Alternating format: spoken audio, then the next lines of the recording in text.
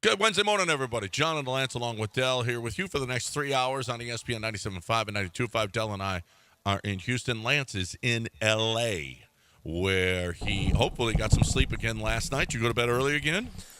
Early-ish, I guess. Yeah. Not super early, but yeah, like I was decent time. These melatonin gummies are hitting, so yeah, I'm in decent shape for You're in being decent awake at. Well, I'm glad to hear that. Here's how it happens. My alarm goes off at 4:30. I hit snooze again. It goes off at 4:39. I hit snooze again. Then I get up and I set up my system, and that's it. That's all it. you get. Did you get to? Unfortunately, I saw some of the Astros. Yes. Well, yeah, that's what I was going to ask because that was at 4:40 your time. Yeah, I did. Well, the game no, was over. I saw some of it. The so game my was time, over at 4:50 your time. 4:50. Well, yeah. So my show is on 3 to 4. So my show is on from your time 5 to 6. I'm on TV from 5 to 6, and but I did see. I saw 3 innings. I was able to see 3 innings. I went to a place and had some food where they had games on. For some reason, the Astros were on, and God, it sucked. I mean, they're bad. This is just. I Getting mean, ridiculous. this is so embarrassing. It's not embarrassing. People use the phrase embarrassing. What am I embarrassed at? What am I embarrassed about? It's just, it's so depressing, is what it is. You've just got, Bregman leaves men. It's the same storyline every day. Bregman leaves men on base. He left 4 on base yesterday, no hits. Your boy's not hitting either, and at this point, I'm starting to feel bad for Abreu, frankly, that they're even putting him in a lineup.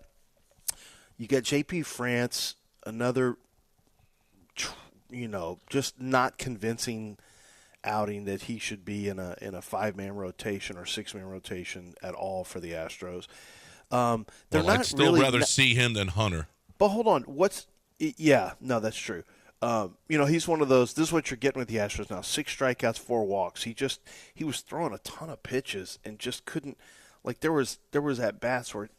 It's just like, man, why does it have to be such a grind? I don't get it. Why the Astros pitchers? We had this with Fromber last year.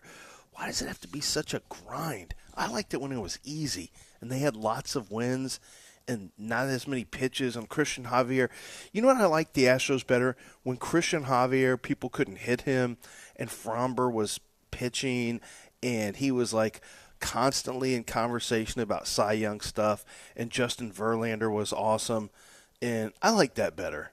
That was more fun. Yeah. Yeah. This team was more fun when they were winning? Okay. Yeah, it was a lot more fun. Yeah, I think you're right.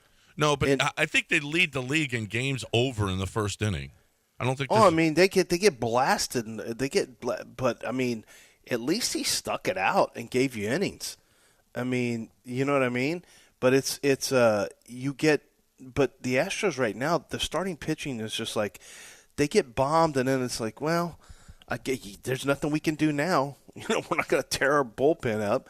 So go ahead and stay out there and do what you got to do. Well, he looked okay after. No, after that he was actually pretty good. Yeah, I mean Bellinger, okay, get out of and then Talkman. I mean, it's just ridiculous. He's pretty good after the game was over. Yeah, I mean, because the game's over. By the way, are you okay? Are you still okay with? I don't have a problem with it, but somebody brought this up, and maybe I should ask. I don't think it matters at all, but are we still just we're good with the Jordan and 2? Like, that's not changing, I guess. From an analytics standpoint, it's not going to change. Would you do anything like maybe move Breggy down to 2 and Jordan to 4 at all? I don't know that. I don't think it would matter, but why not changing? Dusty would have already had 40 different lineups. Why not move Bregman to 8? Because honestly, he's terrible. Well, but I want to give him a chance to break out of it. Like, Abreu's just washed. Alex Bregman's not washed. Why not sit him behind a guy who, is still hitting the ball well, and Jose, a couple more hits yesterday for Altuve. Why not have him behind Altuve? Yeah, I don't know. You got to get him going. Yeah, well, it doesn't matter. It really doesn't matter. It doesn't matter what they do. This team just sucks. Holy cow, 7-17. This is ridiculous. They're one of the worst teams in baseball. And you know what? And a lot of times they're not even putting up a fight. It wasn't even a fight yesterday. I mean, Jake Myers hits us. I mean, Diaz gets a double to score, but otherwise they don't put anything together. I mean, it was 5-0. The game was over. Literally, the game was over in the first inning. Much like a Hunter Brown start when Kansas City, there have been more outings where they're just not even competitive. They're not even competitive, and that's just so shocking. And Espada's catching it so much that this is it. I just don't. I don't know. Is it really? I don't know that Dusty would be. I don't know, but it's really, really not working. Whatever it is, there's just no fire at all in this baseball team, and that's just so surprising for a team that has been so close and so clutch and so together. That this team is just. It's like it's not like none of the guys are even on this team. I don't care about losing Correa or Springer. You still Michael Brantley and Martin Maldonado. I saw that tweet this morning. That I guess they were important. You still got Jose Altuve and Kyle Tucker and Yordan Alvarez and Alex Bregman and Justin Verlander. But John, those were two leadership guys. So so is Jose Altuve. And but Jose Altuve is a quiet leader, Justin Verlander. And but Verlander, remember during when he was out, he did like Michael Brantley was out for a year, and that guy's in a dugout. Yeah, you know what I mean? He's still there. They still see him. They still see him. Well, they still see him, but he's not like that's different. What's the difference? He didn't play then either. Well, they're missing some leadership, though. They are. What? Jose Altuve's not a talker. He's not a talker. Oh, yeah, he is. Jose Altuve is absolutely a leader in that locker room. But he doesn't lead the same way as Maldonado. He's not a vocal guy that people look. Maldonado rallied, a lot of guys. No, Jose Altuve, Lance, is a glue in that locker room. They just suck. It's just about, and so is Justin Verlander. Justin Verlander will tell him how it is, and you know what? It doesn't matter. Because there's something, it just is amazing how bad this is. It's amazing. This is just ridiculous. And I don't know. Maybe it is a spot. I don't know. But would Dusty get them to play better right now? I don't know. What is don't know. What's the word on the street about the Texans uniform in L.A.? What are they saying? Dusty, Bucky Brooks thought that red's a little much. Well, what's the matter? I like the red. I know. For some reason, he thought the red was a little much. I'm seeing people lose their natural minds. I know. What's the over deal? These uniforms? Like it's just like I will kill somebody if they try to say something about this. If I could take my pants down and put my privates in these uniforms, I would. This is how much I love them. Like, guys, it's a uniform change. Wow. Like I like that they're rebranding and all. But my God, some of the tweets I'm seeing, people are acting like this is the most important thing that has happened in 7 years. Do you understand what this means for us as a people? What? I mean, I know at first there was the logo. Is there a way this could impact the Middle East? Is there a way that this could stop the war? At Columbia, they would all leave the campus if we could pass out Texans' new uniforms? They weren't there for the Palestine stuff. They were there waiting for the uniforms to come out. The encampments were up because they were waiting for the uniform drop, and there were so much people pissed off about the leak. You guys can make the jokes all you want, but we do need to investigate why the face of your franchise didn't make an appearance at the party and wasn't involved in the photo shoot. Wait. Cal wasn't involved? Cal wasn't at the party? Sorry, Cal got a whole ass necklace put on him by Andre Johnson. For some reason that bothers me. I can't really explain it, but deep in my stomach, it's like, ugh, what's going on there? But the whole iced out Cal thing bothers me a little bit. I'm not sure why. Yeah, we're going too far now. But C.J. Stroud, not in the photo shoot, not at the release party. What's going on? Do we have to? Wait a minute. Is he still following them on TikTok or Twitter correct. or Instagram? I did not we gotta check look his into bio. it. We gotta see. Check his bio to make sure he doesn't want a new contract. Did he wash? Is he no longer? If he unfollows, oh my God! I think we got to look into what C.J. Stroud meant to this team and the city, and maybe he thinks he's not being appreciated. Maybe he's money-wise. somewhere, or maybe he's vacationing. It's certainly that's the simple man's approach to this thing. But as far as when we need to find the deeper, darker conspiracy, we need to dig in. Where was he? Your quarterback's not in the photo shoot. I understand the Broncos not having a quarterback in the photo shoot because no one knows who their quarterback is. But C.J. Stroud, got to look into it. Lance, what are the people saying out in L.A.? Where was C.J. Stroud? He's in. Well, they're saying. Here's what I heard. I was talking to some sources who said he was out throwing passes to.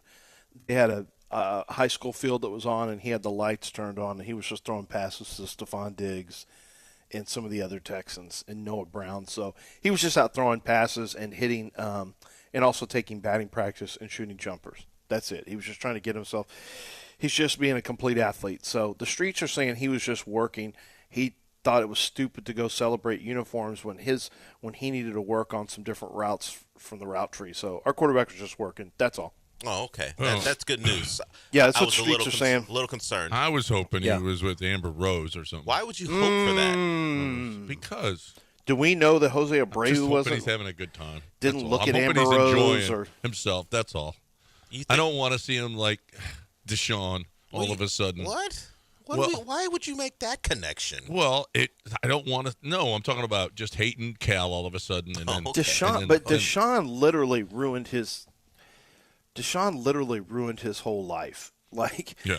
Like Deshaun, not over. Well, I mean, the fall of Deshaun Watson. It was a discussion we had here. It was in the green room, and I don't know how it came up. It wasn't because of me. It was. I think it was after we were having the Cal discussion, and then a couple guys jumped in. Like, has anyone fallen from grace faster than Deshaun Watson? Not just because their contention is, because this is somebody who spends time in Cleveland, who said Deshaun is not liked in Cleveland.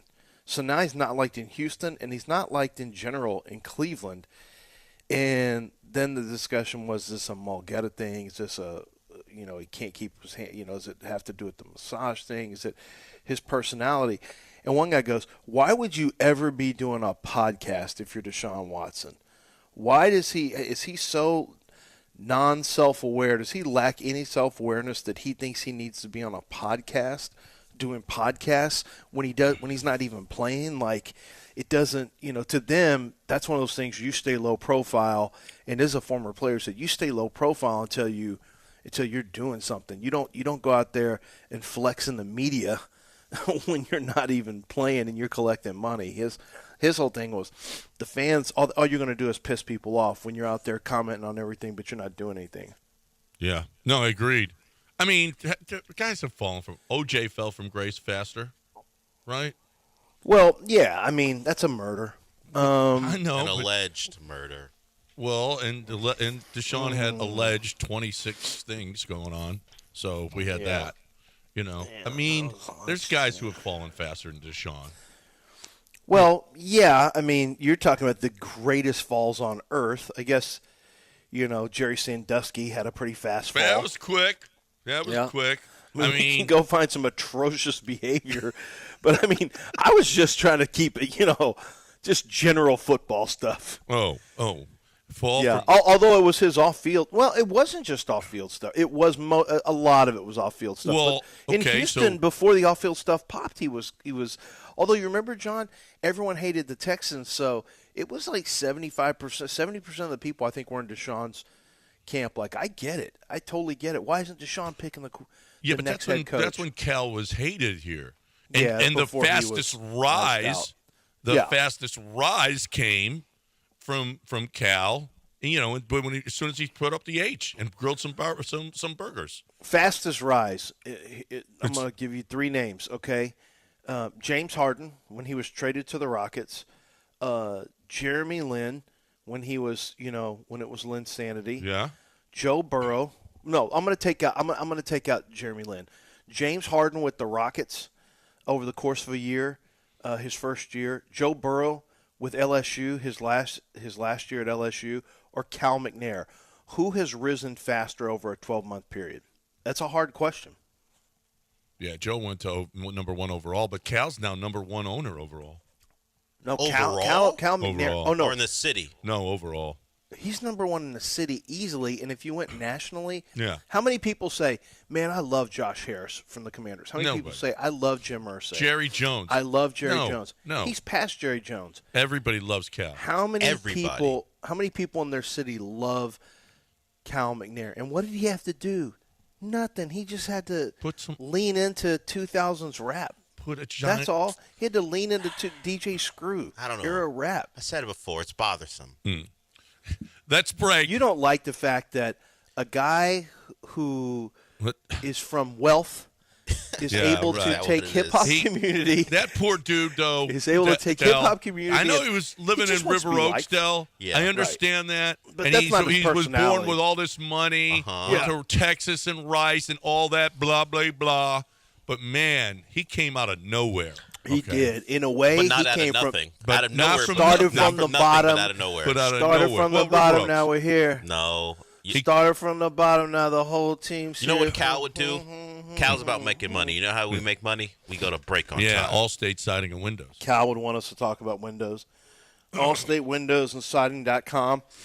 Allstate Windows and Siding.com. This is a company whose windows are made in the state of Texas. There's a lot of windows that are made in China, and those windows are not made. They're low-rated windows, the lowest-rated windows, but the highest-rated windows are made right here in Texas because they understand. They understand we're dealing with 107-degree heat when that dew point gets high. It's even higher, and then we're dealing with oh look, it's a hailstorm. Oh look, it's a big fat giant hurricane that's rolling in. Oh look, we're having gigantic amounts of rain. I mean, there's so much change, and then the soil beneath this is clay, and so there's movement in the soil. So you want to have something that's custom fit. You want to have something that's strong windows that are durable, that are made well. It's going to beautify your home. It's going to add a level of protection and safety. It's going to keep noise out. And most importantly, it can raise your energy efficiency by up to 40%. It's my good friends over at Allstate Windows and Siding. I love the fact that this is a family-owned business.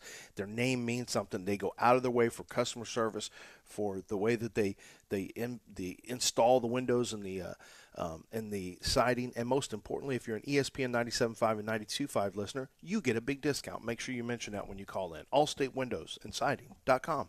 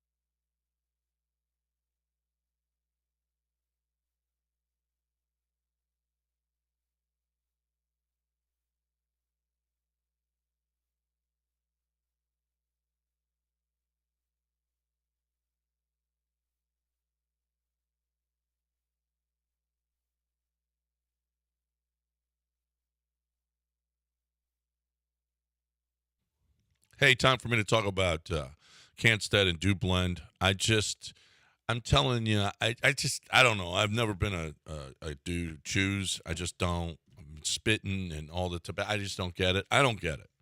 But a lot of you do. A lot of you like it. But you gotta understand that it's dangerous what you're doing. You might as well be smoking a pack of cigarettes every day. If you're gonna put that tobacco in between your cheek and gum every day, spitting all over the place and your shirt and your teeth and your gums and the tobacco and just bad. It's bad. How about change it? How about do something different? If you want to start chewing and you feel like this is something, how about do it safely if you're going to do it? If you want to do it safely, go to 975dip.com. Hemp in a pouch made of hemp with CBD oil. CBD American Shaman is also carrying them. You want to stop by one of their stores. If you're looking for the best way to start or to change and not dip anymore, change it. Do it safely. Do it with 975dip.com.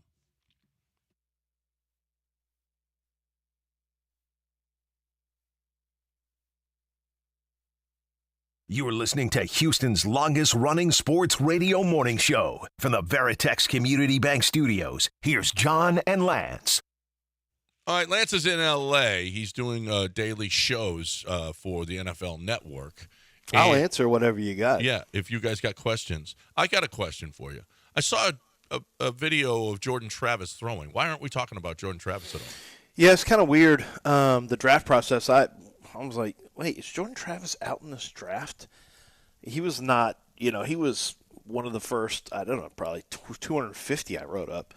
I'm like, wait, is Jordan Travis actually eligible? Was he in this draft?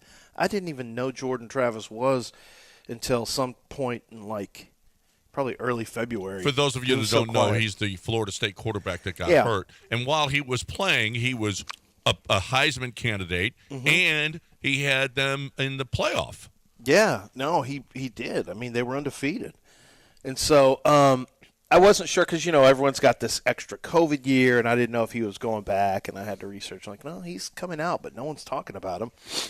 And then I watched him, and I was like, it was not great. It's not great. But he should go in the 5th or 6th round. He'll be a day 3 guy. So the top 6 quarterbacks all have a chance to become starters. They will become starters at some point.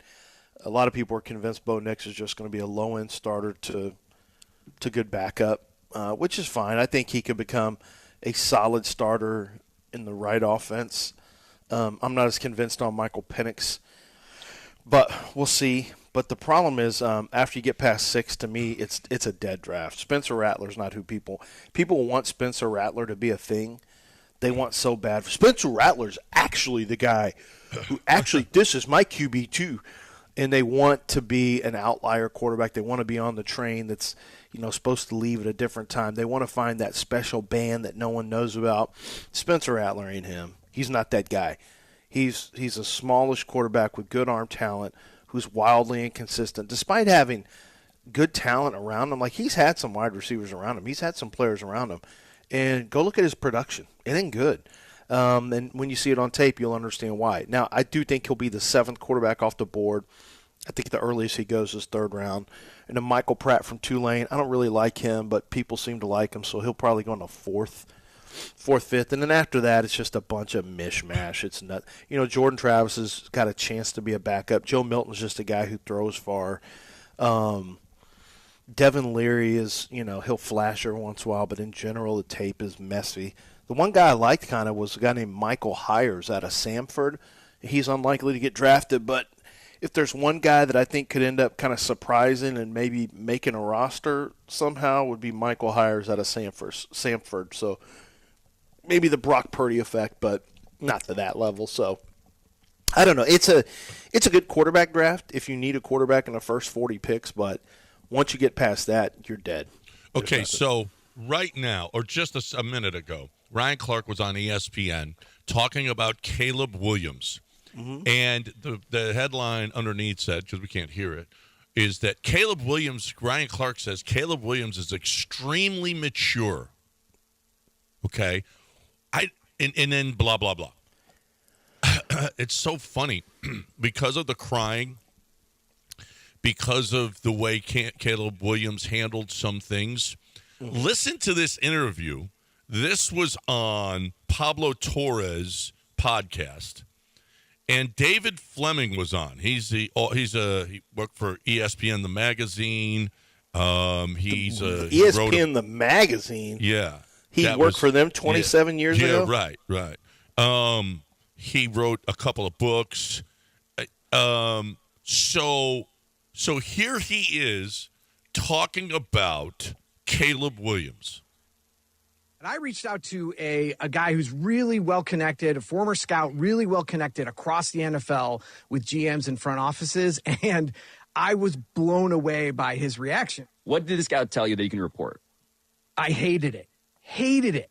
He would scare the shit out of me if I was working for a team. Raw emotion is great, but Caleb's thing, that was ridiculous to me. That threw up major red flags. You just lost a game in the middle of your fucking season, and it was like your third loss in the Pac-12, and you went hugging on mommy and crying in mommy's arms, and it just seems really freaking weak and nuts. And I will tell you, he scares the shit out of a lot of NFL teams, too.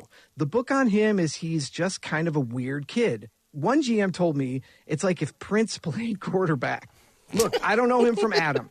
I do not know him. But to me, that looked weak as shit, really fragile. And so this is... It's like if Prince played quarterback is one of the most damning things you can ever say about someone's personality. So Ryan Clark today, is Caleb Williams the next Justin Fields that we have to protect from the evil media? Yes. That is taking things that happen. Well, there's the dichotomy going on right now where you have to tear down J.J. McCarthy, like he must be stopped. The J.J. McCarthy perceived momentum, which, by the way, I don't think he's gone in the first 5 picks, but the J.J. McCarthy momentum must be stopped, and we must protect Caleb Williams. Although there's not as much Caleb protection because there are some people who still can't get past the pink nails, the nail polish, and the pink case, and there's still some guys who have their little homophobic thing that they're dealing with who I don't think are going all in on Caleb because Caleb's going to be the first pick. So I think there are some people who say, we can sit this out. We don't have to protect Caleb as much. I mean, last year you had Stroud with the S2 stuff. You had Josh Fields who was perceived to be, Justin Fields, who was perceived to be sliding a little bit. There's not really, it's not as much protection, I think. And to be fair here, to be perfectly fair, I think that, how do we know about Caleb Williams? Like, when I talked to the Bears at Senior Bowl, they seemed absolutely fine. I asked about personality, and they said, you go talk to guys in the locker room, you go talk to guys he plays with, there is no doubt in their mind that guy's a leader in the locker room, that he's a leader of men. They seemed to have no doubt in January, which meant for me I was able to lock in on Caleb when I had that brief discussion on the sideline, but at the Senior Bowl. But honestly, I don't, I have heard plenty of that stuff. The stuff I hear also, I brought this up. So the Jaden Daniels, right? So I brought up Jaden Daniels, and his mom was trying to push for Brandon. I guess his mom and agent were trying to push for Brandon Ayuk to get signed to a $25 million a year deal. They wanted him to trade. What they wanted to trade for Brandon Ayuk and then also give him $25 million a year if they were going to go to Washington. And this is like, to me, red flag type stuff. So I brought it up to one of the teams I was talking to yesterday. I said, would that make you nervous? And they said, no, because we're dealing with it every year. He said, like Kyler's dad, we dealt with that. He said Caleb's dad, we're dealing with that. Jaden Daniels' mom, he goes, I got news for you. There's way more of these quarterbacks now who are coming out who have been groomed to be quarterbacks since they were like 7 and 8. And he said the amount of hovering parents is at an all-time high. He said, so if it bothers you, if you're worried about that, then you may never draft a quarterback. And he said it's way more prevalent. He brought up another quarterback too. There was another quarterback, not Will Levis. There was another one too that he brought up. But the fact is, this is apparently like just a known deal that you're going to have to deal with. The quarterbacks are just going to be a lot of them are going to be a little bit different in terms of how they've come up, where they are a little more coddled, and it sounds stereotypical. But this guy also said it's just what you have to deal with. You just have to make sure that you have somebody who's strong enough to do what they need to do on the next level. Like Lamar Jackson had that kind of relationship with his mom, but there's no, Lamar is Lamar. Like Lamar doesn't just say, "What should I do, mommy?" That's not a thing. Lamar Jackson is Lamar Jackson. So he does what he needs to do, and guys rally around Lamar Jackson. And so you can be close to a parent, but not have them interfere and all that stuff. But for Caleb Williams, I've heard some of the same stuff with Caleb Williams. There are people who just – the NFL is very simple. They'll just call you weird or just say he's a different dude. I hear the phrase different dude, and that just means he's not typical of most guys in locker rooms. And sometimes it ends up being, a legitimate issue, and sometimes it doesn't. But different dude and weird guy. That's not a great. It's not meant as a. Well, it's definitely not meant as a compliment. And for Caleb, it just means the reason it's a concern with quarterbacks is. Yeah, sometimes it's hard to get on the same level if you don't vibe with somebody. You got to be that leader in the locker room. And they think you're different than that. All right, we got to break it here. 713-780-3776. Do you have any questions for Lance? You're more than welcome to get in. I have a question for you. Do you need a new car? And if you need a new car, there's one place to go, and that is Chastang Ford. It is the place. Listen. Ford is an unbelievable product. It is a great, great product. I love my F-150. I've got the Lightning, but it doesn't matter. My son has the F-150 gas, and love it, love it, love it. It's just a great, great vehicle. And where do you get that vehicle? There's one place to go, Chastang Ford. Be part of the family. Get the best deal you can. Get all the rebates. Get the financing. That is going to be second to none. They are going to work that deal and get you the best financing. They did that with me. Instead of getting Ford financing, which Ford wants them to do, they went into a bank because there was a better interest rate for me. That's the kind of care that you get at Chastang Ford. They are going to do whatever they can to get you exactly at the price and the cost every month that you need to be at. Do you need a 3-year deal? Do you need a 5-year deal? They got 6, 7-year deals all at Chastang Ford. They want to get you into that car or truck without you choking on those payments. That's awfully important to them, and that's why you're going to go back to them every single time. ChastangFord.com on 610 at Homestead, not Hempstead, just 5 minutes from downtown. Chastang Ford.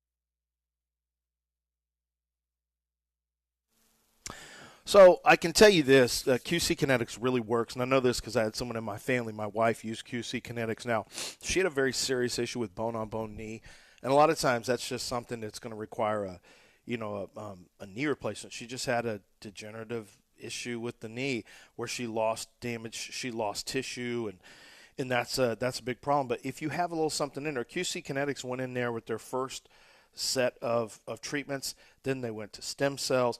And what they did was they went through a 5-treatment process that was able to get her some mobility back, some very, very important mobility back, decrease some of the inflammation that she was dealing with and some of the pain, and she was able to start her training and get through her training for the Berlin Marathon. That's amazing, and that was something I'd been reading and studying, and I didn't think that would ever be able to happen.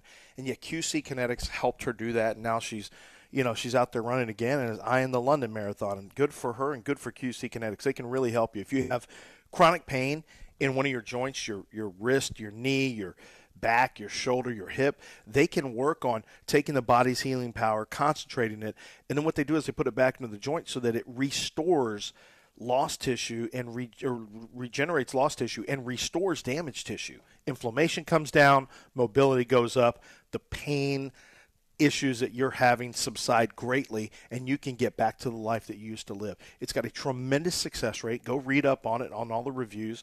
And why would you continue to use the old methods that are not as successful and certainly don't last as long? QCkinetics.com. 4 locations here in Houston. Go to the website, set up your free consultation, QCkinetics.com.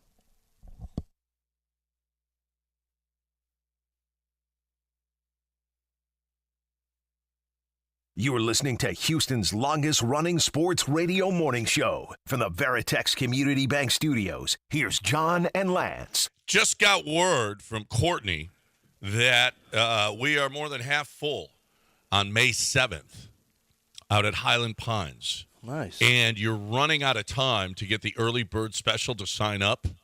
So sign up right now at ESPN975.com. So we're going to play Highland Pines, and if you've never played it, it is the most unique course here in the city of Houston. Elevated tee shots, down 40-foot drops, pines, water, beautiful. I mean, I honestly, at some point you're going to go, this isn't like cute. Seems like we're in Georgia or somewhere. It just does not seem at all like you're in Houston. We've got we're in Georgia. Carbach Brewing Company. We've got lunch from Cypress Trail Hideout. We got Valencia's Tex-Mex Garage. All this food, lunch, dinner, 18 holes of golf for one low price. So let's go. Let's fill this thing up. You better get in. Get in now because you got a better price, but also get in now before it fills up. So you got that. Okay. That's May 7th. May 7th is the tournament. Dell can't wait to get out there. He wants to not only do our show, his show, and he wants to produce Joe George's show out there as well. Mm-hmm. So Joe and Paul, yeah, he wants to hang out with them in their show too. Would it be a team player? I never thought I'd hear that. Yeah, that's great. Joel doesn't want him on his show, so he's not going to do that. Yeah, that's fine. You got to know. I understand. That's you know your understandable. audience. Yeah. So yeah, Dell sure. can't wait because he's all about the golf life, all about that life. Cool. Yeah. So can't be more excited. Can't be. Did you see what the NBA admitted? Hey, sorry about that game, Joel. We saw how upset you were. We screwed up some calls in the Knicks and 76ers. So Daryl Morey vindicated. Well, and you know who's LeBron is catching it because the replay that he was commenting on was like in the third quarter. It was a third quarter replay that they went over, and he blew a 20-point second half lead, and he's talking about a third quarter replay. Yeah, and that's the reason that they lost the game. As sometimes I get the holding on to a 20-point lead. Yeah, sometime I will say the one thing that will always, like the argument that if LeBron wins this year's title, now is he the GOAT? Now is he? A lot of it for a lot of us just has to do with I mean, he's an all-time great. He's up there with Jordan without question. I've never seen anyone perform at this level for this long. It's truly incredible. Maybe the most blessed physical specimen that I've ever in any sport that I've ever seen for this duration. With that said, he's got some it's your fault type stuff to him. He's got some non-accountability to him. He's got some of that kind of bothers I think it bothers a lot of us that he doesn't have that. There's something that's a little different. I'm not saying he's not an alpha because he is, but there's just something that's missing with LeBron when it comes to taking full-on responsibility without making it a big – I don't know, everything has to become a big production, but he's phenomenal from a basketball standpoint. But there's – that's kind of on brand for him to blame something else when you lose a 20-point game. I can't believe I hadn't even really thought about the fact that he had that the Lakers had blown that lead, Yeah. but the focus was a call. Yeah. I mean, and it was a third quarter call. And they were beaten by last-second Yeah. jumper, so I get it. So did you happen to read Luka's lips after he hit the game-winning shot? No, what did Luka say? He had some choice words for the LA faithful. He was dropping ugly a-hole stuff on them. I mean, he was One to one. Luka's got a lot of. Oh, he does. Luka, Luka, Luka's probably at the top of the food chain when it comes to him and Jimmy Butler, the guys who will. Who do you think it is, Dallas? Tatum doesn't really have that, does he? Anthony Edwards is showing a lot Tatum's of that a whiner. He whines on calls. I'm talking about the guys that are kind of cut your heart out type guys. Luka's always had that in him. Jimmy Butler's always had that. Does Anthony Edwards? He's starting to show some of that Anthony too. Edwards will talk to fans, to opponents, no matter what their status is. You know, if you're 4 years older than him, then you're old. So he will let everyone know that you're old, as long as you're older than him. So he's probably the next guy. If he does want to become the face of the league, there's a possibility. I'm not sure that he does. But yeah, as far as killers, he's in that mode, and they're up 2-0 now on the Suns, and the Suns are talking about telling their fans not to give up on them in press conferences now. Did you see Alperen Şengün finish third? NBA's most improved, Tyrese Maxey finished first. He was number one. Number two was Kobe White, and number three was Alperen Şengün. Okay, I mean, Tyrese Maxey is pretty good. Tyrese Maxey took a big step. He became good last year. Well, and he had to carry a lot of it himself, right? Which brings up the debate that people have about most improved. Is Tyrese Maxey most improved, or did he simply take on a bigger role because James Harden is no longer there? A guy like Kobe White, you would say, kind of came out of nowhere. That guy was not – no one saw this year coming from Kobe. Anyone could look at Tyrese Maxey and go, he's going to be a star when there are more opportunities coming his way. That particular – award is not one that's very well defined, but you give it to a guy who scored a lot of points, and I think he upped his average by about 6 or something for Tyrese Maxey. So it's not a award that people care that much about, so it's not going to be a fight like the MVP, but I would have given it to Kobe White because he was just a bit player on that Bulls team last year, and this year he might have been their best player. Yeah, he averaged 19.1, 4.5, and 5.1 assists. Alpy, 21.1, 9.3 rebounds, and 5 assists. All career highs. Yeah, I don't know. I guess. I mean, listen, at least people are recognizing what's going on here. Yeah. There's no – you don't have to worry about that. If you're worried about the Rockets getting good publicity, they get plenty of good publicity from basketball community. That's not a problem. We're going to be fine. Honestly, now when you say who's going to win a championship, Rockets, Astros, or Texans first, your answer is probably Texans now. It's probably Texans followed by Rockets and then Astros. This is the first time they've been down 10 games since 2016, right? Yeah. 10 games under 500. It's the first time in 8 years that the Astros have been down we're not even a 10 month games into under the 500. season. Wow. It's just awful. It's just awful what's happened here. Can we get some real pitcher? Can we get some guys back? What's going on with their key? I mean, is he everybody getting was close surprised that Fromber wasn't is he getting in close the to rotation. putting a glove on? Everybody was surprised that Fromber wasn't in the rotation in Chicago, but I never saw any indication he'd be back this soon. I mean, what? Well, now the report is if things go well, he'll be pitching in Mexico City against the Rockies. Doesn't he have to do any rehab? No, they say the Rockies are kind of a rehab state. Coming but from listen, in that altitude? No, it could get ugly, but he's in this economy. He is scheduled, according to Brian McTaggart. I think I saw the tweet yesterday that if things go as planned, he'll be pitching against the Rockies on Thursday or Friday. Okay, all right. I think I'd like to see him throw a couple of pitches first or something. Or Friday. I don't know exactly. Seems like the he's day, been out a while. Well, I mean, maybe he's been throwing pitches off a mound, John, and he's ready. You don't know. I don't know. I said maybe. That's why I said Yeah, maybe. you don't know. Maybe suggests I don't know. But McTaggart, He knows. if he's to believe, they have Thursday off. So either Friday or Saturday, he could be pitching against the Rockies. No. All right. Well, that blows. What else blows? They have Property Friday taxes. off. Excuse me, Friday off. Saturday or Sunday. Sorry, Right. Saturday or Sunday. Saturday or Sunday. Right. They got Friday off. And a rare Friday off. But that's a travel to Mexico. So you got that. You know what else blows? Property taxes. Property taxes blow. I mean, terrible. If you're somebody that just ignores it too, guess what? It's going to cost you.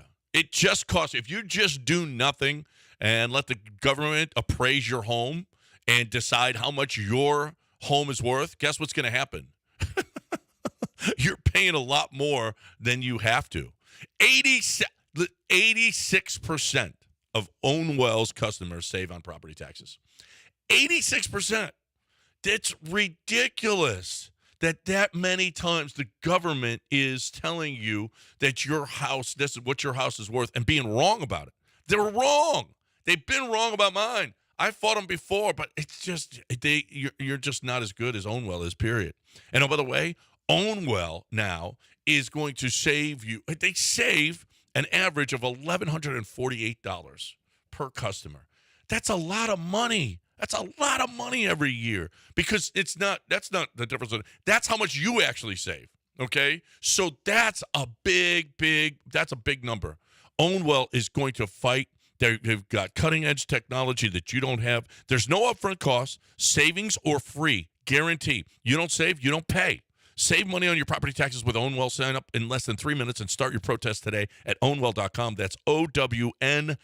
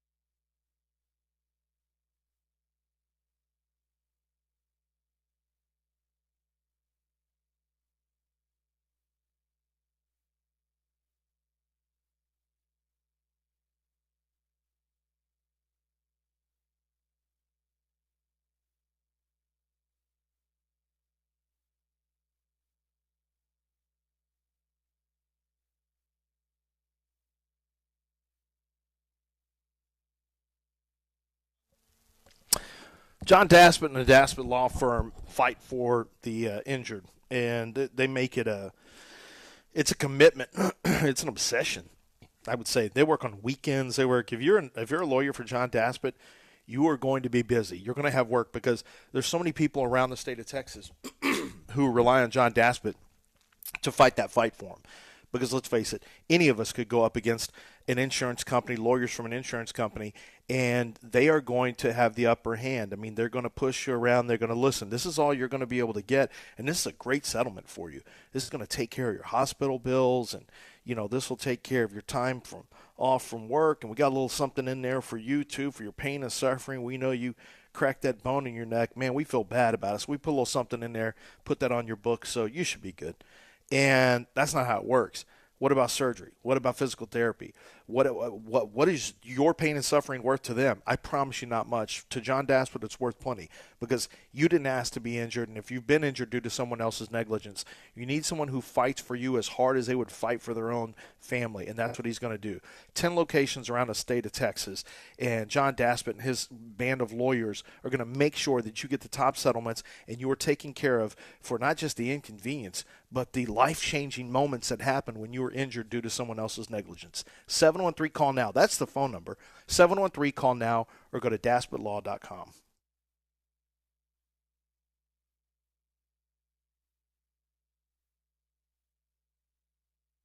You're back in the Veritex Community Bank Studios with John and Lance. On ESPN 97.5 and 92.5.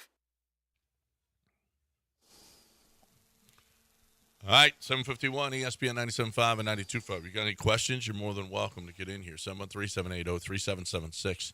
The biggest story in decades here, the Texans uniform unveil. Okay? It was fire at 713 last. I will say this. Did you see the pictures or the videos of the setup that they had there? It was pretty cool. They're so much cooler than they used to be. I mean, the uniforms are pretty good. They're fine. They're good. I'm not like, there are people that are crushing them or whatever, and there are people that are just in love, like you said, Lance. They will kill you if you say anything bad about them. Oh, man. They're fine. They're good. I mean, it's a good. I'm happy that we got some new uniforms. I know. Yeah, it I'm just happy. is That's great. so. It has been so vanilla and blah and bland, and for years and years. But they've got a new marketing director over there that's been there for the last couple of years that is actually pretty cool. Oh, and wow. He is actually trying to bring, some updated, not, from the year 2002 to now. Well, actually, those uniforms were designed in 2000 or in 99, and we're Liberty White and Blood Red and Capital Blue or whatever they are, right? Deep Steel Blue and Battle Red. Whatever. Don't disrespect. I mean, and we're red, white, and blue, and look at, we've got a Toro. 76 trombones. Yeah. I mean, and they did, and and it's football time in Houston. And now we've gone to tipping off faux. We went to Like a Boss. We played Slim Thug Like a Boss whenever. Imagine this. It's Bob McNair out there, and they've got a marching band. Right. We are red. We are liberty. We are Constitution white. We are patriotic blue. We are Liberty Bell red. Look at us. There's this stupid-ass Toro that never talks but would always interrupt us when we did our pregame show. They don't use that terminology. We have a stupid-ass Toro. Well, they don't say that. I'm interjecting my personal feeling when he would come. Or you know what Charlie Palillo's favorite thing would be? When the Texans rolled Toro over and said, "Can we get Toro on this interview with you guys in the pregame show?" It's me, Rich Lord, and Charlie. And boy, was Charlie happy that he'd ask a question. Toro would just stomp his foot as an answer, which is great radio. And Charlie, well, that's good radio here as the mascot stomps his feet. Answering questions I could just see on the Charlie. pregame show. Oh, disgusted. Yeah. Disgusted. And now what are we doing? Cal's throwing up the H. He's got his dog. He's taking pictures with his dog and his smoker. The owner's wife has helped to resurrect the team. They're getting Andre Johnson from the U. Dell, throw the U up. Is getting. He's putting chains on as they have an unveiling party of uniforms where basically they just listen to us about the rebrand. We're pretty much responsible for this whole thing. That was so embarrassing, though. You could barely get that chain around Cal's giant head. So Cal's getting a new chain. Hannah's getting a chain. They're all iced out. They're playing. It's Andre Johnson. They're playing Slim Thugs Like a Boss, but the clean version. Who, by the way, who produced that, Dell? Pharrell. Bing.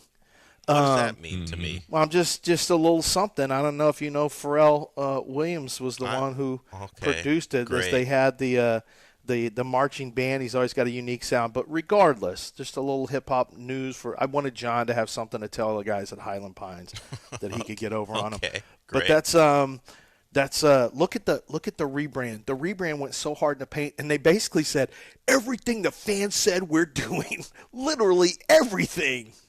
Yeah. But look what's happened. Well, you're very. But look, well, they won too. So yeah, that helps. You're being very positive about the Texans, and I appreciate that because we don't have a lot of positivity when it comes to the current team is playing. How do you feel about a graphic designer switching from the Astros to the Texans and making an announcement and putting it on his Twitter feed like he's a commitment, like a 5-star commitment? That is what one Ruben Valdez did. He's now a senior graphic designer for the Texans. He used to work for the Astros, and he put out a commitment tweet so you all know. How do you feel about it? Because I know you have special feelings about this, Lance. Where do you stand? Wait, he said he's going to the Texans to do what? Or he's been there, or he's just going there? Well, he used to work for the Astros. He announced his goodbye on April 19th. And then 2 days later, he has a commitment tweet about going to the Texans, and he's a senior graphic designer. How do you feel? When did he do this? Well, he made his announcement on Twitter April 21st. And he's got a stylized picture and then a zoom in on the logo. So how do you feel, Lance? Did he say respect his decision? No, he didn't do that. That's strictly for high school kids. Well, I mean, maybe they're going to be cool like the Astros now. Well, I saw one guy quote tweet his announcement and go, "This is huge." I was like, no. Yes, I did see that. I was like, I guess. It's big on Twitter. I don't know if it's this. You know what? But half the battle you fight is on the public relations standpoint now because of Twitter. So that's fine. I get it. It's. I guess it is big. I guess it is big news. You know what's funny is there was a new ruling that was passed. Did you see this, John? Would have saved me thousands. They can't enforce non-competes anymore. Non-competes are invalid by the law, by the letter of the law. You can leave whenever you want, and they cannot restrict your employment. So I wonder, I asked you, Dell, when that came out, because he might have had a non-compete from the Astros that now is non-enforceable, and he can, because that came out just yesterday, it's non-enforceable. Non-competes cannot be enforced. You can be employed wherever, which always seemed brutal. Like, I guess I just can't work for 4 months. We'll see how this goes for me. And me and my family would, drain savings, and I had to do it twice, and it was a big pain in the ass. But it does I wonder if that's what happened because non-competes are no longer enforceable. You can't keep someone from working at a competitor. So I wonder if that's why he put it out yesterday because he doesn't have to wait anymore. Well, it wasn't yes. It was, I guess, over the weekend. So when are you moving to 610 then? Well, you said April 21st. Well, he today's now he April can 20. just get up and leave. So now the portal's open for everybody? The portal's open for Lance. Yeah. The portal's open for everybody. Hey, I may go to another place. Just respect my decision if I do it. That's all I'm asking is I'm going to pray on things and then respect my decision. Respect my decision. All right, we got a break. 758 ESPN 97.5 and 92.5. If you want to get With all that said, I'm going to have a long post. 780-3776. Thanks to Dell. Thanks ESPN to John. 97.5 and 92.5. Remember Vanessa Richardson, shout out. With all that said, time for me to talk about Brinkman. Time to talk about your roof.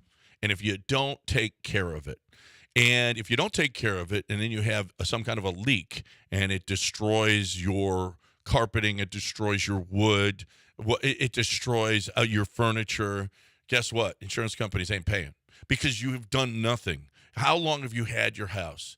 When was the last time you checked your roof? When was the last time? Have you looked up at your roof and seen that it's shiny? If it's shiny, then those shingles are worn. And guess what? If it's shiny and you try to, anything happens, sorry, insurance company, sorry, you didn't do anything about your roof. I need validation that you actually took care of this thing. And you take care of your car, you change the oil. You don't do anything with your roof? Really?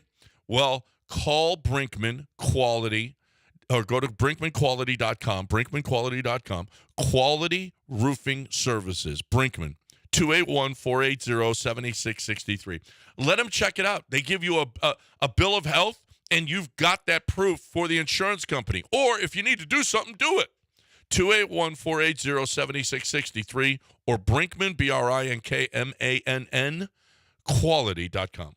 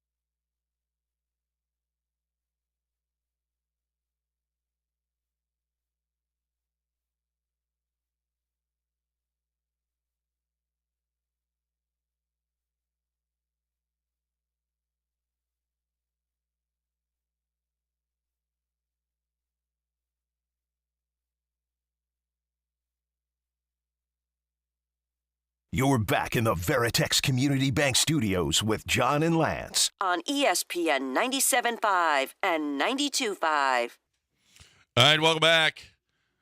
713-780-3776.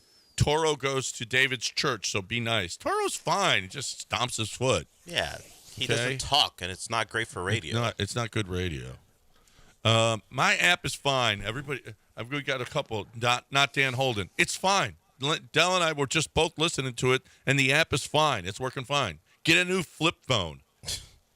I mean, what we would say is maybe if you put the Pores phone down and get a new one, you'd be okay. Look, I don't know. Probably don't have an iPhone. Not Dan Holden and others, and particularly Jackie's had this issue in the past, and every time he tweets about it, I listen, and it's fine. So I don't know.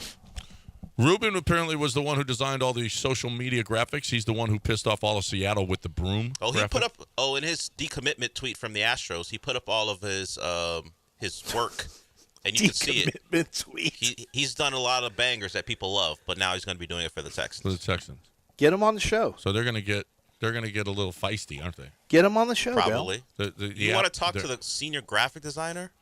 Better than Toro. Oh no! Are they getting rid of Toro now? No, Toro's got a new fit. I don't know if you saw all the stuff. I was going to say yesterday. Toro's got to have some. He's got new fits. Please don't have them do what Mattress Mac did, where Toro's drinking lean. I don't think they're going to do that. Please don't go that far with it. I always thought the Texans' color scheme included Insperity Club White. No, that's not it, Tony. It's got to be Insperity Club White. How did you like? I didn't see. I saw a lot of the uniforms. Do you have a favorite? I like that gray one. Which gray one? Is that gray? Is there an alternate? It was all gray. I don't think they have a gray uniform. Well, it was darkish. It looked charcoal. Maybe H-Town blue. Are you colorblind? Maybe he's talking about the Mets City Connectors. What are you talking about? Is that it? Maybe that's an all-gray uniform. I think if we're doing this fashion thing, I'm a fan of any of the monochrome stuff. When they go white jersey, red pants, I like that look. I like the red jersey, white pants look that they were shown. I like the variations. The monochrome stuff. Take it or leave it with me. Yeah, I'm telling you, I saw Tank and I don't think they have a gray jersey. I think we would have seen. Well, what color would you call it? It was darkish blue with the H-Town blue as an Wait accent a minute. color. What color do you see the dress? Is the dress Which purple color's the and dress, black, John? or is it gold and white? Oh, I'm telling you.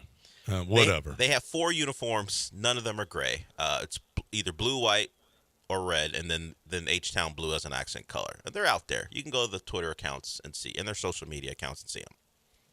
Yeah. Well, I saw gray, so I don't know what you saw. The reds are pretty tough. I like them. Yeah, I like the red too. I like the red.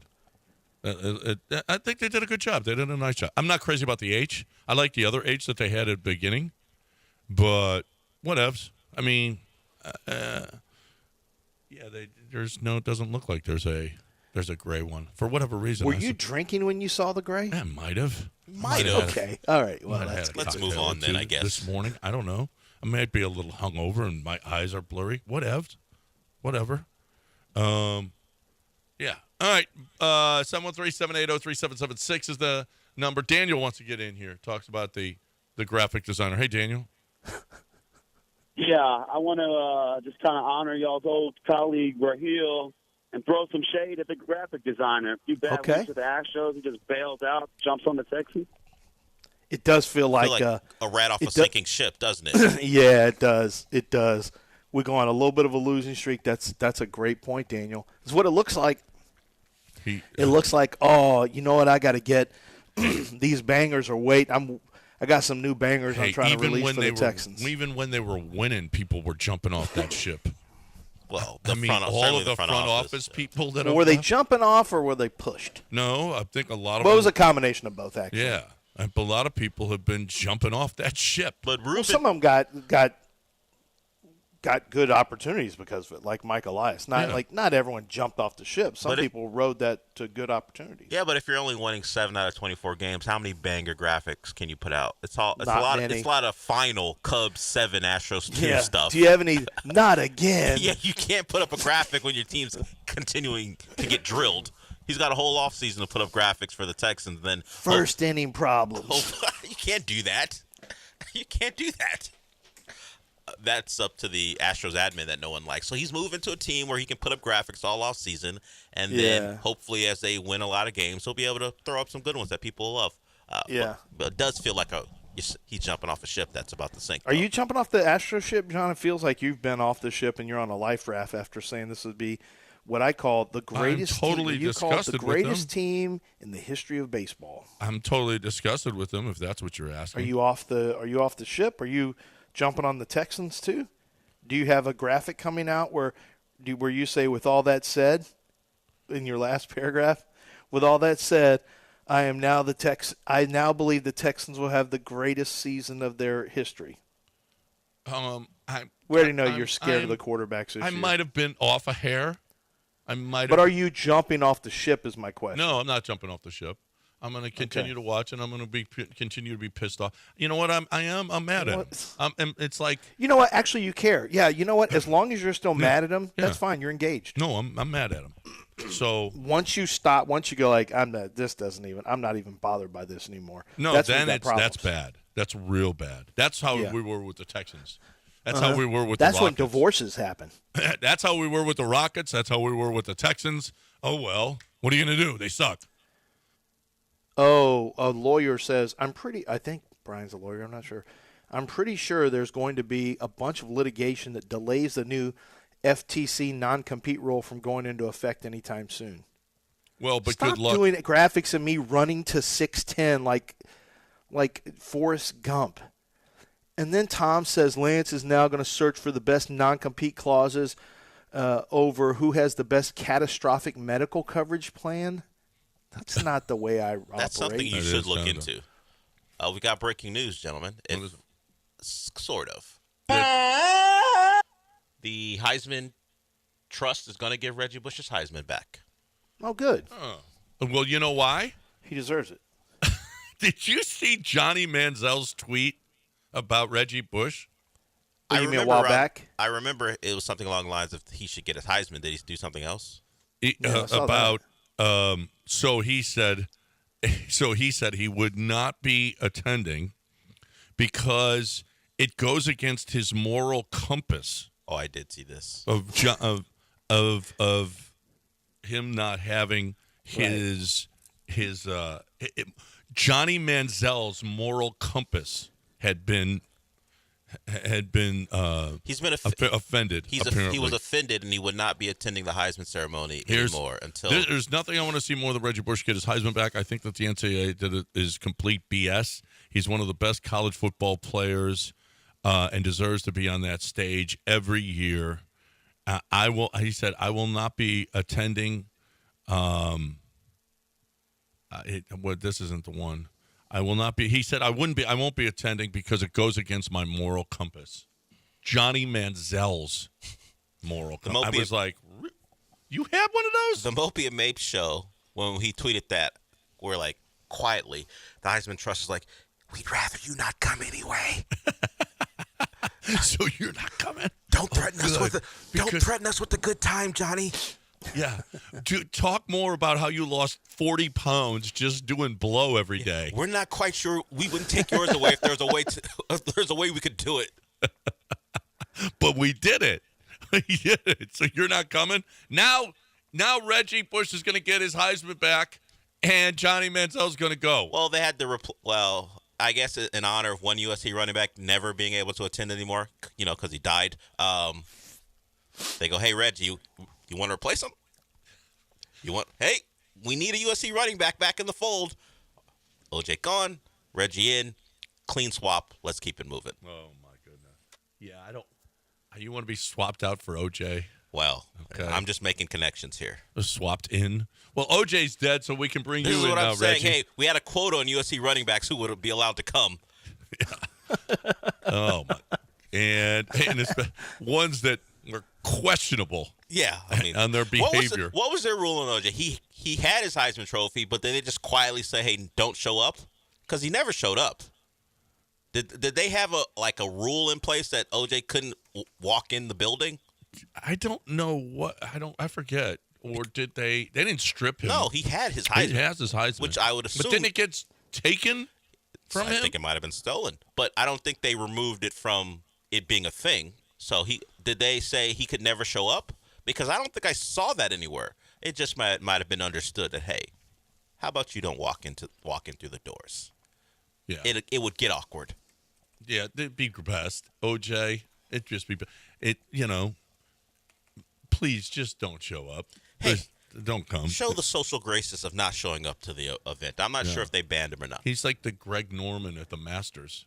Greg Norman's like, hey, wait a minute. Hey. What? Don't compare me to him. Listen, the Masters said, we don't want you here. No. You insulted him a little bit. No. A lot of what you Greg Norman is the OJ of the Heisman.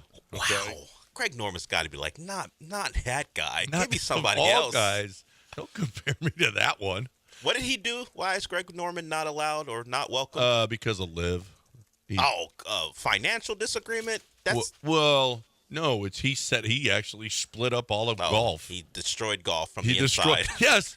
You know what? And it's Greg Norman is going to be remembered for the guy that ruined golf. He's a national hero, even though he's not even from this country. The guy that ruined golf. Yeah. Greg Norman. Congratulations, Greg. See, you got to go past Phil. A lot of people probably put it on Phil, but it is Norman. It is Norman. Norman's the one that did it. Norman's been trying to do this forever. He had another one that he failed on.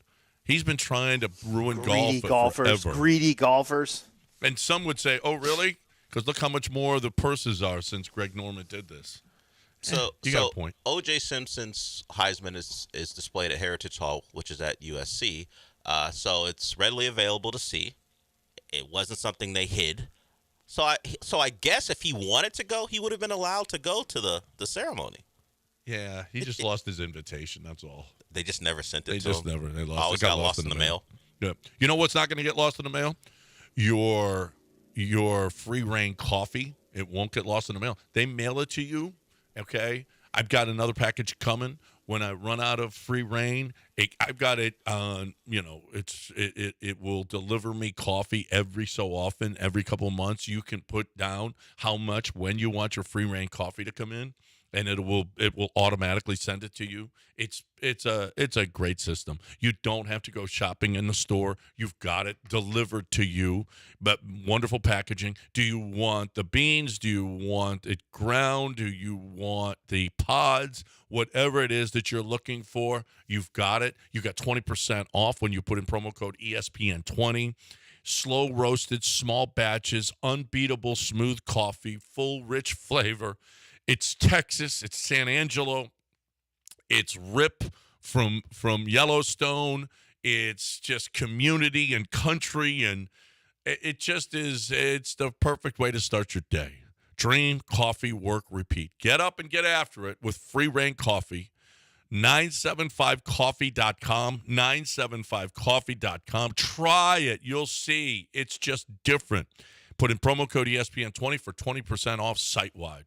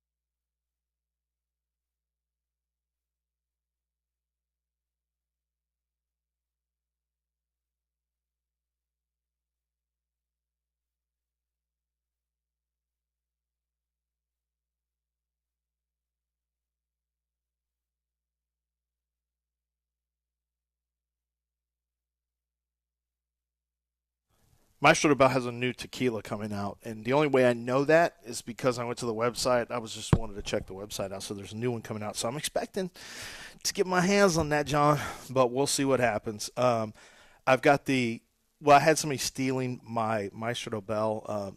They're actually taking – they didn't steal the whole bottle. I had bottles in my refrigerator. They were just taking pulls off of it, hopefully not with their mouth. Hopefully they were pouring it into a cup or something when they were taking it out of my refrigerator.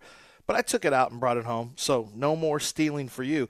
Why don't you just go buy your own bottle? I know Maestro Bell tastes that good that you have to go thieve it from somebody's refrigerator. But the bottom line is you can go buy it wherever fine liquors are sold. You can go have some at a restaurant. A lot of restaurants have Maestro Bell. Our friends over at Texas Republic Boot Company, I know they had it. My friends over at Riel carry 3 different types of Maestro Bell bottles. There's Añejo Extra. There is the Cristalino, the Reposado, the Silver, the Smoked Silver. By the way, Smoked Silver called Humito, one of my favorites because it gives a little smokier flavor with your margaritas or your cocktails. Check them out for yourself. This is 11 generations of tequila makers in Tequila, Mexico have been putting in work and creating flavor profiles that are tremendous. If you are a sipper of tequila, you're going to love it. If you have special tequila bottles that you really appreciate because you appreciate tequila, make sure you give them a try because I think they need to be up on your liquor shelf as well. It's Maestro Bell. Wherever fine liquors are sold, Maestro Bell.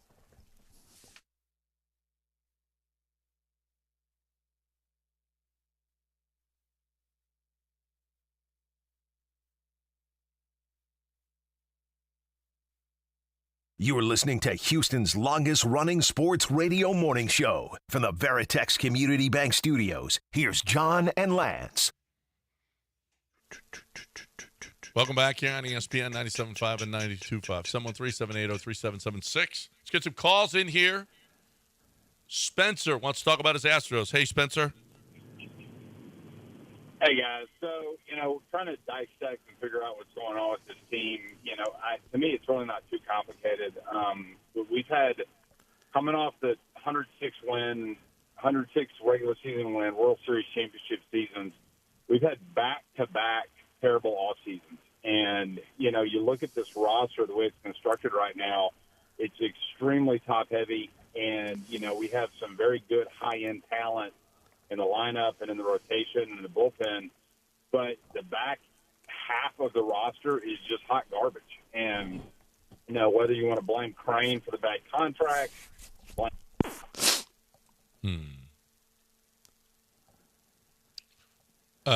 Well, certainly the non-general manager tenure was bad.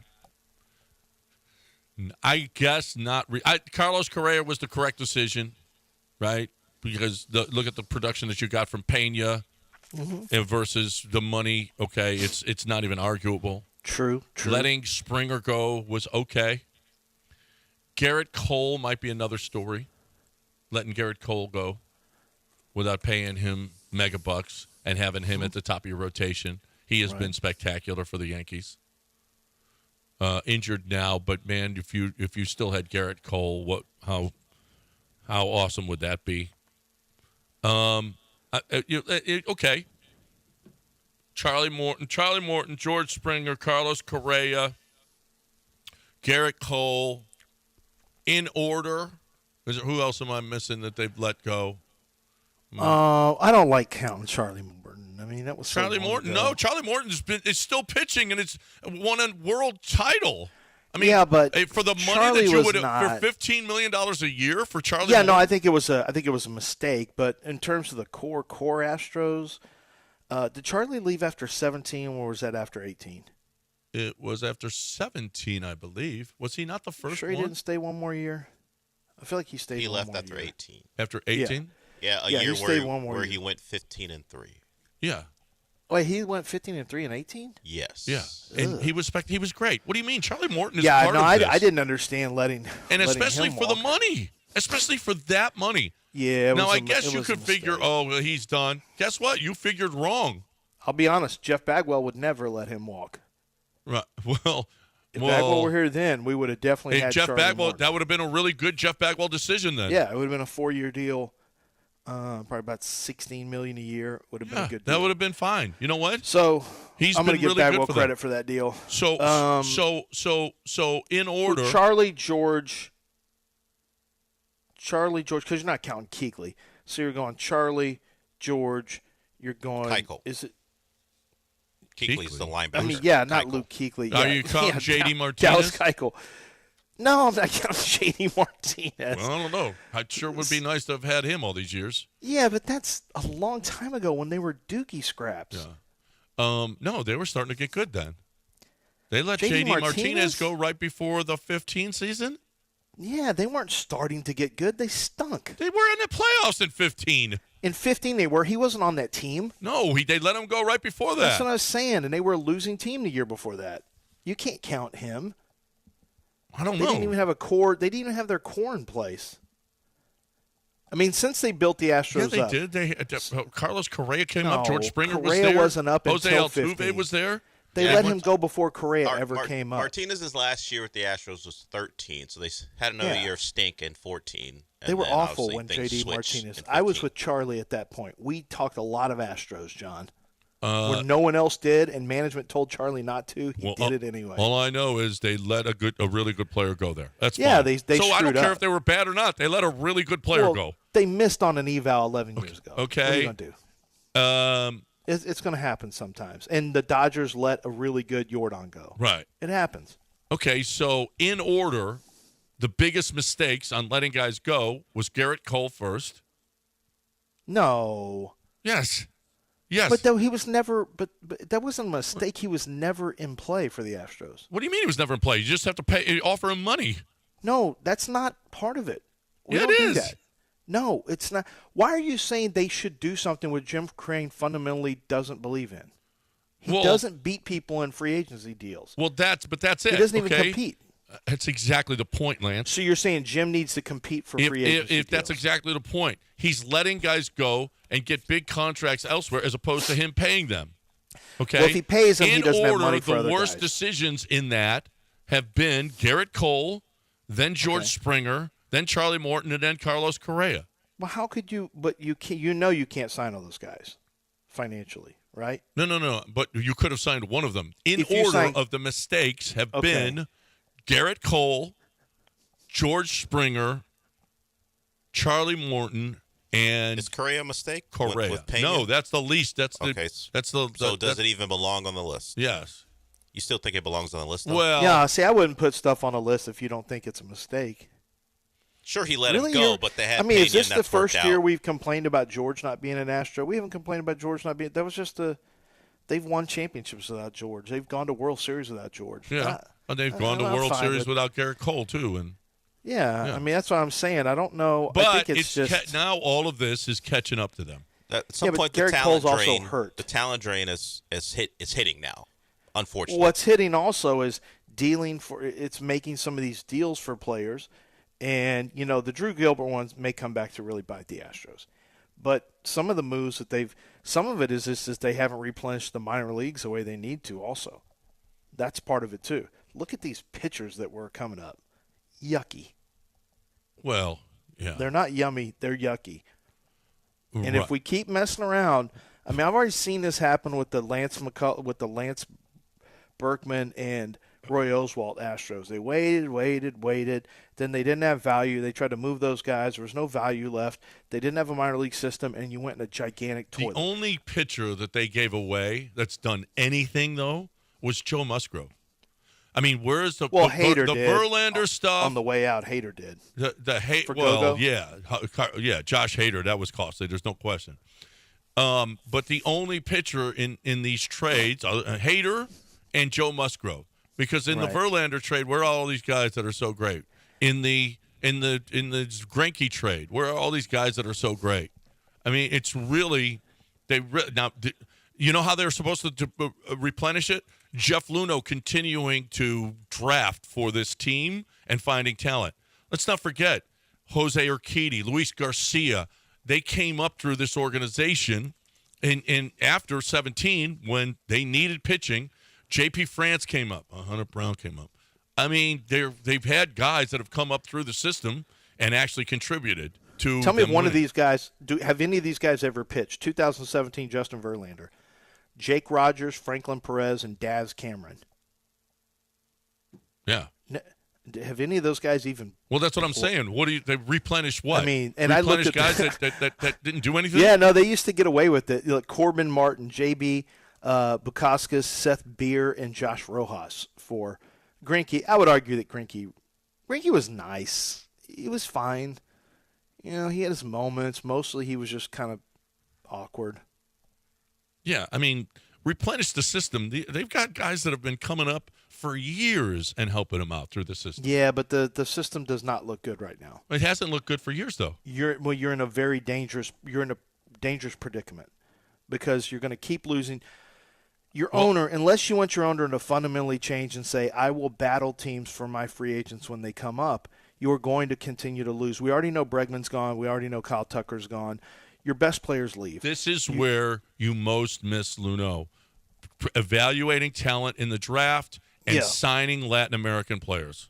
Yes, but he didn't. But it doesn't change fundamentally with Luhnow here. The owner doesn't believe in fighting for his own signing top free agent deals. Still, he doesn't really believe Luhnow that. was able to bring guys in, and that you haven't been able to do. So. Luhnow in the scouting department. Yeah. That's way more than Jeff Luhnow. That's Jeff Luhnow. Well, it was his that system. stuff happens before Jeff Luhnow, and those guys are all gone too. Well, it was his system, and you know what? It was a great system, and that's what So are you miss. saying bring That's back- what you are missing most right now. From him leaving after 2019, you're missing that 5 years, this 5 years of him replenishing by great evaluation and smart signings in the Latin American community. I think Click was fine. I think Dana Brown is incomplete. We don't know on Dana Brown, and frankly, I think some of his hands are tied. He's a wartime now. He's in wartime. Everything was great for it was easier in a way. In a way, it was easier for Jeff Leno because he started from the bottom. I mean, he was ground floor. He did a good job. He had high draft picks. He did a good job with his draft picks. He did a good job with the Jordan trade. Was incredible. I think James Click did a nice job of tightening up some things that needed to be tightened up. But now the bullets that are flying. I mean, and Leno had some tougher. I think his decisions were already made. I don't think it was a tough decision to let George Springer go. George was gone. James Click, I think his whole thing was let's do as much as I can do. You know, the players were, the lineup was relatively set, but there were some moves Dusty wanted, and James Click wouldn't get them done, and Dusty really didn't like that and pushed hard on that, and that's one of the reasons James Click was gone. Yeah. All right, we got to break it. 713-780-3776. We got a full board. You guys have got thoughts about all of this. So we'll get to you on the other side. We promise. We're going to the phones. Houston Disparity Invitational presented by United Healthcare at the Woodlands Tournament Course. I was out there a couple of weeks ago for an event for the event for this deal, and it is just perfect. It's awesome. If you haven't seen the tournament course in a while, I mean, it's in great shape. It's just beautiful. April 29th through May 5th. Spectators are invited to attend May 1st through the 5th, okay? So you got to get out there and watch 78 of the best PGA Tour champions of all time. Disparity Invitational, proud to continue its tradition of offering free general grounds admission. Free. You go out there for nothing.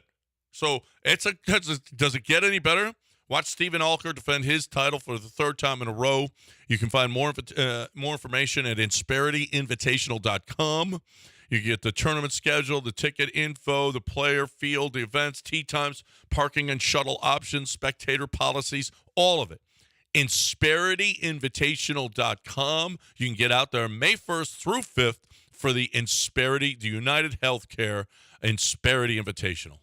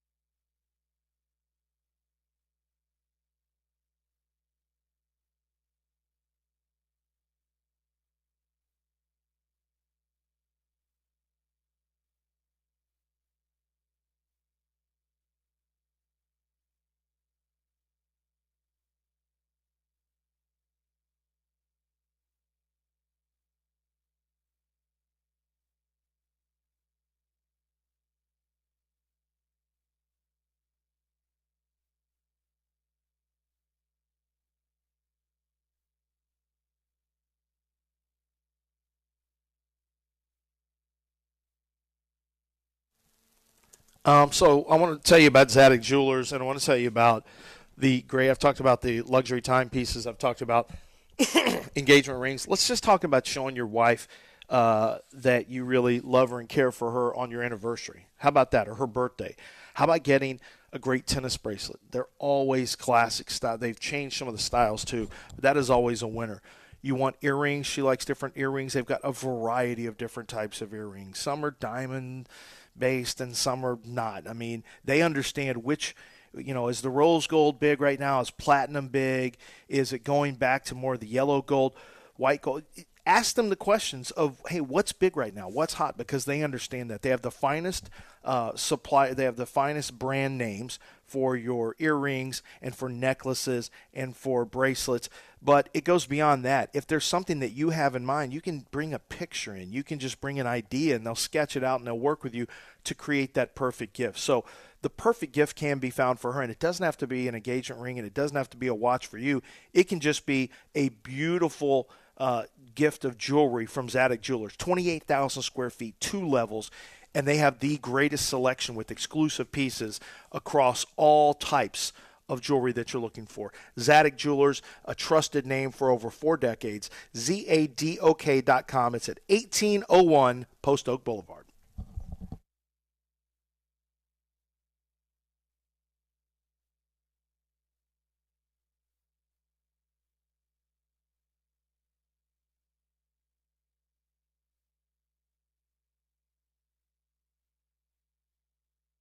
You are listening to Houston's longest-running sports radio morning show from the Veritex Community Bank Studios. Here's John and Lance.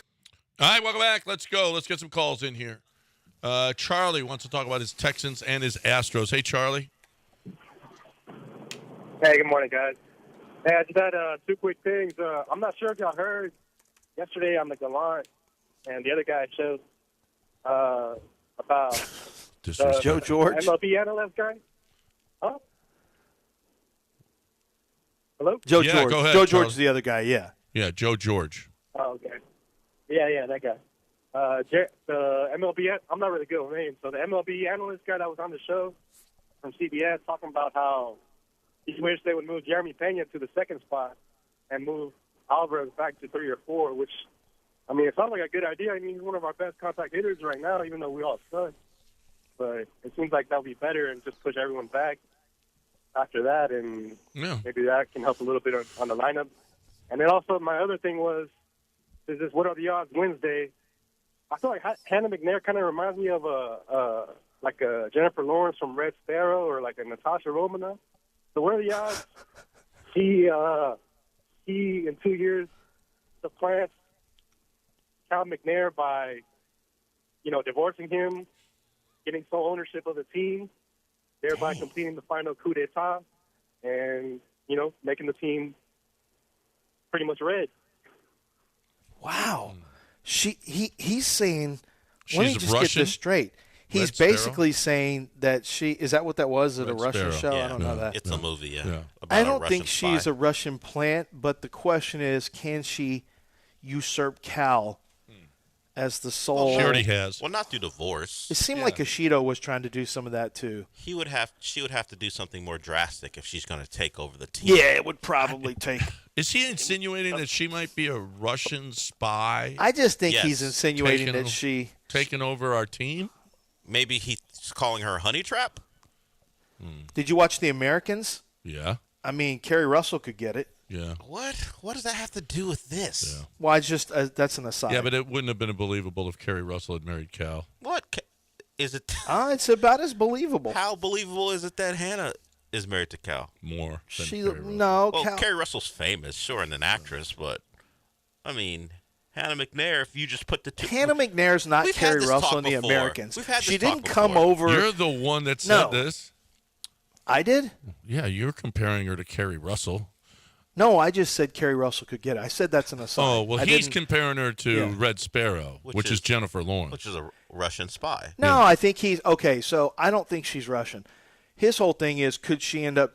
Is there a plot to take over the team? No, there's not. I think she's basically in control. I don't think you could do it through divorce. They No, got that's rid not of how it Kerry. works. They beat Kerry in a court of law. So I think they're good, right? Yeah. They beat the brother back, so they beat his because he Yeah, tried they to did. jump in here. We did have a little bit of. I'll admit it now. I got a little. We went Game of Thronesy, but there was just some. You are not. serious people. There it is. We kind of yes. are. We kind of. It are. was kind of more Succession, actually. All right. But she's not. Is she Shiv? That's That's a daughter, though. No. Is she Tom? Ooh. Where did Tom end up? On top. On top. Where did Tom end up? Is she Tom? Is Cal Shiv? She married into the family. Now she's Is Cal taking over. Roman? No, Cal's the guy who tried to run for president. No, Cal Shiv.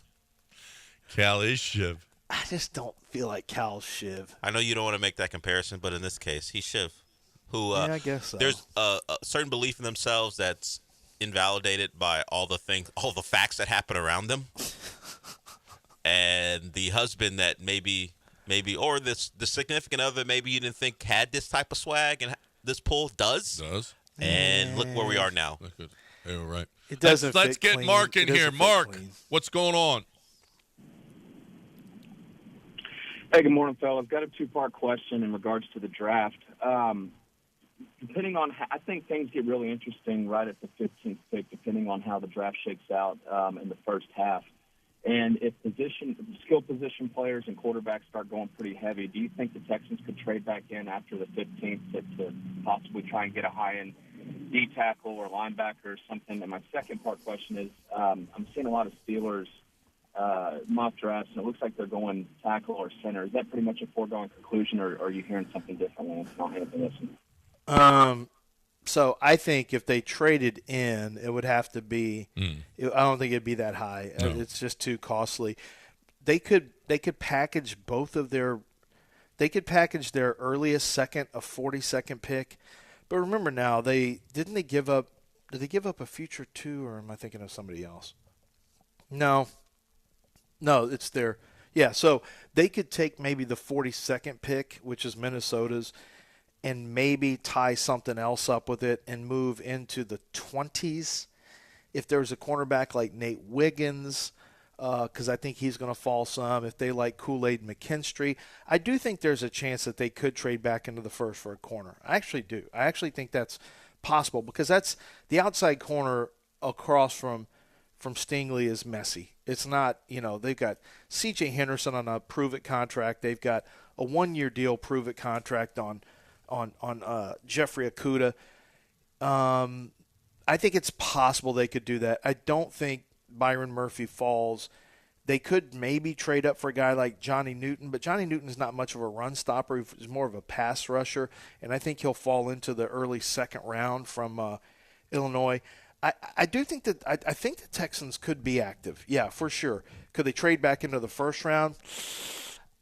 To me, it would have to be like pick number 25, 26 in that neighborhood. I don't think it would be all the way to the mid-first. That's just too expensive. All right. Eric, let's get him in here. Hey, Eric, what's going on? Yes, sir, John. What's up, buddy? Tiny from the, crawfish that you do the golf for. You need what? I'm a big LSU fan. And what do you need, Eric? Do y'all have a Tiny's crawfish thing? Yes. Don't you have your crawfish thing with Tiny? Yes, his wife, Danielle, was in the car with me. I'm an Uber driver. She's the Alabama fan. And she says, roll Tide. This is all a lie. LSU fan came stuck his spike in my booty. I don't understand anything that he's saying. That was an inside joke that he decided to play out in real life on our show. Oh, okay. Somebody's wife, he tried to basically call an LSU fan an Alabama fan to make somebody upset. People use this time, I don't know if you want to call it a vendetta, but, work out bits on this show. Yeah. Secret sometimes bits. people work out Or bits. you call out when Barron called in and wanted to shout out his doctor. Yeah, things like that. Yeah. People do that. Remember? Yeah. And that is filtered into Mopey and Mapes, too. People will call in and go, hey, hey, Del, I just want to shout out my plumber. I was like, what? Yeah. Yeah. Sometimes, okay, I remember what this is like, from. I do think the throw shade thing is actually a great idea to put somebody on blast that you don't like. I mean, that should always be open on any day. I don't know about working out bits or inside jokes with one friend, I don't know if that's great for our show. I'm pretty sure it's not awesome. Should we bring back Throw Shade Thursday? Well, it got ugly to some of the other shows. Well, the reason we don't do it is because you got scared because the other shows were catching a lot of the heat. I don't mind it. I didn't care. But the other thing is, wasn't that a Raheel? You're another show John now. and Dell thing. I don't want to leave the guy who kind of brought it to the station out of it. I don't care about leaving him out of it. I know you don't. It feels like bid infringement a little what bit. What about if we called it on was blast? Part of the show. But he didn't own it. But he's no longer here. So he's not dead. Do you want what to if we bring call him it on on every blast? Thursday? No, well, you should be able to put somebody on blast anytime. Yeah, you can do that, but to call it Throw Shade Thursday takes it away from that's true. The guy who helped Show start it. Yeah, but it rhymes. It's on blast Thursday. No, I know you no, don't. we don't have to make it a day. You just allow you just it to say happen. you want to go on blast. Say I got to go on blast. Oh, That's all you have okay. to do. Whenever people want to do it, see, it's there. the problem with it is that Fred caught a lot of it at that time, and it was like, oh my He god, wasn't it's the only just one. let's blast Fred. Well, he wasn't No, the only that's one who not caught good. it. AJ caught some of it too. Yeah, AJ caught some. Yeah, but it was a lot of Fred, and so, but we can't do that anymore. Well, don't you know? After someone passes, all we hear is kind words. That's how the life Yeah, it's the works. way So it's what he works. wouldn't get crushed anymore. No, maybe AJ, who's coming back to Texas, maybe he could get crushed. I again. think the object of everyone's think Paul slander is would be gonna catch Paul. it. Yes, Paul would be the one who got killed. Paul Yes. and that other guy. His name's Joe, by the way. Joe George. Yeah, what? We told that guy twice. He was like, yeah, whatever. The other guy. Yeah, I'm not good with names. He was like, yeah, I'm not good with names. 846 ESPN. If you guys want to, put people on blast, you're more than welcome. This is the place to do it. It's 713-780-3776. But right now, Lance, you got to tell people how to join the club. Yeah, join the club. The club is what we're calling the we don't call it that. It's an actual thing that Texas Star Grill Shops has. And the club, you can join it at 975grills.com. You get discounts on a variety of different things that they have in the store. You get all kinds of information. The people who join the club let's face it, they're meat eaters, okay? I don't think there's going to be a lot of vegetarians joining the club. These are people who love, they're just built a little bit different. That's me, that's you, that's John, that's everybody on this show. But it may be you too. So go join the club and go see what some of the offers and options are. And it's just a simple sign up on the website. Now, if you go into the site, if you say, hey, guys, I really want to get that new pizza oven I've heard so much about. I got a really cool grill. I want to get that pizza oven. These pizza ovens are incredible. They're tabletop. Some of them are tabletop. Some of them are even bigger. And they're basically just kick-ass ovens, is what it is. But most people use them for pizzas. You can use them for a variety of things. They've got different types in there for you. Wood pellet grills, they've got them. Gas grills, they've got them. They can install them in custom design kitchens. Yes, they can custom design a kitchen for you, and the design is absolutely free. They're giving it to you free when you're a member of the club, so make sure you take advantage of it, and then they'll build the whole thing out, and it's done in a very, very concise and very quick manner so that you are enjoying your outdoors and living your life as a grill master. Make sure that you go to 975grills.com, sign up for the club, check out all the great offerings they have and all their great locations. It's Texas Star Grill Shop.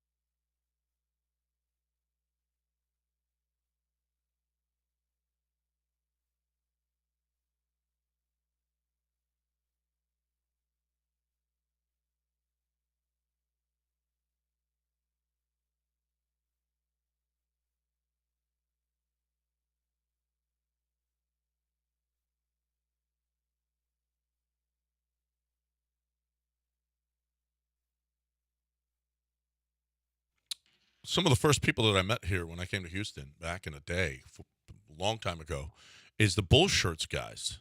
They've been in business here for over 40 years, an industry leader since 1980. Top-notch quality and service. They've got a wonderful name here. Do you want to promote your business, or do you have a team? Do you need screen printing, embroidery, promotional items? Do you need a hat, T-shirts, whatever, protective headwear, koozies, cups, mugs, whatever it is? They can put your logo on there or their name or your name on it. Do you want pop-up tents? Do you need some golf accessories, awards, or medals for whatever it is that you're doing? Coolers, lunch bags, backpacks, everything. They can embroider it. They can put your logo on it. They can screen print, whatever. They do it all. They're really, really, really good. It's a one-stop shop. They've been around forever. It's bull-shirts.com. You have a need for your golf tournament or your business or your team, whatever it is, bull-shirts.com. Tell them we sent you.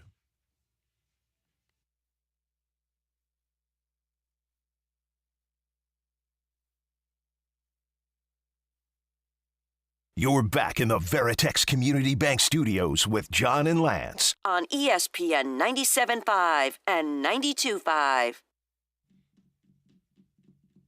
All right, welcome back here on ESPN 97.5 and 92.5. Let's get Gilbert in here, see what he thinks about the Astros. He's been waiting to get on the radio. Hey, Gilbert. Gilbert, are you there? Hello? Gilbert? Gentlemen, the Astros are bad. He doesn't think the Astros are good, I don't think. I do think he thinks they're going to win tonight. Do you think they're going to win tonight? Do you think that's going to happen? Do I think that the Astros are going to win tonight? Yes, I do.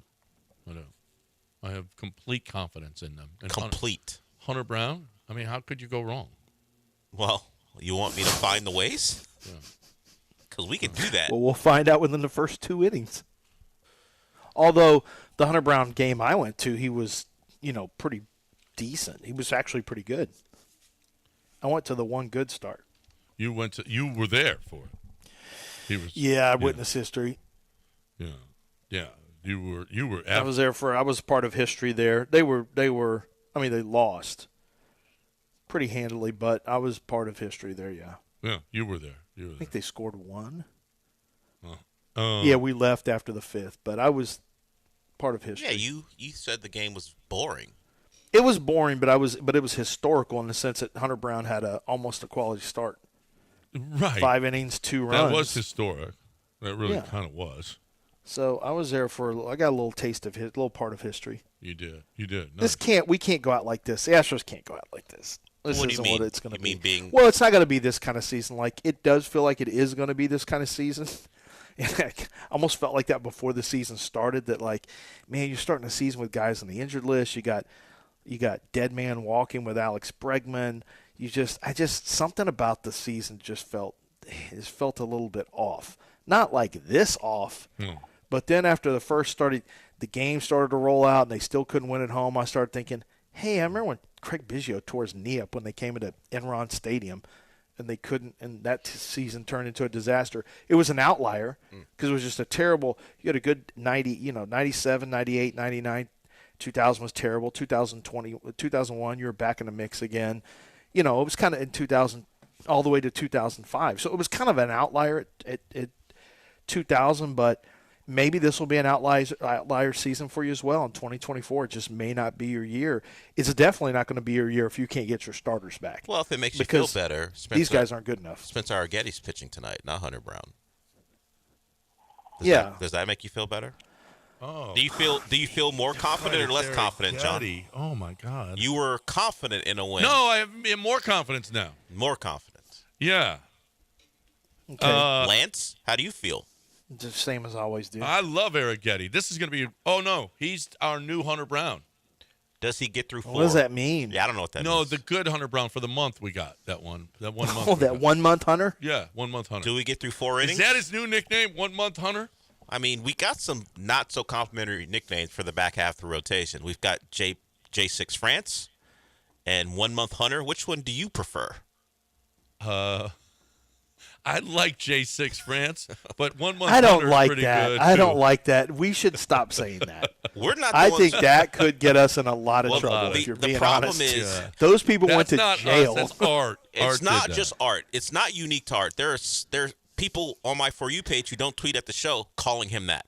Oh no, it picked up. Oh no, it picked up steam because of John. John has really pushed this. I have not pushed it. You just pushed You're it just the now. one that was laughing at You it. said, "What do you like better?" Yeah, it was funny. But you said, "What do you like better?" J6 France.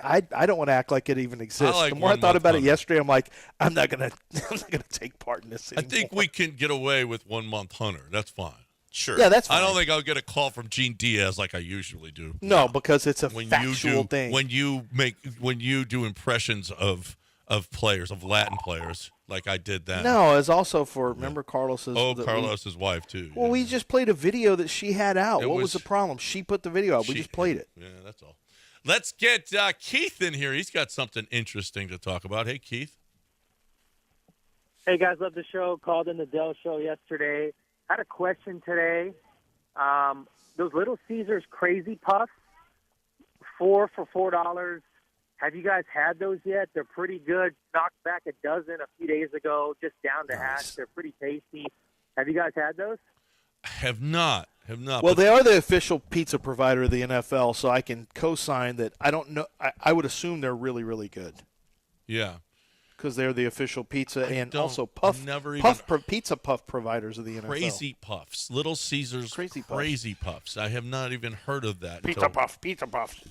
Yeah, I'm looking at them right now. Do they look delicious, Del? Oh, well, you're getting the stylized imaging that they're putting out there. So sure, in the promo photos, they look great.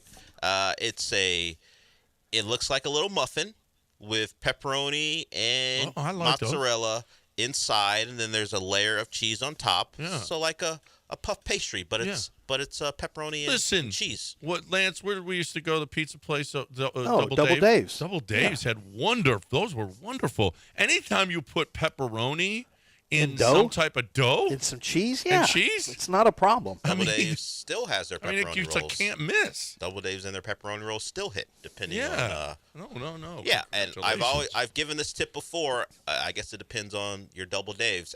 Ask them to put garlic butter on the rolls before they put them in the oven. Then you get a crunchy garlic butter. I won't call it I don't know what you want to call it, topping or whatever you want to call it. It gives a little crunch, gives you that garlic butter in the bread. I'm doing the Italian hands right now. He's giving us the Maron. I'm giving Maron. He is? Maron. I don't know if they'll do it because a lot of people work there. There's a lot of turnover. They don't understand that we can do that. But if you request it, they may do it, and it's Maron. Maron. All right, one more call, then we'll break it. Ryan. What's up, Ryan? Hashtag free Raheezy. What's going on, fellas? All Hey, did y'all catch that Instagram Texans thing? They're getting all tattoos, and Hannah was like, they're getting like Texans tattoos, and Hannah was like, shaking their hands and stuff. And also, I like the H, man, but I wish they would switch the bull to the helmet and put the H on the side. What do y'all think? I wouldn't put hand gestures because at any point that could turn into something that's like considered. At any point somebody could take a hand gesture, co-opt it, and then all of a sudden you're like, we don't want this.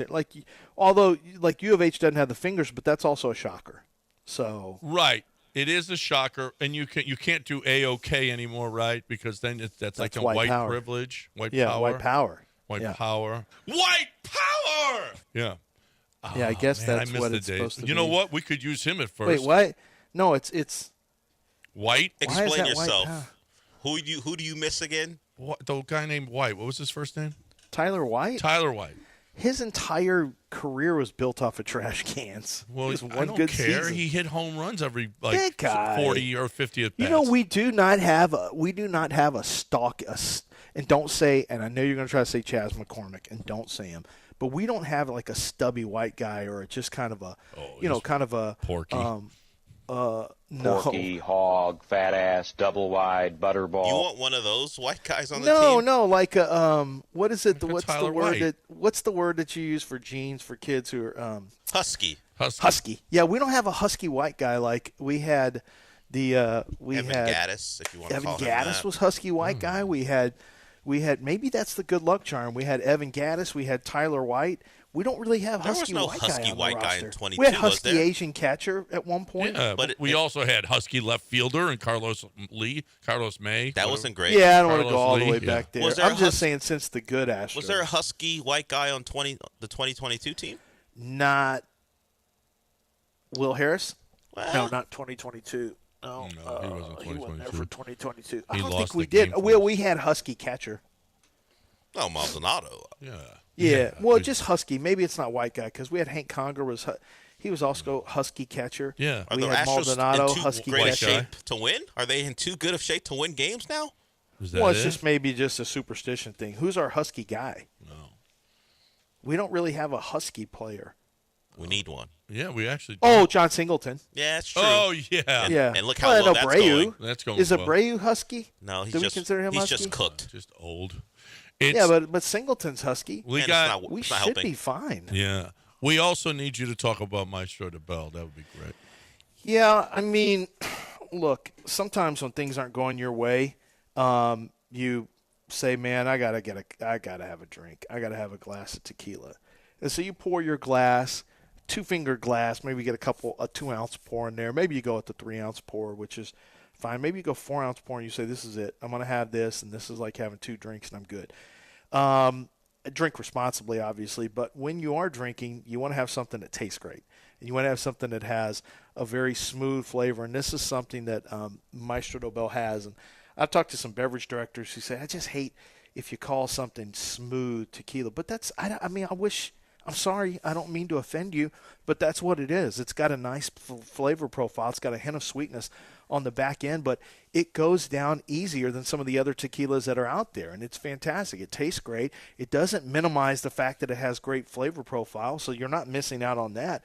But the great thing is at Maestro de Bell, they're going to do the best job that you're going to find of anyone of really putting together a premium product for a very reasonable price. This is very reasonably priced for being a premium tequila, and it's available right now wherever fine liquors are sold. You're going to find one of their different types of tequilas, but find the one that you like most. Have you ever tried a reposado? Have you ever tried an añejo? These might be your favorite tequilas and you don't know it. Get a bottle, check it out for yourself, Maestro de Bell.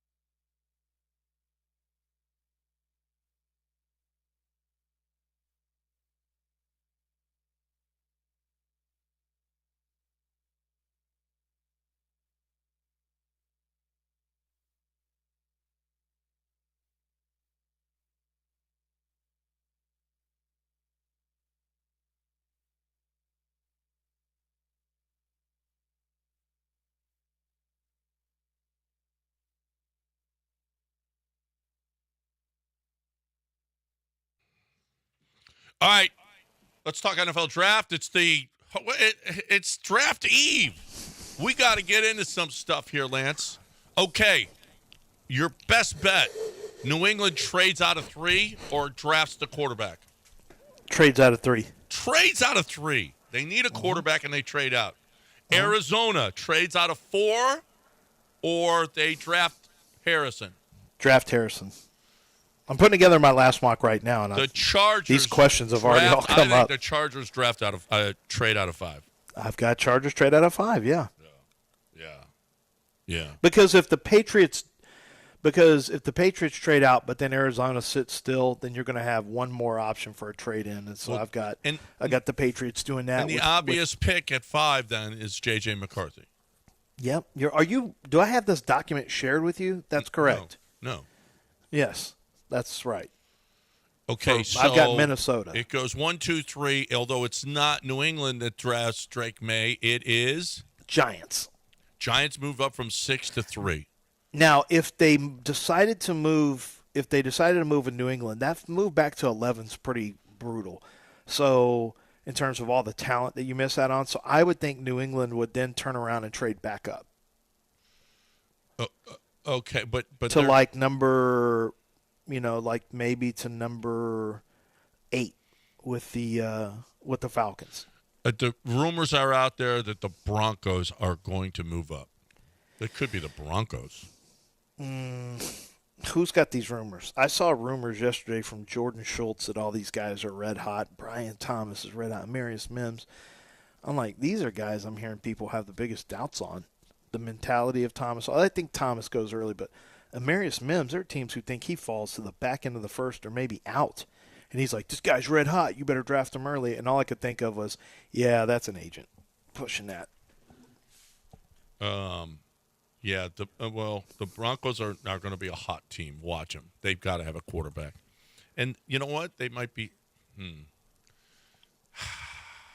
All right.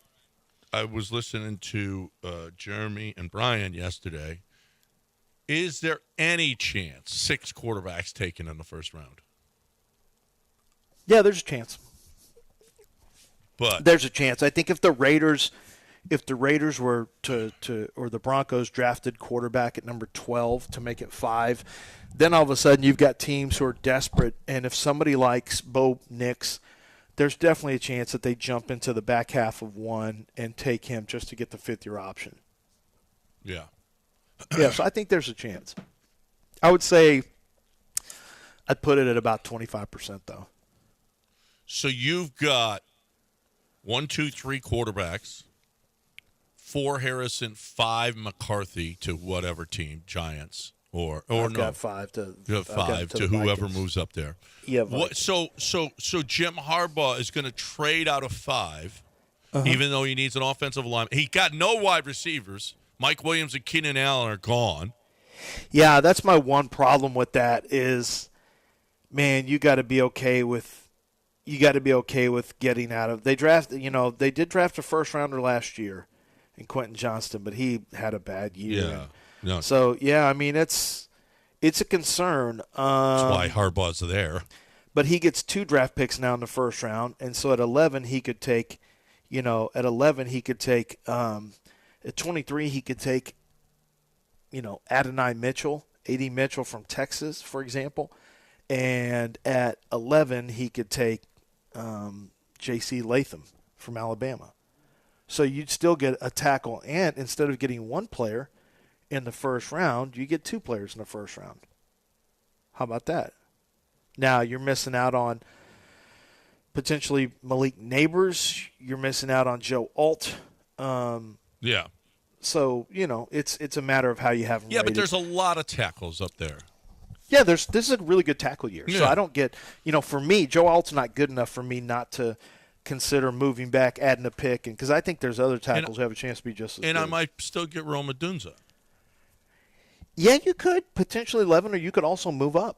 Like you could do the move up from 11. You could take you're sitting at 11 and 23 now, so you could. Yeah, you're right. You could trade from 11 to 8 with the Falcons and maybe give up next year's second round pick and go get Roma Dunza there. Yeah, 100% that could happen.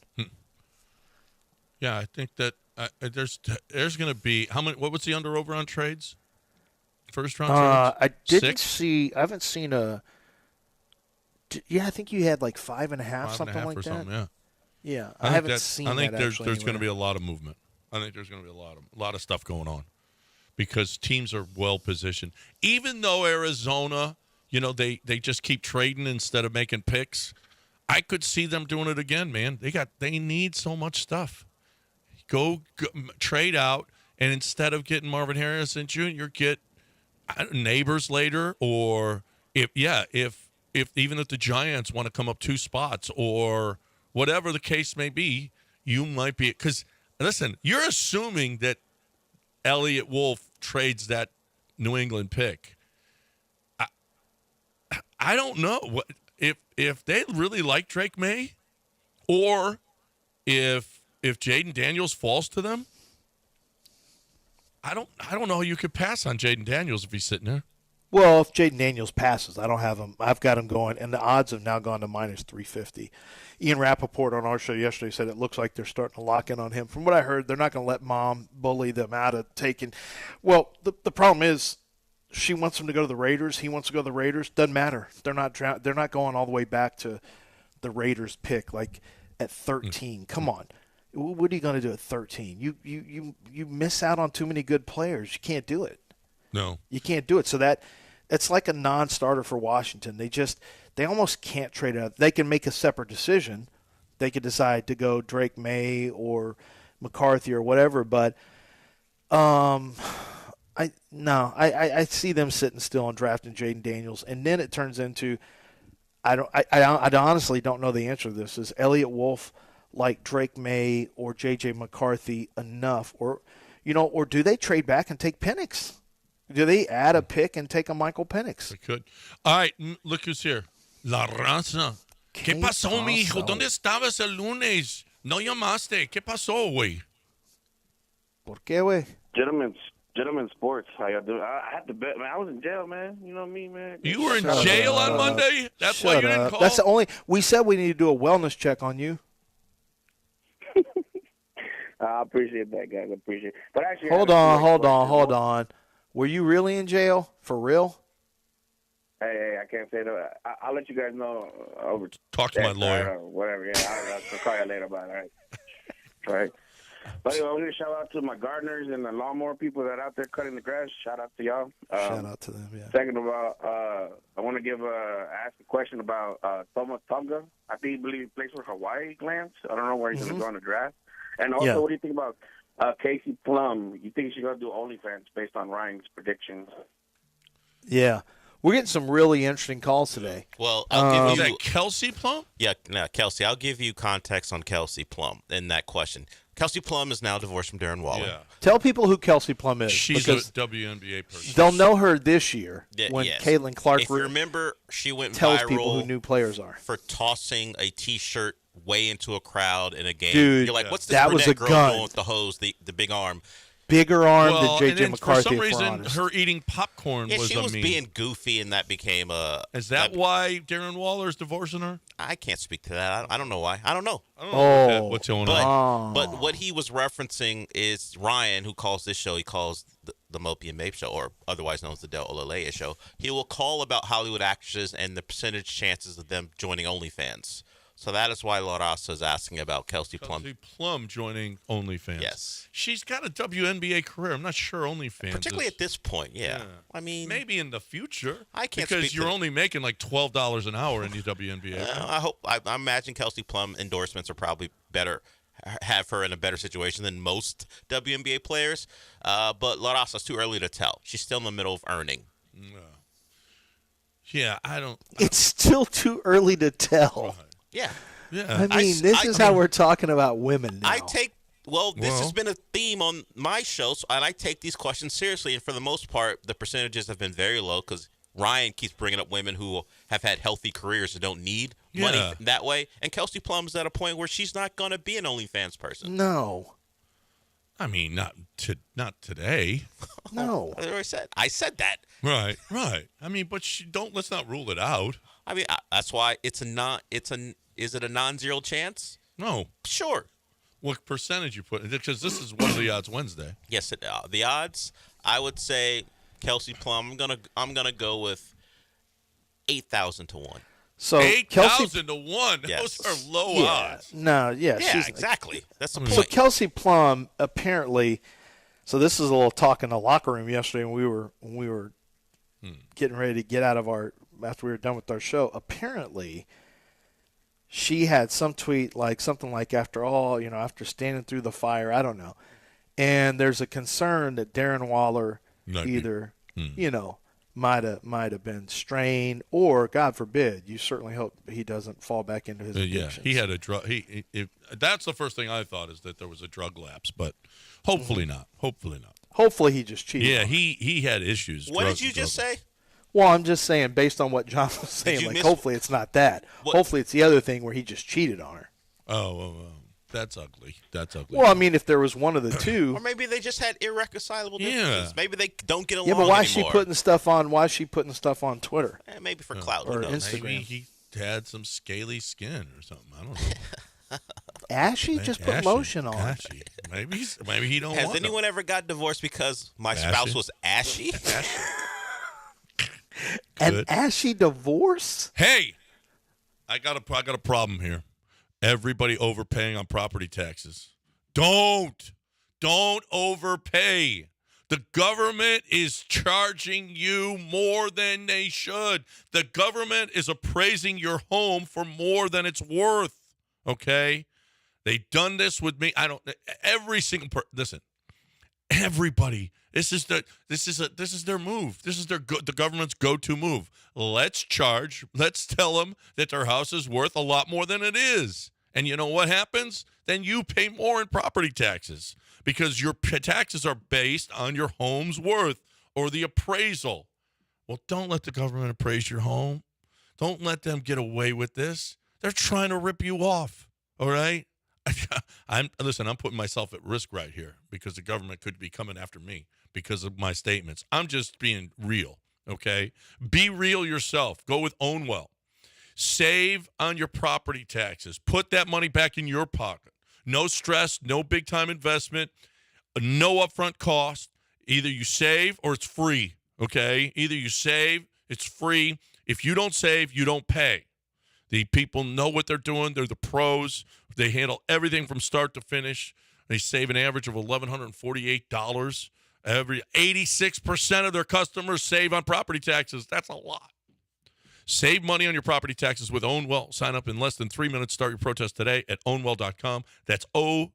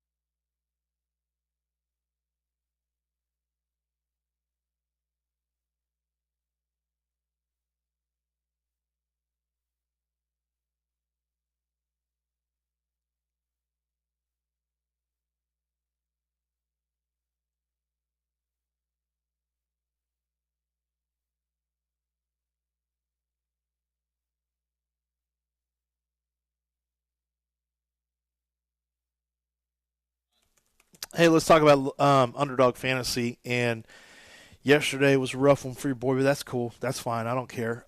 You just jump back in. You know, you got basketball, you got baseball, you got football. You've got, not football today, but playoff basketball right now. You're playing along with the game. You're playing. You're not actually out there dribbling, but you've got higher or lower on the statistics on the Pick'em Challenge for Underdog Fantasy on a daily basis that's available to you. And there's a lot of different sports that you can mix and match. But let's talk about playoff basketball. Are you going to go higher or lower than points, rebounds, and assists for Luka? Are you going to go lower first quarter points for Kevin Durant? There's so many different stats out there to choose from that you can go find one that's soft, and you can take advantage of that.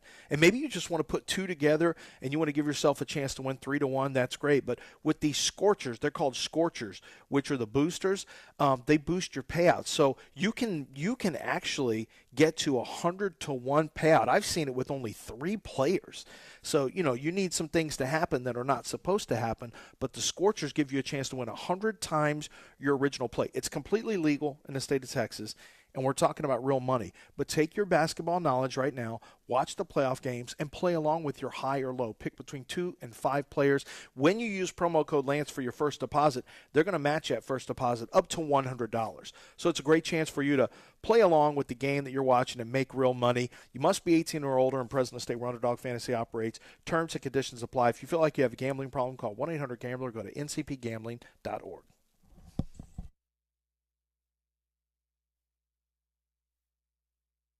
You are listening to Houston's longest-running sports radio morning show from the Veritex Community Bank Studios. Here's John and Lance.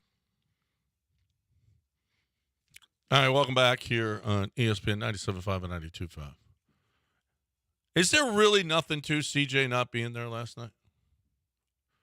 Do you think we have a controversy starting? Is this the beginning of the end for CJ here in the city?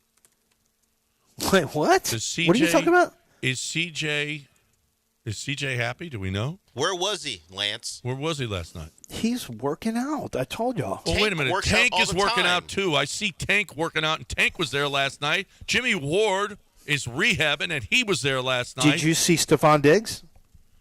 No, Stephon Diggs ain't. They haven't made his jersey yet. About that Texan Okay, party Stephon life. Diggs and C.J. Stroud were working out. Did you see Noah Brown? No, no one saw. No one has Did you ever see seen Noah Brown. Did you see You're not putting Quatoriano? Noah Brown out there on the stage. Did you see Quatoriano? No one's looking for him. The face. Okay, they're all throwing passes. They're working out. Don't worry about it. Your guy's fine. The Your boy's on-field fine. face of the franchise couldn't be bothered to show up to the jersey big release party? or be in the photo He may be doing something for the draft. You don't know. You know What's they he have doing private for the- planes. What They is can he? fly him to Is he Detroit. scouting players? He doesn't fly. You think he's private. watching He's a film? man of the people. Why do you have to go to? You already said it yesterday, John. You're the one leading the charge for. Who cares about this dumb release thing? We've already seen it. I did. Yeah. I'm not going to this. Did you go to it? But No, I John's not didn't an go. employee. You invited. You didn't go. I played You think poker. CJ wanted to go to this? Like, man, they're just some jerseys. I'm trying to win championships. Will Anderson was in the photo shoot. Yeah, and Will another Anderson great was there. rookie, and CJ can't be in it. Is CJ Lance, what's going Because CJ's on? not about stupid things like jerseys. He's trying to win. He's trying to win the chip. That's why. Y'all can sit there and worry about your alternate jerseys if you want. C.J. Stroud said, put me in some thrift store clothes. I'm going for the chip. No. I like that my guy's committed enough not to go to that dumb jersey award ceremony or whatever they call it. Seems like he's not a team player. Jersey awards ceremony. Giving out awards. I heard we got some new hats the Texans dropped off, and somebody's calling them where dad are they? hats. Well, They're in my office. I gotta Somebody called them dad hats already. Well, yeah, they. Is it a Cal one? They dropped them off. No, those aren't the dad hats. That's the fitted, I think, for Cal. They dropped them off during the Gallant and the other guy's show. Yeah. And it was two boxes, and I think one of them was a snapback, the other was a dad hat. We got the dad hats. I don't know if you guys got your own boxes. Mine today. Maybe you get one today. Well, I'm gonna be cool. But I think those guys took the cool hats and they left the snapbacks for Lance. I mean the dad hats for Lance. I don't want dad hats. You don't Thanks, wear dad Texans, hats. but fire some snapbacks over here. Yeah.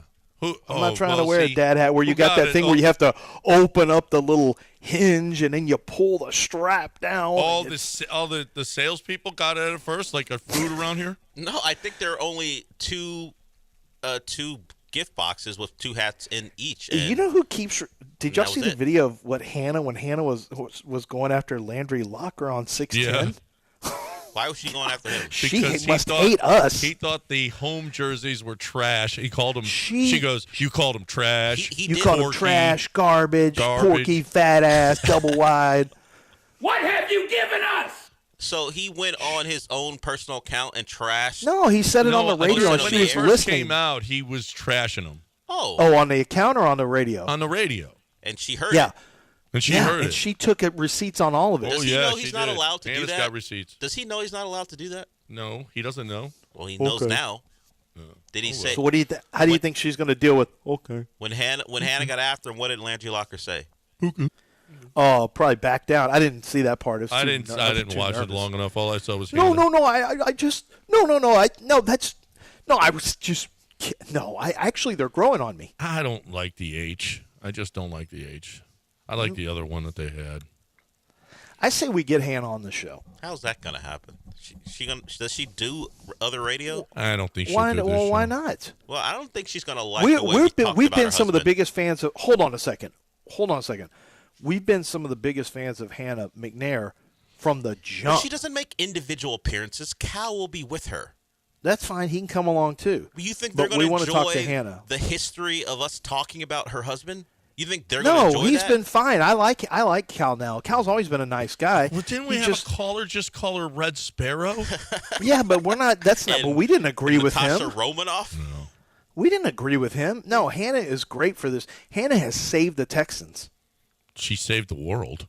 And how about this? I was She's on a with David superhero. Nuno, our current friend, but former teammate here. He asked me to come on Texags yesterday, his radio show. So I came on and I was talking about him, and he said, "Man, the turnaround." I said, "Yeah." And I was mentioning Hannah. I didn't even think about this. I said, "Yeah," and Hannah, and she helped get rid of some of the snakes out of the building. I said, like Jack Easterby. And all I could think of was, oh, yeah, you guys had that snake. He's a busy bee. Ugh. You now have that snake in your building. Thoughts and prayers to Aggies basketball. Hopefully he's not with Aggie football, too. Oh, my God, hopefully not. Mike Elko, please, don't let him do that. Don't You know what? infect I think the it's program. possible, though. It is possible. Why did think it's Buzz let absolutely him possible. in? What is wrong with you, Buzz? He likes Aggie fans, there's plenty of Aggie fans who are Texans fans. They're not going to stand for this. I just don't like the H. I'm sorry. I don't like it. What, the throwing up or the H on the helmet? The H in the helmet. Oh. I just don't like the style. I like the other one that they had going for a while. I told you, they look like they play the Rain Fire on Saturday. Kind of do. They kind of do. We're the only ones, though, that don't like it. Yeah, apparently they're a hit. I mean, they'll be fine. The Texans look better. They're going to look better, particularly the three, the white, the red, and the primary blue. Those are going to look good. They can mix and match. That'll be awesome. The H-Town thing, maybe you wear it once a year and you do it for a special occasion. Then you put them in mothballs again, for all I care. All right, we got one segment to go before our News of the Weird coming your way. Right here on ESPN 97.5 and 92.5. Right now, though, we've got Craig DeSurf. Yeah, Craig DeSurf is the guy who runs Gulf Coast Chevy Buick GMC, and they're the company that has some tremendous deals going on right now for the Chevy Silverado pickup trucks 2023 and 2024. You can get low APR rates for a full 72 months for well-qualified buyers and dealer incentives as well, the old double bubble as we like to call it. And so it's a great opportunity for you to purchase. Sometimes when the APR rates are a little bit higher, and sometimes that happens in this day and age, the lease is the best way to go, because on the lease you're flipping your vehicle after about 3 years, sometimes 39 months. I know my son Alec has a 36-month lease. My wife has a 39-month lease. So you get a brand new car after a brand new truck after the lease period is over. You don't have to worry about that. You just keep track of the mileage you're using. So whatever is right for you. For some people, it's going to be crossover SUV. For some people, it's going to be the big SUV. For some of you, it's going to be Buick Envision or Encore, while others are going to say, hey, give me that Chevy Silverado you talked about, Lance. It's going to be your decision based on your lifestyle and what you're looking for, but they'll work with you, and they make sure that you are running the car buying experience. All you have to do is start the experience at lancezcars.com. That's lancezcars.com.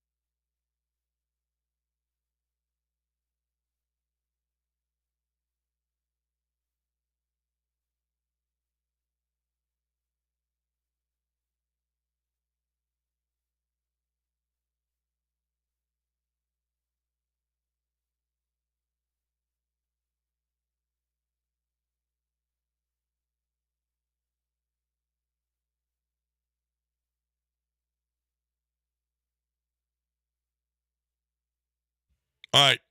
Time for me. Listen, HR&P might be calling me because I just went in Lance's office and I stole something out of it. And you know what? That's an HR infraction. Okay. I got my Texans hat on right now. And I'm telling you about HR&P.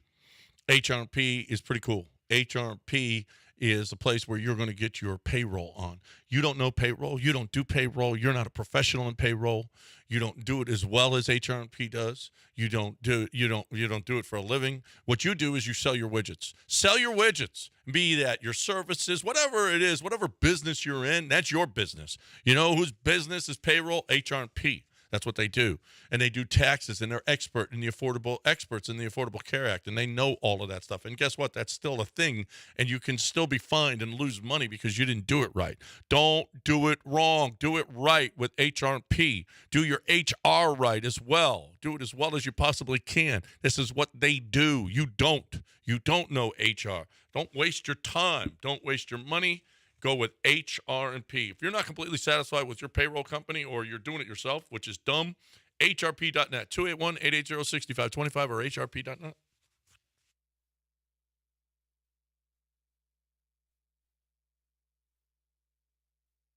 You're back in the Veritex Community Bank Studios with John and Lance. On ESPN 97.5 and 92.5.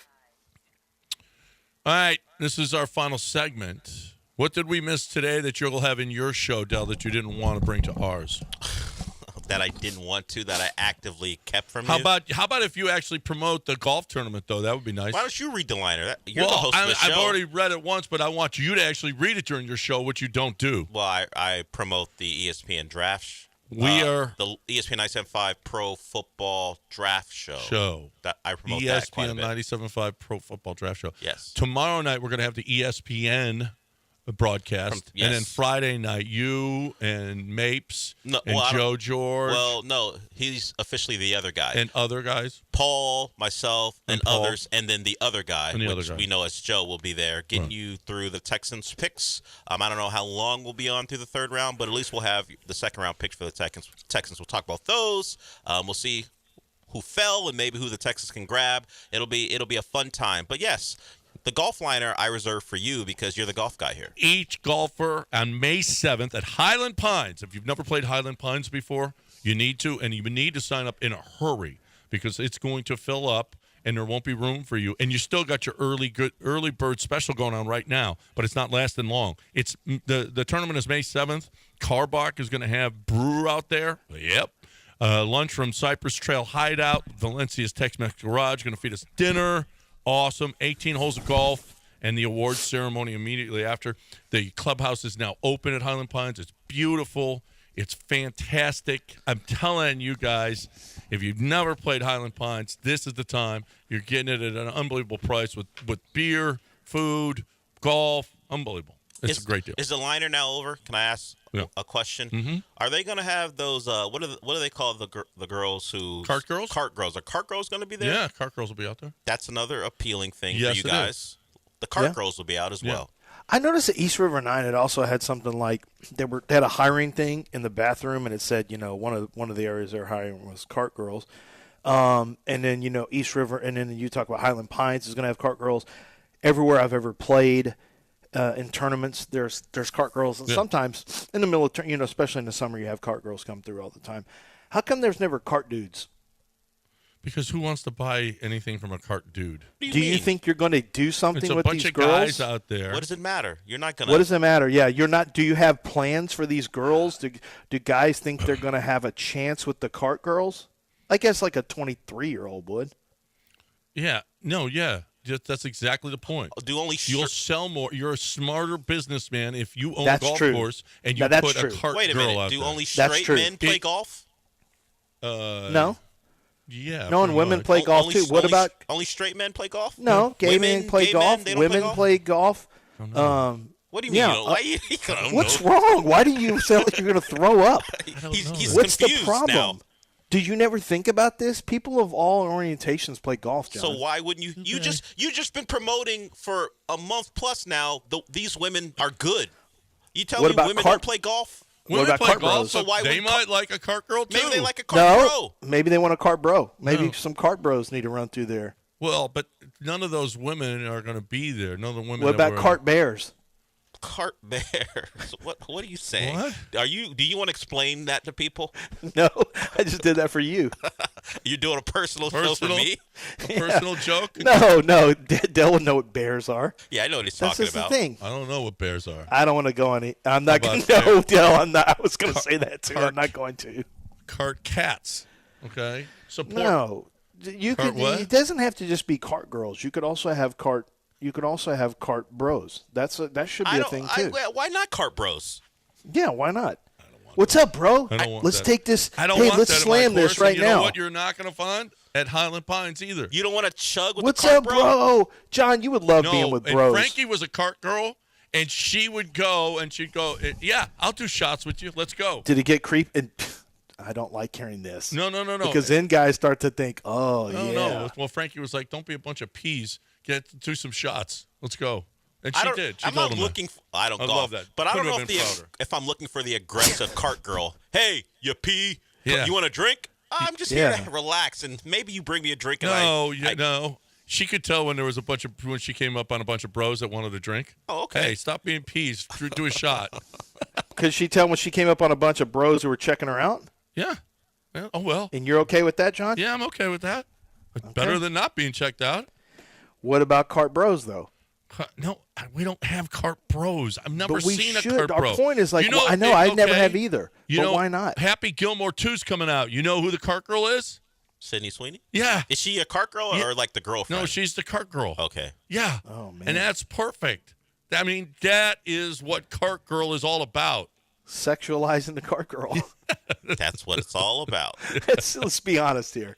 You have to say it out loud. Now that you put Sydney Sweeney in it, yeah, they're casting her for a reason. Why don't we have some cart That's bros? what Really, you've never just had a part, John. You've never been at a bar and like made friends with people next to you. You're like, come on, man, let's have a drink. Yes, you've done that. That's kind of what the cart bros would do. They're like, come on, bros, don't be a pee. And they're right up your alley. You'd be able to slam shots or shotgun your Coors Lights. That's what cart bros are for. Okay. Cart bros are going to slam. They're going to slam Coors Lights with you.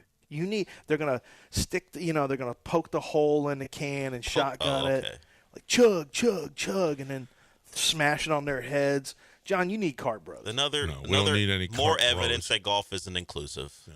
No, not inclusive. We don't need guys on the carts. Can you guys girls, tell me? that's all. So Kelsey Plum, as we mentioned, she's a WNBA player who is going to divorce Darren Waller, and you guys kind of surmise, well, maybe they just had irreconcilable differences. That's possible. Here is her Twitter post. I'm devastated. I walked through fire for that man, but now I see it's time to go. God has given me an incredible life, and I'm truly so grateful for the profound love for my family and friends. One day I'll share my story. Today is not that day. Thank you for the grace to process my pain, to forgive and move forward. Today and every day I will continue to choose joy. Much love, KP. Philippians 1:6.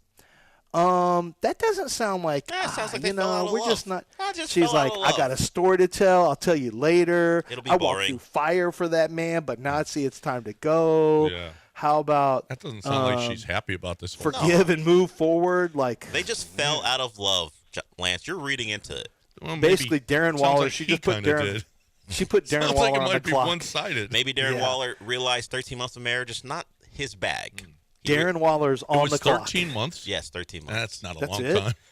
Remember when he was upset? Who was he upset with? Like his coach for not letting him do something or not? I forgot. Like it was. Who did they fire? Who did they fire this year? Oh, Josh McDaniels. He was upset about Josh McDaniels about something surrounding the wedding. Josh McDaniels was like, well I was right. Look at me. I was kind of right. That's true. Well, Josh McDaniels wasn't invited. Yeah, it was something along the lines, and there was some pushback from the Plum Waller crew about that particular story or something. And Everybody from the Raiders organization was invited except Josh McDaniels. And Josh McDaniels, why would I want to be invited to a failed enterprise? Oh, wow. Look how right I was. Let's get Lazy J in here. What up, Lazy J? Hey, good morning, fellas. See y'all doing shout-outs. So I want to shout out Laurent's Perico, salesman, bro. He's got some good 8 balls. So I'll hit him up, Jeez. So, but I wanted to also talk about the NBA. I want to talk about LeBron, man. I know y'all always hating on you, Lance and John always hating on LeBron. Somebody's a crybaby and blah, blah, blah. But y'all forgot that Jordan went to David Stern and was crying, and Jordan cried all the time, just like LeBron does. So, you know. When did he go to David Stern? When did he go to David? What are you talking He about? didn't go to David Stern when he was crying about. Oh, don't do that. No. Like, y'all too old for that. What are you talking about? He got all the calls. Why would he have to cry to David Stern? He got all the calls. Unbelievable calls. Well, he didn't get the calls. He got early. all the calls. He was getting all the calls against Detroit. No, he was not. Not against the Pistons. Come on now, don't do that. Y'all too old. No, he went and lifted weights. He went and lifted weights, Lazy J. He went and lifted weights. Oh, did he lift weights? Or Just did he make get stuff up and say, okay, and you got there's no He lifted weights and then put Detroit out of business. There's not one example of what you're talking about. Don't say that. No, don't say that. Hold on. It's Zero. It's documented that Jordan went to David Yeah, I'm looking at it right now. Isaiah What Thomas. is it? Exactly. Yeah, Isaiah Thomas was upset with Michael Jordan for going to David Stern and complaining about how the Pistons played him. So apparently, in NBA lore, that's a thing. They tried to kill that man. Listen, We're supposed to believe Isaiah Thomas. Go look at those and the clotheslines that he got and everything else, Lazy J. That was about the Pistons being a bunch of thugs. He played through it. And you know what? Not LeBron. LeBron didn't even get touched on his way to the Lazy basket. J, I want to ask you, how do you feel when LeBron collapsed? Don't act like you don't know when LeBron collapses to the ground. Oh, my or the other day when he held his head for like Here's 42 the quote straight from minutes. Isaiah. The Bulls, Jordan, every time you hit him, he was crying. Going to David Stern's office, having a meeting about getting hit, getting fouled. You got to change the rules. I'm like, wait a minute. I watched Dr. J get beat up. I watched Magic Johnson get beat up. I watched Bird get beat up. They all get beat up. Everybody gets beat up. Now we got to change the rules because he's getting hit. There it is. Lazy J. I don't like to give him any compliments. That's Isaiah Thomas's hoe ass saying that. Get you out don't of care. here with He's that. a bona fide hater. Yeah. I love the show, guys. Thanks, Carp DJ. bros are Isaiah people. Thomas has been a bona fide hater because he got cut out of. Michael he Jordan's got a bona cut out fide of. hater. They're all haters. What are you talking about? Michael Jordan took licks. We got video of him taking licks. Stop being a P word, Michael Jordan. Get up LeBron and play. holds his head and falls to the ground. Michael Jordan just got up and then lifted weights. Yeah, Michael Jordan never rolled around the ground after getting hit. You're right. Never. Do you remember that, John? Show me a video. Complain to the commissioner about. Show me. They're too Says tough on who? me. Isaiah This is the Thomas, who's dumbest got beef with conversation Michael ever. Jordan. Hey, they're too tough on me, please. That man was. Oh, you know that Isaiah's just saying that. No. I believe it. Michael Jordan was he and David Stern were in lockstep because David Stern knew how important he was. I'm sure that he did have a No, conversation. that's why he about it. just gave him more calls. Yeah. Listen, Michael Jordan deserved those calls. Oh, here we LeBron go. don't. Here Wait, we go. he got calls. He got fouled, and he got all the calls time. whenever No, he got. but that was whenever he got ridiculous what clothesline, they happened. weren't. LeBron is the one who created flagrants. Listen, he didn't. The game had to Well, change. it seems The like it. fights, the clotheslines. Be tougher. The game had to change, and Michael Jordan changed the game. Well, Michael LeBron Jordan's just soft. changes his mood and his underwear. Maybe if Michael Jordan was wearing He's boxer a briefs PO. instead of panties out on the floor, he wouldn't have been He's crying a so much. POS. Stop already. He's a POS now? Why is he a POS? Yeah. Because Isaiah's always been one. We gotta change the rules about replay. A third quarter call cost us a 20-point lead. Until I hear a story about LeBron being in Adam Silver's office, Michael Jordan talks. Oh, he's in Adam Silver's office takes all the the cake time. for being whining about a referee. Oh my God! Oh my God! I'm just looking at a video. It says the future of warfare, and it's a robot dog with a flamethrower. Flamethrower. Oh, I got that shooting story. flames all over things. I got that story for you. You don't need that. I got that for next. The news of the Oh weird. my God! We are dead. Hey, listen. You know what? If you want to join the club, this club is for guys. Okay. You know what? We're not going to talk about cart guys, cart bros. Okay. You know what's never going to happen when you join the club? Cart bros. No, it's a cart girl. The cart girls. That's right. That's what the club is all about. A bunch of guys who like to grill. A bunch of guys who like meat. Okay. We throw a lot of meat on the grill. Okay. That's what we do. Lance likes to burn it a lot. You know what? I go about it different. I make it nice and juicy. You know, that's how I grill. Okay. But it's about we ain't letting no vegetarians in here. Okay. This club is different. It's for guys who like to grill. You a guy that likes to grill, You want the accessories. You want the best prices you can get on grills. You want to be a member of the club, the Texas Star Grill Club. The best barbecue grills at the best prices. You go into Texas Star Grill Shop and you tell them you're a member of the club, and brother, you are going to catch the best that you can possibly get. They are going to honor all club pricing and specials. Go to 975grills.com and join the club, 975grills.com.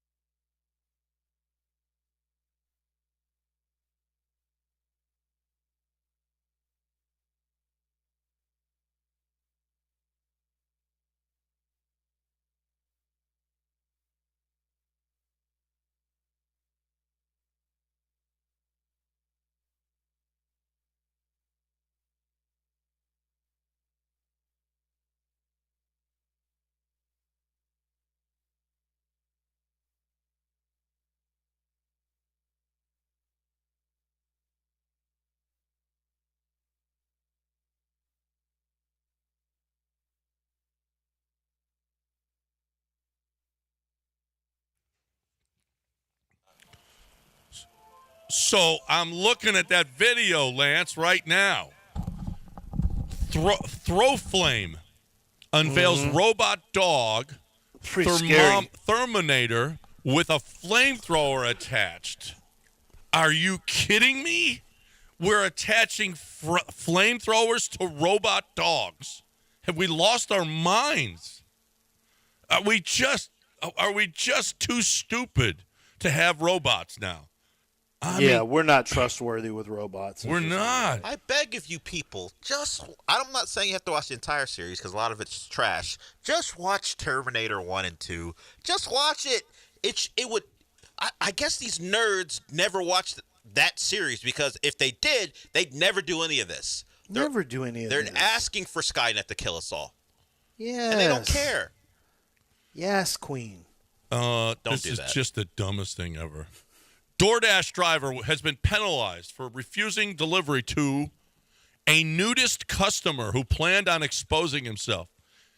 Are you taking off for a DoorDash driver that's not going to come to your door if you got your stuff all out there? Is it a DoorDash girl or a DoorDash bro? It's a guy, I think. He's exposing himself. A DoorDash the bro? driver. Oh, the driver's a guy. Oh, no, a female DoorDash driver. Then I'm not doing it. Well, I'm a guy. I'm not doing it either. No. I did that to mess with you. If a woman said that she was going to expose herself, would you deliver the food? It's the age-old question, John. Come on. This is not a porn. This is going to be nasty. It's going to be gross. You never know. What's she look like, You think John? a good-looking woman wants to expose herself to a DoorDash driver? What do you think? Come on now. I don't know. There's a This fetish is going for to be that. baby reindeer. Again with the baby reindeer. You're going to get Martha. Stop. You're going to. Oh, really? Are you going to go there if Martha's there to expose herself? No, but what if it's It's not going to be. Margot Rob. It's not going to be. What if it's? Because she's got boyfriends and I got husbands. a job to do. I'm not gonna take an invite to the house because you never know what's gonna go on in there. But hey, if you want to come to the door, and because that happened to me as a delivery driver before. Oh yeah. What I happened? delivered pizzas when I was like What 19 years old. What? She came there naked? She came there in lingerie, but where her breasts are, it was cut out. She just walked to the door and Wait. I've told this story before a long time ago. But She had the whole thing hanging I was out? delivering a pizza about 19 years old in the summer. I still remember. I come to the door, I knock on it, and a guy opens the door, but a woman comes out and gets the pizza, and she's in lingerie, holes cut out. And then, but the weirdest part of it is, it's like an 11-year-old is standing there too. So it's all of obviously their own bit to try to make the driver uncomfortable. I was like, okay, give me my money, and I just left. But it does happen to people. Wow. Well, what did she look like? How do I put this? Baby reindeer. Porky, hog, fat ass, double wide, butterball. Exactly. See, exactly. That's why. Hey, how about this? A new study says attractive women inspire men to tell the truth and women to lie. I thought. Do you tell the truth because she's attractive?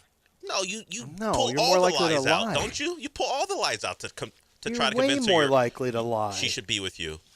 I don't know. I think, well, are you more apt to tell her? I don't know. That's weird. You would lie.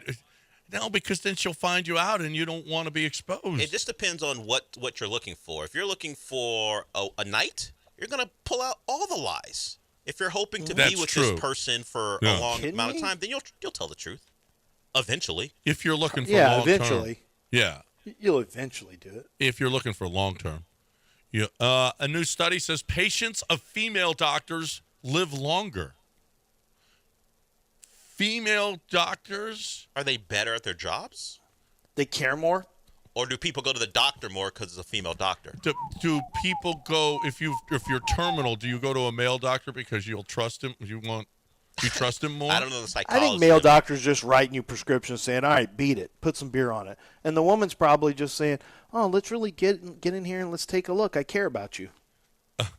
A male hippo in a Japan zoo was found to be female after 7 years. And all this time, they were thought it was female. And how'd that happen? We're sending guys in there. What do you mean? no! You mean male hippos? Hey, I got nothing here. Why do I look? How bad do you have to be at your job? Do I look gay to you? So what's the story again? They thought the hippo. They thought the hippo was a female. Was a female. No, they thought it was a female. And they thought the hippo was male. Was male. So they kept sending girls in there. Did the I can't say what I want to say. Okay, this is too confusing. Yeah, they thought it was a male, and it turned out to be female. That's what I was thinking, but I'm not saying it. And she was like, "Hey, give me some." No. Well, what's the next story? Just bad at their jobs. This is what we're gonna say. That is really, really, really bad at your job. You're gonna be terrible. Apparently, there's a new proposed law in Milan. They're going to ban ice cream, pizza, and more after midnight.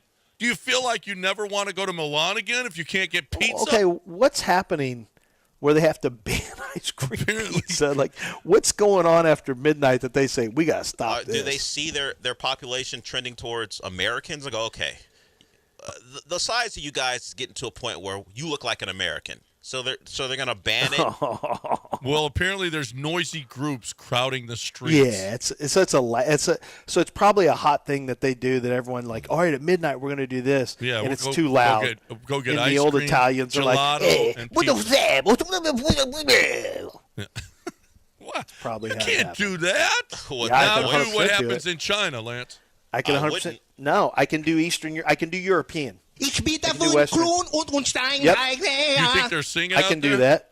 I can do that. Look, if the people in Milan were singing like that, I'd want all the business closed down too. Me too. Ich bin davon klon und steigen. We got to keep them schnitzels off the street. Yeah, they're troublemakers. Hey, we got to keep your pipes going, all right, flowing, right, Lance? I mean, is Billy Brown here for you? Been there for you, been there for me. He plumbs. Yep. That's what he does. He's a plumber. He plumbs. And that's why I like Billy Brown. He's out there doing the Lord's work, the things that people don't like to do by themselves. Are like, especially guys, I can fix that.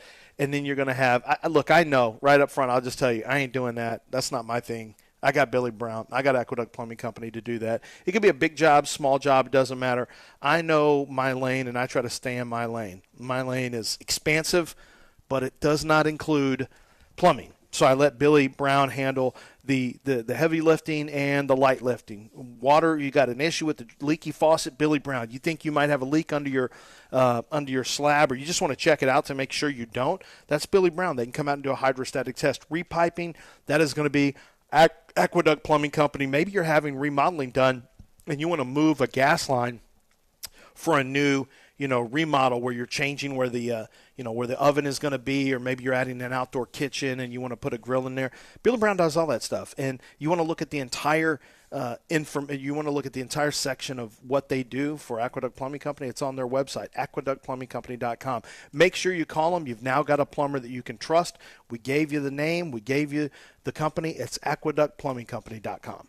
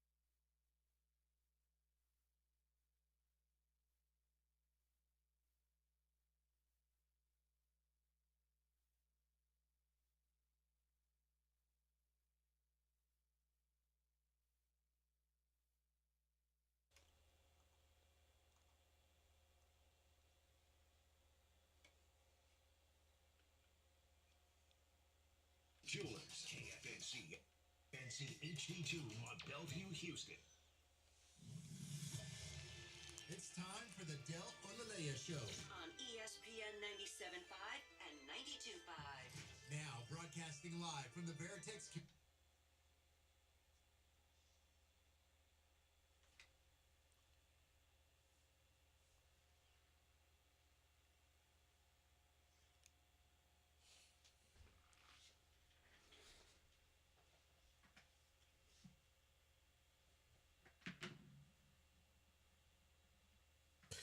Welcome into the show.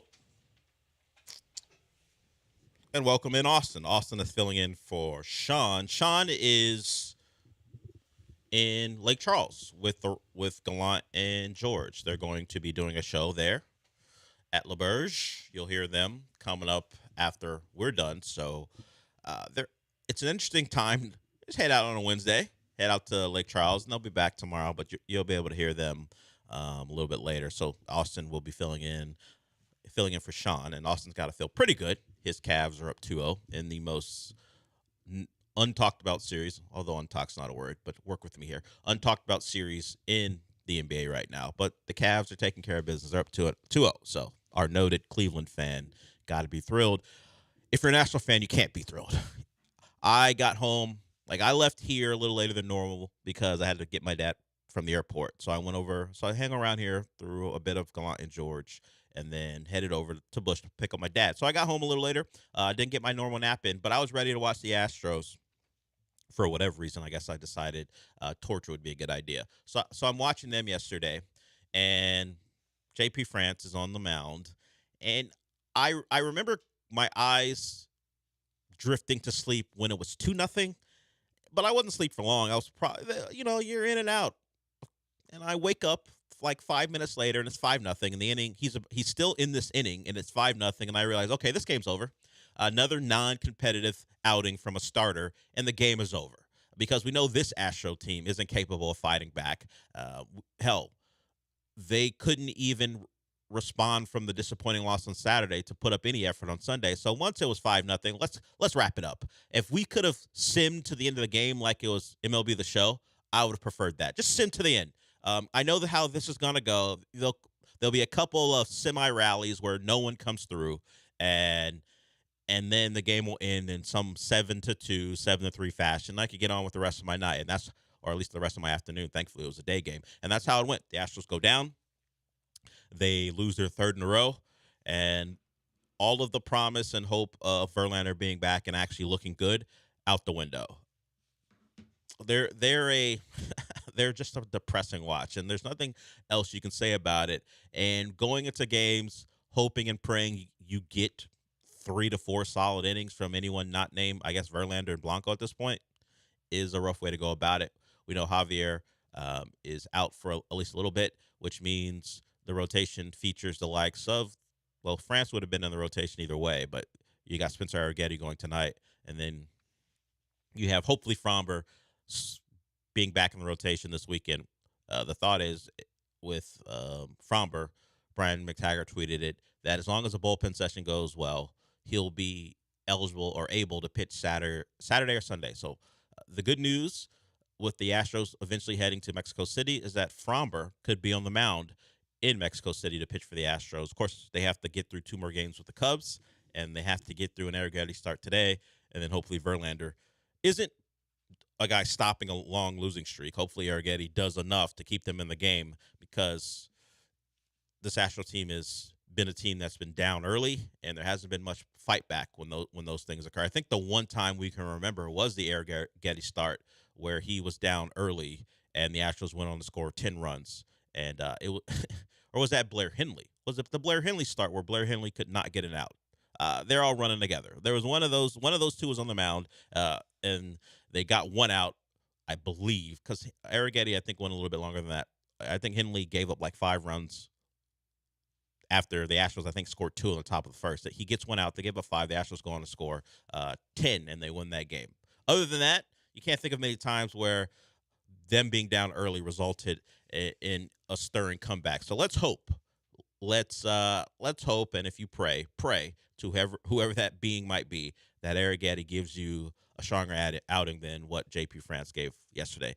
And I'm not a numbers guy when it comes to baseball, but the numbers that are standing out to me beyond, lack of clutch hitting, bad ERA from the back half of the rotation, the back half of the bullpen and the rotation, at least the current one, are the number of guys in Astro uniform who look like they should be playing in a split squad game, but they're in the B squad. Look at all the numbers. Like, Arrighetti's up because guys are hurt. I understand, but JP France has I don't know if cool plays a factor, but I look at that team and I go, they got a lot of uncool numbers out there. JP France is in like the 60s, and then you have Hunter Brown is up there.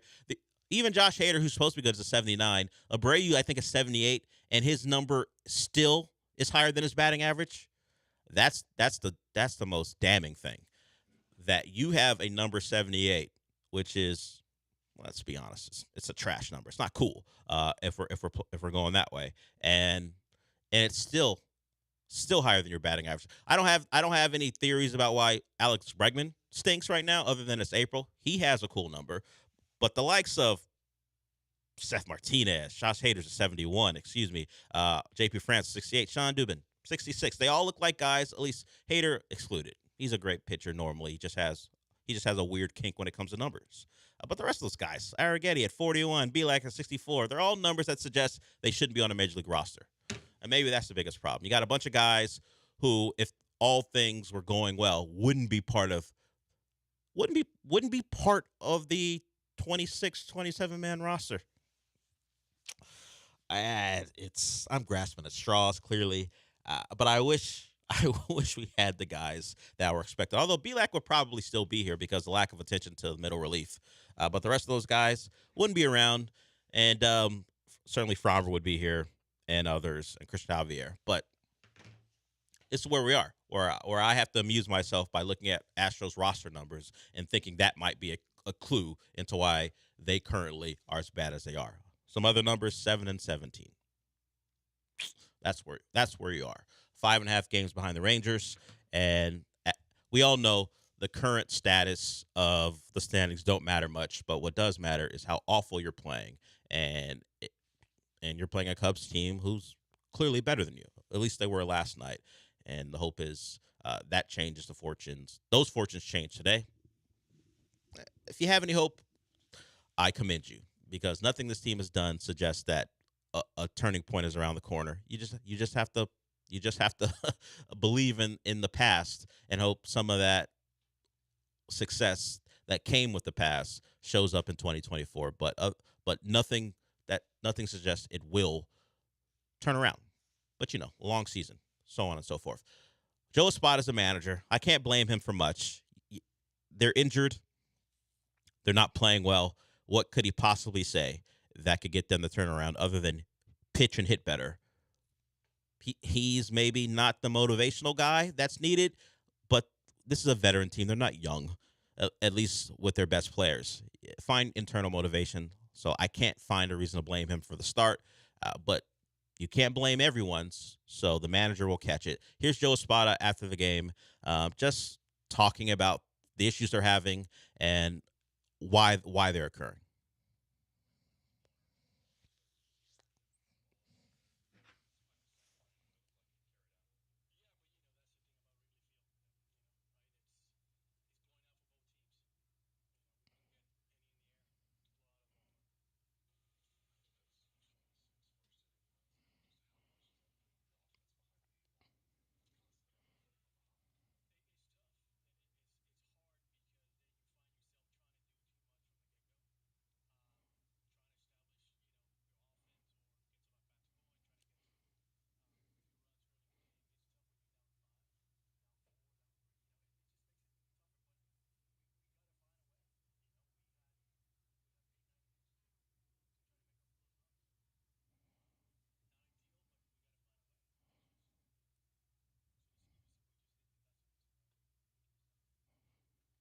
Yeah, the Astros are like, their starting pitching is like a bad defense in football, where as soon as you lose the toss, you're down 7-0, and if you don't score immediately on your next possession, you are probably going to be down 14-0. That changes the entire complexion of the game.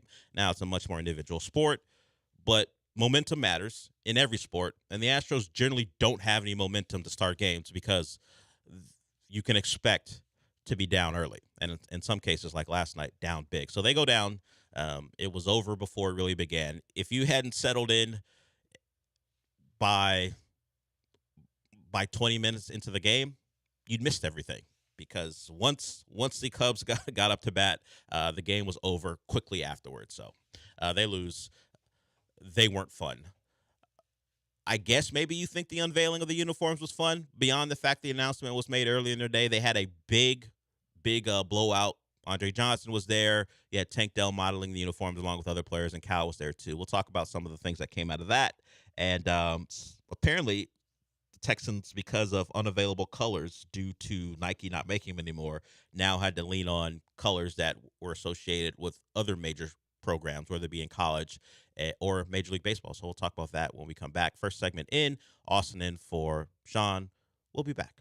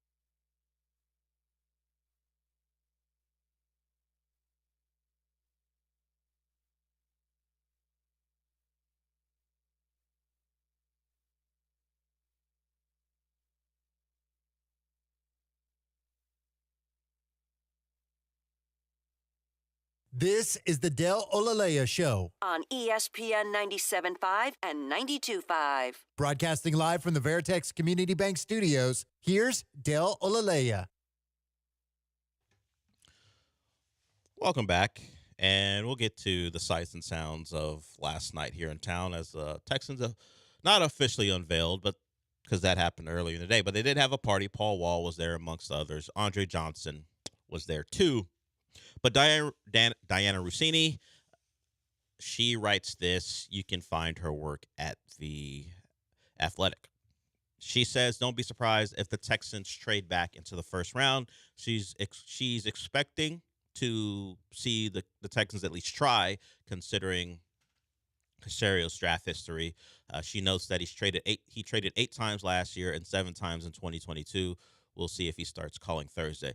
So while she mentions the possibility, this is more based on, if I'm just reading exactly what she wrote, this is just based off his history. There's no real scuttlebutt, I guess she's hearing. She just thinks that Nick Casario's willingness to make moves could lead the Texans to potentially getting back to the first round.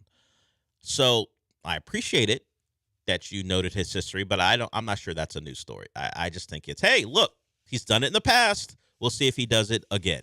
So be on the lookout. Nick Caserio even alluded to the fact that it wasn't about trading, but it was a couple weeks ago. He talked about, or at least it wasn't about trading back into the first round. But he alluded to it a couple weeks ago about how, hey, we have a history, much like Diana Rossini notes, that team under him has a history of making moves. So where they are today as far as draft picks are concerned may not be what they are or where they are at the end of Saturday. So expect Caserio to be involved in movement. Whether he gets back into the first round is another story. And depending on what position they target, drafting someone in the first round at that position may not make a lot of sense. I'll get into that. Adam Schefter tweeted out some numbers about the hit rate for particular positions in the first round of the draft. And if the Texans are looking for, let's say, a corner, maybe staying out of the first round is a better bet than jumping into it. Although the Derek Stingley thing, he doesn't fit the profile of this particular data set because, well, he hasn't hit the point where he would be getting a second contract. But the hit rate for corners in the first round of the draft ain't great. So maybe Derek Stingley and certainly Sauce Gardner will change the percentage rate. So I'll talk about that in a little bit. But Paul Wall, as I mentioned, was out there.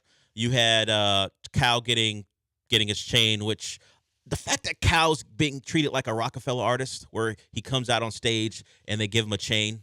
Well, Andre Johnson gives him a chain, is wild to me. I've talked about in the past that Cal is now a promotional figure for the Texans. He is their best hype man. He's the guy when they want to push something beyond the players in uniforms, he's the guy they go to.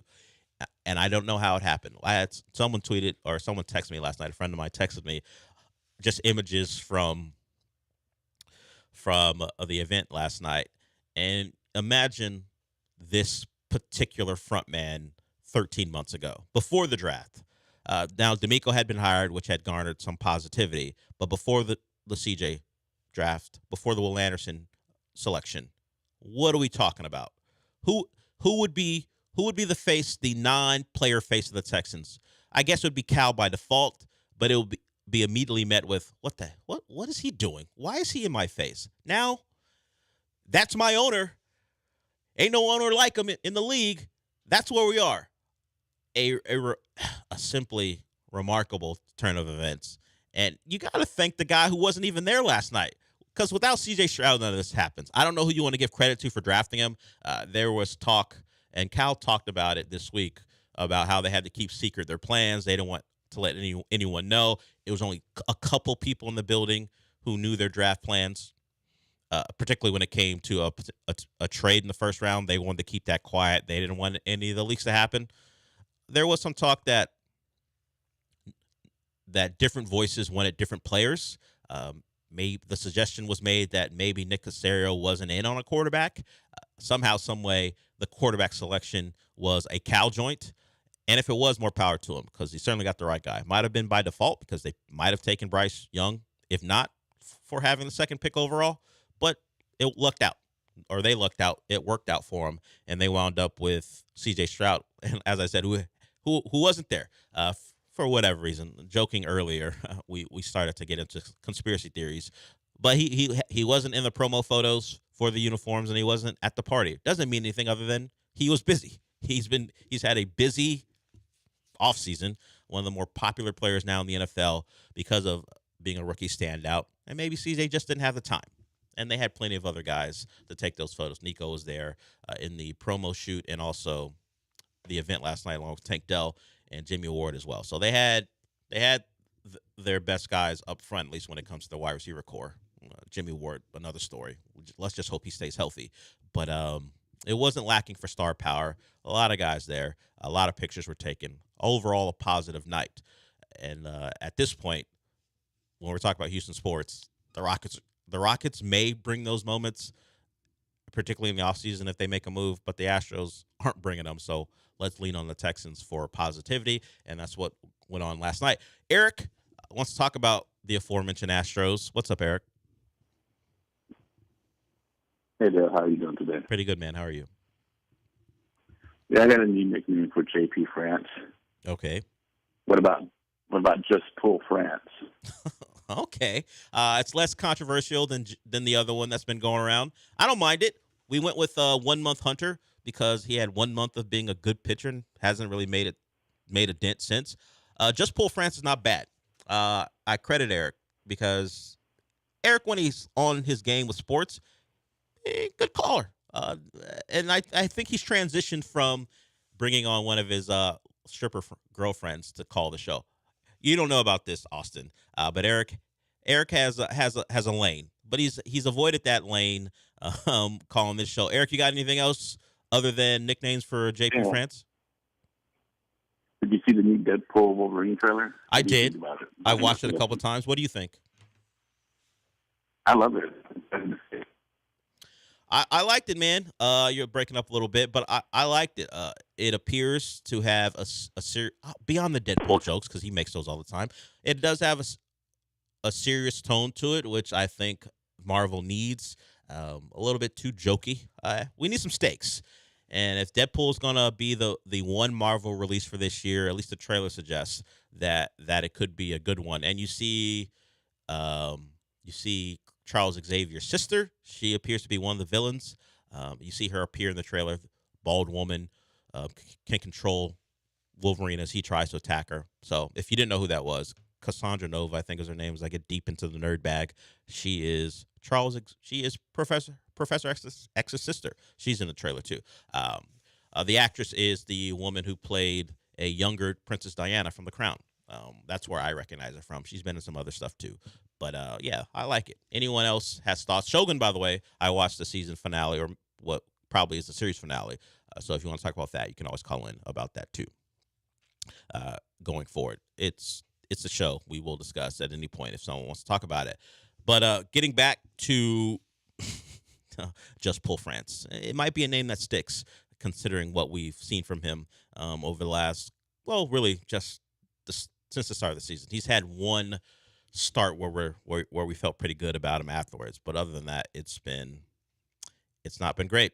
And I already see people with the Astros looking at potential first round selections, not just first round selections, first overall picks. I was informed that the MLB draft now is a lottery, so you just can't be full on tank like the NFL and get the first overall pick. It's now a lottery. I did not know that was a thing, but as I said, now we're at the point where 24 games in, people are talking about draft prospects, and thankfully the Astros have a first-round pick. But not to be thankful for is this: that is now a topic of conversation, and it's beyond if you want to call them the minor league nerds who care about that sort of thing. We're talking about people whose accounts are all they do is tweet about the Astros in the season and get into fights with other fan bases. Not a lot to fight about right now, other than our team stinks. When the Oakland A's fan base can come out and dunk on you when their team is leaving the city and is going to play games in Sacramento, that's how bad it is. You can't even fight them on their team is going to Sacramento because they're better than you right now. And now, I mean, it's been a decade of dominance almost for the Astros, but the month of April, A's fans will take the win, and they're taking it right now, even if they have to go to Sacramento the next couple of years to watch their team play, or Vegas after that. We'll get into what happened in the NBA last night. We got bad fan behavior and not the brothers of a MVP candidate. It happened in Milwaukee. Tyrese Halliburton talked about it. We'll get into that. Julian, I see you. I imagine Shogun will be your direction where you want to take the conversation. So we'll certainly talk about that when we come back. But the NBA had a good night last night. The playoffs have officially begun because road teams finally won games, not the Suns.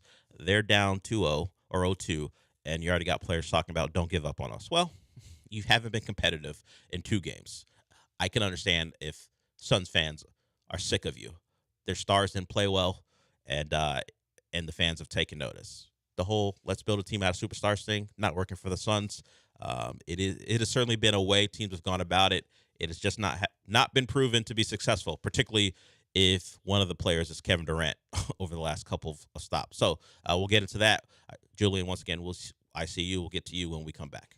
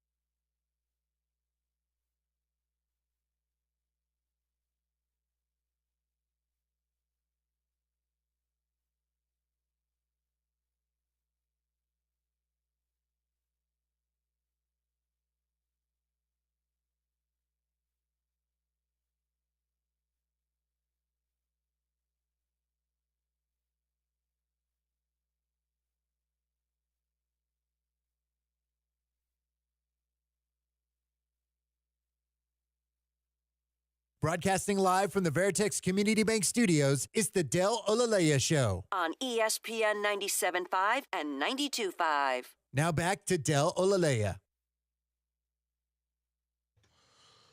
Welcome back. Julian, you might have hung up. We might have been having phone issues. Try to get back in if you did want to talk about Shogun.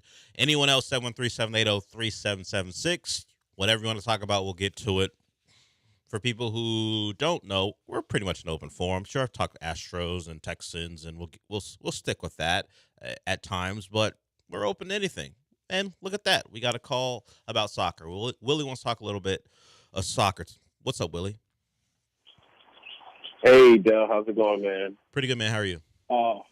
Not bad, man. Just chilling. Got a random off day, and I've been wanting to call since you started the show. I love the show, by the way, man. I listen every day, most of the time on Apple Podcasts, but, nonetheless. Appreciate it. But, Thank you. yeah, no, for sure. But anyways, I had a question. I was reading the transfer news yesterday for this summer, and I saw that Jedi Robinson was being looked at by Bayern Munich, Barcelona, and Manchester City.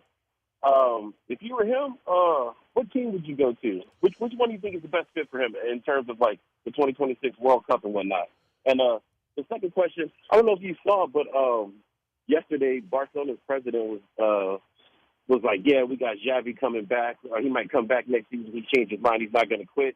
If you were him, would you come back? Like, because if you look at that team, they got super old players like Robert Lewandowski, and then they got super young players like Lamine Yamal. There's no in-between, and they got waxed in the Champions League by PSG last week, and then they lost it in a Clasico versus Real Madrid. What would you do? I'll hang up and listen. Love the show, man. Appreciate it, Willie. Jedi Robinson, for people who don't know, is he currently plays for Fulham, which is a mid-table to, well, they've been pretty good the last couple years. They're my favorite Premier League team. He's a left back for a Premier League club in Fulham, and he is also the left back for the United States of America. He was born in England, so if you ever listen to him, Anthony Robinson is his full name. Anthony Robinson is his full name. But if you listen to him, he sounds like an Englishman because he grew up there, played most of his youth there, and probably would have played for England until the U.S. grabbed him early. He was part of the under-18 team for for one appearance, and now he's a full U.S. international. But Man City, I don't think he would play very much. And he's a cemented starter, so it probably wouldn't matter. But he's got to find a spot where he's going to play. I know you mentioned Bayern Munich, but I forgot the other name because you went on to talk about Barcelona. But if I'm him, if Bayern's going to give me the opportunity to play, I'm taking that. I'm not sure he's going to get the time for Man City. Yeah, they're out of the Champions League, but they're competing certainly for a Premier League title. And is he going to get enough time to be considered match ready for probably the biggest World Cup in U.S. history? Like the '94 one was big. It made sure the MLS became a thing here. But if we're trying to take a step on the world stage, playing well in this tournament coming up, where we're hosting, or at least we're hosting part of it, where Canada and Mexico are doing it too, he's got to be fit. You know what? I'd probably pick Bayern Munich, but coach stability matters too, and Tuchel's going to be out. That's a tough one. I think the one I give him the least opportunity to play is Man City, so I wipe them off the board. As far as Barcelona, Xavi, a legend. He hasn't been treated well by Barcelona, and like you mentioned, there's a gap between the young player, because one guy's like 16, and then you got Lewandowski, who's an older player, probably at the end of his status as being one of the best strikers in the world, if that hasn't already come. If I'm Xavi, I'm out. You don't ever go back to the place where you played. I mean, it worked for Pep. Pep was great at Barcelona while being a player there, but the fall off from how you're treated after being a legend as a player, then having to be the coach, and particularly if you don't have great success, the treatment's just different. We see it in sports here. You see guys, particularly on the college level, where they will be a living legend as a player. Then they'll go back and coach, and predictably, in most cases, it doesn't go well, because in some cases, the player, now coach, isn't ready to take that position, or the team itself performs to what the level they're supposed to perform at, because generally you don't think of ex players taking over premier programs. I just think of Cliff Kingsbury, who went to Texas Tech. Was Tech good under Cliff Kingsbury? No. I mean, was he Mike Leach level when they're 8-9 win team, and then obviously they had that big jump in 2008 where they're competing for a national title at one point? No. But what has Tech been since Cliff left? Tech, where they're always going to be. Scratching and clawing, give Texas a good ball game every now and again, but still in that mode where they're winning. They're hoping to win 7 or 8 games. Never go back. And Xavi made the choice to go back, and predictably it hasn't gone well. So if I'm him, I'll say, remember me as a player, as a legend, as a hero. Don't turn me into the villain, because that's what's going to happen if he sticks around. And according to Xavi, he doesn't think he's coming back. And as Willie mentioned, they lost in the El Clasico over the weekend. A late goal by Jude Bellingham, an Englishman who's playing for Real Madrid. They love him there. And it helps when you score 2 game winners in El Clasico in a matter of one season. So that's how you become a legend at Real Madrid. But Jude Bellingham, it's a long way away. And if your career continues and you play for Real for a long time, never coach them, never manage them. Just play for them. And eventually, if you move on, don't ever go back as a coach. Just go back for a Legends game every now and again. You can't go back. It always ends poorly. And that's your soccer segment. But like I said, if you want to talk about anything and everything, call in. And but I was surprised. Willie hasn't called in. He normally listens on the podcast. I appreciate him doing that. And obviously got a chance to listen live. Those unexpected midweek days off, I love them. They generally don't happen to me anymore, but they're great. I'll get to a little bit of the NBA stuff now, and we'll get to some of it on the other side as well. I mentioned bad fan behavior. It happened in the Bucks-Pacers game. The Pacers, even the series, they won the first road game of the playoffs. The Mavericks follow that up with beating the Clippers. Kawhi was back, and the Clippers lost. They were fine without him. I'm not blaming him, but he was back, and they lost. Luka hit a couple big shots late, or at least one big shot late, as the Clippers were making a run in a low-scoring game. We've seen that in the playoffs, but not with the Pacers. The Pacers got back to who they were. They got handled by the Bucks in game 1. Dame had a big first half, 35 points to set the tone, but the Pacers got going in the second half, and they put it on the Bucks, a Bucks team who at times can look very old and slow, and they looked like that last night. The Pacers used their pace, no pun intended, and 125-128. But the bad fan behavior came from a Pacers fan who allegedly, according to Tyrese Halliburton, called his brother a racial slur. And the big one, the giant one, the one that we thought, well, we know people still say it, but we thought we had kind of wiped it out of everyday life, particularly when it's someone talking to an African-American person, when they're not an African-American person themselves. This was how Halliburton said, my little brother in the stands the other day, apparently it didn't happen last night, but it happened maybe in game 1. My little brother in the stands the other day was called the N-word. It was important for us as a family to address that, and that was important for us to talk about because that just doesn't sit right with anybody in our family. It just been important to have my family here right now. My little brother has handled it the right way. And by the way, Halliburton is from Wisconsin.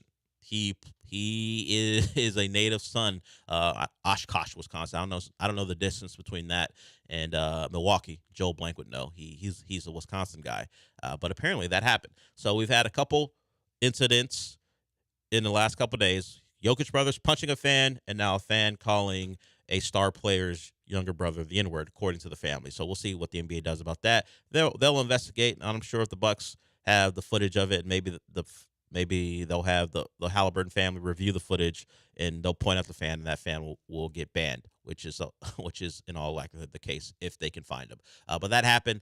That was the ugly part of the game. But the Bucks, beyond the fact that their fans say awful things, the Bucks don't like the Pacers, and the Pacers don't like the Bucks. They've been talking trash all year long. Joey Porter, Bobby Portis, after the game, called the Pacers front runners. He says they talk a lot when they're winning. If you saw yesterday that game, it was on NBA TV, so maybe you missed it. There was a lot of clapping back and forth. That clapping that guys do when they want to kind of talk trash without talking trash. So we did see some of that back and forth clapping in people's faces as that game went on. Bobby Portis, at this point, without Giannis playing, is probably the emotional leader for that Bucks team. Dame, I don't know if he's in a lead role because of his newness with the team. Giannis was there on the sideline trying to get his team to stay in the game, but simply could not match the Pacers' ability to get easy buckets. And Pascal Siakam, a big night last night. He was really good as the Bucks had no answers for him. So that series is tied at 1. And Dallas and the Clippers are tied at 1 as well. We'll get into some more of the NBA stuff when we come back. I do see the callers. Gilbert, of all people, is calling. He's never called this show before. I'm not sure he knows that Lance and John aren't here. We'll see. He missed his chance yesterday. I also see another caller we'll get to as well. Let's talk about the Texans ceiling. That'll be something that I'm interested in having a conversation about. So we'll continue to take calls. We'll continue to talk about what happened last night and what might happen today in sports. We'll be back.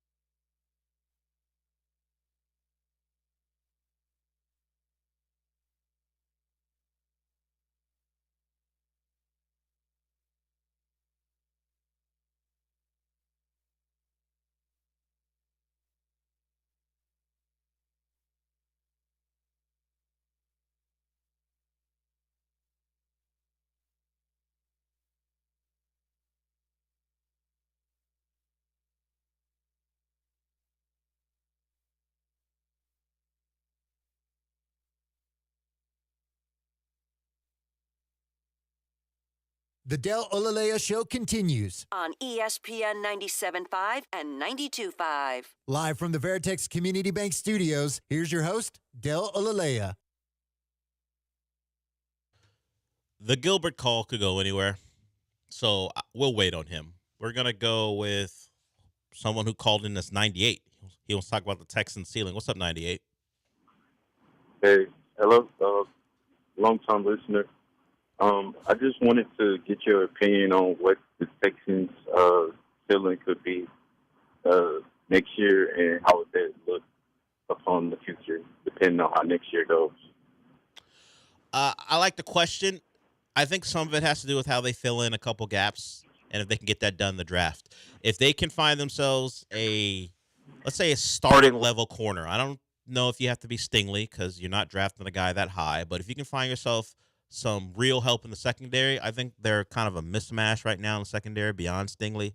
The Okudah, C.J. Henderson stuff, and the Miles Bryant signing. They got a lot of bodies, but those guys are available for a reason. Now, Okudah got more than I would have thought. When you look at the contract, it's still a one-year deal. They didn't sign guys for a long time. They're taking flyers on these guys. And maybe the competition between Okudah, Henderson, and Bryant gets you two capable corners. But I need to be that needs to be proven to me before I believe it. So find yourself a corner, a safety in this draft. You can find two guys who in the secondary who changed the trajectory of the secondary, and then I know I'm asking for a lot right now. And then a defensive tackle. Give me a defensive tackle who you can play a lot of snaps and can fortify that, because I think you're good at the rush in positions. You have depth there, and then you can move the Nico Autry inside on rush downs if he's not going to be a full-time defensive tackle. And then the next thing, the health of your interior. Because if Titus Howard can be a serviceable right tackle, you're good at tackle, and you need your interior to play well and be healthy. So there's still some questions, but as far as the ceiling, this Texans team, I still think that the way the Ravens beat them, I don't think the Texans have closed the gap that way, because if they get into a game where the Ravens control the tempo and it's a Ravens type of game, I think the way they're built now, they'll still lose. Now the Texans are going to have firepower, certainly more firepower than they had in their two meetings, particularly the divisional round, because Tank will be there, Nico Collins will be a second year in the system, will be very comfortable, and Stephon Diggs. We know the weapons. Joe Mixon, we know him. I still take the Ravens in that matchup, which means you're still a rung below the Chiefs. So the ceiling is potential AFC championship game. I'm not taking anyone against the Chiefs, and if someone beats them, then I'm just wrong. But until that happens, you lean with the Chiefs. So the Texans have a shot to be. I think I just saw. I don't know if it was PFF or someone else, but they were looked at as the sixth best team in football right now. That's even before the draft. I don't think it was simply the AFC. I think it was the sixth best team in football, which suggests certainly that they're a contender, but not one of the top teams, because the Chiefs were there, the 49ers were there, all the teams you know and are familiar with. So the ceiling is high, though. They've never been past the divisional round, so if they make an AFC title game, that's a giant step. And but they do need to do a couple things to get there. But with CJ and health, they got a real shot. Gilbert wants to discuss the Astros. We'll see. I'm not the guy to provide him with a hat or a signed Colleen Wolfe picture. So it might be just an Astros call. What's up, Gilbert?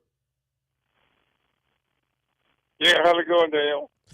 How's it going, Gilbert? What's up, Harry? What do you want to talk about, Gilbert? What the Astros? Why they're not winning anyway? Why that? They've been injured, and some of their best players are not hitting. So, and even when they have a chance to win, the best parts of their baseball team fall apart. So I would say it's a combination of a lot of things. That's why they're so bad. You can't blame anyone. You can blame almost everyone for it. Okay, well, you talked to Lance lately? I have. He was on the show this morning. What do you want me to get? What message do you want me to get to him? Yeah, did you see Colin Wolf? I don't know if he's seen Colin. I will ask him. In fact, if you hold on, I will. Let's see. I will call Lance right now. I don't know. I don't know if he'll answer. But listen, I'm going. You're going to hear me. Well, you won't hear me dial the phone. It's a cell phone. Yeah. Uh-oh. Yeah. Just hold or stay on the line. I'm going to call Lance right now, and if he answers, I'll ask him where Colin Wolf's picture is and has he talked to him. And now I'm having trouble finding Lance's contact because I have him under Trash Ass Lance and not Lance. So I forgot. So I have to go to the T's and call him. So Gilbert, I'm calling Lance right now. People are going to hear it. And we'll see when this starts to ring. So Lance, I'm calling him. And if he answers, I'll talk to him. Hey, Lance. Can you hear me? Yeah. Gilbert called this show, a show he's never called before, and he's currently and he's currently live listening to me talk to you. So he called about the Astros because that was just a primer, a little foreplay, but he got right to what he wanted to talk about. He asked me if I talked to you and have I heard it from Colin Wolf. Okay. Do you want to patch him in with me, Gilbert? Are you there? I can. Oh, I called you on my phone. Do you want to actually? I can have Austin call you if you want to do that. Yes. Okay. Are we live on the air? Yes, we're live on the air. Yes. Yeah. Have him call me right now, and I'll talk to Gilbert. Okay. So I'll have Austin call you, and you can talk to Gilbert. So Gilbert, I'm working for you, man. I'm gonna make sure Lance calls. I don't want to. How do I do? You don't have his number, do you, Austin? He should have just called. He has the hotline. All right, we're gonna. I can't. Hold on, Austin. I can't do it. Cause I'll send you the number, Austin, and so we'll get Lance on the phone with Gilbert because Gilbert he's big relentless for a reason, and I can't believe he called this show. You know what? We're gonna do this on the other side. We're not late for a break, but we're close. So Gilbert, hold.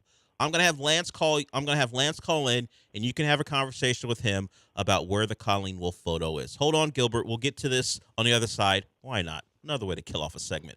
1 hour in, 1 hour to go. We'll be back.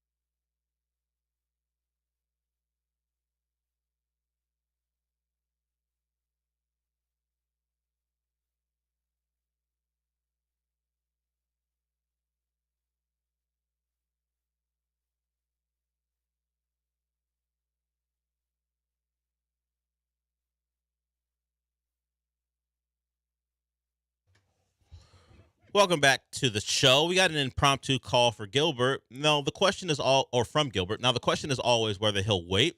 So, Gilbert, I told you I'd get Lance on. Lance is on. You two can have this conversation. I'll just sit here and, I guess, be a mediator. Lance, Gilbert called me first with an Astros take, and then he asked, where was Lance, and has he talked to Colleen Wolfe? So, Lance, have you talked to Colleen Wolfe? He's on the phone. I'm right here. Gilbert? Yeah.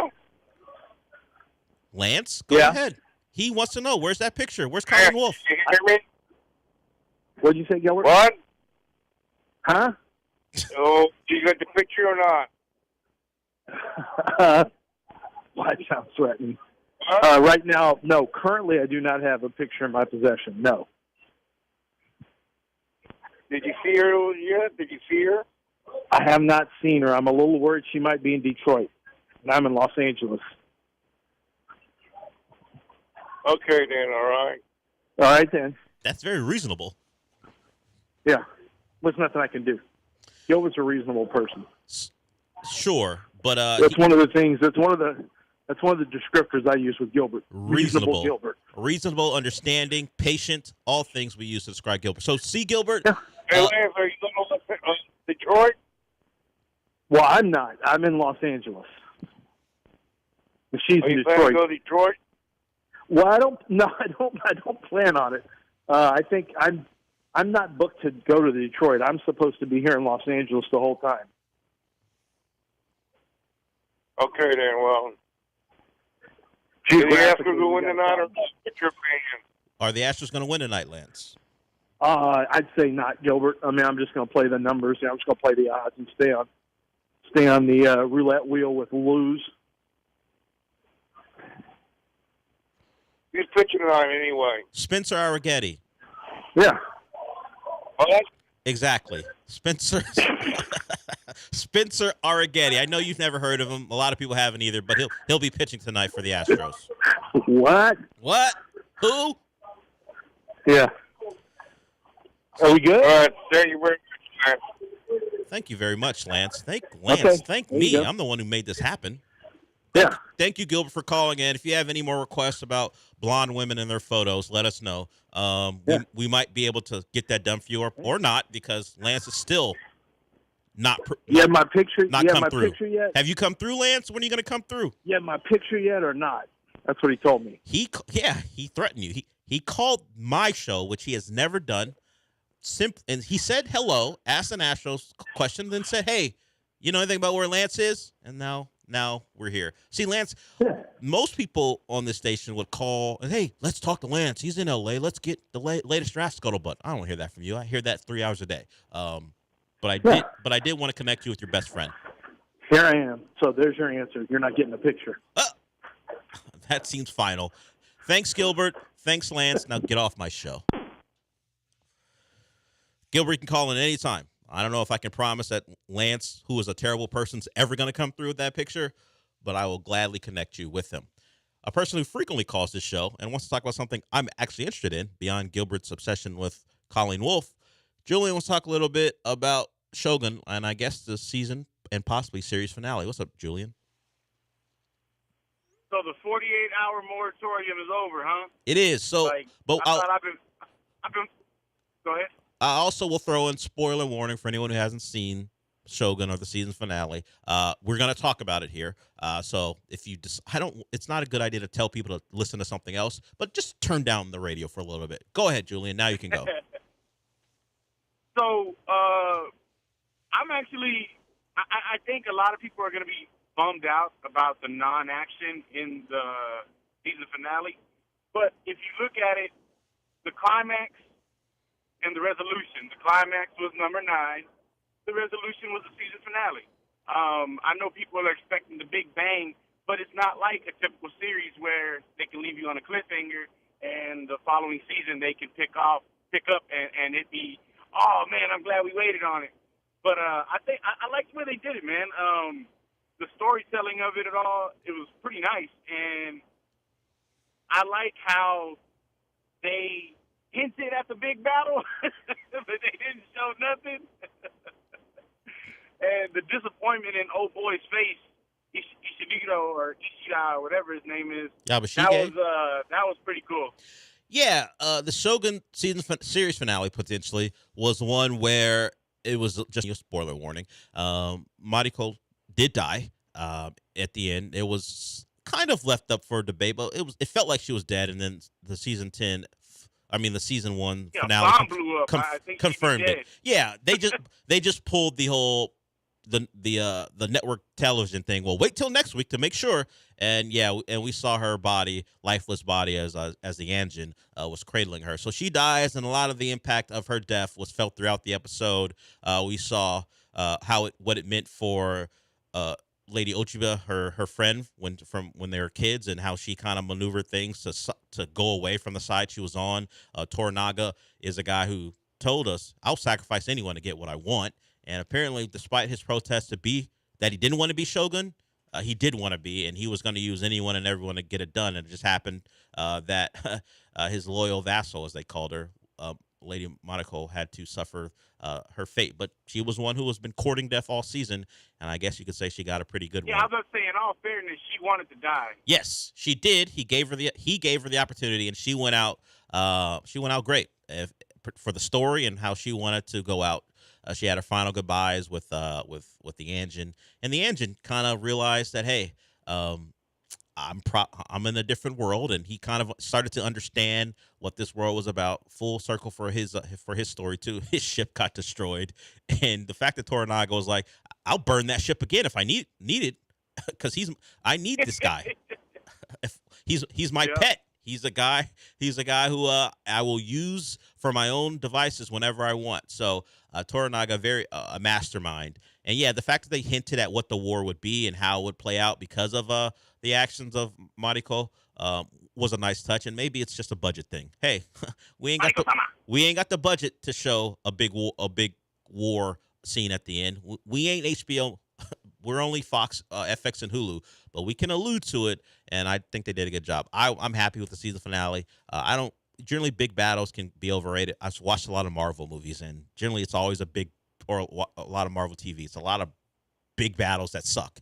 The fact that it was just about the impact of one person's death and how it affected the entire rest of the story, I appreciate it. I don't know what's next for us, Julian, because I don't know what TV show's going to get us to talk about television this frequently, but we'll find something. Well, Tokyo Vice. Oh, well, I'm waiting. Done with Tokyo I'm Vice. waiting for you to finish. So when you want to call in about that after you're done, we can talk about that too. All right, man. You have a good one. All right, man. You too. That's Julian, who is a 49er fan, which is his least desirable trait. But when he's talking about TV, we welcome his calls. And if you want to talk about that, hey, I know that we'll talk Astros, we'll talk sports, certainly. But is it fun to talk about the Astros right now? The numbers are ugly. They're going to continue to be ugly. We won't ignore them, but we ain't got to focus on them if they're going to play like this. They don't really deserve that type of attention. But they got a game tonight, and it can always turn around, right? All it takes is one. If you believe in Spencer Arrighetti to do that, more power to you. But Steven wants to talk about movies. What's up, Steven? What's up, Bill? How's it going? Good, man. How are you? Listener. I'm good. I listen to y'all every day. Gets me through work. I just wanted to see if you had any movie recommendations. I've been watching that Baby Reindeer that Lance had described, and it's very creepy. It is. Creepy movie. It is. Depends on what you like, man. What are you against? I can work from that. What won't you watch, and then I can work around that. I really like anything. I normally my wife normally helps me watch these. We're about to finish that one. Like I said, we're going to start Shogun because I've been hearing about that. I haven't watched it yet, but she wasn't so sure about it because of it being a Japanese show. So yeah, you're going to have to read she's trying subtitles. to find something for us. I mean, you could dub if you don't mind dubbed audio. They have that option for you on FX if you want to do that. But if you want to hear the actual language that's being spoken by the actors, then you're going to have to read subtitles. So that could be something that's a bit of a barrier. I understand that, but I got over it pretty quickly. It also obviously depends on what you're able to stream. I like a listener recommended Late Night with the Devil. It is a horror movie, but it's like 70s type of a sensibility, so you won't be really grossed out. I mean, there are some crazy things that happen at the end, but I was into that. And it's a guy set in the 70s, so he's competing against Johnny Carson, and it just shows what he's willing to do to compete against Carson because he's like second in line. That one's out. It's got good reviews. I enjoyed it. But if you're not into horror, it wouldn't be your thing. But like I said, it's not over the top. Oh yeah, big time horror fan. Okay, Late Night with the Devil, I'd recommend AMC Plus. I mean, there are other ways to watch it. I mean, people can find ways, but AMC Plus is the streaming service. So that'd be the movie I recommend. Next for you, you mentioned Shogun, which I just finished. I watch a lot of foreign language stuff. So I'm trying to hold back on giving you one of those recommendations. I'm trying to think of an English language thing you should watch. Oh, what you should watch? It's on Hulu. It's on Hulu right now too. It features the woman from she was in the newest Leo movie. It was Killers of the Flower Moon. Lily Gladstone. She's in a show on Hulu, Under the Bridge. It's a mystery mystery murder type thing. You know who's missing. You know who could be dead. You just don't know who did it. So if you're into that type of thing, the first 2 episodes came out last week. I think another episode's either coming out today or tomorrow. It might be today. I think it's tonight. So by the time you get to it, you'll have at least 3 episodes to watch, which is kind of a nice way to start. So that would be my recommendation. Under the Bridge. It has Elvis Presley's granddaughter, who's an actor, and Lily Gladstone. Some other faces you'll recognize. So that is something. Okay. It's not cheery, but I do think it's entertaining. So that'd be the one I'd say go with. All right, man. Well, I really appreciate you, man, because it gives me something to do once I get off work. But like I said, I love y'all show. Y'all get me through the day, and I'm going to hang up and listen. I appreciate y'all. I appreciate you, Steven. Thank you. I do find it interesting that he says long-time listener. I was like, I've only been on this show since February, but I do take part in the John and Lance show, too, which has been a long-standing show. So, Steven, thank you for listening throughout the day, and certainly listening to them or us and then coming over to this show. I do appreciate it. We'll get back into some NBA stuff, talk about what happened in the Mavs Clippers game and also the Phoenix Minnesota game. Anthony Edwards said something very very predictive when people were talking about what Kevin Durant could do in a series. He mentioned a particular name, and that guy had a big night last night. So we'll get into that and some other things going forward.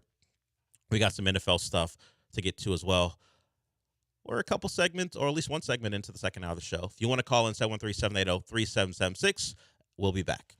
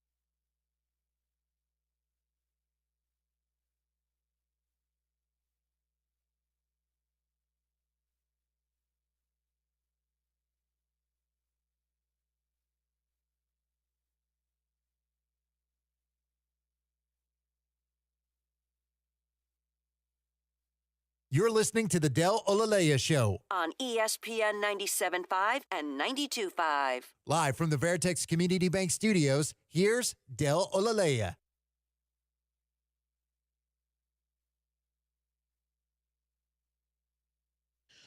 Welcome back, and I'm catching flack from Ben. He didn't appreciate the Shogun conversation because he says I spoiled it for him. I said spoiler warning. I even did the thing radio people shouldn't do. I said turn on the radio. I told you that. And by the way, the show aired on Monday night, by the way. I understand. Not everyone can watch everything at all times. But I told you. I warned you. Spoiler warnings are there for a reason. I do apologize if you were locked in on that show and that conversation ruined the ending for you. But I told him. I told everyone. I was trying to be polite, considering we talk about that show every week here. Sorry. Speaking of Julian, apparently we hung up on him too soon. He's called back. We'll get to the NBA playoffs here quickly. What's up, Julian? I forgot, man. Bang, bang, Notre Dame. 7-day ban. 7-day ban. Well, that's fine. There's not another show to talk about, so I welcome the banning for you. He knows. Don't do that. It's the worst thing he does. He only did that because I said being a Niner fan was his worst attribute, and clearly my example is there. One of the worst slogans in sports, and I can't believe they've adopted. How about you win a Super Bowl in the last 20 years, and then you can do that again? Maybe. But the NBA playoffs will continue tonight. You got the number one seeds back in action, both trying to take 2-0 leads at home.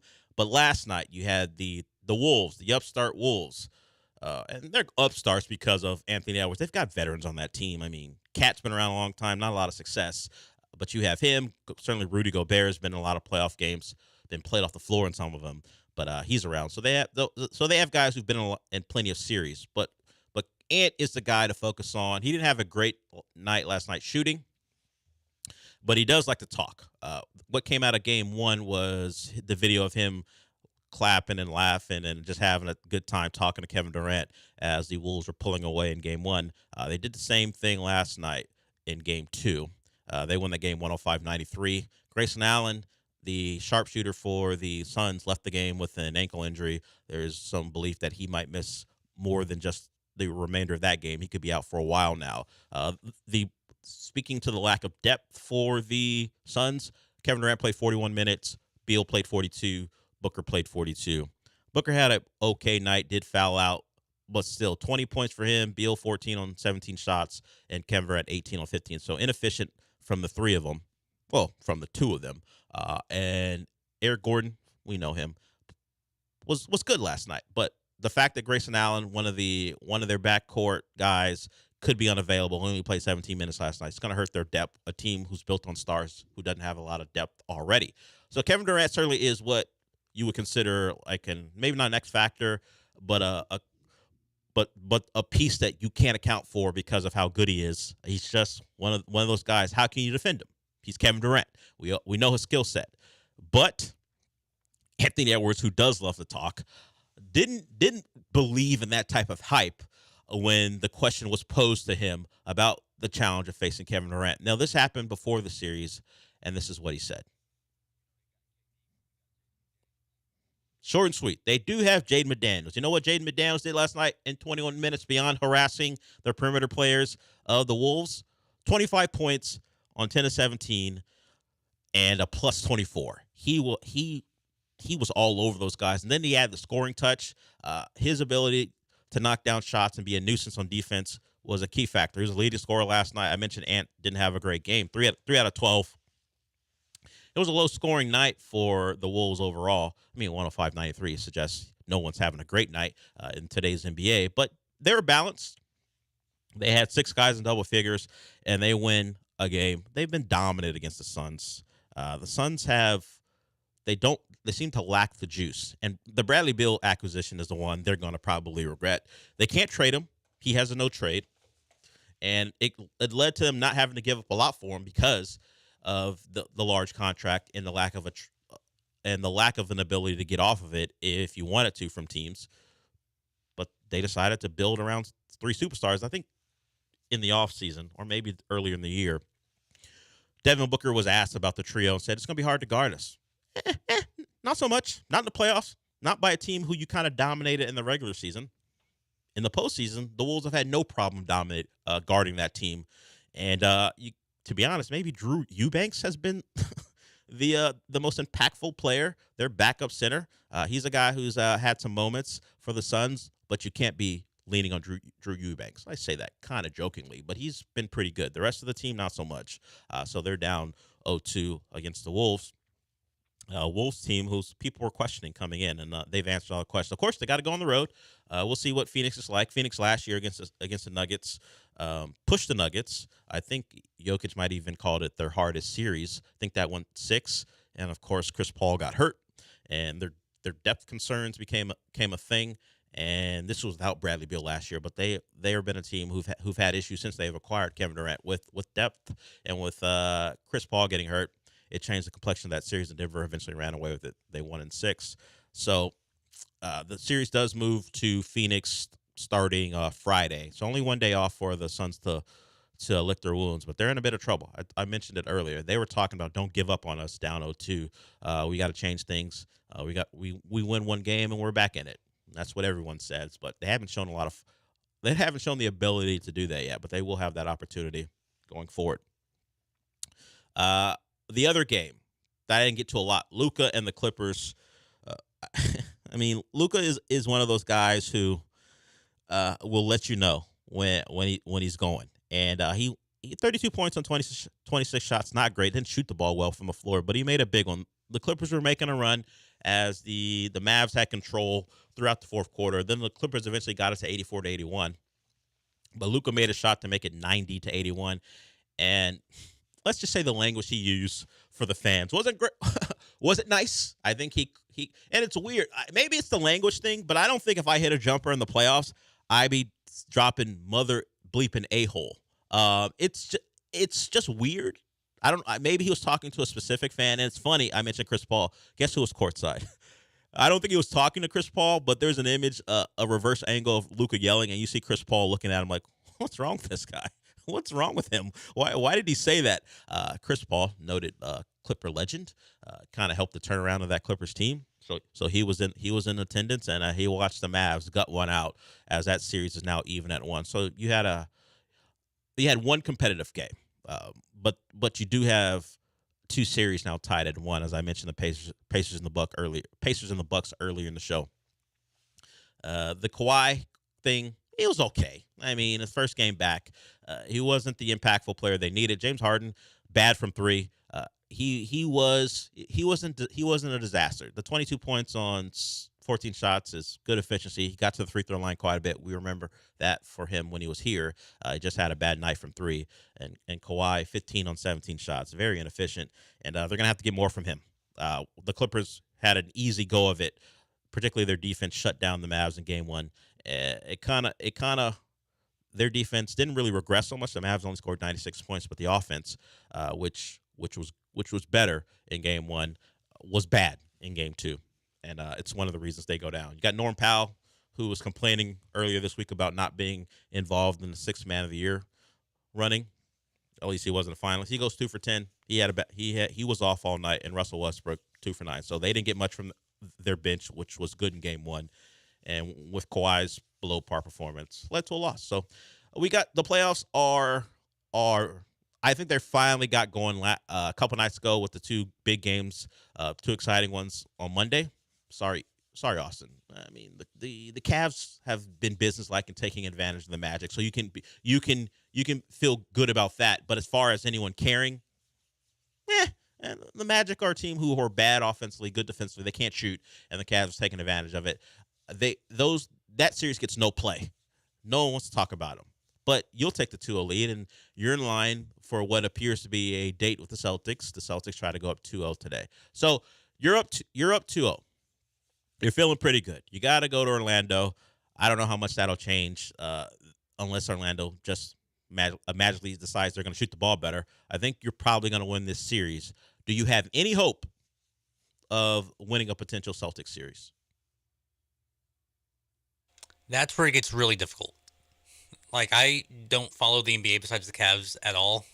pretty much. And even I know the Celtics are not to be messed with. Yeah. If you don't know, he knows. Austin knows what the scenario was on the last day of the regular season. The Cavs did everything they could beyond not playing their best players. Then they took out the second string and decided we're going to play all our big guys because we were running out of guards. Like Tristan Thompson, you want to play point guard?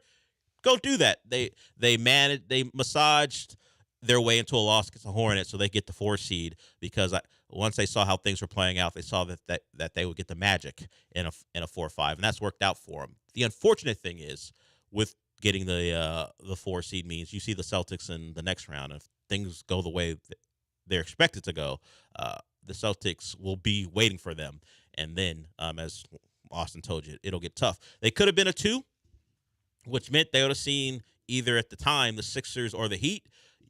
It just so happens Jimmy Butler would have been compromised. They saw the Heat, and you see a compromised Joel Embiid against the Knicks. He's played great. We talked about him yesterday. I can't knock him for the way he's played in the injuries. I can make fun of him for blaming the rest. And speaking of that, there's some sound I want to play. I love a story arc. Earlier in the week, I think it was Monday, we talked about Frederick Weiss, best known for getting dunked on by Vince Carter in the Olympics. He has issues with Joel Embiid. Joel Embiid applied for a passport from France.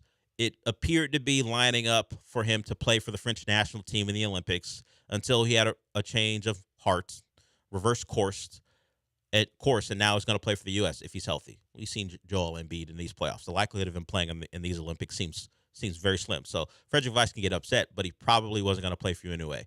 But he's upset because Joel Embiid skipped the line. He got a French passport earlier than others because he's a great player. In a bit of a rant because Frederick Weiss does what I do. He hosts a radio show. He just does it in French because he does it in France. He talked about how Joel Embiid wasn't a good guy. In fact, he called him a dirty guy. And I don't know if the translation was an issue there, but one of the references was he's a dirty guy who he didn't like and said he should be banned from France, banned from the Olympics, shouldn't be allowed in. And if he had his way, he wouldn't let him in the country. Some of that might just be radio guy nonsense, but he was upset. I bring that up because in the press conference or in the media scrum after the Monday night game, Joel Embiid was asked a lot of questions. He answered some questions, blamed the referees, said they're still going to win the series, but he was also asked a question in French. And this is Joel Embiid's response to that question in French.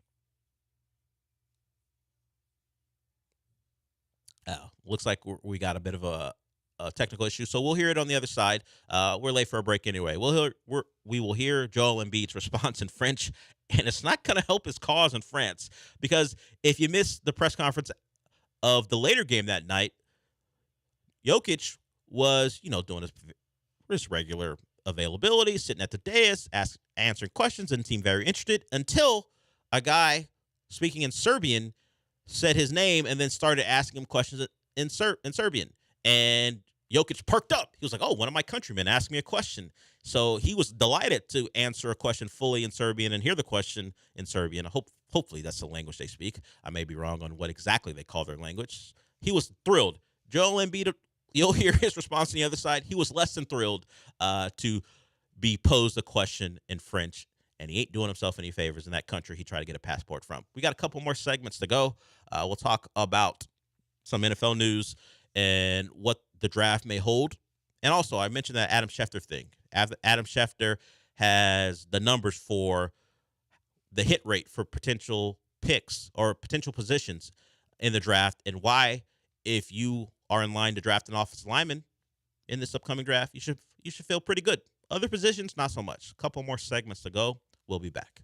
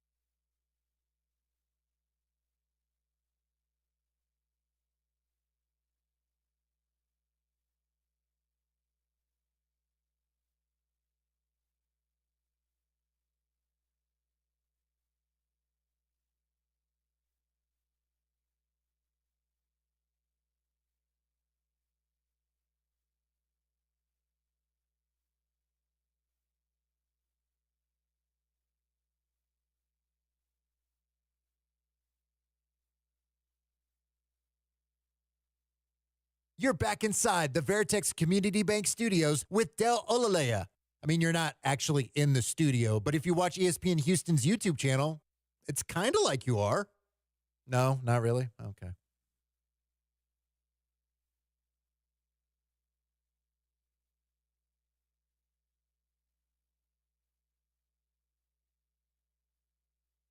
That was Joel Embiid, and let's play that again, Austin. I think the music might have been a little loud for people to hear it, but Joel Embiid after the game on Monday, they lost a heartbreaker to the Knicks. In fact, their officiating bitching, I guess, is a little justified. The 2-minute report came out, which changes nothing other than to tell you whether you were right to complain.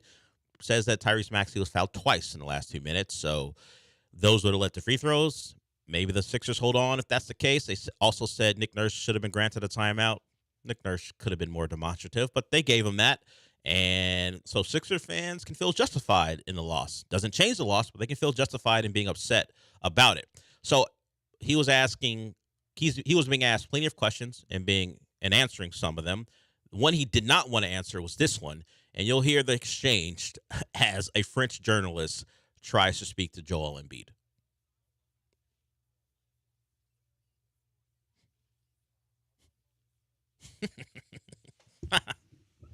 No, not here, buddy. You talk to me in English, or I'm not going to answer your questions. Yeah, the French can't be thrilled with Joel Embiid.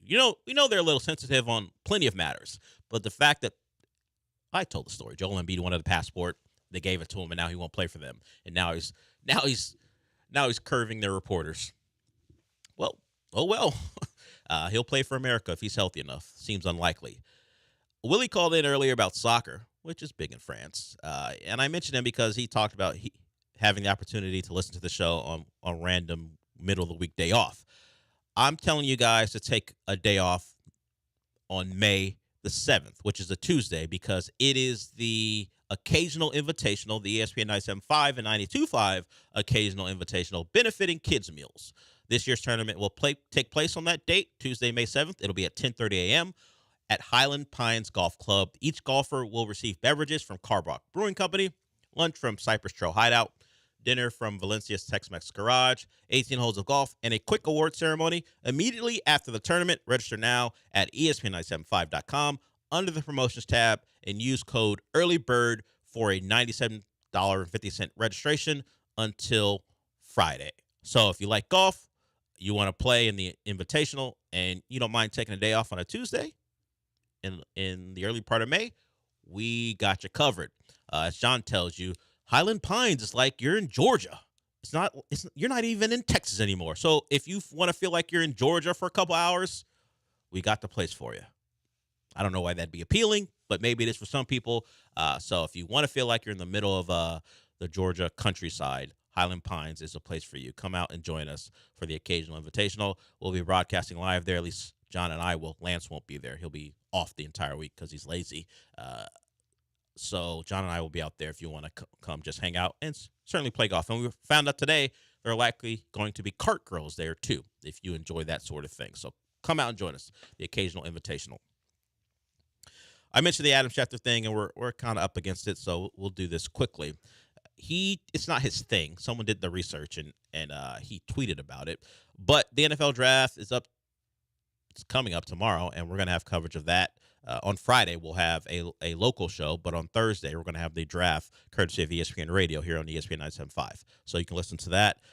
Hear all the picks. I mentioned earlier that Diana Rossini thinks the Texans have a chance or might be looking to move up into the first round. And mostly that's her speculation because of Nick Casario's willingness to make trades. I don't know if she has any real insight as far as the Texans have a line on getting into the first round, just that Nick Casario likes to make trades. 8-7 in the last couple of years. So trades are what he likes to do. So could the Texans get in the first round? Maybe. That's pretty much the report.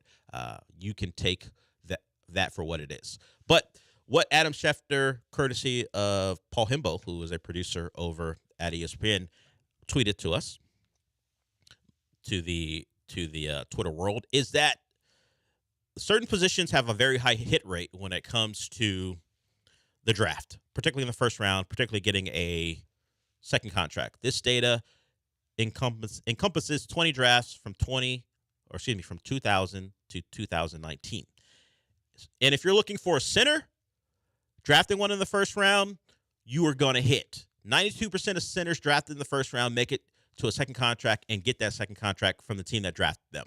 Of course, only 12 of them have been drafted because center isn't a high-value position, but if you're good enough to get drafted in the first round, it means you are a great center, and it works out for you.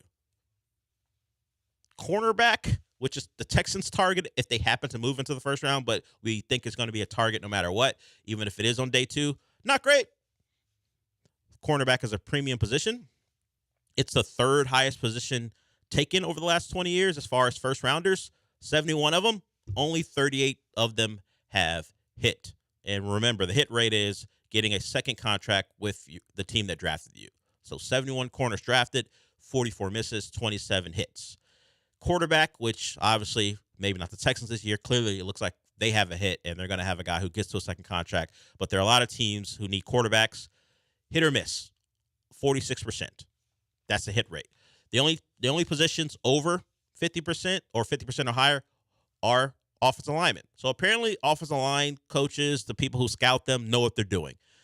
Guards at 50%, tackles at 59%. Only ones that if you draft one, you got at least a 50 chance of hitting on one.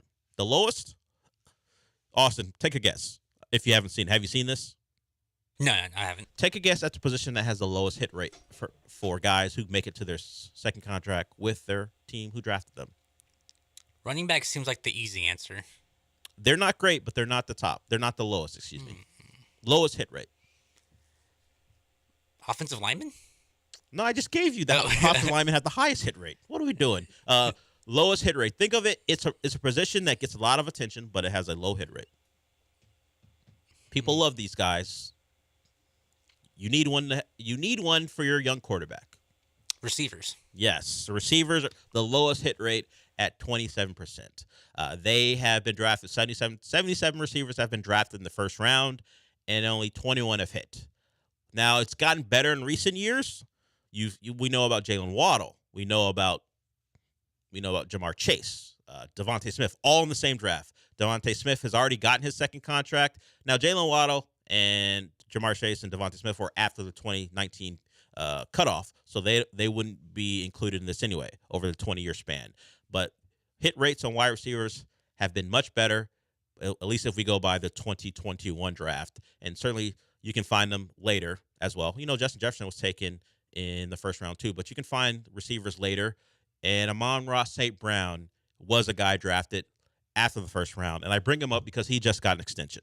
He got a big deal. He gets a second contract, but he doesn't fit the criteria for this particular study. And I bring him up because it helps Nico Collins. There's now another data point for a guy to get a deal. He follows Devontae Smith as guys who are wide receivers who got big deals, and now the Texans have another guy that they're going to have to negotiate around.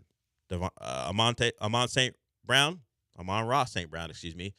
he's put up numbers in more years, certainly than Nico. He's been more consistent. Nico has a 1 year of production, and certainly it helped that he finally was catching passes from someone other than Davis Mills and had a better offensive system. But 4 years, $120 million.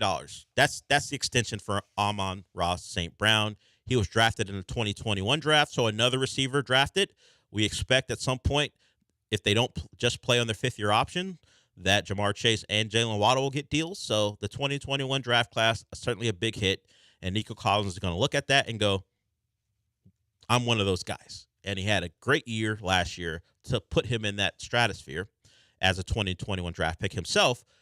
But those guys have shown year after year that they're productive. Can he put together another good year? If he does, you're going to be looking at an extension around that number.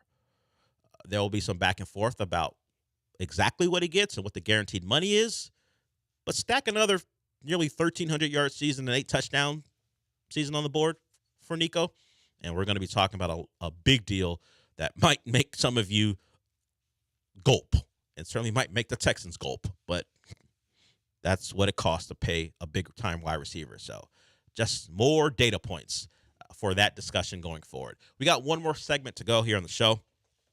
we'll get to a couple other things before we wrap it up, including the Rams are going to do something they haven't done since 2016. We'll talk about that when we come back.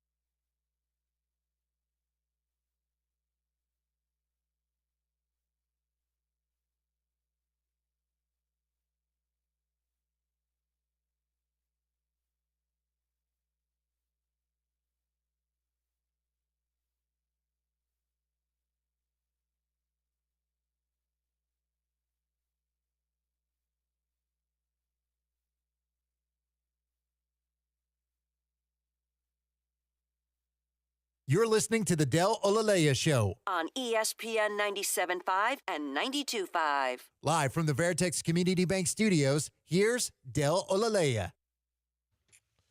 I don't usually mark passages of time by the last time an NFL team drafted in the first round, but the Rams haven't had a first-round pick, or at least haven't drafted with that first-round pick since 2016. They're on the clock at one point in 2018 and then traded the pick away.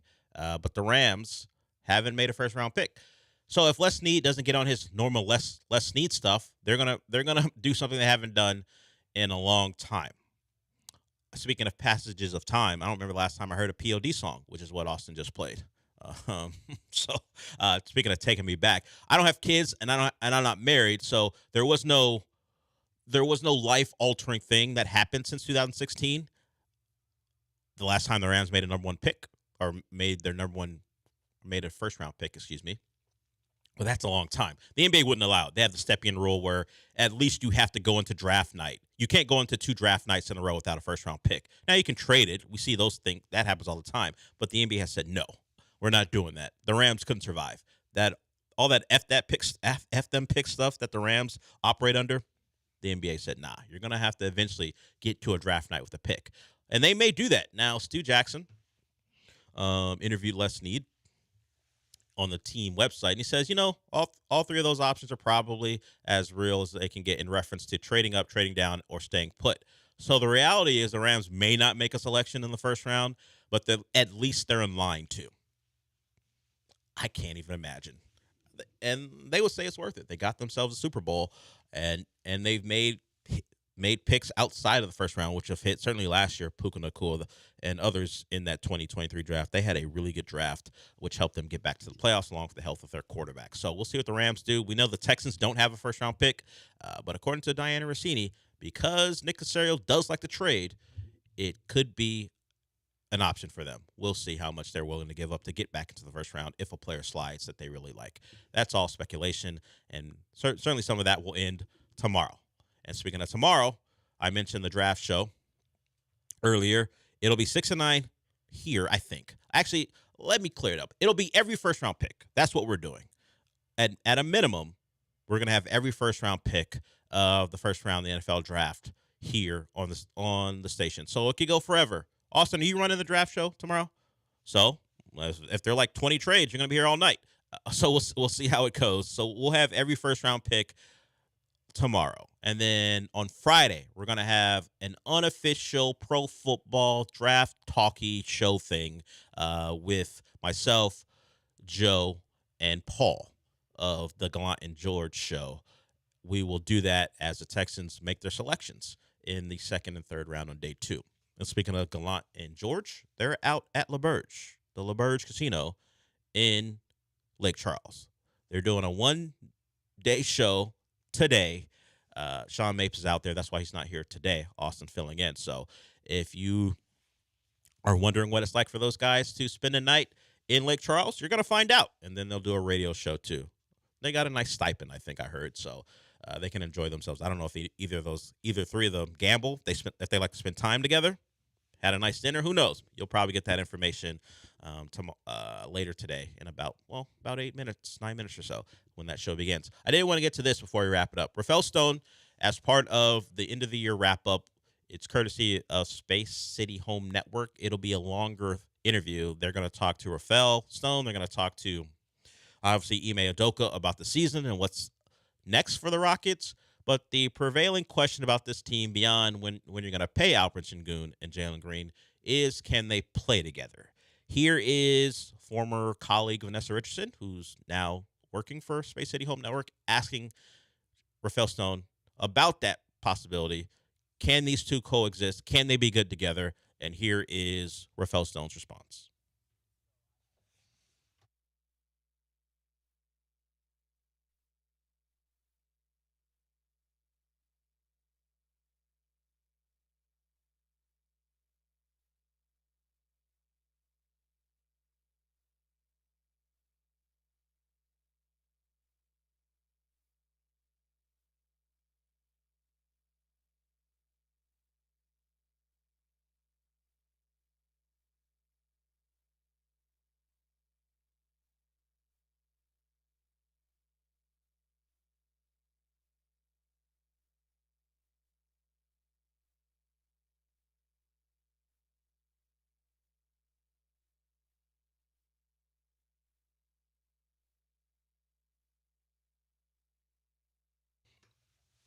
So the Rockets aren't buying into the narrative, at least not outwardly, that those two can't play together. And that's the right thing to say, no matter what you think, whether it be you want to keep the value of both of them up or you legitimately think this is a championship duo at some point. And that's a question I think it's way early to ask.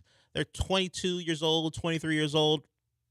Generally, teams don't win when their best players are that young. Now, Anthony Edwards is an outlier at this point, but as I mentioned before, he's got veterans on that team. Rudy Gobert's been around. Karl Anthony Towns is around. He is the guy in that age range of 22. Now, he's a spectacular player. They're leaning on him quite a bit, but he's the one guy at that age range. The Rockets, all their prime players, the ones you think are going to be around if they're potentially going to win big, are that age. You don't expect them to win. That's why they went out and got Dylan Brooks and Fred VanVleet. They paid those guys more than you might think they are worth, partly because that's what the market demanded. I mean, Fred VanVleet seemed to have held them over a fire to get that deal done. The $40+ million for a inefficient point guard is crazy to me, but we saw the impact of him, and they did need leadership. And Dylan Brooks is your gritty, tough guy. All the cliches you want to use about what a guy of his status is supposed to bring. They thought they were valuable enough to pay them. Those guys got good deals, and we saw the rewards. The Rockets took a big jump, and the hope is you find yourself, whether it be an Anthony Edwards or Shai Gilgeous-Alexander, by finding them, I mean on the roster, that you find yourself a premier perimeter player, whether it be through internal development, which is probably my hope. It takes less for that to happen, because if you don't know that exists on your roster, then you have to trade for it, and that's going to cost. And the veteran name out there, and I say he's out there because the thought is he has no interest in returning. Sorry about this, Austin. He has no interest in returning to Cleveland. The belief is now a big run in the playoffs might change Donovan Mitchell's mind, but the belief is there's no way they're signing him to an extension, which makes people believe the Cavs would have to trade him this offseason before he enters his free agency year. Get as much value for him as possible. And could the Rockets be a team that could look into that? Certainly. We know that they've peeked in on other players. I think they caught a break when the Mikal Bridges thing didn't come to fruition. The Donovan Mitchell thing would be a better player to acquire. We'll see what Donovan Mitchell is as a league dog on a second team, because he was good, fine with Utah. They never got past a conference semifinal. Is he a player who can do that? Can he be the best player on a team that makes the conference finals? The problem for him is the likelihood, even if they beat the Magic, they're going to see the Celtics, which means at least that's not going to be proven to be something he can do this year, unless the Celtics fall apart. So, Rafael Stone, yes, he believes those two can play together, and he thinks it's a false narrative that people think they can't. That's yet to be seen. He just had the unfortunate scenario where Şengün gets hurt, and then the narratives begin because of how great the Rockets were in March and how great Jalen Green was in March. But that's for a future time.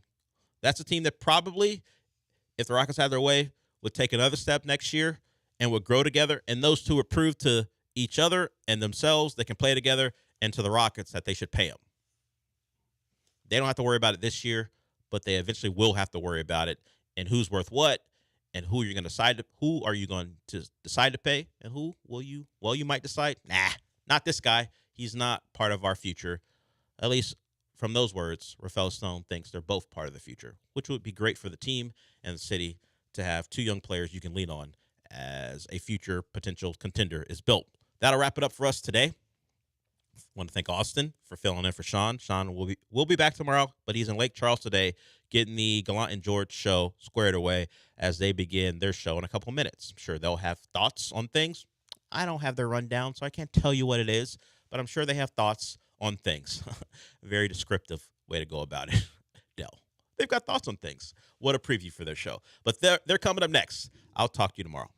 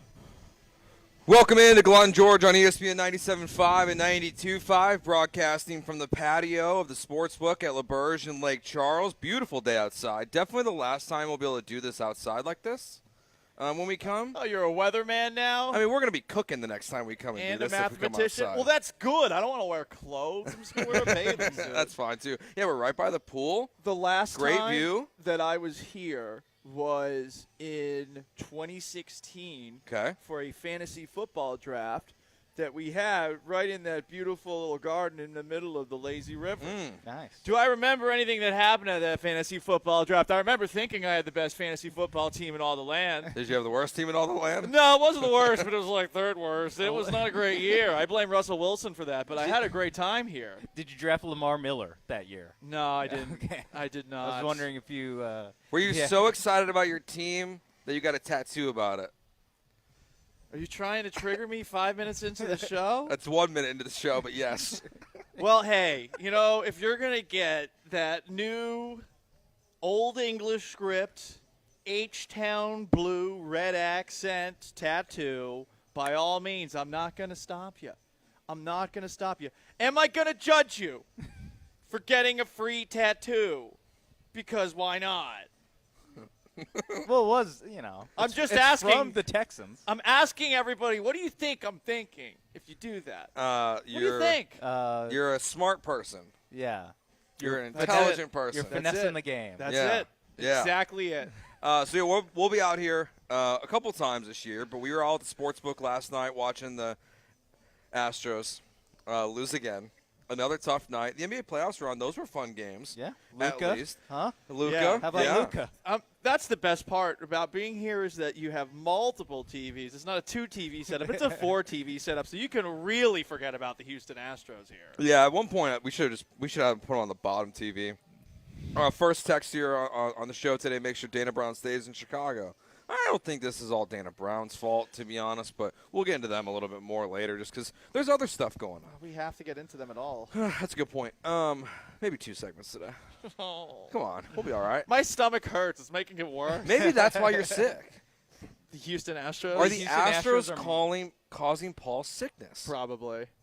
All your tummy aches are because of JP France. They've given me cancer. We weren't even checked. Sean wasn't even checked into the hotel before they started getting rocked yesterday. They were not. They were getting rocked before I was able. From the end of the show, before I got here, somehow in the middle they got rocked. Yeah, it's another bad day for the Houston Astros. They are terrible. But yesterday the Texans came out with the new jerseys. There was the jersey party, everything that was going on. But then there was a little media tour as well at the flagship. And Hannah McNair. Talking that talk. She's feeling herself right now. More than Cal is. I mean, Cal's throwing up the H with this big dog, and he got a new chain from Andre Johnson last night, which I think is hilarious. Cal is a man of few words. Hannah is not. Yeah, Hannah's very, very, very chatty about how she feels about the Tennessee Titans and everything that's going on with this organization. Is she too chatty? She keeps her ears to the street, if you will. Yes. Some could argue, okay, perhaps rabbit ears, maybe listening a little bit too much, just based off of the way that she handled some things over at the flagship. But she was puffing out her chest about how the Titans weren't allowing the Texans to incorporate as much of that light blue as we'd all have liked to see. And when asked if this is the arch rival of the Houston Texans, and I'm paraphrasing a bit here. Yeah. She basically said, well, don't they have to beat us for it to be a rivalry? Yes. She did say that. I do love hearing this, but at the same time, I do want them to realize that this was a 1-year thing and that they got to make it a 2-year thing, And it's going to be hard for them to do that. So to say first they need to beat us, they have been beating the Texans for most of the last few years. Last year was the change. I like a little trash talk during the offseason. Yeah. But, I mean, if you've been listening to us long enough, I think we're all just optimistic. I don't think we're guaranteeing anything for next season. We like what we saw last year, but the schedule this year is going to be brutal. I mean, what, Derrick Henry rushed for like 1,000 yards versus the Texans in 4 games? I was just about to say, I'm old enough to remember when Derrick Henry would set his career high every time he played the Texans. Your big brother's Titans, yeah. Yeah, your slightly older brother's Titans. So I really don't have an issue with, like you said, like I don't mind the trash talk. But it is one of those things where, like, they're feeling themselves really strong right now. And they deserve it. They got their quarterback. They got their head coach. They want a playoff game. They're making the push. But it is one of those moments where, like, these are, like, the recipe for a new chapter in the next book of Old Takes Exposed when he puts out his second book. Like, if the Tennessee Titans beat you in a game this year, she's going to be getting cooked online. The good thing is, I don't know that players get motivated by what owners say, and this does feel like it's Amy Adams Strunk versus Hannah McNair. It feels kind of personal, right? If between those two, which is even more fun, Cal's the strong silent type. Cal doesn't talk that much, but Hannah does not hold back. And I guess the little more quotes from Hannah McNair. She says she's heard people saying she's been particularly salty about the Titans. Here's what she said. I love this. Who started wearing it against us. If anyone was salty, their in-house PA was instigating it. It was unbelievable, but also wonderful because we finished the story. Okay? So, I mean, who's salty here? I do like this. It does add a little extra element. All I'm saying is I'm not, as those country folks say, I'm not counting my chickens before they're hatched. Yeah, it's a little early. Like, that's all. Like, I do love this. And also, like, one of the things that, like, not to nitpick everything she's saying, but finish the story, they're divisional games. Like, in season. Like, you can't really triumph this story and this rivalry until you go to a place that they've been, which is AFC Championship games. They've been to a Super Bowl. You've been to neither. Yeah, but you have 7 AFC South titles. Yeah. Doesn't matter, Joe. Doesn't matter, Joe. AFC South champs. AFC South Defending champs. AFC South champs. Are they? And still. But the Titans feel like they're like the little brother rivalry. We talked about this a couple weeks ago. Like, who could be the rivalry for the Texans? Like, is it the Chiefs? Is it the Ravens? It doesn't feel like the Titans. You don't like care as much as they try to do this. Right. You care that the Oilers left. You hate Amy Adams Strunk. But, I mean, have they ever been good at the same time? No. I don't think they have. You know, the Titans have had some good seasons. Don't get me wrong, but when was the last time where both the Texans and Titans were good? No, so obviously the Texans haven't been good that often, which is why, again, cautioning the McNairs, like, okay, we get it. You're feeling frisky right now. You know, you had a glow up. You had a makeover. But, again, it's been 1 year. Slow down. I mean, define good. Like, 2019. I was going to say, the Texans have 10 wins. The Titans had 9. They both made the playoffs. Probably then. There's some Bill O'Brien year because but the Titans went far that year in the playoffs, and the Texans got smoked by the Chiefs in the second round. They're set up to host that AFC title game if they held on to 20 Hey, 2016 they both went 9-7. That is the most Texans and Titans it's like season ever. I think the better question is, like, how often are they just both average or bad? Like, neither of them are both, like, really good.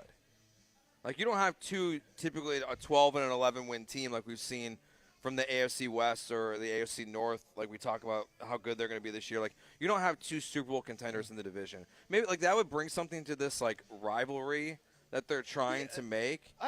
Maybe, but I think ultimately, Joe, it's like this is a team in Nashville, which is really not exactly a city that's – what's the word I'm looking for here? It's a city of fraudulence. I mean, Nashville is one of a few cities in the United States where just tons and tons of people are coming into it. I mean, is it a reflection of Tennessee? Not really, right? And look, I haven't been there. I have a friend, though, who it's like Austin. In Seattle, who moved from Seattle to Nashville. Like, tons of people are leaving. Exactly like Austin. I was going to say, I wonder if people say like Tennessee's not or Nashville's not Tennessee. Yeah, Nashville's I bet. not Tennessee. I bet a lot of people do. It's kind of like. I don't think Nashville wants to be Tennessee. No, I don't either, and I don't think Tennessee wants As Nashville evidenced to by, be in Tennessee. by their running water and electricity. I had to beat you to it, Paul. I love it. That was fantastic. So, I think a bigger part of it is the team left, but. You don't miss them that much. The only thing that you miss about them are those uniforms. That's legitimately it. That's the entire rivalry. And, the and you can't have a rivalry based in they left. I'm curious of what it's going to be like having left Seattle, who has a similar kind of complex with the Oklahoma City Thunder. They hate the Oklahoma City Thunder because they left Seattle and became that team. But also the Sonics are staying in Seattle. If there's ever a basketball team again, it will be the Seattle Supersonics because they kept it. So now it's just hate. It's one-sided hate. I don't think really there's that much that's coming from Nashville because I don't think there are really that many Titans fans. No, except for the guy very sensitive online ones. The guy with the gap teeth. Yeah. I was disgusting. I was gonna say the guy who just screams a lot and has the gap tooth. He's like the Titans version of Larry and Stafford, like very much so. Like he just screams into his phone.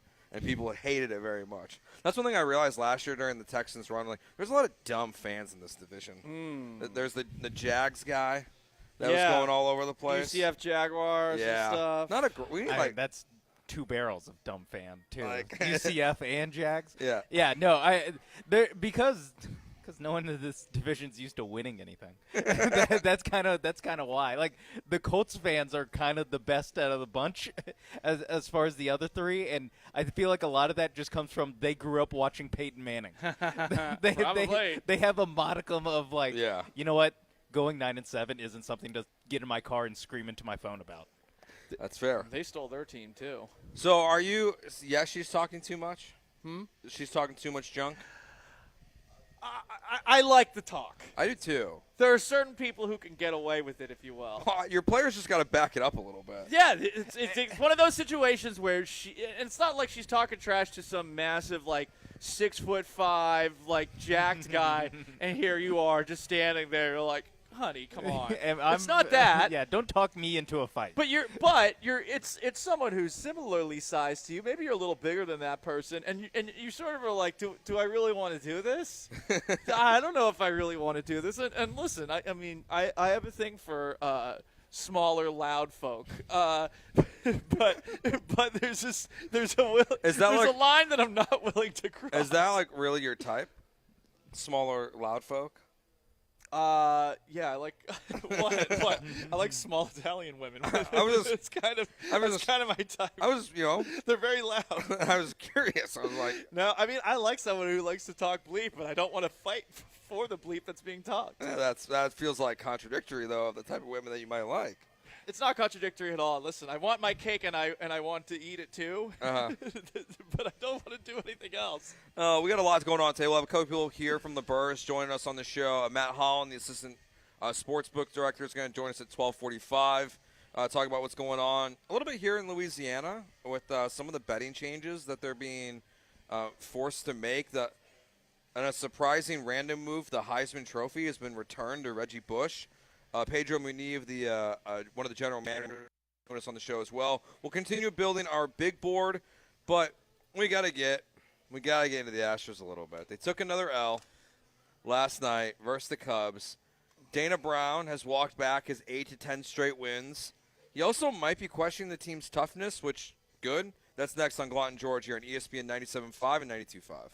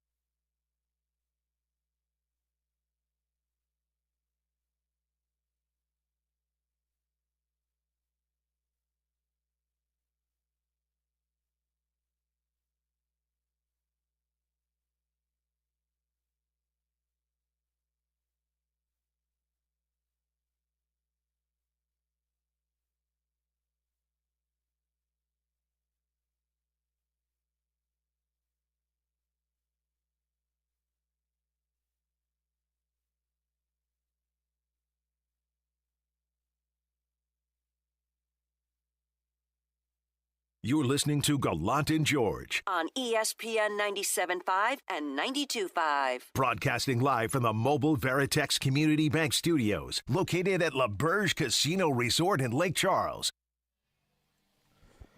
Broadcasting live from La Berge in Lake Charles. We're out here on the outside patio of the Sportsbook. Great place to watch the games. They got a bunch of stuff coming up here as well. They'll have a big screen out here. They had it out here for the Final Four, so they'll have that for big events. So UFC 301, the Canelo fight, maybe if the Astros play relevant baseball games at some point this year, they would bring it out for that. But, you know, they don't do that anymore.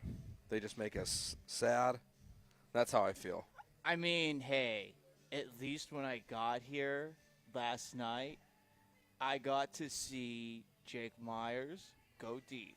It's Okay. the first thing I saw when I got here on the TV, and I thought to myself, okay, going to get changed, Yeah. come down, and I'm Here sure comes the comeback. the rally finally started. This is going to be the turning point for the rest of the year. Uh-huh.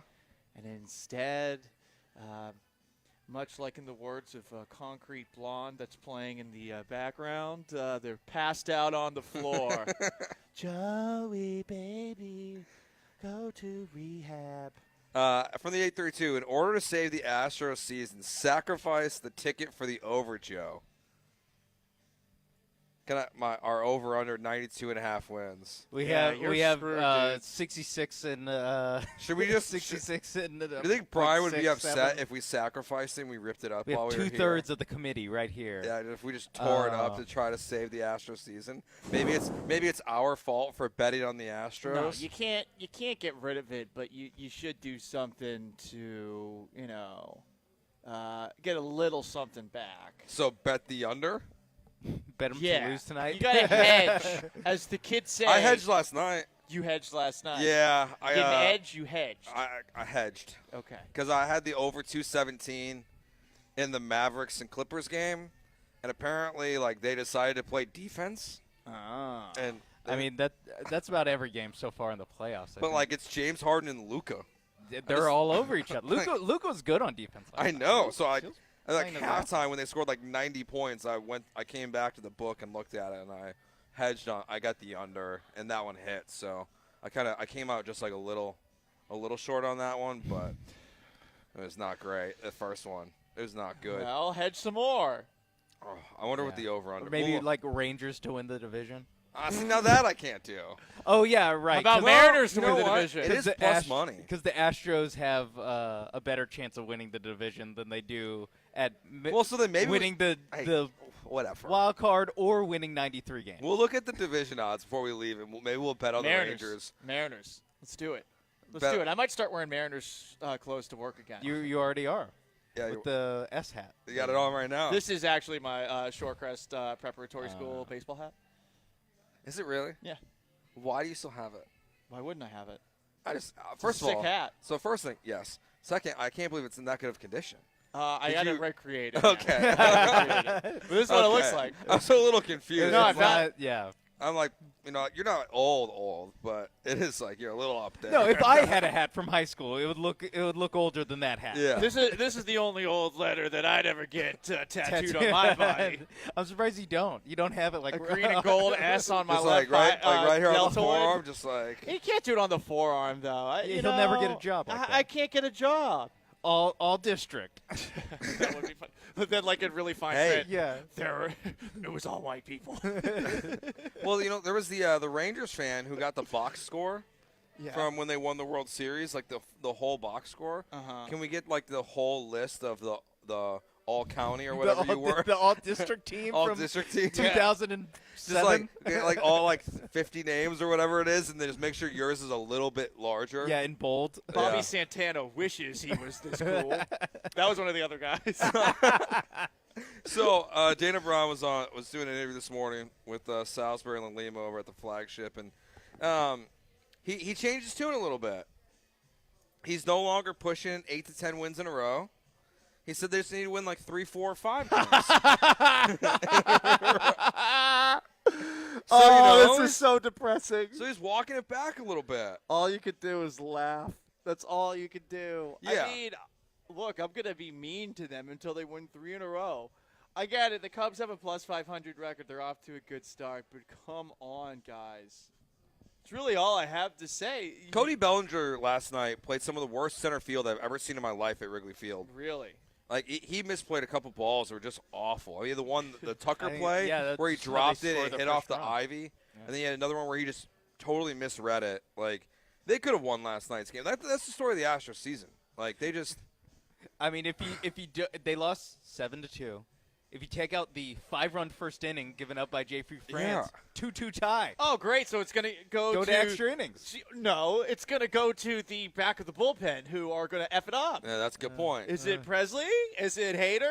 Is it Abreu? Which reliever that was supposed to be so good going into this year with a 6+ ERA will piss it away tonight? Check it out. Hopefully it's Taylor Scott, who only gave up 1 run. Hey, in his inning. he's got a below 3 ERA this season. Taylor Scott and Seth Martinez. Seth Martinez was only allowed 1 earned run over 2 innings. Hey, that's positive. His ERA 2.57. Taylor Scott and Seth Martinez have better ERAs than Abreu and Presley and Hader. Than everybody. Name an Astro. So what we're saying here is that going forward, Seth Martinez starts. I was going to say Scott closes. Yes. Well, and then what about Montero? Montero gets the 6th. Montero gets the 6th or 7th. Oh, he doesn't get the 8th. I guess someone has to pitch. Can Taylor Scott go 2 innings? Update on Christian Javier. They said he'll just miss 2 starts, but they did say that he's not going to. Part of the reason why he's not back now is because it's cold in Chicago, so he doesn't want to hurt his neck more. Because he's got a stiff neck. How cold is what it? So in the actual F? It's cold in Chicago, so Christian Javier can't pitch. How cold is it? It's 38 degrees. Okay, fair. No, it's not fair. And 15-mile-per-hour wind. Oh, my God. Which it makes it feel like it's like probably 20. Okay. Yeah, and he's from the Dominican Republic in Houston, so it's like 10 degrees. If he was on that, he should be dressed like an Inuit. If he was on that Caribbean contract for that Caribbean money, which is to say he was getting robbed blind, okay. No, Christian Javier is now new money Christian Javier. He hurt his neck while sleeping. We've all been there. What's the wind chill? Hold on. 15-day IL, Joe. Have you missed work for 3 weeks because you slept funny? No. The most I ever missed work is like 2 weeks. It's because my wife had a baby. See? Soft. I've never missed work. In the middle of the season? Soft. It was in the middle of the season. Was it in the middle of what season? I guess no, it wasn't because he was born in March. Oh, okay. See, so smart. I missed nothing. In between Astros I missed and spring football training. season. Yeah. Actually, it was a good timing. See, you're a good teammate. Yeah. Put the team above everyone else. You timed it out right. A lot of people should do that. I think it is. Yeah, you got to time it. You got lots of of time. I did tell Dana, I was like, when it's time for baby 2, I got to make sure we're not in the Super Bowl. Your window. wife Dana, not Dana Brown. Yeah, my wife Dana. I was about to say that. That is confusing. No, we can't have a baby when the Texans are going to be in the Super Bowl. So we got to make sure that timing's not. Make sure that's correct. But I think now you can aim for October and aim not for have October. not have to worry about Let's it. miss some regular season games and no Astros games. No, you will not miss an Astros game this year. I thought this quote was actually interesting a little bit. So this is what Dana Brown told the morning show over there. He said, quote, "I think we're still determining how tough this team is. I personally think they're tough, but some things need to happen for us to see the grit in this team." Oh, my God. So he's kind of calling them out a little bit about, how tough they are. That's not kind of. I mean, this is a team that's been to 7 straight ALCS, and the guy who's the newbie is like, I'm not sure how tough they are. I mean, he's basically saying that. Now, probably said it with a little bit more polish and spin, so it's not quite an abrasive confrontation comment. But, yeah, he's calling them out. Are they going to respond to that? Are they going to turn Dana Brown into a dartboard? Are they going to do what they do in Major League where, they're slowly, stripping pieces off of a cardboard cutout of him or something like that? Yeah. That would be a little weird, but, hey, to each their own. Yeah. Is he allowed to make that comment?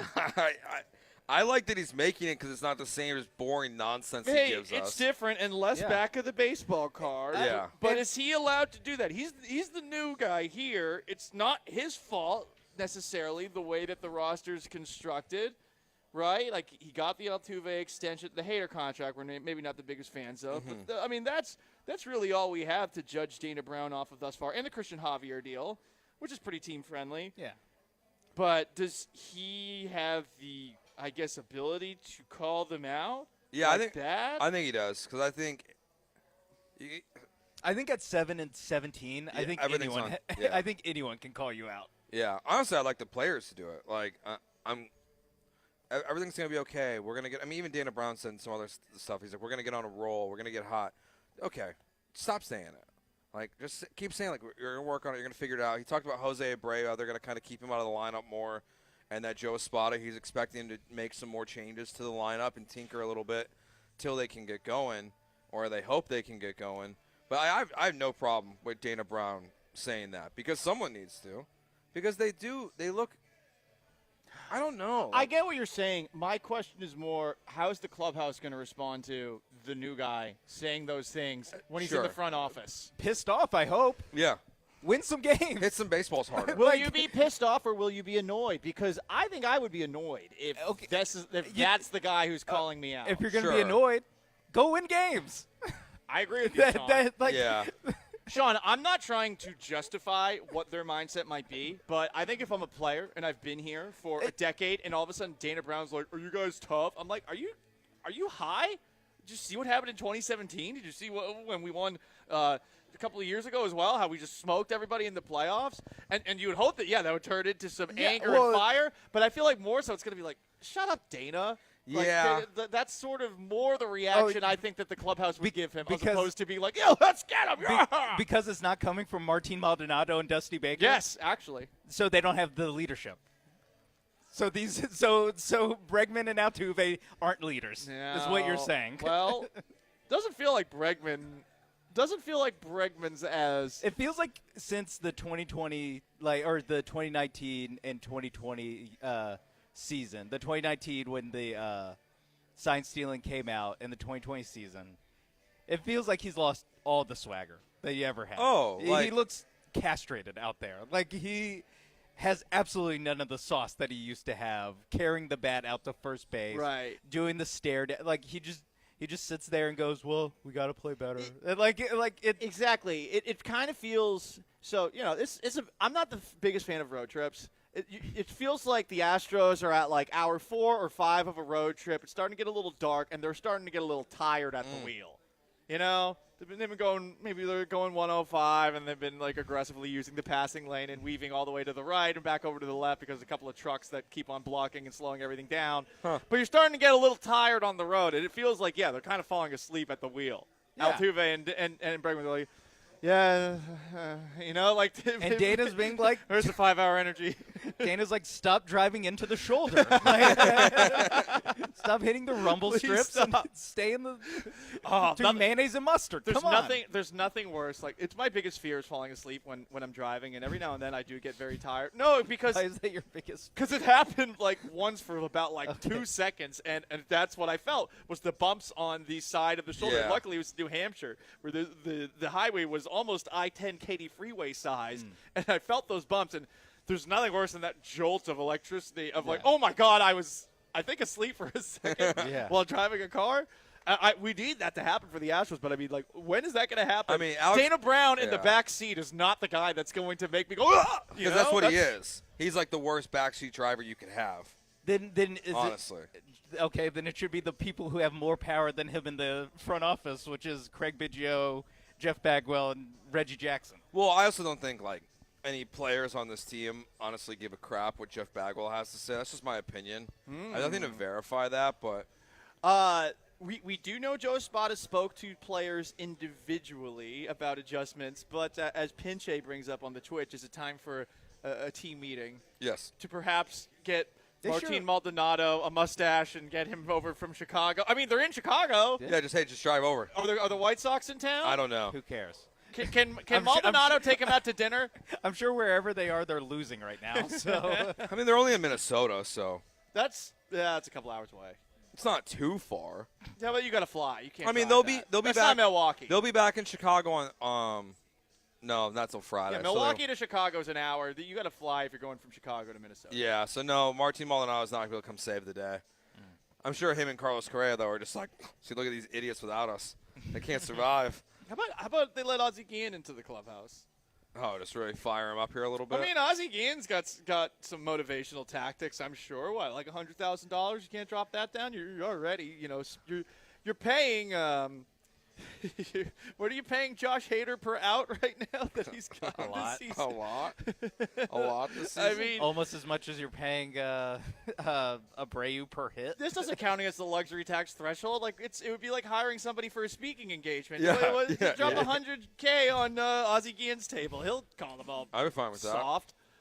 Someone needs to do it. I guess Dana Brown's the guy to do it a little bit without calling them. Yeah, I was going to say someone needs to do it except for Dana Brown. That's what you're saying. Yeah. All right. Who's soft these days? I guess Christian Javier might be soft. The Astros. Because he can't pitch in the cold. We'll do Soft Boys next here on Gallant George on ESPN 97.5 and 92.5.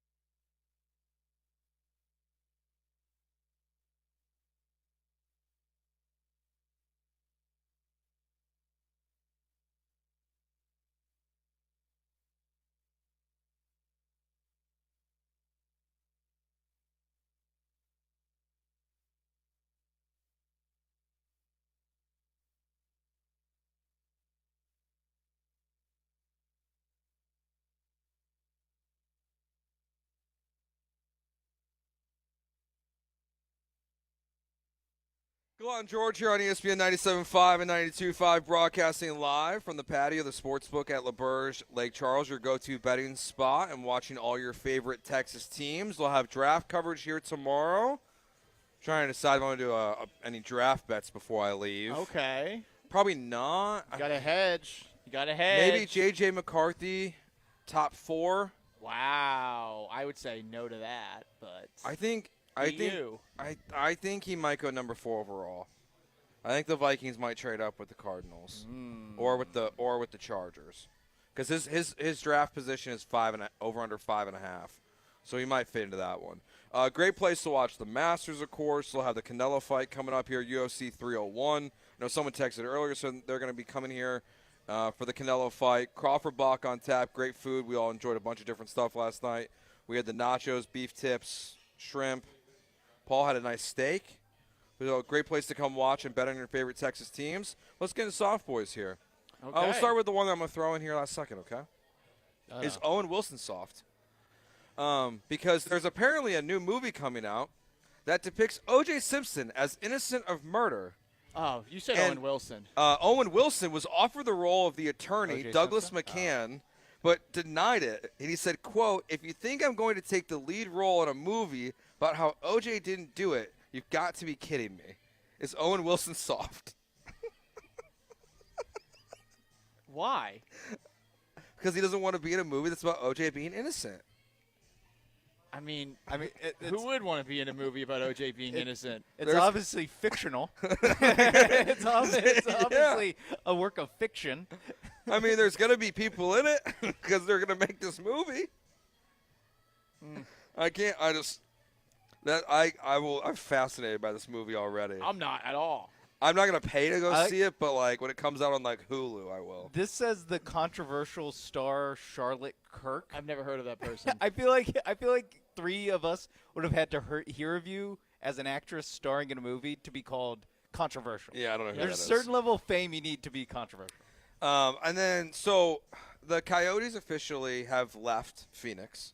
They, kind of like what we were talking about earlier with the Sonics, the history of the team, not that there's much, is staying behind in Phoenix.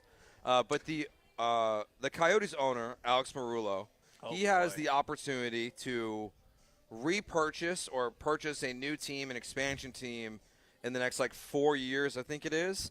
So they had a press conference, him and then the NHL's commissioner, Gary Bettman, and it was awkward. And yes, very. Here's an example of what occurred during this press conference.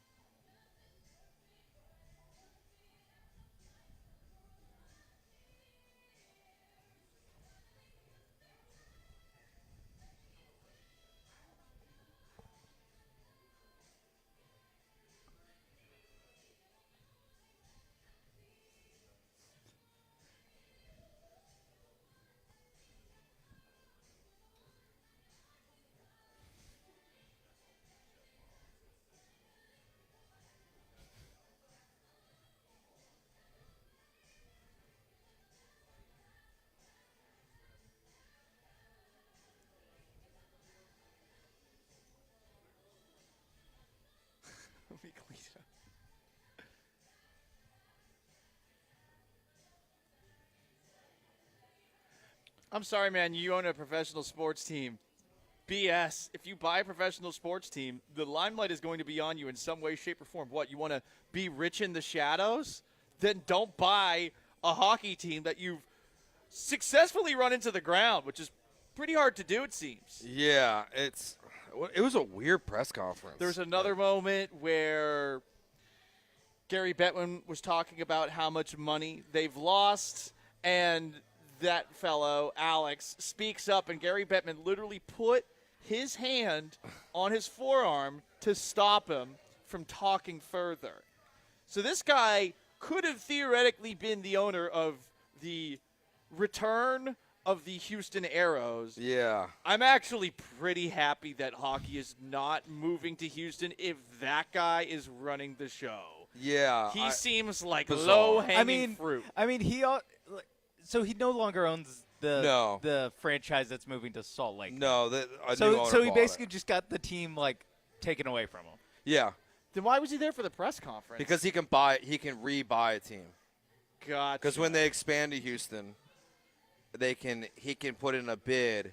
If he can get funding finally for a new stadium, he will get first right of approval or denial, either way you want to say it, to bring a team back to Phoenix. He has a 3 or 4 year window. So anytime the NHL expands, he has a chance. Yeah, at least in the next 4 years. I think that should be revoked. I think so too, and I don't think that he'll never get a stadium, so it'll never happen.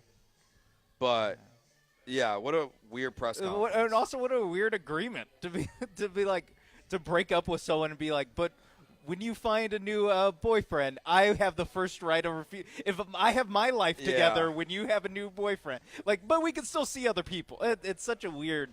Yeah, he basically just got like emasculated, like in every way you can. Not only getting his team taken away from, but also at the press conference. Yeah, the one where Gary Bettman like puts his hand on him and he's like, he's losing a ton of money. It's like I was like, oh, that's so weird.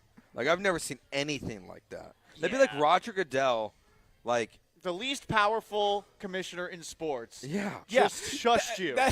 I feel like that we've overlooked that so far. We're talking about Gary Bettman is the one being like, all right, little guy, let's. How many lockouts have they had in the last 20 years? 4. I mean, they missed a full year. Yeah, they've had so many. And then we'll go to the UFL. Is that what it is? Right. Yeah. United Football I can't League. remember Because it was the XFL. Because it's for us. And there was the USFL. And there was another United Football League. Yeah. There's the AAF. Oh, I remember that one. Yeah. They lasted, 4 games? Yeah, I couldn't pay the players. There's the league with Johnny Manziel where you get to pick the plays. Oh, yeah. On the field. The fan, whatever. The fan league or whatever. Yeah. T.O.'s on that team, too, I think. But Wade Phillips, they have a sideline reporter that can ask questions to people during the games. And here's Wade Phillips in an interaction with the reporter that was a soft question.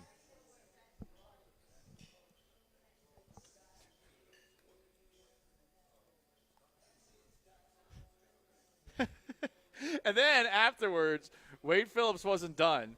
Wade, after the fact, he tweeted about it. Because Wade actually knows how to use Twitter despite being up there in age. And I love Wade Phillips.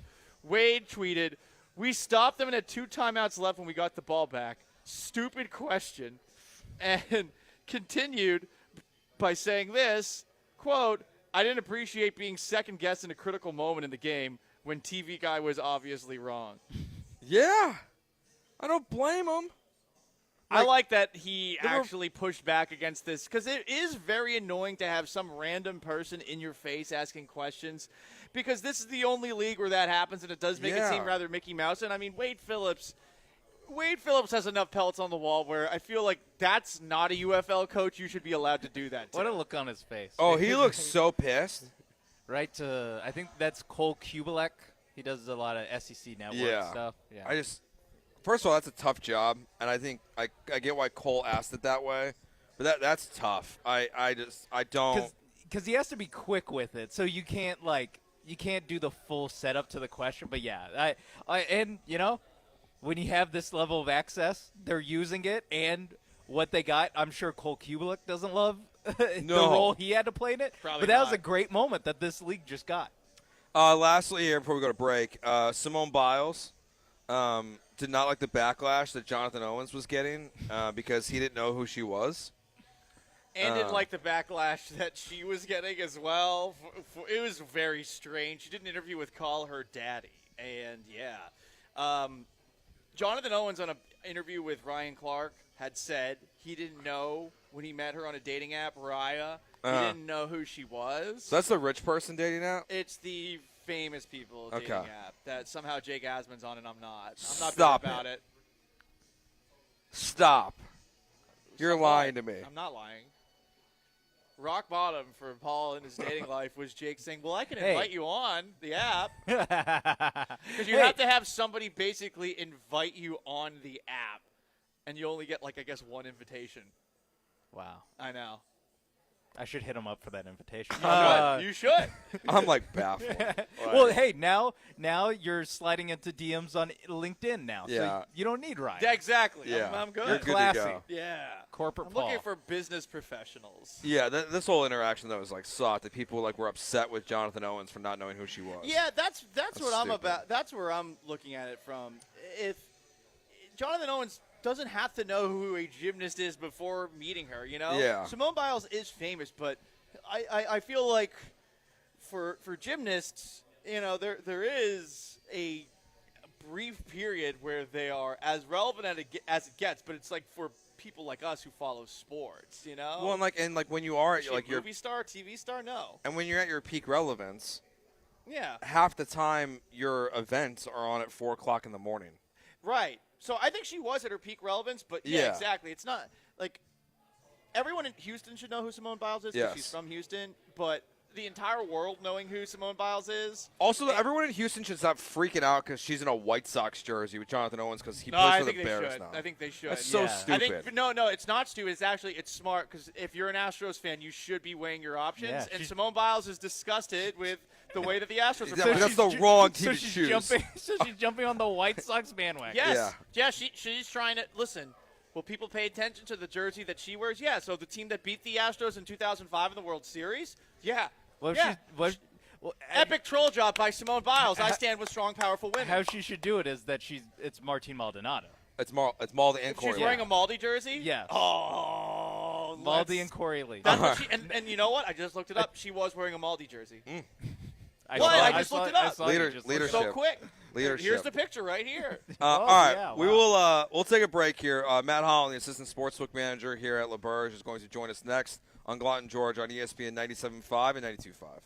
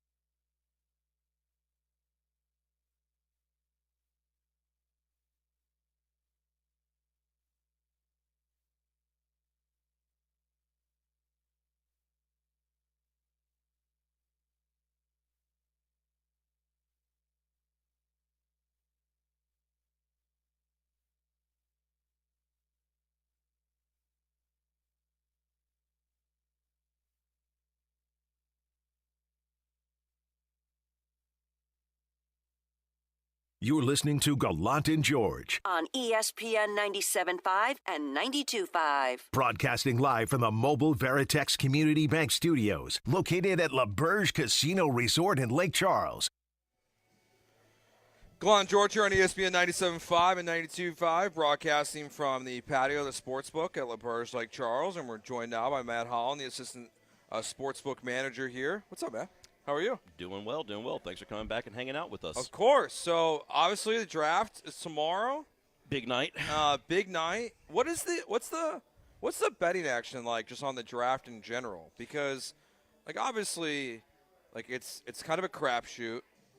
You don't really know what's going on. Like last year, we all saw Will Levis. One of our coworkers was like obsessed with him for some reason. Was like a minus 400 favorite to be drafted in the top 5. He went in the second round. That didn't work. So it's like it's the odds. We really don't know what's going on. There can be all these kind of surprises. So what's like the betting market really like for you guys? So with that, we've taken some bets on the NFL draft. Obviously, the most popular, thing is to bet on the number 1 pick. Well, the number 1 pick has been locked up for 2 years. So the odds are kind of out of whack. There's no value in doing that. But the thing that we're seeing a lot of some people doing small recreational betting is betting on position for your team. So we actually have those markets for each individual team. What will your team draft in the first round? Offensive lineman, quarterback, wide receiver, stuff like that. So I think a lot of people have been, looking at those markets more than anything else because there's really just not a whole heck of a lot of value. And throughout the next 2 days, we'll probably see stuff like how many people from the SEC will be drafted in the first round, how many people from the, Big 10, Big 12. Those smaller, novelty markets will start popping up. And we'll take in a lot more of those bets on Thursday itself as people start showing up to watch the draft in our venue. Gotcha. It seems like it's almost playing the lottery, though, with these bets. It really is, and I mean, it's more or less just like let's have some skin in the game. Yeah. And from the betting side, what I'm hoping is some people come in to watch the draft and put their $20 on this, that, or the other. But there's also 3 NBA playoff games, and since the draft has a lot of downtime, maybe these people that might be watching on one of the side TVs, watching one of the games, betting on player props or anything else like that. Okay. I imagine a lot of people aren't watching the Astros, and I got to say, these two have been complaining about a certain bet that they made here. Joe, what's going on? Yeah, well, we on our own went with the over 92.5, but Matt, you convinced us to go with the Astros to win the American League. What's going on? I showed you where the value was, okay? That I tell people all the time, my opinion is not in your wallet. That is your decision making. But I mean, we're 24 games into a 162-game season. It's pretty bad, though. Ultimately, I mean, what I saw the Mariners are 12 wins. Yeah. I mean, y'all are 5 games behind. The division leader. It's a long season, and you have time to fix the pitching woes and everything else like that. Let's everybody pump the brakes. Let's calm down a little bit. The sky is not falling. Now it's dark, but it's not ultimately the end of days. No, right now. we did get a suggestion earlier on the show from our text line. Someone says we should rip up the ticket. No. And try to reverse the curse that we apparently put on the Astros. I mean, it's not your fault directly, but I mean, if you look at the ticket, the ticket still has value though. It does because I mean, if you look at the betting odds. I think the Astros are still have the 3rd best odds to win the World Series. I mean, they're plus 800. There's faith out there, and don't rip up the ticket, please. I will never do that. I only rip on my losers. With the draft, are you guys doing this is like a new thing I've noticed, and I haven't had a chance to look at the odds. I was going to look at before I left. Are you guys doing like the trifectas, like they're doing with the top 3 picks? I think I saw on the app. So on the app, the online marketplace is a little bit more flexible with that kind of stuff. Yeah. In the retail market, we are not doing that Okay. to where you can pick like the first 3, picks. Yeah, who the first 3 picks in the NFL draft would be. A lot of that stuff, our system doesn't allow it to parlay it that way. You're just better suited to be on the online market, unfortunately. To do that makes kind of sense. stuff. Yeah, you can download the ESPN Bet app. Absolutely. It's all the same. So, we were talking about this a little bit yesterday before when I first saw you. So obviously, like right now, Shohei Ohtani, the Jonte Porter stuff that happened, where like he got a lifetime ban. Kind of all when that was happening, the state of Louisiana decided that they were going to no longer allow prop bets on college sports. Yep. And you told us that you're in favor of that. Absolutely. Yeah. Why is this a good thing that's happening? So, especially you see with the Jonte Porter stuff that even professional athletes can be compromised. I was trying to think of the right word. And I think if you get to a collegiate level, I just think everybody says, well, they got NIL money. Not everybody has NIL money. There are bigger name athletes at certain colleges that they're going to offer these odds on. And it's just I don't want to do not want one of these kids to be put in a position to where they can lose their potential livelihood, prison time, whatever might come about from it because of a financial decision that somebody else is putting in front of them that they don't even they don't know the consequence of. And that one thing about the Jonte Porter thing is you see how they caught it very quickly, and maybe just not giving these kids the potential just to screw it up. They realize, oh, man, this guy got caught. I could get caught as well. And I think the betting markets will also find some other ways to allow not individual bets, let's say, Corum last year for Michigan, anytime touchdowns. Maybe it's, instead of having his anytime touchdowns, it's total rushing touchdowns. It's total receiving yards. It's team receiving yards, team touchdowns. The market will trend that way. That way you can't necessarily pin it on one individual person. And markets adapt. That's what they do. But I don't want one individual kid saying, like, oh, my over-under is this. I need to drop this pass. I need to make sure, hey, quarterback, I need you to throw me the ball. And it's a whole lot of windows that get shut whenever they, remove that. So I'm fine with it. It does seem like a lot of the sports books are doing a very good job, though, of catching these things before it happens. I forget who was that pitching coach for a college team, Alabama, right? Yeah. And he was, I mean, if you want to, they flagged that quick. You want to, if you go read that story, I mean, congratulations on just a clinic on how to get yourself caught. Expert class. But yeah, the one thing about betting becoming more accepted and widespread or legalized is we can see the trends, and it takes away any of the guesswork. Before, when the old days of bookies and everything else like that, you would never know about it because nobody wants to get caught, right? Or don't want to give up the profit. But these things, these trends, people make mistakes. And whenever I got the email, saying, hey, did y'all take any suspicious wagers on this? I was like, no, why would we take a suspicious wager? And then you see, oh, somebody put an $80,000 player prop parlay involving Jonte Porter. I'm just like, why? Why? It's his family. I mean, even worse it's so. Himself. Yeah, exactly. These people are going out of their way to get themselves caught. Yeah. And, but at least, we can, whenever you have a whole bunch of people looking at it, you can find the suspicious behavior. Anything interesting for when you look at the NFL draft odds that you've seen in the market, or any bets that stand out to you personally? Or I mean, not really. I've never been a huge fan of betting on the NFL draft, just because. I mean, all betting is speculative, but just because Schefter sends a tweet, or somebody's playing top golf with somebody, as we were just saying, that influences the betting market. I'm sorry, it doesn't fancy my interests. I will watch the draft just like everybody else. Yeah. I mean, I'll see what my Bengals do, and we'll, move on from there. But it's going to probably be on mute while I'm watching the NBA playoffs. Yeah. I kind of agree with that. I don't really see betting on the NFL draft as like a valuable – of everything you can bet on. It's the one thing I just couldn't imagine doing it. Because, first of all, the odds aren't that good. Exactly. Really, ever. Like, there's not really much value. There's not much value. It's so hard to tell. Personally, for me, I'm not a big fan of, it's more like the NBA draft. I didn't like what was happening last year with Shams Charania, where he's a reporter, but he also works for, FanDuel. And it's like he's tweeting out information, and the line is, making these big swings. Mm-hmm. And it's like, I just think that's, this sketchy area where a reporter works for a gambling company. Mm-hmm. And it's like you're seeing, major changes. So I'm kind of out on betting on the draft, I would say. 100% agree with you. And then you also have the arms race between, the NBA draft, the arms race between Shams and Woj. Yeah. I will never say who they're picking, but they're lasered in on, they are in talks, just like the coded language, and they're just trying to beat each other by 15 seconds to get the clicks. I mean, yeah, it's not for me. I'd rather just, watch and enjoy.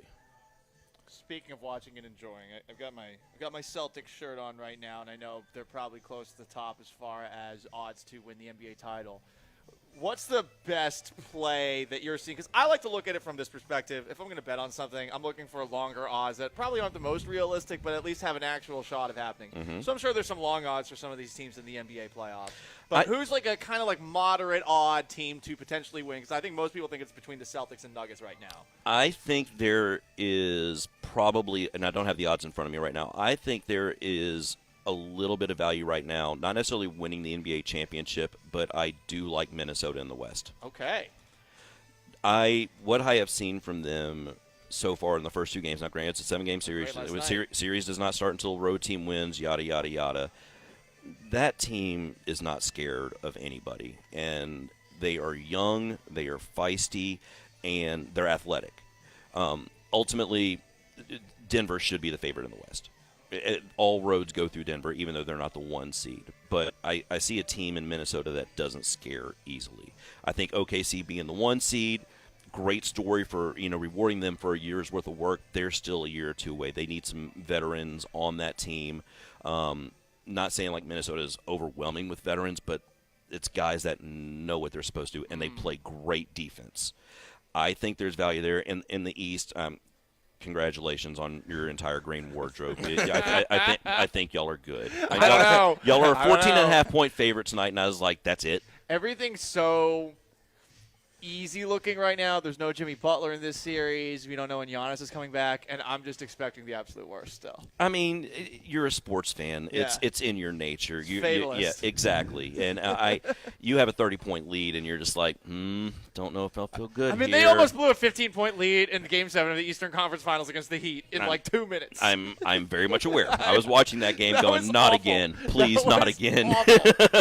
But as far as value, if you're betting NBA right now, the value is on the West because I think it is top loaded. Gotcha. And I think you can get creative if you want to, make some money off your Celtics winning the East and pick 1 or 2 teams that are not named the Denver Nuggets, put those 2 together, and try and get yourself an NBA Finals matchup. And then the other thing is, if you do something like that, and let's say the Heat are up, or the Celtics are up 3-0 in the Eastern Conference Finals, and you have one of your teams on the other side, you can hedge that bet by taking the other side, just trying to lock up a little bit of money. We had several people that actually did that for the NCAA tournament. They had South Carolina winning the women's bracket, and then they also had UConn win the men's. When South Carolina closes it out on Sunday, a lot of people just came in, put down their Purdue money, and said, I'm free rolling, we're good to go. So strategic betting in that way, I think you can get a little bit of value out of it. Okay. He is Matt Holland, one of the sportsbook managers here at LaBerge Lake Charles. Thank you for joining us. Thanks for the hospitality as always, and enjoy the NFL draft and be a good time. More fun things we can bet on. Absolutely. Like the NBA playoffs. Hell Appreciate yeah. it. Thanks for coming by. Of course. It's Gallant George here on ESPN 97.5 and 92.5.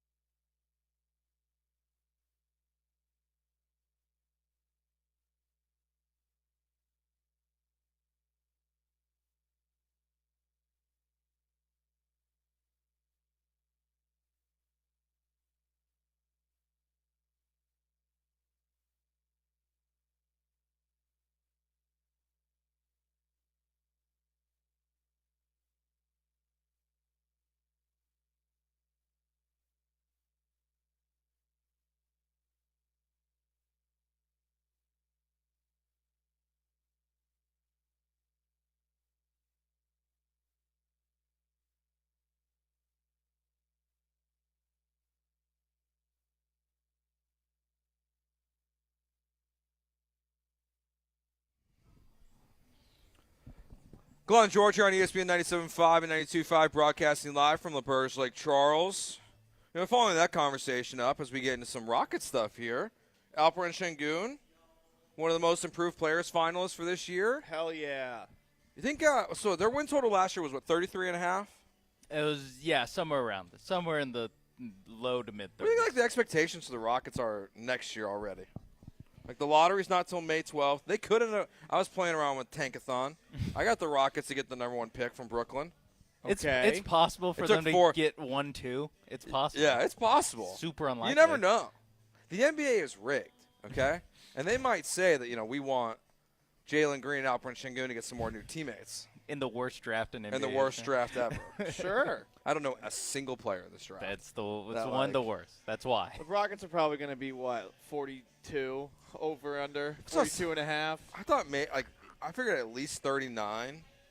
And that's even, before, they potentially make a big, Donovan Mitchell move if they were going to go down that path. But I would imagine, you have to put them at least 41, 41 and a half.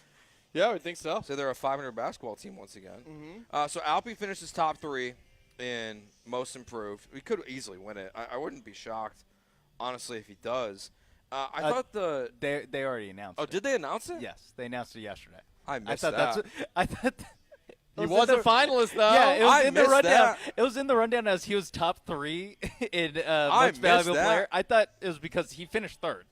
Oh, I didn't even realize that. I was so focused on the Astros being absolutely terrible. Okay, I think it was in the middle. I think it was announced in the middle of JP France giving up 1 million home runs. Yes, Tyrese Maxey won most improved. Kobe White from your Chicago Bulls, number 2. And 3rd was Alperen Şengün. I was too focused watching on YouTube the Houston Texans new uniform party. Yeah, that too. Is that what you were the doing uniform last release night? party Really was distracted by that. Did they live stream that thing? Probably. I was saying, I can't imagine people. I mean, they have been flexing up a storm over the last couple of months, and hey, you know what? With good reason. Honestly, I wish somebody would flex up a storm. This city is just. Well, maybe the Rockets will do it next. Sure. They're flexing up a storm. Yeah, I mean, to do what the Texans did, all they need to do is, lose in the first or second round of the playoffs and then get new uniforms, and then everyone you can get tattoos. I don't know. Can talk whatever he wants. I think with the Rockets, they need to go more than 2 weeks without Ime Udoka calling them all soft. That's fair. I think he just does. I've come around. I think he just does that. That's his default response to what went wrong. They're soft. That's but see, I like that. It's way different than what we were talking about earlier with Dana Brown. When Ime says it, I feel it. I'm yeah, he's unhappy. He's talking also to children. To be honest. Well, hang on. Most of them are barely allowed to drink alcohol, and he's calling them soft. So I think that's very fair. He's also a coach. Yeah, he's not doing it to Jose Altuve. Yeah, he's also I don't know, been to the NBA Finals as a coach in his first year. So it's much more valid than Dana Brown alluding to the Houston Astros being tough. There's a lack of toughness, right? Large difference there. There is a little bit of a difference, but yeah, I guess next year there will be some extra expectations. But I think for most people, okay, the 11-game winning streak was fun, but it didn't really feel reflective of who they actually were. I do think, but they still won those. They still had a 41. Is even if those wins were interspersed throughout the year, they still the record is 41-41. Yeah, that's true. So I think the Rockets are going to be a fascinating team in this offseason and then going into next year. Alpi though, to finish top 3 in that, I think is obviously very fair. I probably would have had him in front of Kobe White. I also don't like Tyrese. The Tyrese Maxey thing is kind of the. It's what's wrong with the award. Because it's just because James Harden's not on the team, so he shot the ball. And Joel Embiid missed the middle 40 games of the season. Well, so it's and Şengün missed the last quarter of the season too? I'm saying because Embiid missed so much time, Maxey then went from being the 3rd option on the Sixers to the number 1 option on the Sixers for half the year. Yeah. I'm not sure. I mean, he probably improved a little bit. But did he actually improve, or did he just get to run the show more? That makes sense, yeah, because I thought he was pretty much exactly this last year. Everyone was like, he's their 3rd best player. He's really, really good. If James Harden stays, then maybe they'll lose again in 7 games to the Boston Celtics next year. And he was the, 3rd best player on, were they the 2 or 3 seed last year? And this year he was, the second best player going into the season. Again, Joel missed about half the season, so he was about the first or second best player on a 7th seed. Like that's Hell yeah. That's about what you get when you get the third best player on a 2 seed, their own team. They turn into the 7th seed. I don't know if that annoys me more, or I don't like that if a player is injured, that they don't count that as their rookie year. Oh, like the Blake Griffin, if you don't play, yeah. Chet Holmgren finished. I don't know if they announced that one. I don't think they did. So, but Chet Holmgren's a finalist for MVP this year, or Rookie of the Year, with Victor. I'm like, that's so stupid. It is weird. Because his contract still counts. Yeah. Like, it's not like his contract was on pause. He's still in the 2nd year of his contract. It's like he's just not a when rookie. It's just when you debut, that's your rookie. I think that's so stupid.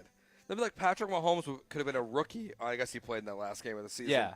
But and how so dumb. What do you think about that versus the MLB way, where it's like you have to hit a certain so you can debut in one season and then still win Rookie of the Year the next year? It's like also that, impossible that to to figure me out. is also just like mind blending of like I think it was Randy Arozarena won like ALCS MVP in 2020. Yeah. And then won Rookie of the Year in 2021. Dude, Ronald Blanco.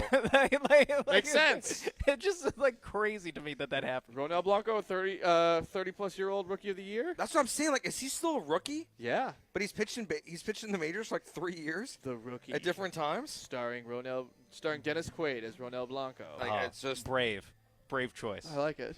Yeah. What a weird thing. Owen Wilson said no to that role. I still can't believe they're going to make a movie about OJ being innocent. That blows my mind. Who decided to write that?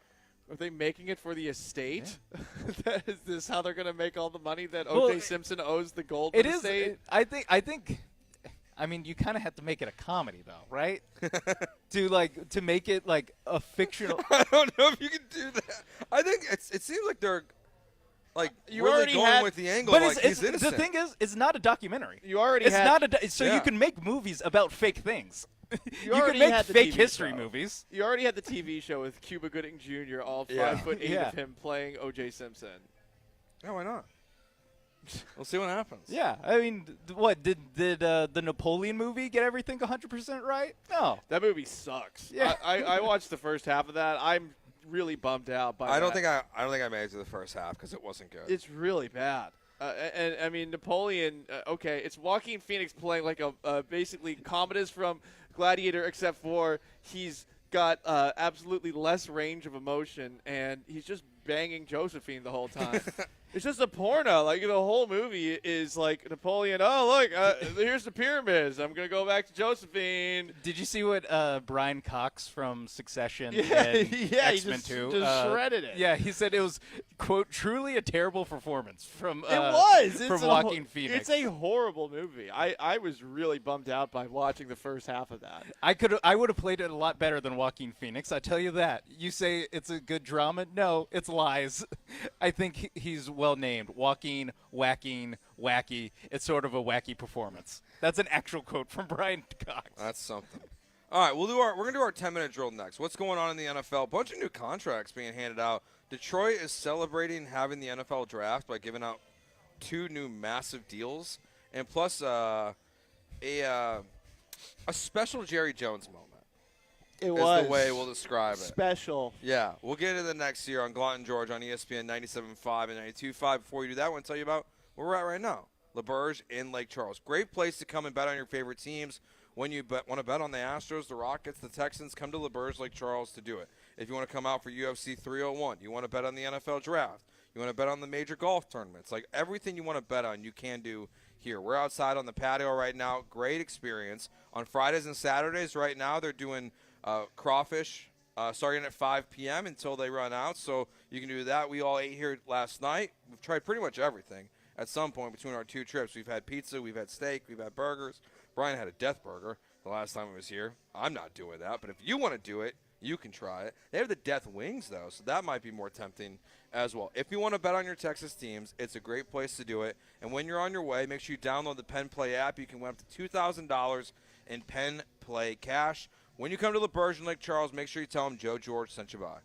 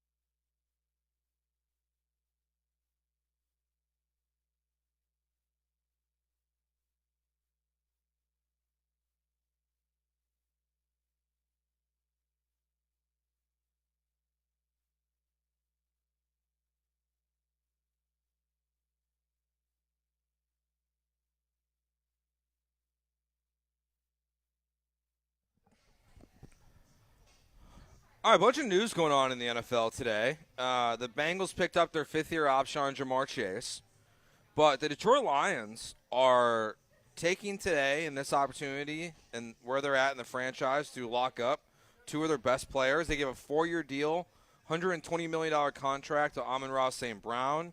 $77 million of that is guaranteed. That was about 40 minutes ago.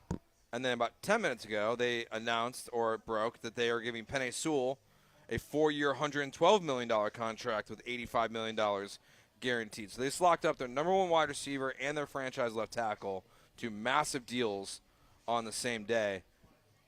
Detroit is back. There's jobs in Detroit. Are they back or they have arrived for the first time? Well, Detroit used to be the capital of industry in the United States, That's I'm true. told. That's true. So now there's jobs in Detroit again. Yeah, well, apparently the jobs don't include making good signs because I don't even know how to describe this. They were going to make a Hollywood-like Detroit sign for the NFL draft. It looks like the renderings they showed, it's massive. It's supposed to be this massive thing. Instead, it's Detroit like going up these little stairs, and it looks like the worst thing I've ever seen. It's Detroit going up the stairs, worst thing you've ever seen. It looks very a very bad sign. It's a crazy when you see the I don't even know how to side-by-side. describe it. Like, it is. This is what it looks like, Paul. This is what it's supposed to look like. This is what it actually looks like. Okay? Like, it looks like this, wow, that is not. Like, it's hard. That is not. It's what so they- bad. It's so bad, it's hard to describe. That is not what they imagined. Yeah. That is nowhere close to what they imagined. No. Look it up for yourself. The before what it should have been Just and like, what it yeah. actually is. Go my. on Twitter, just search Detroit Hollywood, and it will pop up for you. It is almost impossible to describe. So are they gonna, especially next to the rendering? Are they going to strike it? Are they going to get No, rid that's of what it? that's people are seeing when they're getting No. into the draft. Yeah, people real. are showing up to the draft and taking pictures by it. Yeah. Ironically, Throwing now. up the D. Yeah. Oh no. Eminem himself. No, I don't know. Oh boy, that looks so. Think we'll get an Eminem appearance during the draft? We at will some point? 100% Oh get yeah, Eminem. he will be He was, shoved in he was, your he was on a face. commercial with Yeah. with was it Goodell or Peyton Manning? One of the two. The real question is when we do have Eminem foisted upon us, is Eminem going to be like that one time where he seemed to be tripping balls Dude, that is in the radio in the TV booth? Who was that with? Was Kirk it, Herbstreit, right? It was with Kirk Herbstreit, and was it Fowler? Was it or Chris Fowler? Nestler? I think it was who was the guy? Who's the gambling guy? Oh, Musburger. Brent Musburger. Musburger. Yeah, it was Musburger. Shout out to Yeah. Easton, yeah. And just Eminem's just staring out into the abyss. He was so gone. And then he tried to claim it at one point he wasn't, and I'm like, Yeah, I I think forgot. that's I worse. forgot what he said. He gave some excuse that was like, I was not on drugs. Like- Where it was like, I don't know, buddy. I think you're on drugs. yeah, you're on definite drugs. You may not remember. Yummy. You may not remember because you're on drugs. And then let's see what else is going on. Oh, Rashad Bateman got a new deal from the Baltimore Ravens, I guess. Okay, they don't throw him the ball enough, but they're I going to forgot. keep him. I forgot that they had him. Yeah, and then we have Jerry Jones. Jer Bear. You want to set this one up? So Jerry Jones was being asked about the Cowboys, their positioning. I'm sure about the all-in quote, and I don't know if he has been studying math at the Joe George Kids Hey, for come Can't on, Do man. Math Good, but here is Jerry Jones. Just let Jerry talk.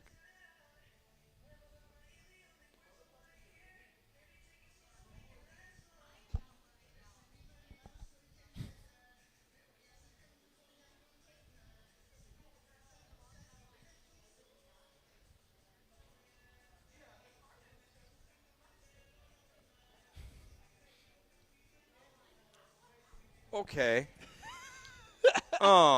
He had it flipped. Right, they're the I guess 24th worst. they're the 7th or 8th best team in the NFL. But if he doesn't want to Yeah. do the math, he can just say the number and just say worst instead of best. Yeah, and he would be right. that's tough. 81 years old. 81 years young, I'll say. Yeah, Jerry's one of those guys where I I wonder if every single time I can't imagine like what his son thinks. Like when Steven? when Steven knows that Jerry's Let's take gonna you host, to bed. Let's take you to bed. Yeah. Jer. When he's like when he goes like, "Hey Dad, you really gonna hold this press conference today? Like, you sure I can't handle this one?" Do you want to have a cup of coffee or something before you do? Yeah. Like, you want to? Well, and then he blamed the left tackle they lost to the Jets, Tyrone Smith. He blamed the Ezekiel Elliott contract, who's not on the team anymore, as the reason why they lost him to the Jets this offseason. Yes, exactly. Because they couldn't sign him earlier. I don't know if it's. Could that be the reason? I don't. I'm searching for a reason. Maybe there's still some dead cap space attached to Zeke's contract. That's part of it, but. To even now, but Zeke's been off the team for what, 2 years? Yeah, we don't. Yeah, I think it's more likely that he can't do math. Yes. You know what he needs before every press conference? He needs that alarm that Paul has that makes Paul do simple or relatively simple math problems before you can undo your alarm. 3 per day. Yeah. So just give him a couple I don't know, 7th grade math questions and all right, he's good to go. Now we can proceed with the press conference. It's like a competency test. Yeah. I was trying to soften it, but yes, a competency test. It's like the S2 test. That apparently no longer exists. I would love to see his results on the S2 test. Well, I think C.J. Stroud killed the S2 test. He did kill the S2 test. I don't know if anyone took it this offseason. It is the one I've not heard I listen to way too much draft content. I've not heard Daniel Jeremiah, Todd McShay, Schefter, a single person bring up the S2 test, the Wonderlic. I think they finally have killed that stuff. Why would you want to take it these days, too? All the leaks that come out around draft season, some of which are being done by teams hoping that a player that they like is going to fall into their lap. Others maybe done out of spite. I don't know. But there's so much that comes out. Why would you want to take any of these tests now, especially if you're a good enough player? It kind of makes you feel bad for the players who are in the middle rounds and stuff who don't really have much of a choice, who are being told, you're probably going to be waiting a little bit of time. Because when these details get out, generally it just makes someone look like an idiot or an a-hole until they actually get to prove whether or not they belong in the NFL months later. I looked up Caleb Williams' S2 test because I figured if anyone's S2 test became public, it would be Caleb Williams.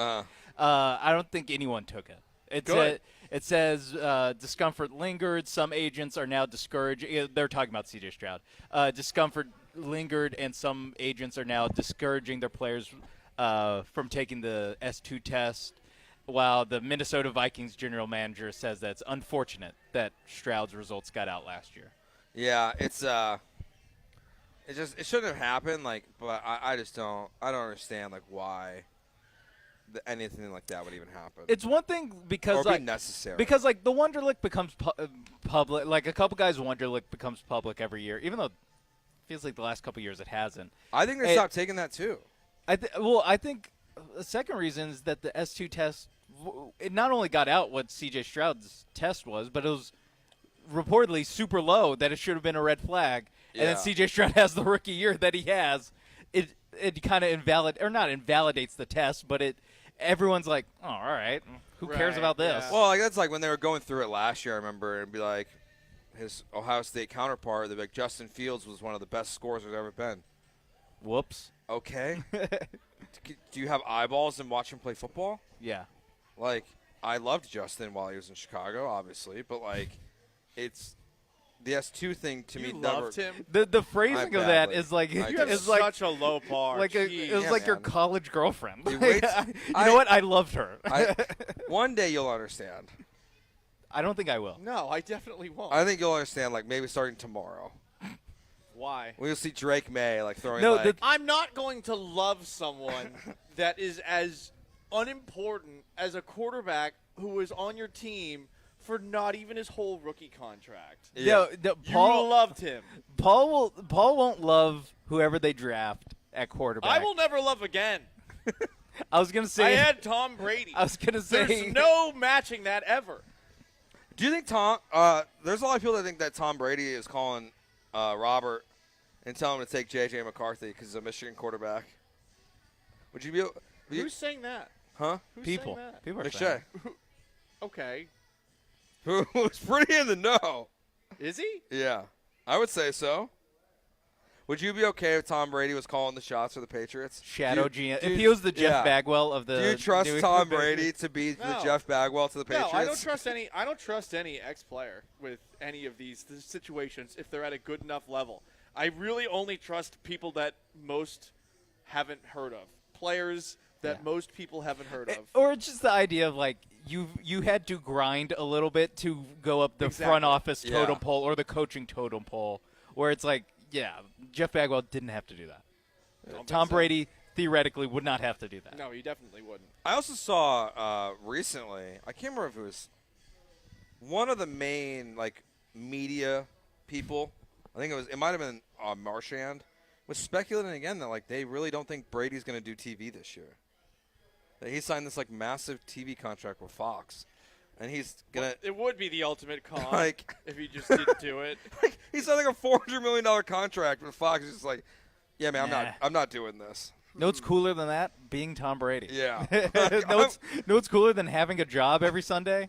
Being Tom But Brady. it is pretty cool to be on retainer for Fox Corp to come to the occasional corporate retreat for the nice $300 million contract or so, whatever he got. He does like a couple of appearances just to, make sure the contract stays valid Just or keep whatever. kicking But the can down yeah. the road and steal. I mean, take the money that is rightfully being paid to you because guess what? You're worth what people are willing to pay you. If they're It's true. actually paying him his full contract for not calling games, You're like crazy. Whoever, like that guy should be fired. Whoever signed that contract should be fired. I will say, if I was Tom, I wouldn't want the job anymore. So, because no one's gonna like you. Why Because not? Greg Olson's very, very good. Brady might be better. I doubt it.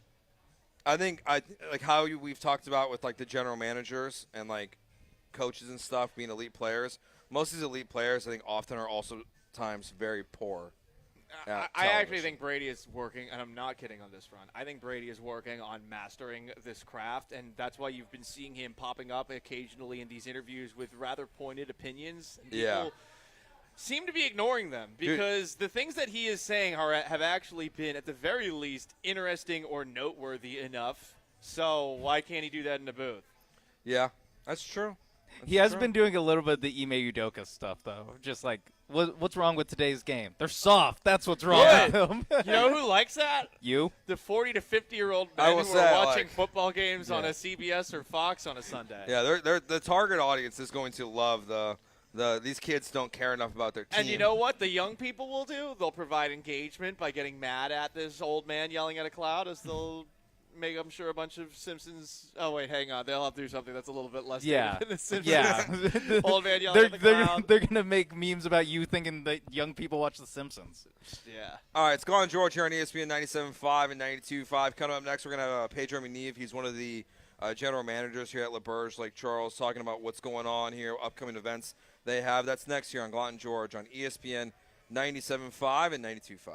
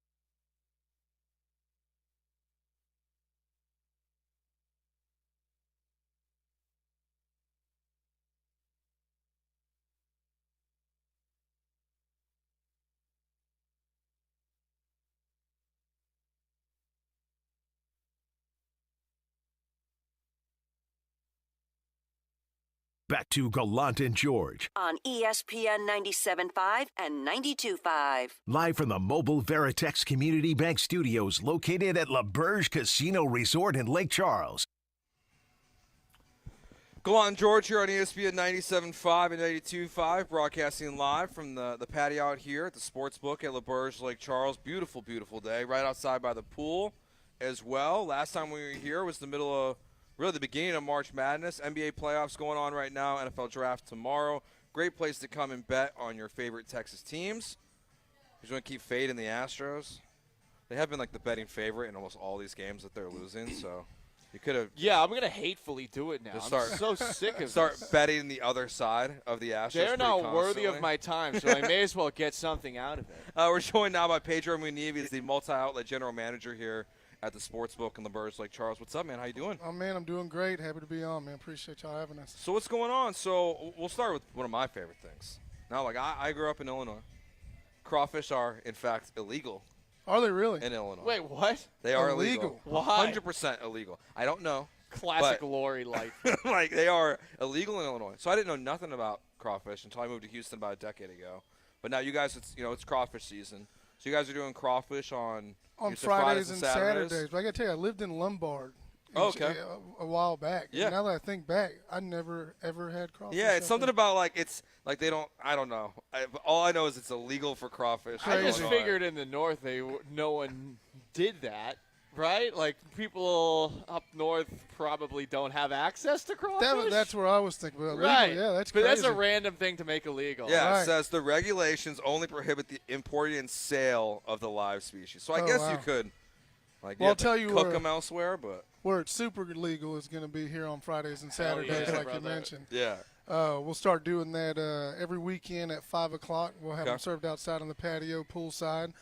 So, yeah, we're really excited. We rolled it out last weekend, had a good turnout last weekend. So, y'all come out if y'all want some crawfish, man. Nice. It's a good pool spot. I did a fantasy football draft in somewhere in there. I don't really remember the specifics. Back in 2016. Let's I really do it love again. this pool area. Yeah. You know what? I I'll was try to thinking, drag all those dads back over here to see if they can still handle it. They're all older. I'm almost a decade older now. Right. What's your go-to with crawfish? Like when you do it, you go sausage, always potato, corn. What's your favorite part? It's Yeah, always corn, sometimes potatoes. I don't really get down with the sausage on the crawfish a lot. Yeah, I'm pretty just usually corn, potatoes, crawfish myself. Yeah. Like I don't add much to it either. If any. If not, I'm just, keep the crawfish trays coming. Yeah. So what else you guys got coming up? Obviously, like it's summertime. Oh, man. So like it's a beautiful time of the year. Probably the best time of the year, honestly. Like before it gets too hot, right? And the It's weather's kind of in been this super window. cool. Yeah, we're really looking forward to May 4th. That's Cinco de Mayo weekend's a Saturday for us. Kind of have a twofold event going on. We'll be outside at the pool. We'll have a race day at the pool event, live entertainment, some DJs, some cool interactions outside to be able to watch and enjoy that. The Kentucky Derby, that being. And then inside we'll be showing at the Sportsbook UFC 301. We'll have the Canelo fight going on, and then kind of. Are those the same day? Those are the same day, overlapping. So we're gonna. I we're never gonna pack the understand house, boxing and UFC. Together, right? Like what? Dude, spread them out, man. Yeah. Like spread the love a little bit, so you guys can have events on back-to-back. Correct. And I can I don't know. It's one of those things that they do, like those two sports do, that they never. I wish they would just coordinate a little bit. Yeah, let us support both of you, man. Yeah. Yeah. So that'll be an awesome day.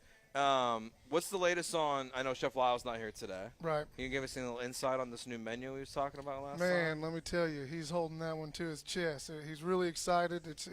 Lyle's been here for 18 years, and so we're never displeased with anything he puts out. It's always a banger. I know last time we put a little bit of that heat on you guys with that Death Burger, but he holds that one close, man. It'll be coming out pretty soon, though. And so then that big event you guys have coming up, how do people be part of it? To be with the pool, Kentucky Derby inside, is there registration they need to do? Or anything they need to know? For the Kentucky Derby event outside at the pool, you can actually get on the Ticketmaster and get your tickets there.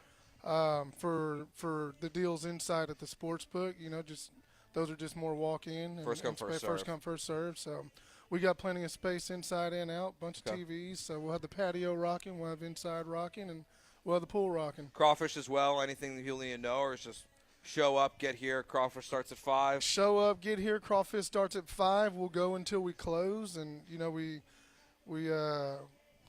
here. They're here. So get here because we sold out this past weekend. So. How quickly do they typically go? You want to know what something crazy was? Friday night we made it through the evening. Saturday night we were struggling about 2 hours in. So just matters on the size of the crowd up front, but we're definitely going to be prepared for the masses this weekend. That's for sure. Yeah, that's all. I will say that's always I mean, like when it's first crawfish season and they're not super popular yet, or like there's just not a ton to grab, and like that's probably why you guys are waiting a little bit. I'd imagine. Yeah. It's like you didn't start it right away, like right when crawfish season opened, because it was like hard to get your hands on. Absolutely. I'd imagine. Anything else coming up you guys got going on, or? Outside of that, we've got a bunch of cool things going on at the pool all month in May. So we'll follow that Cinco de Mayo weekend. We'll have a glow party on the 11th. That's also a Saturday. That'll be 9 p.m. to midnight, and that's just going to be kind of your 21 and up theme. And we should mention too, for the crawfish and on the patio, it is at the sports book. So you have to be 21 to come enjoy that. But for that glow party, just a nighttime vibe. Everything will kind of be lit up and have exactly what it is, a glowing party for everyone to come out and enjoy. Glowing party. Yeah. A little rave? Yeah, a little rave action. Okay. We'll have some entertainment, some dancers out throughout the pool event or pool area. Some dancers? Yeah, man, it's going to be real cool. Oh, damn, you're getting me ready. Come on. I guess we're coming back. We're coming back on the 11th. Let's go. We'll be back on the 11th. We might not do our show out here, but maybe we'll be back on the 11th. You're gonna be screwed. You got to do the show. That sucks. We'll station you right here. We'll put you right in front of the view of give me a wireless headset. I'll just That's what we got to figure out is like how we can just like get in the river here, get on a little raft, and just like do the show remotely. We can just set up the equipment over here, leave it, and we'll just do the show in the water. Such a dad take. I'm going to be taking a live mic around. I'm going to be harassing the dancers. Can you imagine us just floating on wireless throughout the lazy river? Just host it. See, we're going to think about it first, and we're going to make it happen. It will make talking about the Astros a lot easier because we'll be so relaxed. You're like, who cares? We're in a pool. It sounds like you like whatever number the Rockets have next year. You want the over? Man, I want the over, and I took the over this year, and I took the over last year. I think the Rockets, I do, and it's one of those things where I think this year we showed at a 500 record that the young kids are growing up, but at the same time, we still need to add to it. Can Alp and Jalen Green be successful together? You always see them kind of pop off when one or the other is not around.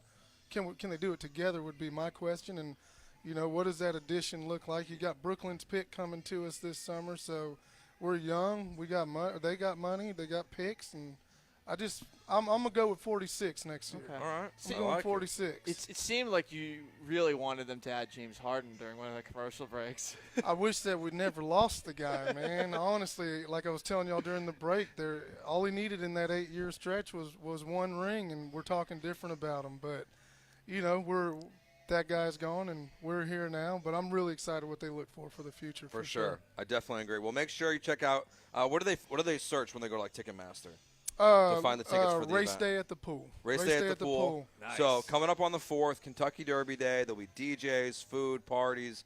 Great time that night. You'll have UFC 301, the Canelo fight. So that's a great weekend to come out to LaBerge, to the sports book, to the pool. Awesome weekend. Kentucky Derby is always like one of the best weekends of the year. Right. However you celebrate it, wherever you do, it's always a good time. Pedro, thank you for joining us. Appreciate it. Man, I appreciate you guys again. Thank you. All right, we'll talk soon. It's Gallant George here on ESPN 97.5 and 92.5.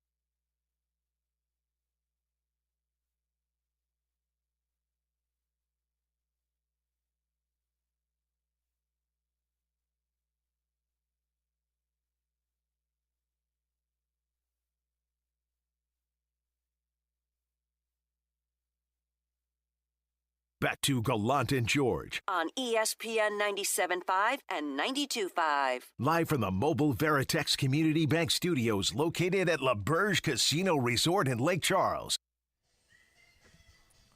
All right, so out of nowhere today, I'm on Twitter, get a notification, and it's a retweet, I think it was from Adam Schefter, that the Heisman Committee has decided to give Reggie Bush his Heisman Trophy back. Like, out of nowhere.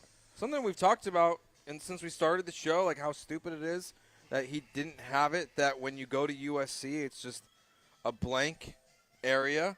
It's not going to be blank anymore. They just randomly gave it back to him.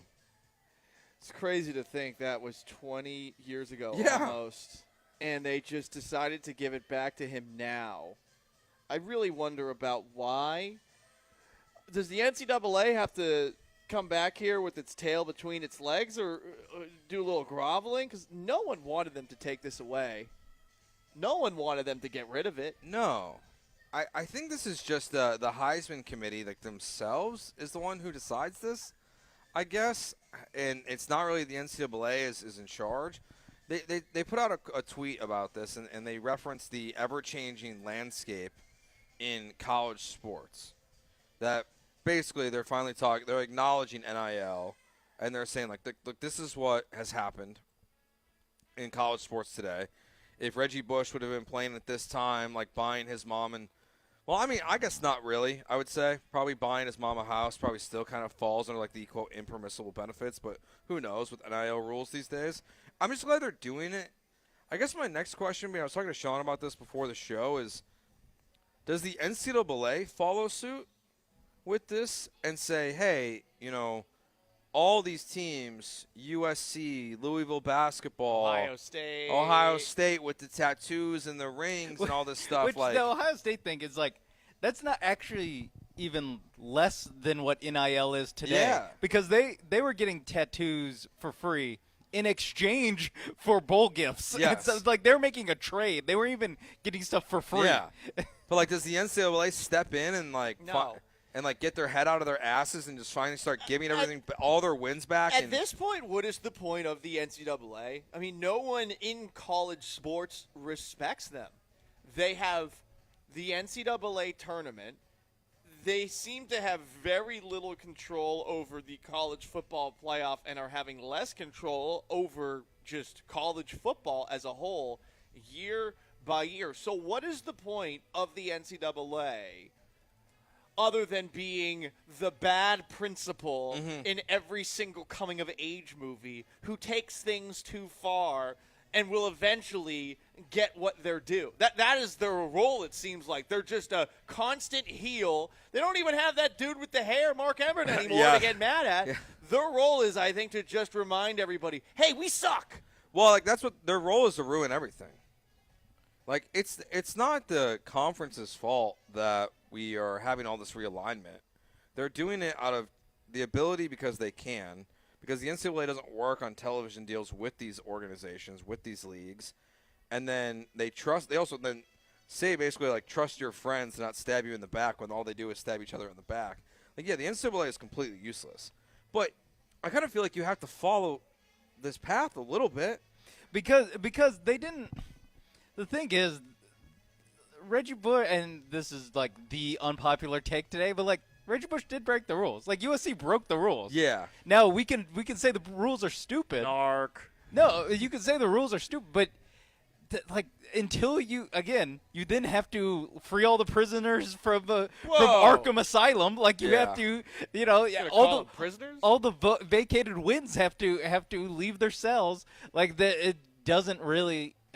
It doesn't make much sense, honestly, that they gave him his Heisman back because, like you said, like I don't know, do the wins count? Like because they vacated the USC wins from that era. Yeah, do they get the wins back? And that's where I guess like the Heisman. It's a nice PR move, but it actually doesn't do anything. Yeah. If you've been watching that Turning Point documentary about the Cold War, this is a little similar to how the head of Eastern Germany said, yeah, sure, you can go to West Germany if you're in East Germany, and as soon as they did that, then like 5 hours later, people are taking hammers to the Berlin Wall and they're trying to knock it down. So I think if you're one of these institutions and you would like to have it on record that you won this title again, you could make the push and see what happens. I think ultimately, though, the fact is no one respects the NCAA. Everyone knows Reggie Bush won the Heisman that season. Mm-hmm. Everyone knows that USC won the national title the year before. Everyone knows what happened with Louisville. Do people look at those championships and say that they did not happen? No one thinks that. This is even like a recent thing with like the NCAA losing credibility. Like it was stupid at the time. Yeah. And, like no one thought it was like other than like the most narky of narcs. No one else was like, "Yep, that's right. They didn't win those games." Yeah, it's very, very stupid. It's too little, too late from an organization that actually no one really thinks about anymore. And it's them saying, like, hey, we're still here. But it's the person at your party who you wanted gone for a while because he just lingers and ruins everything all the time. Alan, We're back. Alan here on the Twitch says Manziel got it back for him. Yes, he did. He threatened a boycott. Okay. Hell do you think yeah. it's like Manziel, or do you think it's the fact that they got roasted for the fact that O.J. Simpson still has a Heisman Trophy? Both. I don't think that one is as much of a factor, though. I think it was O.J. and Johnny Manziel. Is Johnny Manziel that important? No. Like, I don't think his boycott of I will not come back to the Heisman ceremony to be the past winners that could stand behind and clap for the new winner. I don't think that boycott meant a lot to Speaking them. of things that happened a million years ago, Johnny Manziel, too. Also, shouldn't he had his Heisman taken away from dude, him and then given that's back? a great point. Why didn't Johnny have to give up his? Like, that's where everything's so bizarre. Like, Uncle Nate, he was doing some magic. Yeah, it was all Uncle Nate. That documentary is so bad. I know we've talked about that before, too. That documentary sucked. So bad. You knew a lot of it already. What I was actually most disappointed by was Uncle Nate actually seemed like a really good friend. Yeah. And that Manziel just turned his back on him altogether. And still does. Like, not just past tense. that's kinda present crazy. tense. Present tense, they are not talked. That is a massive, massive indictment on Manziel's character, which already has lots of indictments against it as it is. But that, to me, I was like, wow. So this crazy. cool party guy isn't even a good friend. Yeah. Because it's like normally, like at least like if they're dumb people, like usually they're loyal friends. But, like, Yeah. clearly he's not. And there's obviously it's more like- things that happen behind the scenes Yeah. probably that we don't know about, but still at the same time, at face value, like you can't even talk to the guy. He was the fall guy. You're basically business partner, business And manager. you iced him out when you got that NFL contract that you didn't deserve. Yeah, I get like not talking, having to phase him out, in the short term, but I don't know why they still haven't talked. It's crazy. It's like I don't know. What do you think is more likely, that Uncle Nate and Johnny Manziel reconcile, or Shohei Ohtani and Ippei Miyazara reconcile? Definitely Shohei and Ippei. I feel like Shohei's going to make a visit to They'll be writing, whatever correctional facility yeah. that Ippei's He'll going to be writing him letters in prison. Yeah, and like, he'll just, hey, who should I bet on this? He'll say, hey, thanks for taking the fall, man. Rockets over 43 and a half wins. The Israeli soccer league, they got a big game. I still don't understand how that KPJ's going to go off for the Greek team. For the Greek JV team that he's playing for right now. We were just watching this video that people were posting from KPJ while you were, I think, in the restroom, and it literally looks like he's playing in a high school stadium. Yeah.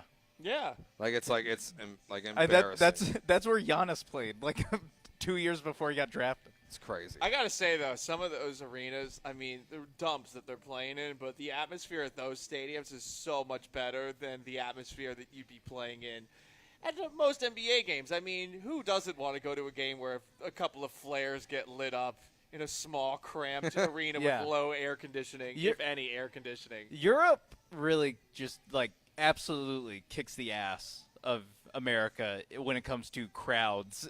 Seriously. Just because everything is even like college, like the craziest college football atmosphere. It's like, I don't know. Like again, like some league that no one outside that country cares about. Like they're like throwing flares.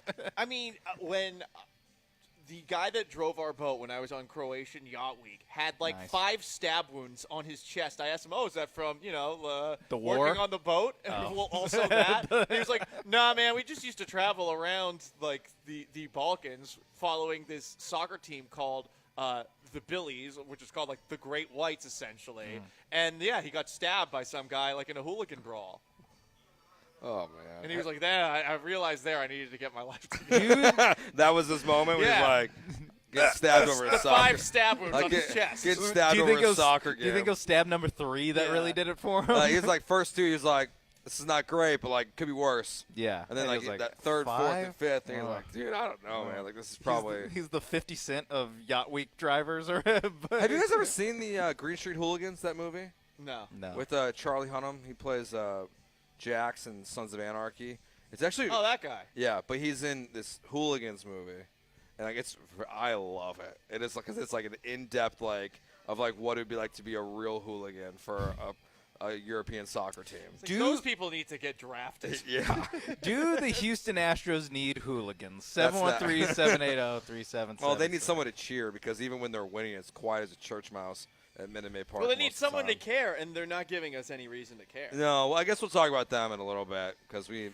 You sound so enthusiastic. I'm less enthusiastic than you are. About Yeah, it. we're gonna do about a little bit here. They're ruining our trip to the Bears. Yeah, Stages of Grief for the Houston Astros coming up here on Gallant George on ESPN 97.5 and 92.5.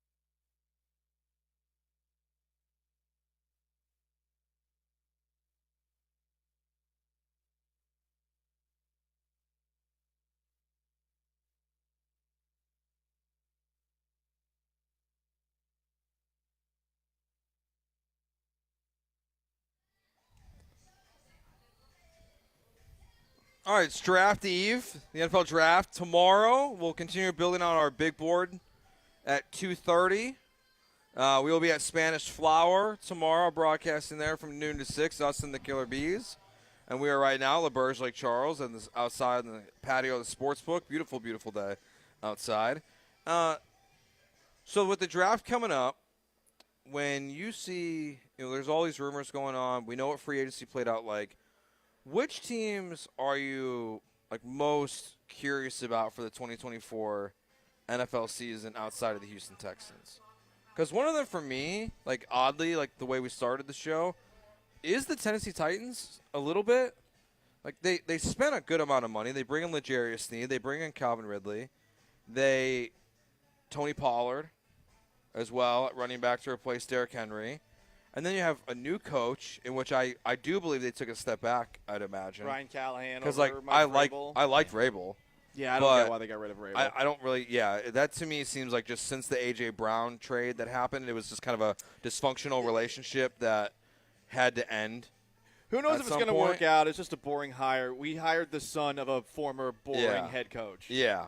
But, like, they spent a bunch of money like they're trying to win, and then they have Will Levis, who had moments, like momentary flashes of good.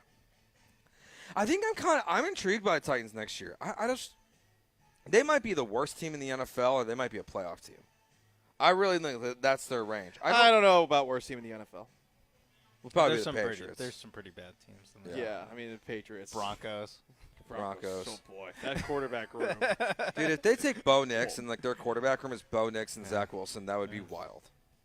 Yeah, that would be insane of them to do.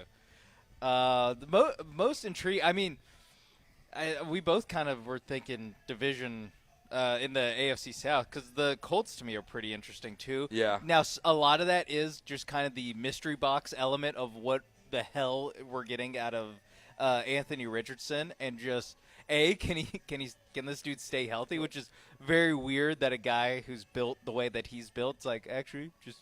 He gets hurt all the time. I don't know what to tell you. Right, I know. Everyone's worried about how much Bryce Young weighed last year and Jaden Daniels weighs this year, and it's like, actually, this guy who's built like a tank can't stay healthy either. And they were a good team last year. I mean, yeah, they were a fourth down conversion away from potentially eliminating the Texans in that Saturday game to wrap up the year. The Colts are a good choice. I feel like as far as like the widest variety of possibilities as far as what the season could be for them, I do think that Atlanta's interesting just because they brought in Kirk Cousins and they have a lot of fun skill position players. This would be the most that Kirk Cousins has ever worked with. Does that mean Kirk Cousins goes further than he's ever gone before? I don't know. I mean, it's Kirk Cousins. Which is to win his second career playoff game. Yeah. Jeez, that's crazy. Yeah, but the thing with the NFL or the NFC especially is that it's like such a flat track that if you like the Falcons, if they're pretty good, if their pieces come together pretty well, it's like, shoot, you might be you're definitely going to be hosting a playoff game, and you might be hosting a second-round playoff game, too, because really the only two teams that feel, set in stone as far as at the top of the NFC are the Niners, and then if you want to be nice and really buy in, and since they re-signed half their team, we'll be nice and say the Detroit Lions are up there as, like, the firm number 2 in the NFC, but after that, like, good luck picking the third. Dallas, right? Philly, Green Bay, maybe. Green Bay will be trendy. Someone's got to win the North, and whoever's going to win the North is going to have to win like 10 or 11 games. I would imagine Detroit will win it again. Like, that's true. I don't think Detroit. I forgot about. I just took them out of the division. Well, I saw Schefter just tweeted about that. That they have not, like, they haven't really come close to an extension on Jared Goff. So even after they made these moves today. I'd imagine like you're kind of stuck with them at this point, unless for some reason you believe in Hendon Hooker, who you drafted last year. I don't believe in Hendon Hooker. No, let me put that on record. I didn't think he was that good in college. Yeah, I think he was overrated in college. The Atlanta Falcons are a very good one because, like, Kirk Cousins also is coming off a major injury. So, like, it could be a disaster for them. What's he going to do without the threat of his legs?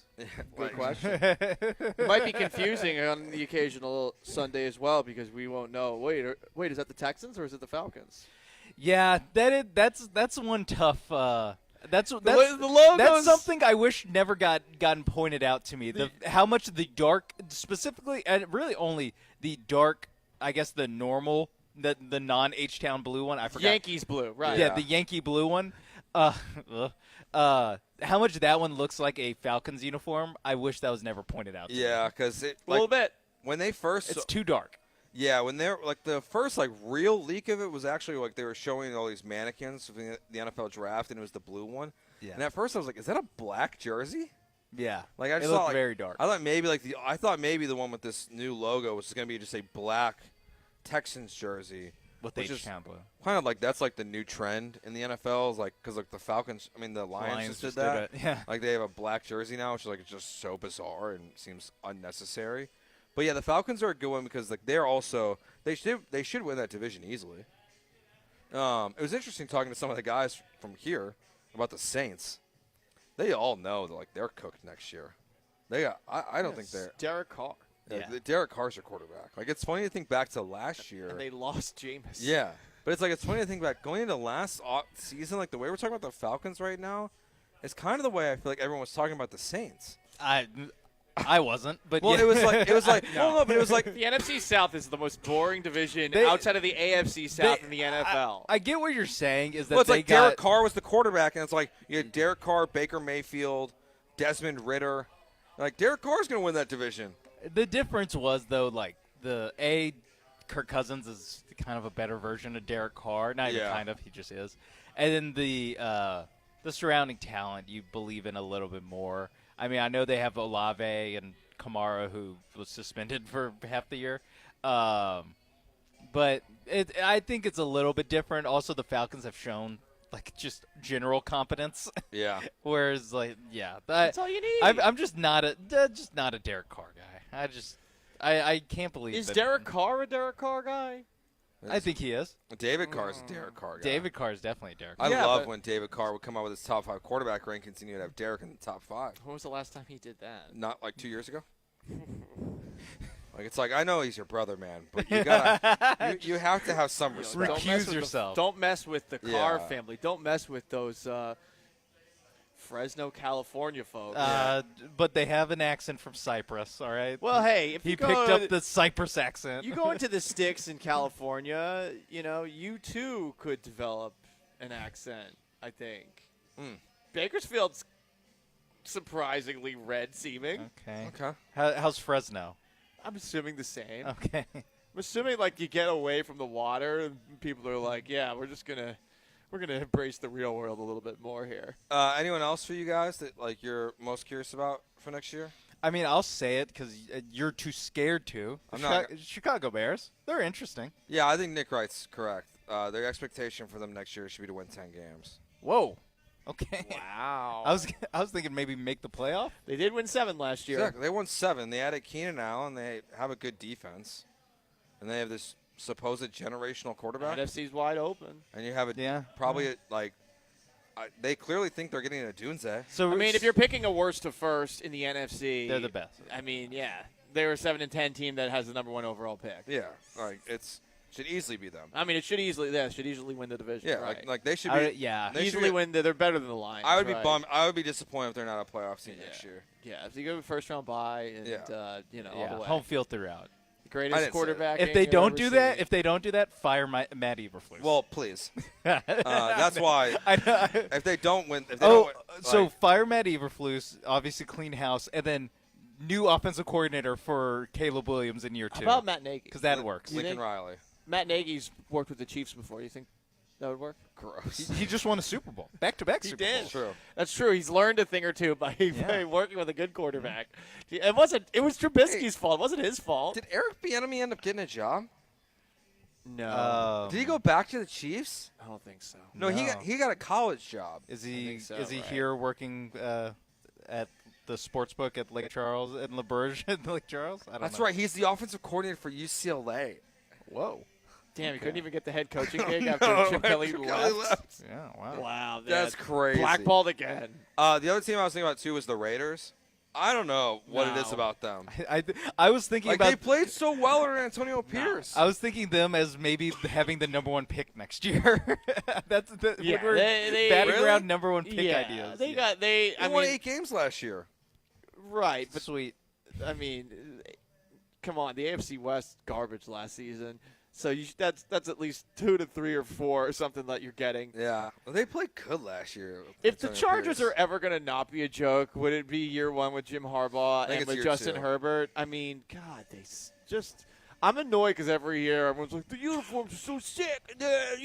Brandon Staley, he's a genius. He's a wonderkind and all that crap. And then on top of that, you got Herbert, who everyone kisses the ass of nonstop, and I want Herbert to be good. I'm just so sick of everyone saying like, yeah, he's like really good. You just don't get it. I don't know who's throwing the ball to this year. Like Quentin Johnson.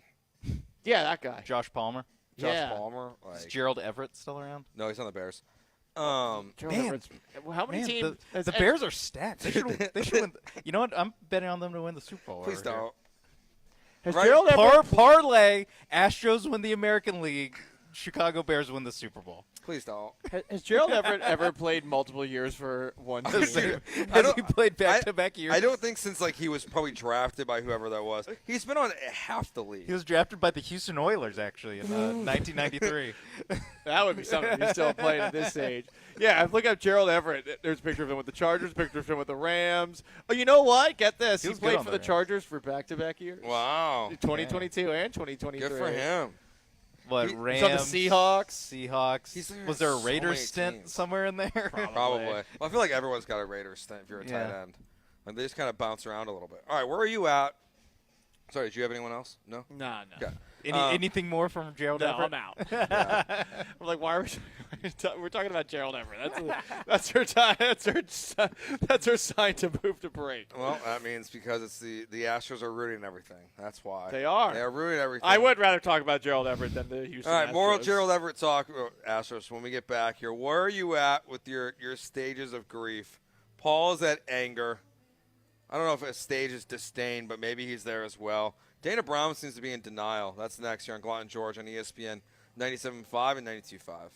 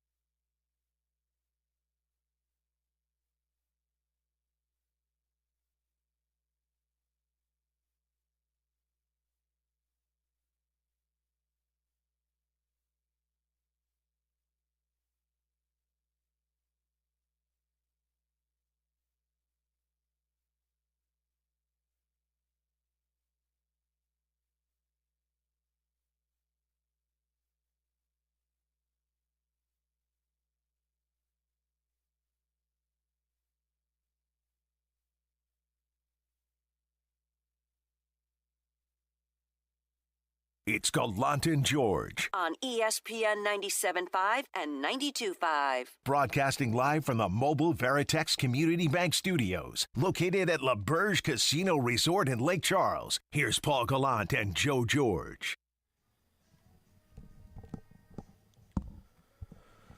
All right, so the Astros lost again yesterday to the Chicago Cubs. They play again tonight. It is Eric Getty on the mound for the Houston Astros. Justin Verlander will pitch tomorrow. Framber Valdez does sound like he'll pitch on Saturday or Sunday. In Mexico City. Mexico City. In Mexico. So that's good. Ground ball pitcher in high Yeah. elevation. Well, I'm assuming the high elevation is going to make him less of a ground ball pitcher. It's going to make all those ground balls fly. Can't wait for Fromber's first start back to be another effing disaster for this team. What? How do you think creature of habit Framber Valdez will react to his first start back off an IL stint being in a different country? With laser pointers in his eyes, probably, because that's a Mexico thing. Yeah, I don't know, but I don't feel great about it, Sean. The elevation, the smog, all of the things in Mexico City. But at least it's not cold, so he can pitch. That's true, because Christian Javier, who is on the injured list anyway, he slept wrong. Right, he slept wrong, so his neck is hurt, and they didn't want him to pitch in Chicago because it's a little nippy. It's 38 degrees. I mean, that's coat weather, and it's the windy city after all. Probably warmed up a little bit since then. I'd hope so. Yeah, it's just going to be. We're looking high in the 80s for when they're in Mexico City? In Mexico City. Let's go. So, like, the positive is that, like, great weather. Christian Javier is only going to miss 2 starts. Framber Valdez, Christian Javier, Justin Verlander are going to be in your rotation by, like, next week. So, like, if there's hope, if there's a moment of it, like, if you still feel that way, like, I asked, what's the stage of grief are you in? Oh, and I pulled up the stages of grief. Okay. So we can. What are the options again? So first you have denial, then anger, then bargaining, depression, acceptance. So Paul is clearly in anger. I don't know. I think I might be at depression already. I think I've skipped a couple of steps because I don't really care that much right now. I mean, there's a part of me that feels like it can turn around, but I mean, I don't know. I'm seeing the same thing every single night. Yeah, that's what is depressing to me. There has been anger for sure, and I guess the anger rears its ugly head from time to time. But I feel a little bit further down because I'm just looking at him and I'm thinking to myself, like, they have all the pieces.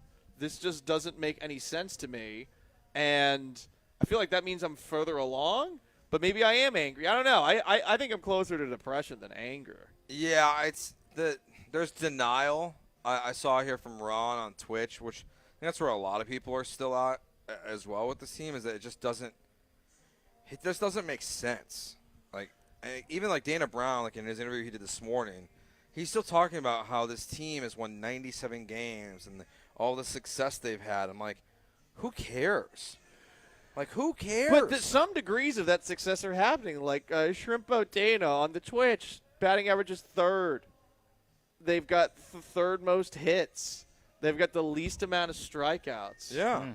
I mean, they're doing what they're supposed to an extent at the plate, just not with runners in scoring position. A lot of good stats. Yeah. Other than wins. Yeah, the most important stat they have 7 of. So, like, that's where I'm at, like, acceptance at this point. How many at what point are we going to stop looking at the AL West and saying, well, they're only 5 games back. Right. Because I think that is perhaps the bargaining stage. I think I think I'm in bargaining because and I try not to keep doing this, but it is long season. Like, still got 130 games, 130 opportunities to make this right. And so, I would like some sort of signs of life. I would like for less 5-run first innings from the starting pitching, whoever that may be on that night. But I still think I am at the point where, listen, there still is something. Like, I'm not ready to fully this team is done. I'm not ready to do that. I think I'm at bargaining where I'm like, well, every game, every night I turn on the TV and thinking, you know what? Maybe this is the time it changes. Ronel Blanco's taking the bump. Oh no, Javier's not taking the bump. No, but I think especially like Joe was saying with this starting rotation getting healthier, it does turn into 3 out of the 5 starters. You're at least like, okay, they're back. Because I feel like only with Fromber is there a chance for absolute disaster. The other with Javier and Verlander, it's like I know I'm getting competence. I know I'm getting a good start, a decent start, no matter what. And weirdly, Blanco's probably like 3rd on my power rankings of starting pitchers I trust the most. Yeah, I mean it's just like I get it. Like King of Twitch here is getting all pissy with us because he of course thinks he knows everything about baseball. He's trying to bring up the fact that they have a minor league staff. But once again, like it's not your minor league staff, except for J.P. France, that has been an absolute abject disaster this season. It's the fact that your best players are failing time and time again. Yordan Alvarez is not a minor leaguer. Alex Bregman is not a minor leaguer who's 3 for 24 in his last 24 plate appearances. Your best players suck ass. Like there's really no other way to put it. Like they're not good. They're not good. It is not about your minor league pitching staff. Yes, J.P. France sucked last night, but what happened in Spencer Arrighetti's last start? He was good.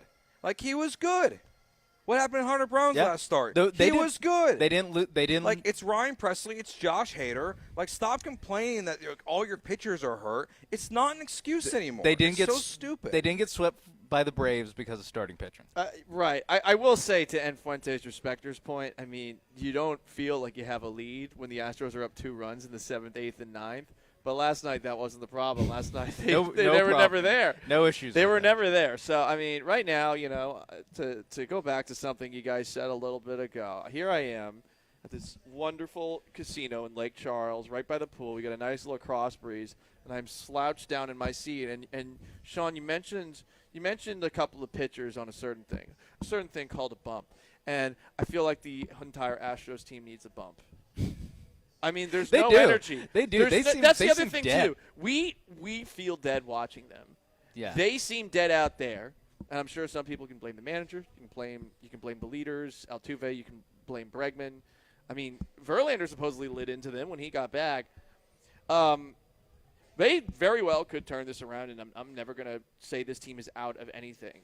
But the reason I think that some of us are a little bit further in stages of grief have to do with the fact that they are doing something that they haven't done since 2016, get off to this slow of a start, which historically is a bad omen. They have a lot of talent, and I think that separates them from a lot of the teams that have had these bad starts, that haven't made the playoffs and haven't had a winning record. But I think the absolute lack of fire, we're all feeling it because we're all pissed. I think most people watching this team are at that stage right now. Of any, if we're doing stages, I'm sure there's some that are still denying, but I think more people have graduated to stage 2, which is anger, and that's fine. Honestly, I maybe that'll get them to respond a little bit. I don't know. Yeah, it's just they're at this point now where it's like I don't know. I guess I'm at the end of it, like acceptance. Like to me, there is no, like you can say that like the getting healthy is going to fix their problems. Like I just don't like. Yeah, no one wants to see J.P. France pitch again. Like no offense to him. Like, it was a fun story last year, but he's not even, like, he doesn't even fix these, like, middle inning relief problems that some people believe they still have. Like, Taylor Scott has a below-3 ERA. Montero has a below-3 ERA. Like, they have been plenty fine, plenty good. Same with Seth Martinez. Like, they have been plenty good enough. Like, they've actually been, like, one of the least of your problems. J.P. France, though, like, he's not a... Right. He's got to go back to the minors. But that's why some people are looking at the pitching staff and saying, all right, when they're healthy, great. When are they going to be healthy? That's the first question. And the second is, okay, they are due to score runs with all these guys on base. Like it defies logic that they are this bad with this many hits and this good of an average that it's not turning into runs. And unless, you didn't see it or listen to it, check it out on our YouTube channel, ESPN Houston, or on the podcast. Check out like the interview that we did with Jeremy Booth, who was suggesting lineup alterations. I would like to think that they're at the very least looking at some things like that. But I honestly I don't know, and it does feel like it's going to be more of the same because everything has been like the same thing, game in, game out. Now I get it; it's not even a month into the year, but like it feels like it's been multiple months because it's the same thing over and over. Yeah, it was weird. Like Dana Brown, the interview he did this morning, like he was asked about lineup changes, like taking Alex Bregman out of the cleanup spot, and he's kind of like their tone has shifted on Jose Abreu. They are not trying to use the back of the baseball card. Finally, they're just like, yeah, he's not good. I think it's acceptance on the if we're to go from Astros to Jose Abreu stages of grief, we are at acceptance. The city of Houston's at acceptance for what Jose Abreu is. Yeah.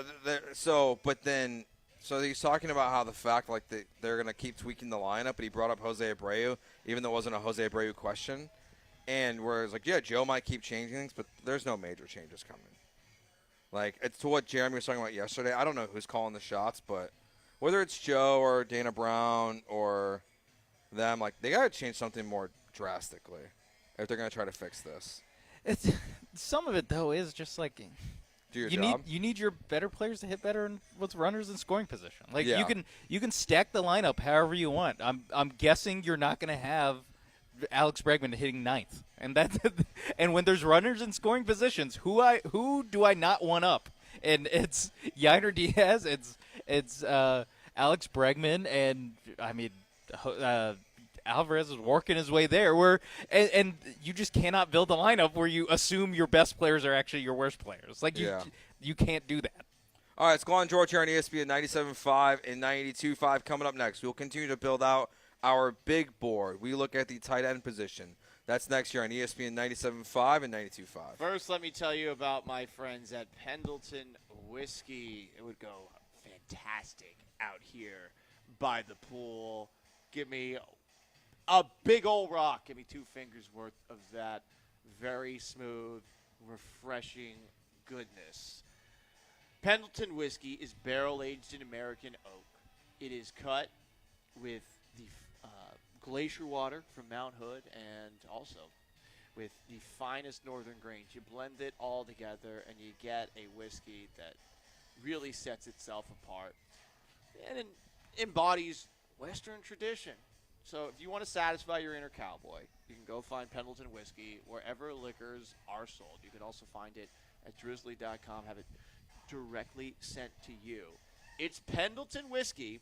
It's true Western tradition.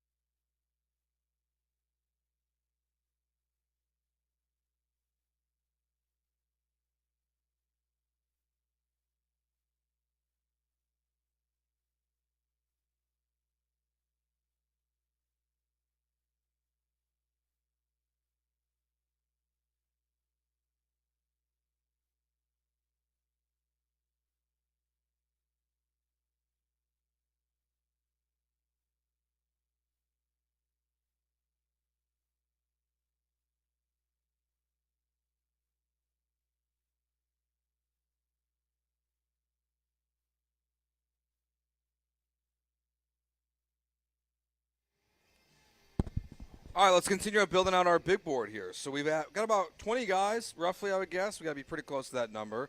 We've gone through corner, safety, interior defensive line, running back, offensive line. And right now, when we looked at their depth chart, we look at the tight end position. They only have, I think, really 2 on the roster that like you would consider like competent guys with Schultz and Brevin Jordan. So I would say that late in the draft, tight end would not surprise me if they addressed that position at all. So we're going to build out a big board for that. So let's go do through it. All right, here's prospect 1, and again, Lance Zierlein wrote these things, so take it up with him if you've got issues. Prospect number 1 has the speed and agility to run routes on all 3 levels. Gets quickly into routes, maneuvers around redirection. This is a guy who is light on his feet with a feel for angles, but below average grit and strain at the point of attack, and fails to fit up run blocks. Okay. Doesn't sound like a great report. No. It's not the worst one we've heard, but just like knowing that we have more coming, I'm gonna pass on this. Yeah, it's tough. It's tough to roll. Like with it's this slow. one. This is slow out the gate. Yeah. This So- isn't one that like I'm like it doesn't jump off the page. First prospect being like, yeah, that's my guy. Yeah. So pass. Pass. Okay. We're going to pass on. This is Kansas State tight end Ben Sinot? Sinot, Yeah. correct. Okay. Yes. All right. Sinot, Prospect number 2. His secret sauce might be his ability to rip through tacklers. Okay. Lacks premium measurables. It's tough. This is a man who is a hands catcher. Okay. Gets hands into proper positioning in the box. Okay. I love it. Needs to become more forceful when fitting. Huh. Okay. That's it. I can work with that. Yeah. I mean, obviously, like you want to have like good measurables. Like, that's obviously something like everyone's worried about. Yeah. Like you don't want to go and do. Not the best measurables. But good with Yeah. his hands in the box. It's still a very good secret sauce. Yeah, secret sauce. Yeah, secret sauce is good. You're going to be surprised by who this is. Huh. Really? I'm gonna smash then. Yeah, smash. Now I'm intrigued. This is Brock Bowers. Oh, well, of course we're that. Yeah. All right. Okay. Brock Bowers, tight He- end, Georgia. Okay, he's so funny in this draft, though, like on a side note, because that picture he took next to Gronk, where he just looks like this little child next to him because he looks so small. And Gronk's 6'7". Yeah, and Gronk's he's 6'3". so enormous. But he is 6'3". Yeah, he looks so small next to Gronk. Like people are like, yeah, I think I'm out on this guy. That's I'm funny. like, it's just a photo, dude. I mean, people should have been like that with Bryce Young when he was standing next to a A IT reporter? like an IT person that looked like he was bigger than him. I thought you were gonna say when he was standing next to Lisa Salters and Oh, looking at her in his eye. All right, so we're smashing Brock Bowers, who is definitely not going to be available. So let's go to prospect number 3. Exciting floor if he can handle the rigors of the pro game. Average build, but room for more muscle. He flashes as a run blocker. Highly effective running seams.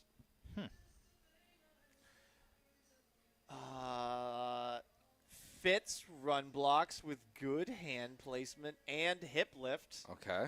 Oh, hip lift. I like that too. Don't use that tone. Inconsistent aggression taking on bigger opponents at the point. That is prospect number 3. Tight ends entirely based off of scouting reports written by Lance Zierlein. Yeah, I think this is a smash as well. I like the hip lift conversation here going on. What do you think, Sean? I'll smash as well. I was on the fence, but yeah, the hip lift. I've never heard of that. I think you're going to be excited about this one, Sean. Oh yes, Tavian Sanders, tight end, Texas. I think we've smashed on like all the Texas players are on the board. Overwhelming amount of them. They really are. All of them are on and the only a board. couple of them, like halfway through, I was like, I think I know who this is. All right, prospect number 4. Sticky hands. Love the sticky hands. Bludgeon and elude are both on his post-catch menu. Kind of weird. Okay, I hope he washes his hands before serving up something off the menu. Violently and sticky with his attack. Needs to upgrade nastiness as an inline blocker. Blocks with average strain, and this is going to hurt him, below average sustained.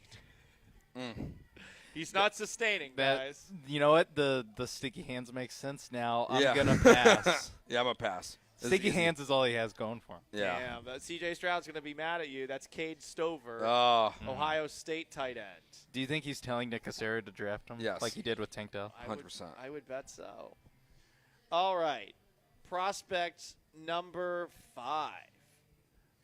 Excellent size. Okay. Love it. Good musculation across his frame. Lance made that word up. I also don't really know what it means. I don't either. Decent lift with hips and hands when fitting the base block.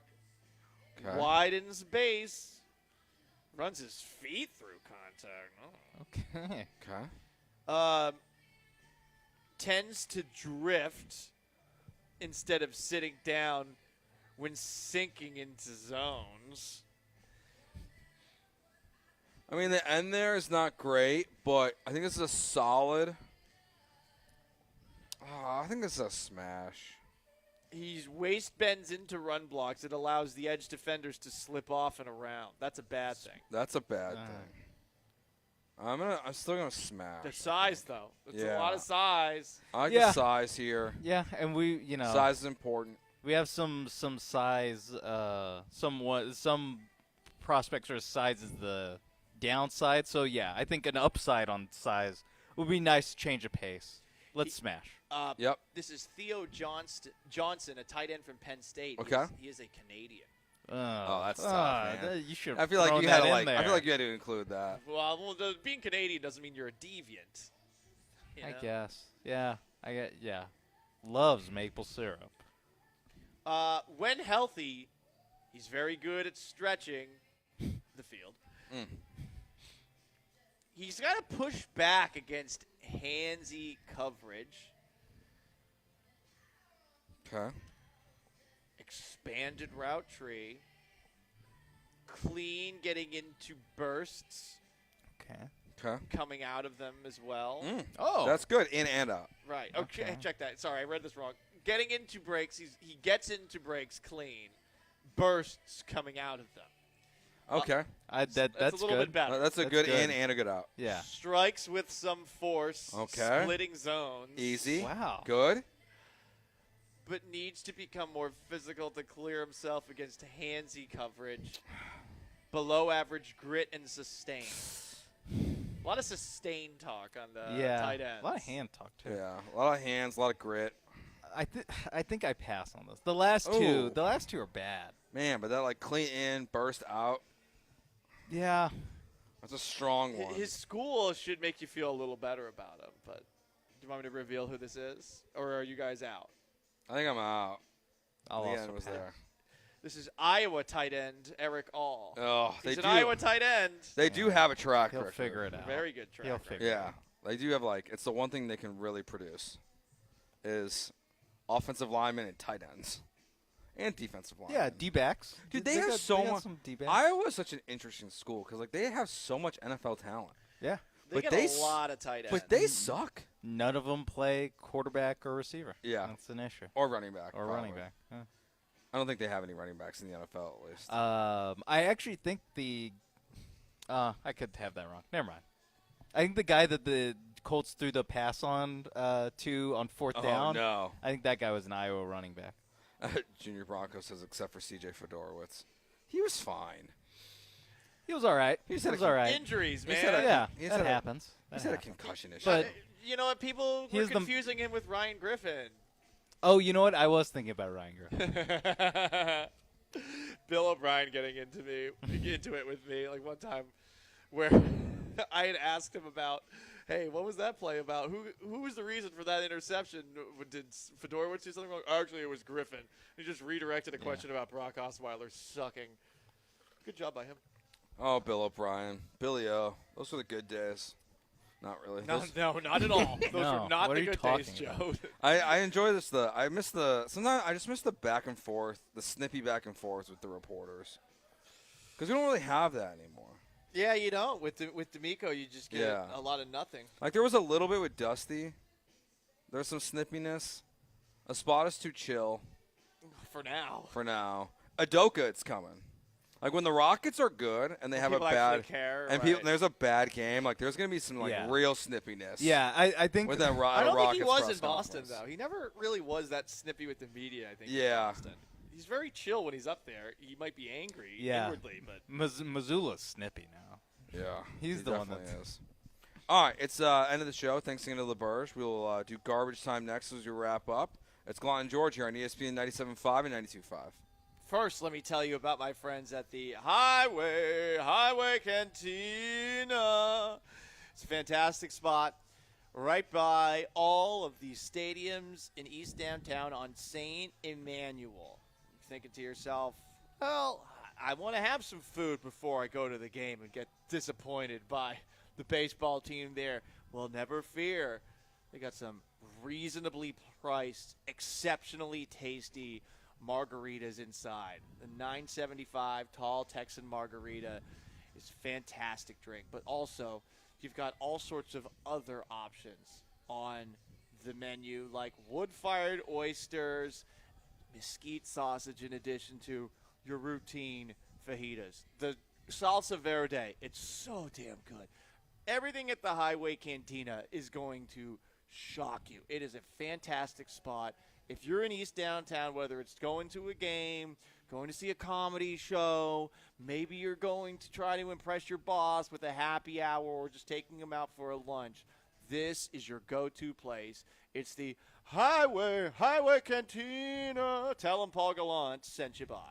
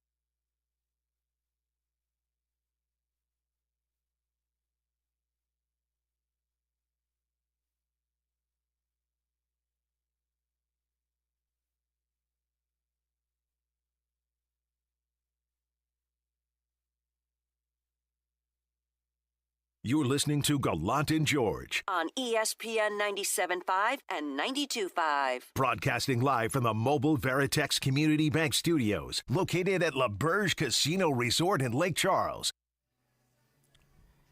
All right, so let's see. Framber Valdez will come back this weekend for the Houston Astros, it appears. Saturday, Sunday, still TBD.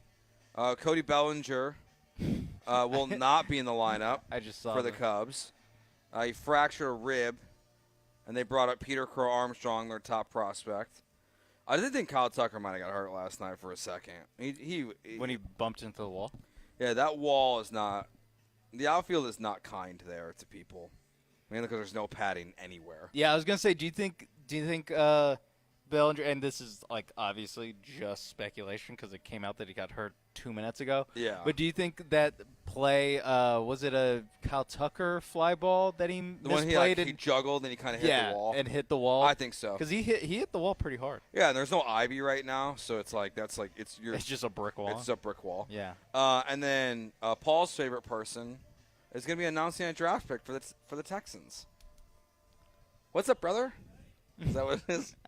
That is it. That is it. Our boy Sketch. Sketch. Can we take CJ Stroud's boy? Yeah. Who would you rather do a pick for the Texans, Larry or Sketch? Who's Larry? Larry Stafford. Who's that? Oh, Larry Stafford. Sorry. No. I couldn't tell if that was a bit or not for a second. No, I had to think for a second. Come on. I mean, at least Larry and Stafford brings energy. Yeah. No, I don't understand this Sketch kid at all. I really don't get it either. Yeah, I think Larry's actually perfect for this. I think that'd be great. No, seriously, he's the man can talk. That's for damn sure. No, Sketch. I do not understand Sketch at all. It boggles my mind, and it is 100% jealousy that this kid is a unbelievably successful streamer, because I don't get it. He's impersonating an autistic person and has even admitted to it that it's a character, and everyone's like, yeah, it's cool. Is it? I guess it is. There's so many breaking news graphics when you look up Sketch about him, and Houston Texans update, and it's Sketch is set to announce a pick at the 2024 draft. I'm reading the replies, and you would think, who the F is this? No, everyone's like, yeah, this is awesome, cool, wow. What? Yeah. Well, because he probably has he clearly has a lot of fans. Yeah. And I want to die. I mean, people love him. People love him. I will say when you look I don't get why, though. I'm trying to, these one-liners that they're quoting are not great. Yeah, no, they're not. To me, at least, I don't know. All right, it's that time of the day. It's time for garbage time.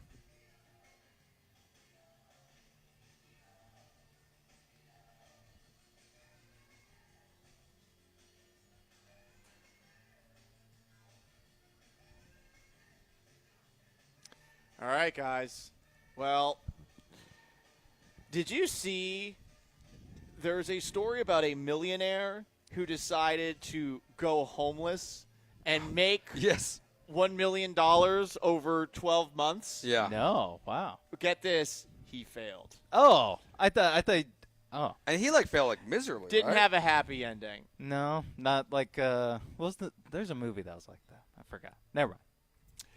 I'm going to move on to the next topic because this is something we did not touch on today. Okay. Deshaun Watson is finding money in all of the places you wouldn't expect and the places that some people are unwilling to go. Yeah, I saw this. Deshaun Watson visited Saudi Arabia, and I don't know if the Saudi Arabian prince copy and pasted this, or he copied and pasted this from a text from them, but he tweeted this out.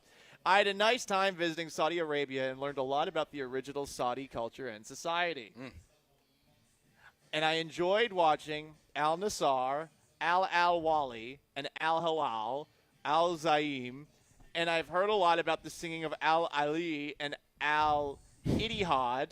Special thanks to capitalized his, capitalized royal, capitalized highness, capitalized prince, Saudi 49er, for the hospitality and generosity.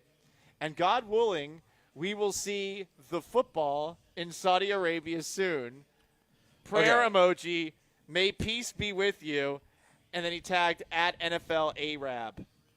So a couple things here. Deshaun Watson is absolutely going to be the first player to sign to their version of Live Golf. Yep. It does feel like that. I mean, he shouted out all the soccer teams that have Ronaldo and Neymar on them. So yeah, I think prayer, whatever it was, prayers that we get football in Saudi Arabia. I don't think he's talking about like how they're playing one game in Brazil. I think he's saying like please, a league. Yeah, please give me here. Yeah, like I wonder if they'll do 7-on-7, like with pads or something like that. They could do that. Well, I don't think you can't get a full. Oh yeah. The line play would be tough. Yeah, like they couldn't build out another league. Also, like if you're the Saudi league, you're really doing this like how they did with soccer, just to get stars. Yeah. And it's actually just easier. Let's get bunch of wide receivers, one quarterback, and 4 wide receivers for every team. Yeah, and just play that way. Especially because they could get because Terrell Owens is always saying that he could still play in the league. Yeah. Like they could get big names to play in this league. Yeah, I love when people do stuff like this. Like if you're gonna, you love it when people go to Saudi Arabia for the bag. I think you should. Wow. Let me finish. Yeesh. That if you're gonna do something like this, you should probably just stand by and don't be a coward and turn off the replies to your tweet. He did do that. Like if you're gonna do it, I thought you were taking a shot at someone else. I was like, no. Hey, but at least he did it in traditional Saudi garb. Like he got the cute little polka dot. He got in the head thing, whatever that is, head scarf. I don't know what it is. I actually do not know what the title is. It seems like they dress very warm considering how hot it is there. Yes. I think they're blocking the sun from their skin. Yep. Oh. Because it's so hot. Is that linen that they wear? It's probably very breathable. I hope it's expensive. Especially for His Royal Highness. Yeah, you would think with all that oil money that they'd be wearing something comfortable. Like, why not wear shorts and a T-shirt? I don't know. I wonder how much you own the country. I think they value I'll say modesty, tradition, and modesty. Yeah, over comfort. I think they value that in that part of the world. I can't imagine how much money he got for this. Probably to David Mulligeta, not enough. Yeah. Please don't, CJ. Yeah, for guys that don't need money too. Like he has. I know. He has a full all guarantee. He has a full guarantee. If this was this is kind of his last year in the league, he needs to start thinking about Plan B. It's like no, he's going to be on the Browns for the next 2 or 3 years at least.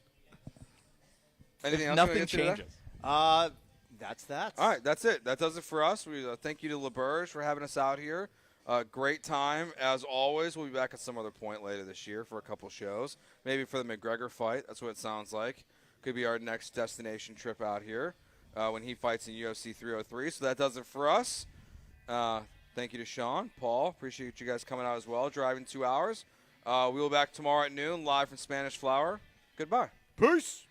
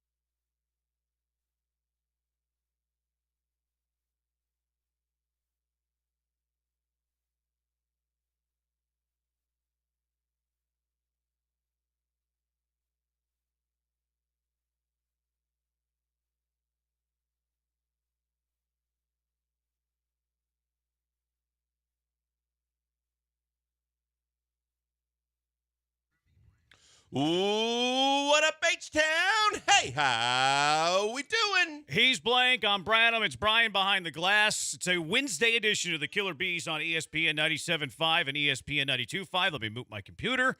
I got it. Blankers is back. The band's back together. Great to have you back, Blankers. Good to be back. I got to know, what in the daughters are fine? She just saw her, Yes. so I know she's Yes, fine. she's but fine. For the sake of the radio audience, we're all good. Blankers was playing daddy yesterday. One of his little ones had a fever, but she's well. She's here. She's with us today. Panic Mom decided not only to keep her home today, which gave me a handful, but say, maybe she's good for just kind of like the Astros. She's good, but let's keep her home one more day because that would fall right on me. Don't insult her like that. Don't insult her by calling her the Astros. That's a rude thing to say about your daughter. No, she's not the Astros. It's my wife who's the Astros who decided we'll go one more day. I'm glad she's feeling well. I'm glad that you were back. Now, I am very curious. What in the world does Pool P9 Pub mean? I have to know. What? Did I say that too? You tweeted this. This was a decent chunk of our show yesterday. Yeah, we started off wondering what this was because you mind me. I tweeted it? Here, yeah, let me you tweeted us in the morning whenever you let us know my bad. You texted us. Good. No, please don't let it go public. Hold on. You did tweet something else. But you texted us in the morning, hey, not going to make it in. Brian thought you might have been texting too early. I said he's letting us know that he's not going to be at work. He has to text that as soon as he knows. Right. So he's totally fine. It's not Bush League at all. We did say your voice to text mistake, which, that happens. Mm-hmm. Then we mentioned how you misspelled sorry, which I don't think was a voice to text mistake, right? That was probably a typo at that point. Probably. Yeah, which that happens. But then at 9:49 a.m., you responded to my running backs tweet from the day prior. At 9:49, you responded to my tweet and you said, Pull P9 PUB. Pull P9 Pub. What in the world happened here, now, Blankers? We each had theories on what happened here. So I'm looking interested for to it see now. if It's either right one here. of us are right. Happened? Look, do you see it? Like, what is that? What is that? That's obviously the phone's in my pocket or something. I don't know how that got to that. See, my theory Because that was not a conscious effort by me. Look, this is what happens when you're on mom duty with kids, when the whole house is going crazy and you're supposed to keep it all in order. It's not my specialty all the time. See, So it was a mistake then. It was clearly a mistake. My theory was it was a confirmation code to get you logged into something. That was not your theory. His theory was that you were at the bar watching Premier League soccer with Glenn Davis. That was when we started having fun. But and when you I was fell being off the rocker. serious, it was the confirmation code he accidentally copied. I didn't have a good theory. I didn't come up with a I good don't theory. either, to be honest with you, which is not good because I didn't know I did it. I love conspiracy theories. I didn't do it. I love a good conspiracy theory. Uncle Barney always he butt dials me a lot. In fact, he actually butt FaceTimes me a lot. I'll answer and it's usually the FaceTime audio though. Like it doesn't actually connect to the thing. Yeah. And it's like, I can hear his conversation with students or whatever. I'm like, okay, Uncle Barney sat on the phone. He butt dialed me again. So I thought this was more like a butt tweet. Yeah, I think that's what it was. I think that it must have been because I'm thinking like at 9:42, I am walking a rescue dog after being at the gym before I have to get back into full Mr. Mom duty. So it had to be just in my pocket or something like that. And he was just like open. Yeah. I'll do that every now and then where like I put I don't do the auto lock. I have it like on a 5-minute timer because I hate it whenever I have it open and I want to keep it open and it locks like in 30 seconds or a minute. Mm-hmm. So I have my auto lock at 5 minutes. So sometimes I'll forget to lock it and I'll put it in my pocket. Right. And like it'll do some things on my phone. So that's kind of what I thought it would happen. So can you put to rest a few conspiracies on what Pull P9 Pub is? Yes. Were you or were you not at the pub at 9:49 a.m. with Glenn Davis? That was not true. False. Okay. Yes. Can you confirm or deny that it's not a confirmation code? P9 Pub. It was not a confirmation code. Okay. Any other conspiracies that you had that we need him to confirm or deny? You didn't fall off the rocker. No. You're still okay. Still dry as a bone. All right. Well. Yeah, I don't know how that happened, but that's a little worrisome. But it kind of, like I said, was more of an explanation of how the day was going. Yeah. All right. So good. We can put that to rest. It was just, it was in the pocket. Keith on Twitch or on YouTube rather. So we need answers, Blankers. I'm here for you. We gave you all the answers. Unfortunately, they were just all very boring answers. Yes. I'm not satisfied with the answers. Sometimes the truth is extremely boring. I liked yours, though. I mean, that makes a lot of sense because it's a lot of times because there's a lot of people that are always trying to hack into your email accounts and they want you to change your password. And the computer always gives you the one they recommend. And then to kind of sync it up with your phone, you got to cut and paste, copy it, and then use it for both. It's actually a very good theory. Yeah. So as someone who watches a lot of true crime documentaries with YouTubers and Twitchers and TikTokers all weighing in with their theories, I was hoping for some elaborate scheme here that we could cook up. Yeah. The simple, easy answer was disappointing. Yeah. Greg says, J-Bone, you thought he was messing with y'all to make y'all think about it for the show. No, I didn't. I didn't think that. I wouldn't. In fact, I said the opposite. I said that Blankers is not intellectually capable of doing that. Oh, that's no offense. Yeah. I think a texter brought that up as a possibility, but we both dismissed it. Yeah, I didn't say intellectually capable. I said, I think creativity. I could find the tape, probably. I think it was creative, but whatever. I was just burning Blankers for the fun of it because he wasn't here, and that's what I like to do whenever he's not here. But anyways, Astros lost a baseball game yesterday. Let's get into the important stuff, I guess. I guess this is important. Stros lose 7-2. Look, you're not going to win baseball games, very many of them, when you fall behind 5-0 unless Blair Henley's on the mound. That was actually 5-2. But you're not going to win many baseball games when you fall down 5-0. You're not going to win many baseball games when you only score 2 runs. Astros are 10 games under 500. This is awful. This is no fun.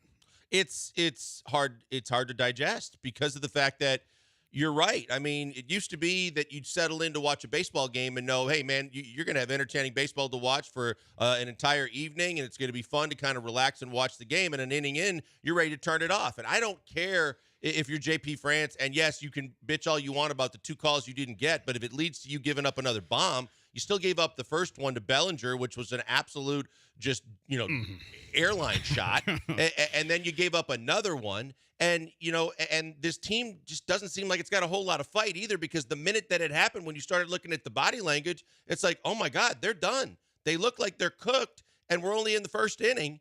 But it's because of the way things have been going lately. It just seems like it's getting worse. Yeah, it's they're pressing. I mean, there's no doubt about it. And it is bad ball. Like, that stuff I don't think is something you can argue. They're pressing. Are they playing good baseball? Absolutely not. They're playing poor.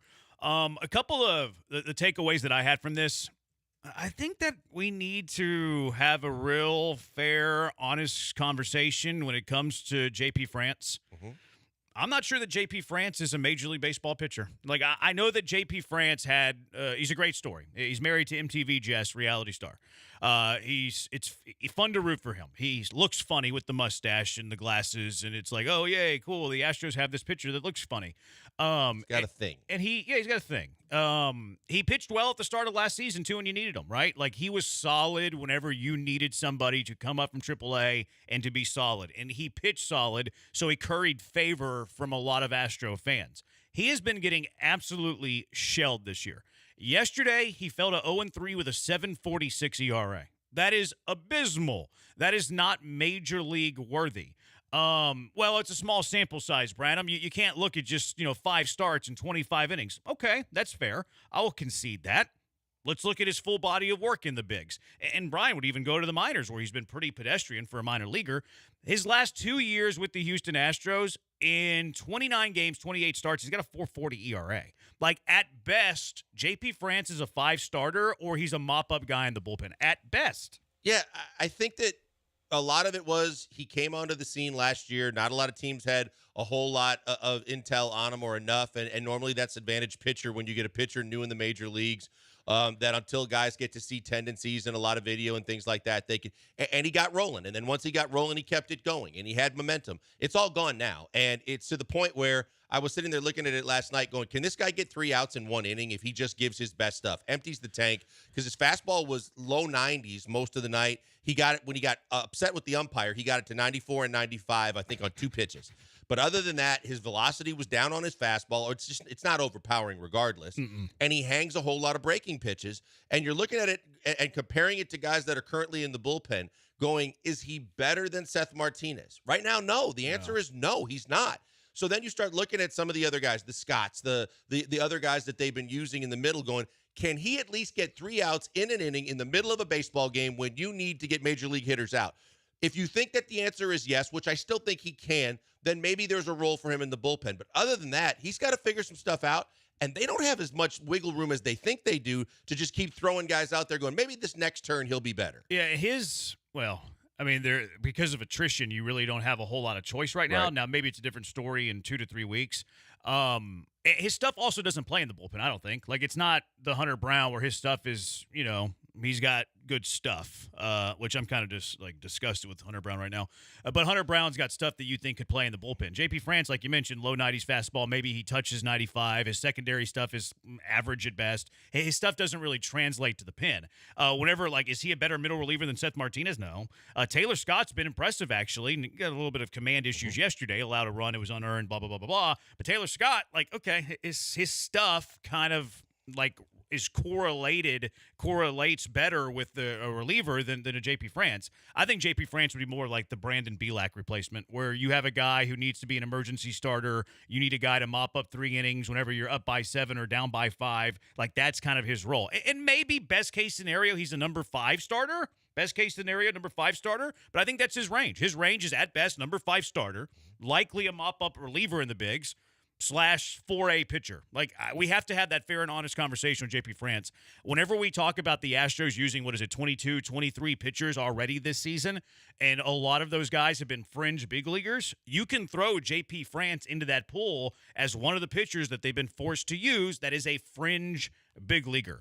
I'm not looking at JP France as a staple in the Houston Astros rotation for 5 years down the road, 3 years down the road, 3 weeks down the road. Well, and we had talked about the possibility of using him as trade bait in the offseason, not knowing that this was going to happen. But he's basically reversed roles with Blanco, because Blanco was a guy that you were looking at going, hey, he's a 4A starter. Could he be a guy because he has an above-average fastball that could get guys out in 1 inning coming in relief? And maybe that's where he kind of, transitions to once they get through this little bump in the road with starting pitching. But now he is a premier pitcher that is going to be counted on for this entire season and more, and they've completely reversed roles to now you're looking at JP France as a potential 4A lifetime Sugarland pitcher or, AAA pitcher with somebody, and if he's going to be useful at all, he's going to be in a one inning stint where he comes in, gets 3 guys out, and then goes and sits his butt on the bench as quickly as possible, with a deep sigh of relief that he got guys out because his stuff isn't as good as some of the guys we've been talking about. Yeah,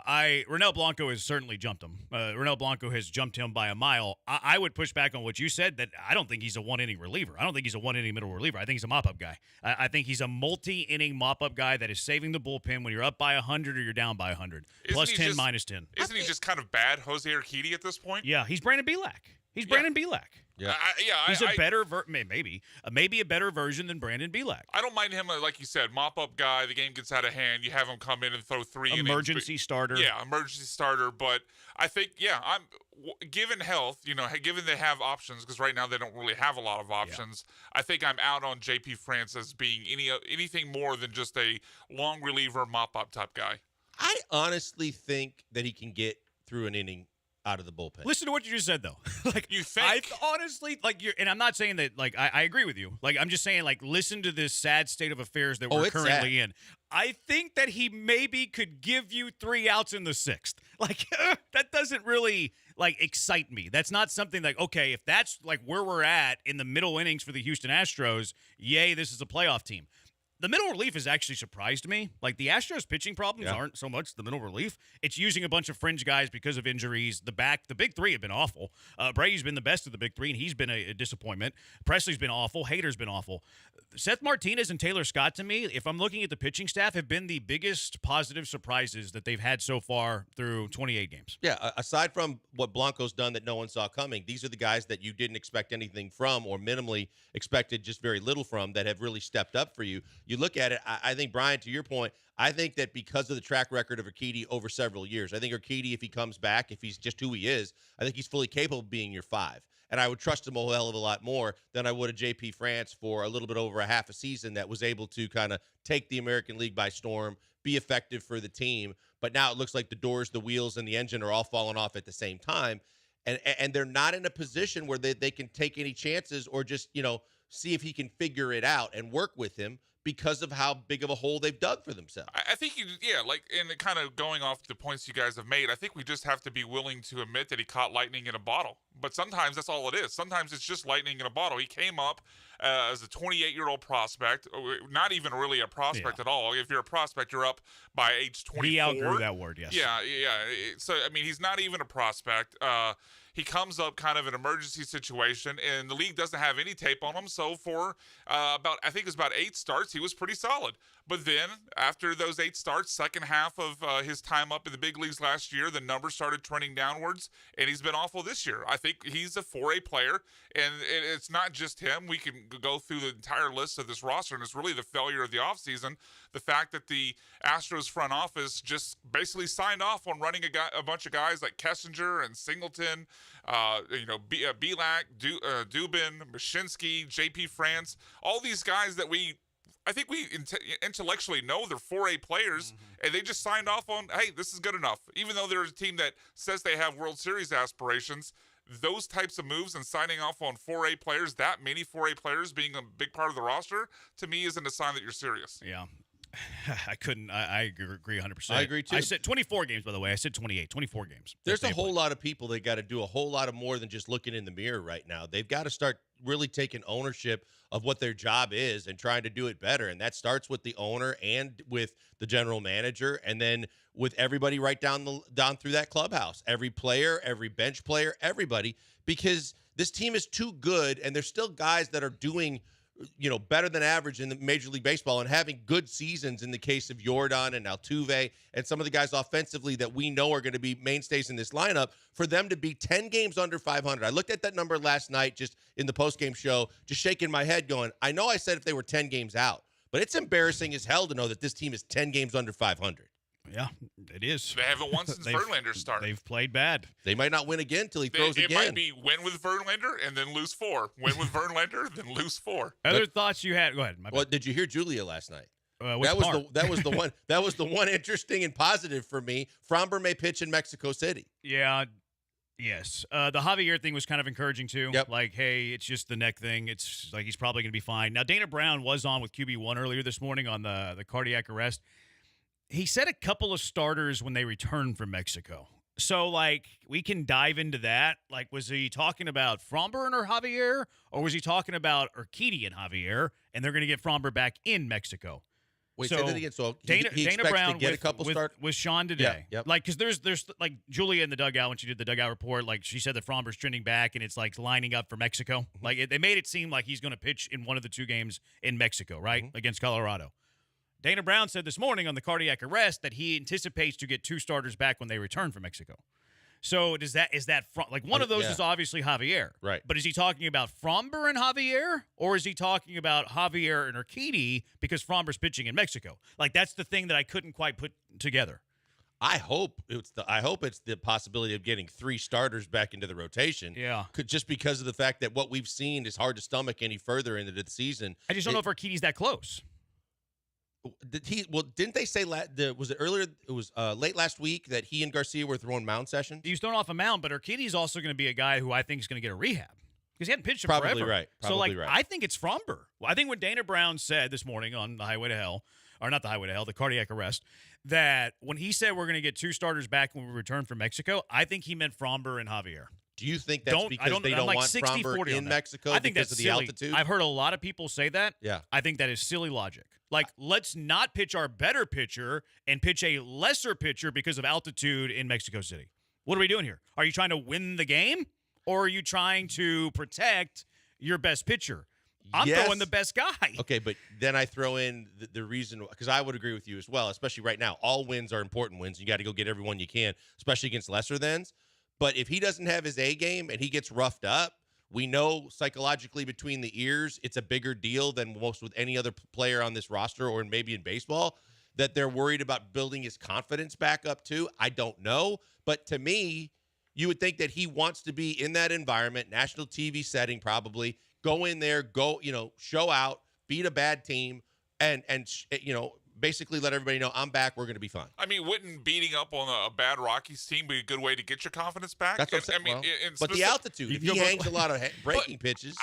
I get that. But it's kind of a defeatist mentality. But if Fromber's... Sounds like that's what they got going right I don't disagree. If Fromber's supposed to be the guy we think he is, he's a ground ball pitcher. Wouldn't you want the ground ball guy in elevation? Yes. The answer, yes. I mean, Yes. it seems like completely backwards logic to say Absolutely. keep Fromber out of Mexico City. You want the ground ball guy there. Yeah, let's go throw a lesser pitcher who might be more prone to fly balls as opposed to the guy who's our best ground ball pitcher and maybe one of the best pitchers we have on our pitching staff. That's to me, that's terrible logic. Now, they haven't done that yet. So, like, we're critiquing a move that they haven't made. But the sense that I got with Dana Brown saying that was we're going to get 2 starters back after Mexico City. I don't think Urquidy's there yet. I think he's talking about Fromber and Javier. So, like, I hope that Julie was right, and like they certainly like alluded to the fact that it's lining up for Fromber to pitch in Colorado. Mm-hmm. The way I heard Dana this morning, it sounded a little different. So like I'm on the fence on that, and we don't know yet. It's unknown. All right, 713-780-ESPN. What else did you take away from that game yesterday? 713-780-3776. Twitch.tv/ESPN 97.5. Our best friends. Also on YouTube at ESPN Houston. You can find us there as well. Blankers is at Pac-Man Joel. I'm at Jeremy Branham. Also, whenever we come back, we've heard over and over that Espada is this progressive manager.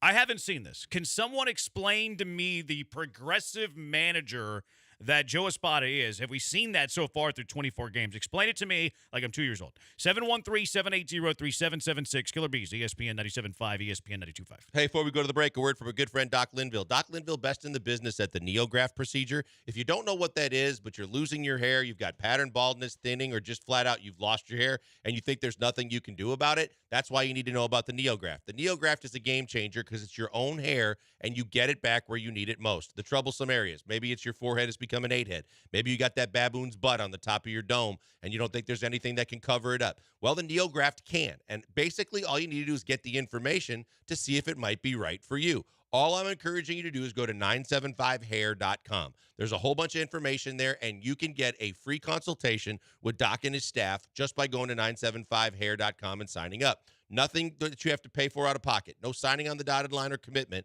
Just you getting all the information, getting an appointment with them, asking questions, getting answers, them explaining the procedure, and you deciding if it's right for you. It was right for me, and I can't stop telling people how great it was because I've seen the results. I've got my hair back. I've got my hairline back. I've got confidence, and when I don't wear a hat and we're out in public, we're making appearances, people notice, and that's the biggest deal. You're going to get yourself confidence back because you're going to like the way you look again. Go to 975hair.com right now. Sign up for your consultation. It's free. It's $150 for people off the street. You listen to us, you go to him, you get that deal. And then let the process go from there. Get the information, ask the questions, get the answers, and if it's right for you, you'll be glad you went to Doc because he's the best in the business. Doc Linville, 975hair.com.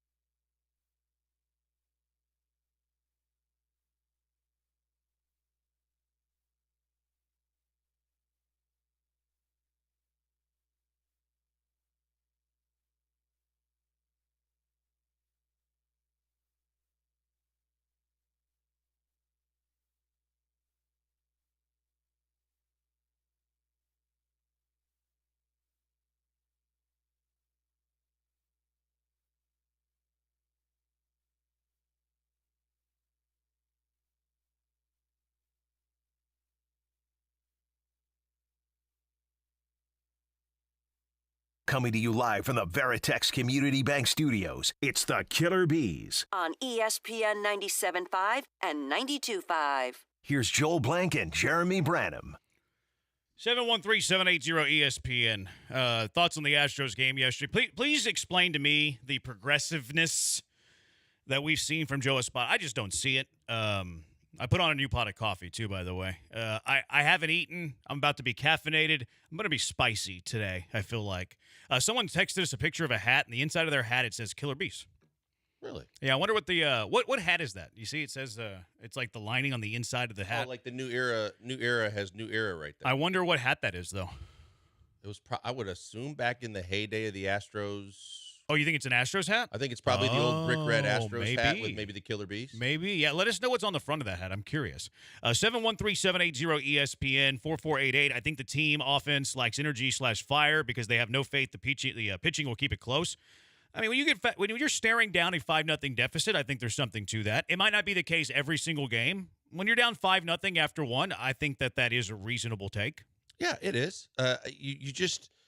I think this is kind of uncharted waters for the majority of this roster, with the exception of Altuve and very few others that had endured all of the losing of the Astros prior to this golden era, to where they just expect to win. I mean, they found a way to feel in their comfort zone is winning baseball games and being dominant. And now all of a sudden, 10 games under 500, they all got to start looking at themselves, looking at others. And evidently JV's, get your head out of your rear end speech didn't go very far. Well, it worked for a game. For one game, and it happened to be the game that he pitched.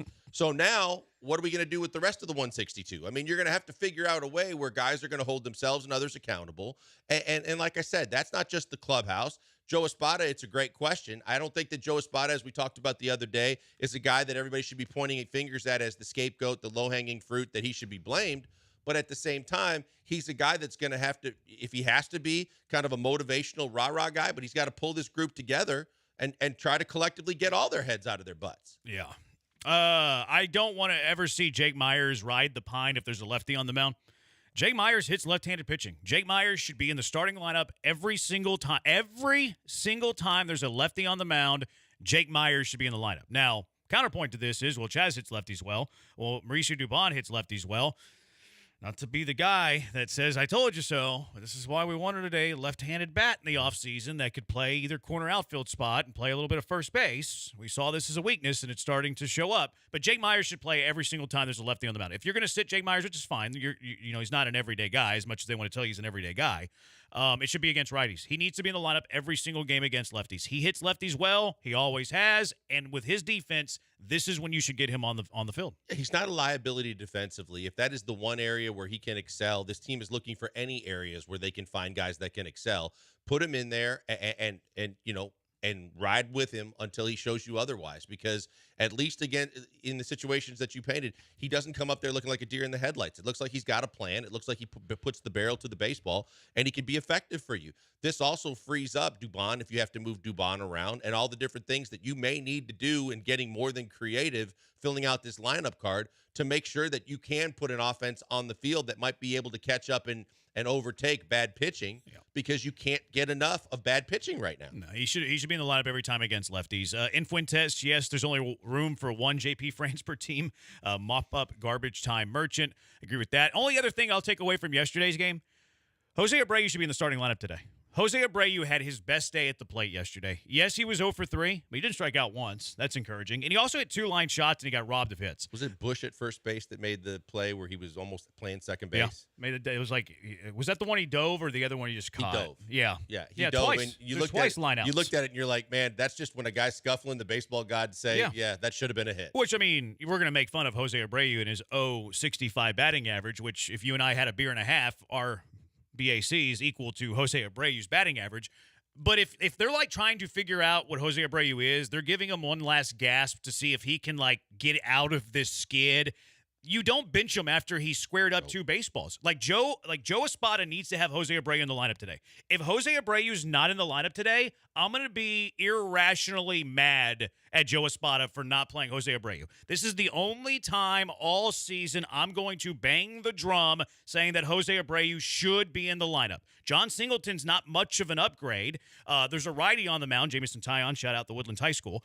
He's pitching tonight. Singleton's not good against righties. He's better against lefties. Abreu had a good day at the plate yesterday. Yes, he was 0 for 3, but he finally hit the ball hard. He barreled up 2 baseballs. He had an exit velo of one of them over 100 miles per hour. So if we're not willing to release Jose Abreu and we're still trying to get Jose Abreu to come out of the skid, you don't bench him the day after he has squared up 2 baseballs. No. Jose Abreu should absolutely be in the lineup today, and if he's not, I'm going to bang on Joe Espada. This is like the Jake Myers situation you just talked about. This is like at this point in the season with how grossly you have underperformed, you are looking for any glimpse of hope and any glimmer of something that you can capitalize on so that your team might start turning it around. Maybe it's a guy turning it around. Maybe it's multiple guys doing something that can get guys going in the right direction.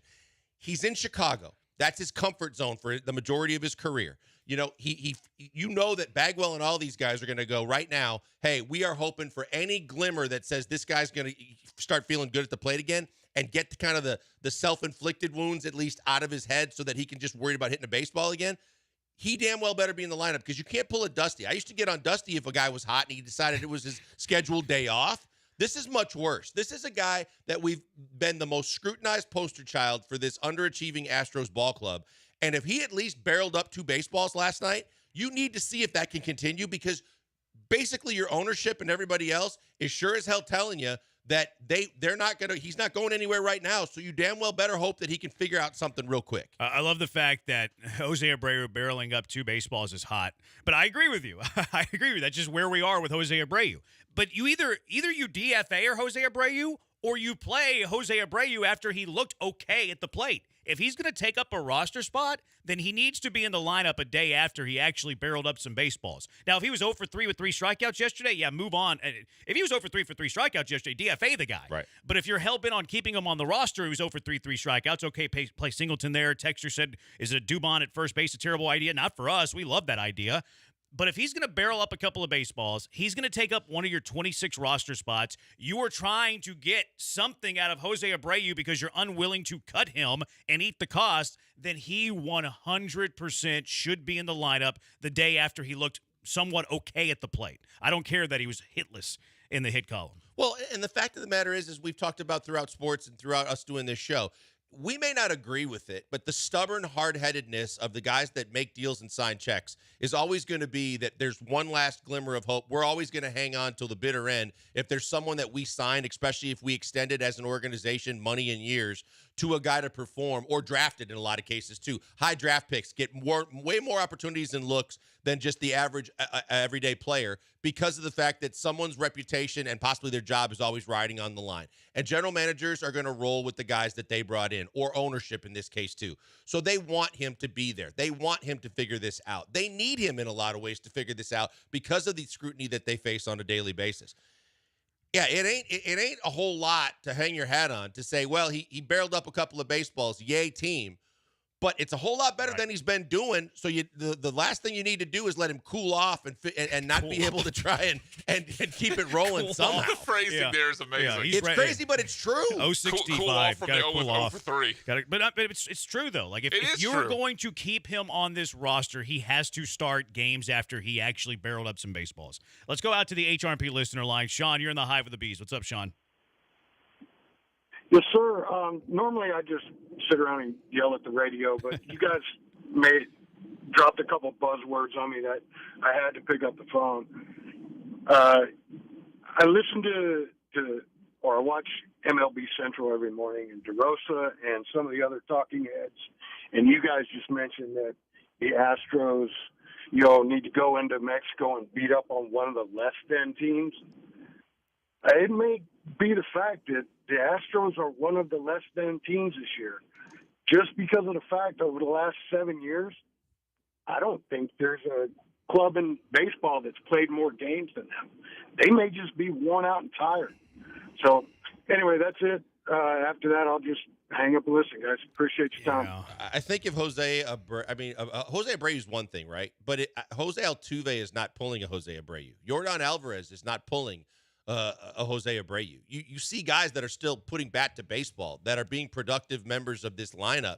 Other guys like Tucker that continue to keep doing things to show you he's going to be who he has been over the last couple of years. You've got guys that are capable to where if they were tired, if they were worn out, they probably wouldn't be putting up the numbers they're putting up. So there's too many signs to say this team is too talented. And to, just to counter Sean, no matter what anybody says, if they're not watching this team on a daily basis and they don't know how many injuries and how many guys that they've lost, it's pretty simple to say if they had any semblance of starting pitching at all, that a whole lot of things would change in the positive direction. One, you wouldn't be down 5 to 7 runs in the first 2 innings of a lot of the games you played already. 2, the guys that don't make the rotation would now be able to strengthen your relief pitching, which has been taxed to the limit because of your less than. And you assume the 3 guys at the back of the bullpen are going to figure it out. Yeah, this argument actually drives me crazy. And it's come up multiple times recently. Yeah, Dana Brown said it today with QB1. I lost my mind. And, Sean, I agree with your first point about, beat up on the lesser teams. Is it, possible that the Astros are one of those lesser teams? Their record says that it is, and you are what your record is. The Major League Baseball teams minus postseason, yes, you go into the postseason, you play an extra month. They play 6 months out of the year. If you make the postseason, you're playing 7 months out of the year. And they're playing baseball. I understand that the grind of travel is tough. That wears on you. I get that. I understand that they're, playing professional. This isn't football. It's not basketball. They're playing baseball. Baseball is one of the less taxing professional sports that exist. The idea that they're fatigued 24 games into the 2024 season is one of the worst takes that I've ever heard. Yeah, it's frankly laughable because, as Joel pointed out in his response, Altuve's still hitting well. There's the good players are still playing well. The bad players aren't playing well, and you've got a lot of injuries that have caused even more bad players to have to get playing time. I don't buy it, especially coming off a season where they actually had their longest offseason in years. They didn't play in the World Series. There wasn't a World Baseball Classic. Right. A lot of these players who could be tired, if we're going with that line of logic, by a shorter offseason, they actually had their longest offseason in years. And here's the other thing that actually grinds my gears too. With the amount of people that are making exorbitant amounts of money to make minimal things happen, minimal positive effects on a baseball team. They have sleep analysts. They have planes. They have these private planes that allow these guys to sleep in comfort, almost like they're in their own bed when they're on an airplane. They have dietitians. They're getting all the food that they need, and they are getting pampered head and foot. It is not like even being on the road is an excuse, especially 24 games in. Yeah. And then why is this year the straw that broke the camel's back? Why weren't they tired in 18 after going to the World Series for the first time? Why weren't they tired in 19 after making the playoffs for the second year in a row? 2023 playoff appearances in a row. 2021, 4 playoff appearances. 2022, they had 5 playoff appearances in a row, and then they won the World Series. Why weren't they tired last year when they went all the way to Game 7 of the ALCS? Why is it year 2024 that they're finally getting this fatigue and tiredness? And you're right, the guy who's been here throughout, Altuve's off to a great start. The Astros don't suck because they're tired and have had deep playoff runs in the last 7 years. They suck because they're currently not hitting with runners in scoring position. They suck because there's a lot of pitchers that have pitched key innings that are fringe Major League Baseball players. They suck for, maybe their middle relief is actually better than I thought. The guys that you were counting on to be very good have not been. Alex Bregman's been dreadful. Jose Abreu, you weren't counting on him to be good, but you're paying him like he should be good, $19.5 million. Josh Hader, you thought was going to be good, is not. Ryan Presley's supposed to be good, is not. Brian Abreu got off to a slow start. Those are the reasons you suck. You don't suck because they're tired after 7 straight postseason appearances, 24 games into the 2024 season. And Dana Brown's, and I know that it sounds like I'm directing this to the caller, Sean. This is actually directed to Dana Brown when he went and used that as an excuse this morning. That is a poor excuse. The injuries need to factor in as well, too, because when you start thinking about the fact that we have mentioned multiple times, the injured pitchers that are on the injured list right now are good enough to be one of the best starting rotations in baseball. And you look at it and say, you knew the guys that were going to be out till midseason. But what you didn't expect was Verlander to not get off to be able to start the opener and be ready for the first game, then to lose Javier after losing Fromber and lose the top 3 starters in your rotation. That could screw just about anybody up on top of everything that you mentioned, which is why at least there's hope for the long haul for this season to say, hey, there is cavalry coming. There is help that can get this ship righted. But in the meantime, don't tell me that they're exhausted. Yeah. No, it's just a terrible excuse. I mean, you look up and down the stat page. Jose Altuve's got an OPS over 1,000. Tucker's over 900. Alvarez and Pena are over 800. There are guys having good seasons. The reason this team is losing is they've had starting pitching injuries. They've got a couple players like Jose Abreu and Alex Bregman who sucked, and the front office didn't do their job in getting the sort of depth they needed to overcome some of these injuries and poor performing players. And Dana Brown, frankly, by going on their flagship and saying, oh, well, they're tired, just frankly comes off to me as saying it's not my fault. Passing the buck. Yeah. Oh, they're too tired, so it can't be my fault. Well, maybe if you gave them some depth, they could. I mean, Altuve and Jordan still played every game of the season. Maybe you can give guys days off. Maybe you can have someone to step in when someone's slumping, but you didn't do your job in the offseason, and not directing only at Dana Brown. Certainly the other members of the front office are to blame as well. But if you've done your job, then maybe you could account for some of those things that have held the team back this year. 713-780-ESPN, HRP listener line, 713-780-3776, 340 not progressive, but better. Espada benched and subbed Abreu more than Dusty did all year. Even if Maldi was here, Diaz would be the starter. Players have to perform. He can just try and put them in best situation.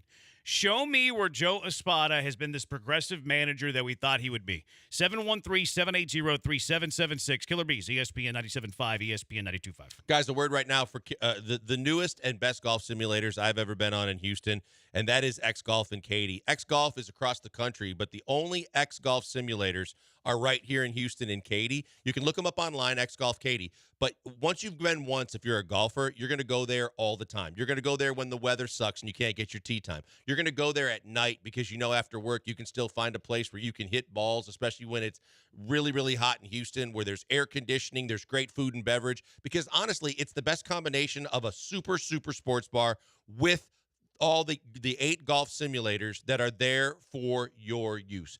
And it's just like hitting golf balls at the range, only it's better because there's a shot track on every shot. You can figure out the distance, the spin, the direction, and you can start charting your bag so you know how far you hit every club. The one thing that I really like, because I've seen a lot of simulators where they can do stuff similar, but where they really lack is chipping and putting. Chipping and putting is really, really accurate. The best putting simulators I've seen. And you can hone in on your entire game. You can even use your own golf balls, the brand and the model that you play on a course in the simulator for the entire time you're on it, and then take the balls out, take them back with you, put them in your bag, and use them on the course, and you've been practicing with the same ball you're going to use on the course. Absolutely phenomenal. Chris does a fantastic job of marketing to everything that people want. There's leagues going on if you want to get into some two-man scrambles and some individual play. You could play 50 courses around the world on the simulators. But I'm telling you, you're going to love it because it's realistic and it's really cool. Check it out today, X Golf Katy. Tell them I sent you by.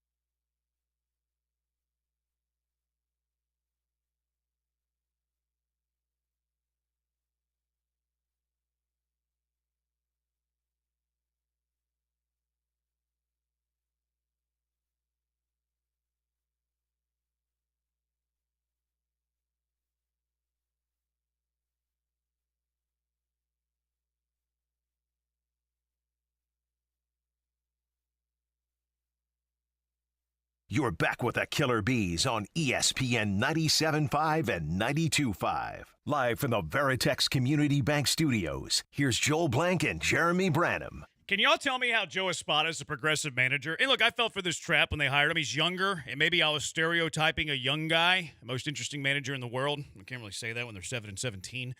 How is he progressive? And don't tell me, well, he bats Jordan second.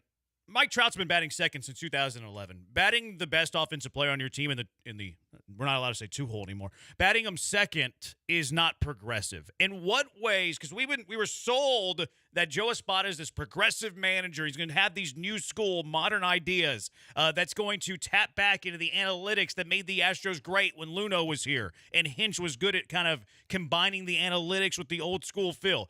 In what ways has Joe Espada been a progressive manager? He can bundle your home and car insurance, and he knows flow.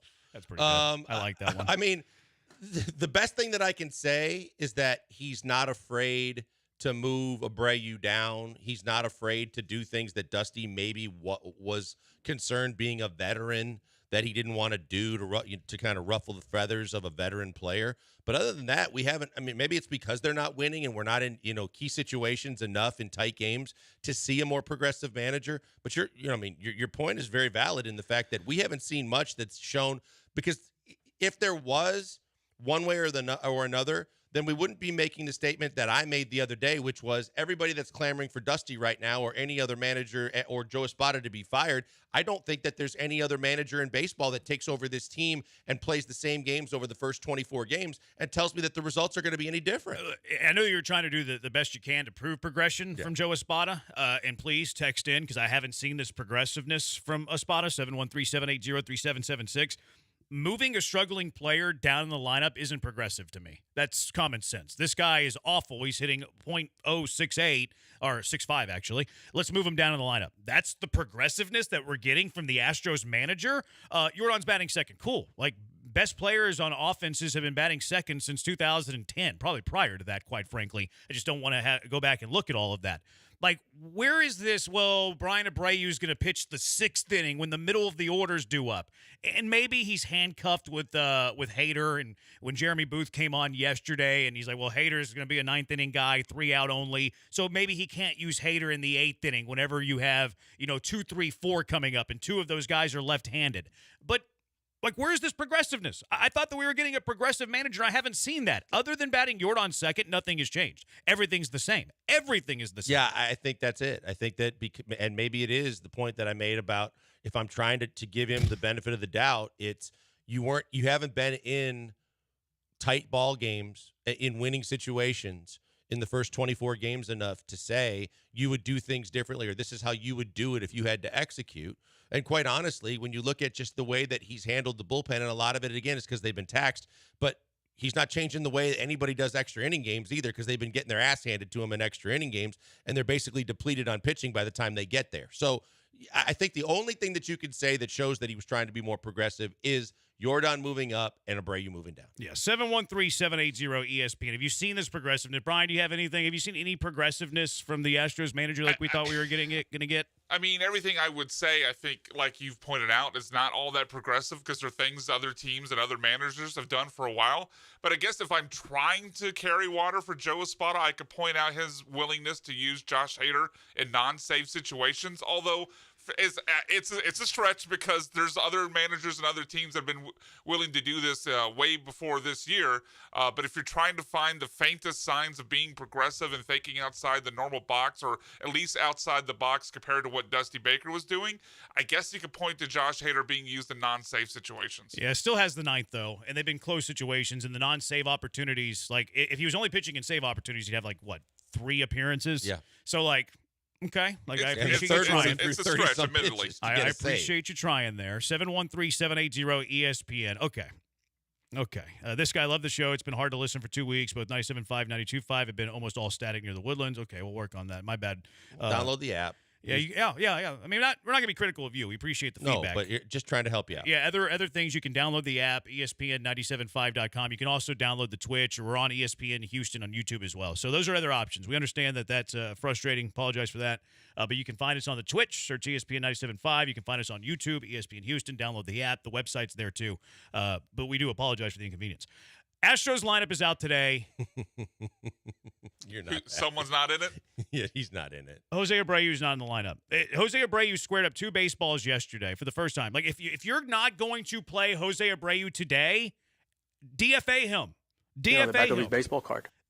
Why is he not in the line? Here's the line. Now, Joe is trying to shake it up. He has moved things around. Jose Altuve leads it off. Alex Bregman bats second, plays third. Yordan Alvarez back into his 3 spot in left. Kyle Tucker is your cleanup man in right. Yiner DHs today, bats 5th. Pena in the 6th hole. Singleton bats 7th. Caratini catches, hits 8th. And Jake Myers, who homered yesterday against the lefties, back in center field against a righty, no Mauricio Dubon. Why is Jose Abreu not in the lineup today? Why is he not in the lineup today? Because I don't have they're platooning the guys. You have 2 options. I mean, that's the only thing I can think of is he's just going to go every other game now with Singleton. It's because he's starting to feel the pressure. He's starting to feel the pressure. Well, I better shake things up. He shook things up today. Yordan's in the 3 hole. Bregman's in the batting second. Singleton's in the lineup. You have 2 options. You either release Jose Abreu, which I'm in favor of, like eat the money. This whole like sunk cost fallacy. You're holding on to him because you gave him all this money. Okay, like I can understand the logic there. I don't agree with it, but I understand the logic. But if you're going to do that, you have to have him in the lineup whenever he finally squares up a couple of baseballs yesterday. I completely agree. But here's the other thing that we talked about because Dana started talking about it. Maybe there's a stint on the IL. Have him stub a toe. Have him do what exactly Javier did to get a crick in his neck and be able to sit him down, put him on the injured list for a while. But he doesn't. He's either going to be in the lineup when he starts looking like there's a chance. There's just a spark of a glimmer of hope that he could do something to square up a baseball 2 days in a row. But if you're not going to play him now, then sit him down. If you're not going to completely right, for good. Well, but if you're not going to do it for good, he's already kind of hinted at the fact that maybe there's a stint on the IL for him while he figures things out. Well, I don't care what the damage is or where the discomfort is. Then at least sit him down and give a viable option, an extra viable option to this lineup right now when they so desperately need wins. Yeah, I mean, I tweeted this out this morning because. If you're going to keep a struggling player, you have to run him back out there whenever he finally has some good contact. Mm-hmm. Like, this is actually anti-analytics. This is actually anti-progressiveness. Like, analytics and progressiveness, you're not falling in love with the hit column. You're looking at, okay, exit velo. You're looking, and I know that Dusty had the exit hits and all that stuff, but you're looking, but Dusty was like more analytical than he would lead on because his that feeling was, that guy's hitting the ball hard. He might have got a hit, but I'm going to put him in the lineup tomorrow because he's hitting the ball hard, which is like, that's not analytics. It's kind of an old school feel, but it is also analytics because the guy's hitting the ball hard even though he doesn't get the hits.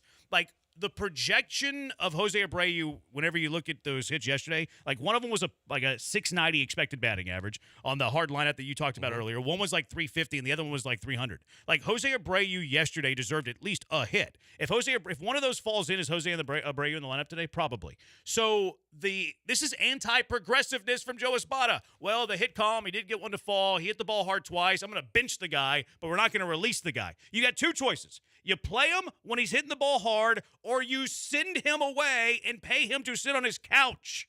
Or, again, you put him on the injured list. You did it before. Well, I mean, that's tricky because the Mets general manager 2 years ago, whenever you placed him on the injured list, if you're manipulating the injured list, you can lose draft picks. You can be kicked out of the league. You can be given a year suspension. Like, that's tricky. But he's had a back problem previously. Yeah, I mean, so there's a track record. They'd have to lay some groundwork. But they got away with it last year. No one thought that he legitimately hurt it or hurt it even worse or did anything to his back 3 months into the season when all of a sudden they finally sat him down. I mean, it's very easy, you're right, to sell the fact that a 45-year-old has back issues. It's very easy to sell that. You're 100% right. But it is tricky. Like, I mean, if Dana Brown's worried about his job and being suspended, like, it's you don't want to manipulate the injured list. The Mets GM a couple of years ago, I forget his name, he got in trouble for that. So that's a little bit tricky. Not that it would be that difficult to do.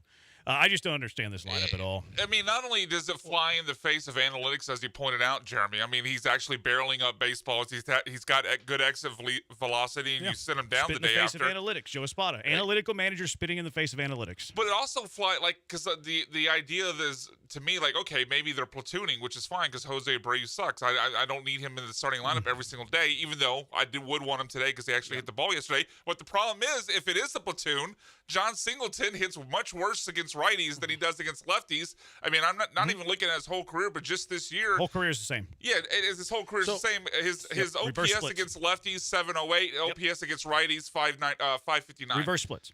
Also explain this to me. If you're trying to stir things up and mix things up, why are you taking a guy hitting 203 and batting him second? See, I actually like this move. Is this your way of saying he's between Altuve yeah, but is this also your way of saying stop swinging for the fences and this is one way to do it if I put you in the 2-hole looking for base hits? Let's kick that around when we come back. 713-780-ESPN because this is actually something that I do like. Now, there's a lot of things today that do spit in the face of analytics from this progressive manager, Joe Espada, and it does beg the question. What would Dusty do? What would Dusty do to boost this club? 713-780-ESPN. Bregman being a part of that is in the discussion as well. 713-780-3776. Killer Bees, ESPN 97.5, ESPN 92.5. Guys, want to take a moment for one of our newest sponsors, Bull Shirts. Bull Shirts is the best in the business at doing promo items. I've known them for years in my past life with the Rockets because they do promotional T-shirts. They can do them quickly. They can do them spot on perfectly the way you need them, and they can get them to you fast because they're local. They've been in business for over 40 years. Industry leaders since 1980. Top-notch quality and service. The playoff and the championship gear for both of your two favorite teams in this town that play baseball and basketball. All done by them, and they can ship it anywhere in the United States. And it's not just T-shirts. You need koozies, cups, and mugs. Maybe you're doing a golf tournament. Hats, protective headwear. Maybe you're looking for golf accessories, awards and medals, coolers, lunch bags, backpacks. You name it, they've got it. They can hook you up. They can even do the things that you weren't thinking of. Maybe you need one of those tents with the logos on it. You need something done like an LED light-up product. They got that too. But the best is they're local. They're going to take care of you, and they're going to get it to you fast. Bull Shirts is a one-stop shop for everything and all things promotional and all your promotional needs. Visit their website, bull-shirts.com, and tell them ESPN 97 and I sent you by because they're the best in the business.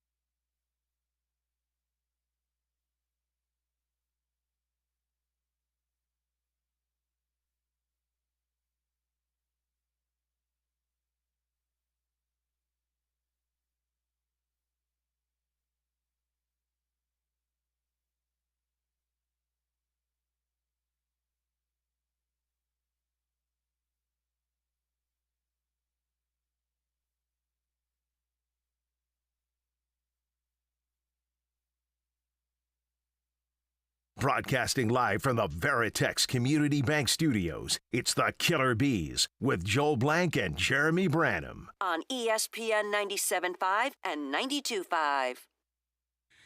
I gave your daughter coffee. Hope that's okay. Hope that's all right. I think it would help her fever.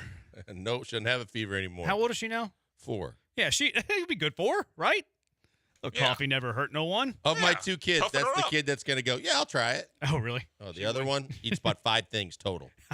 She's picky. Oh, man. What would Dusty Baker do? What would Dusty do to boost this team, to boost this club?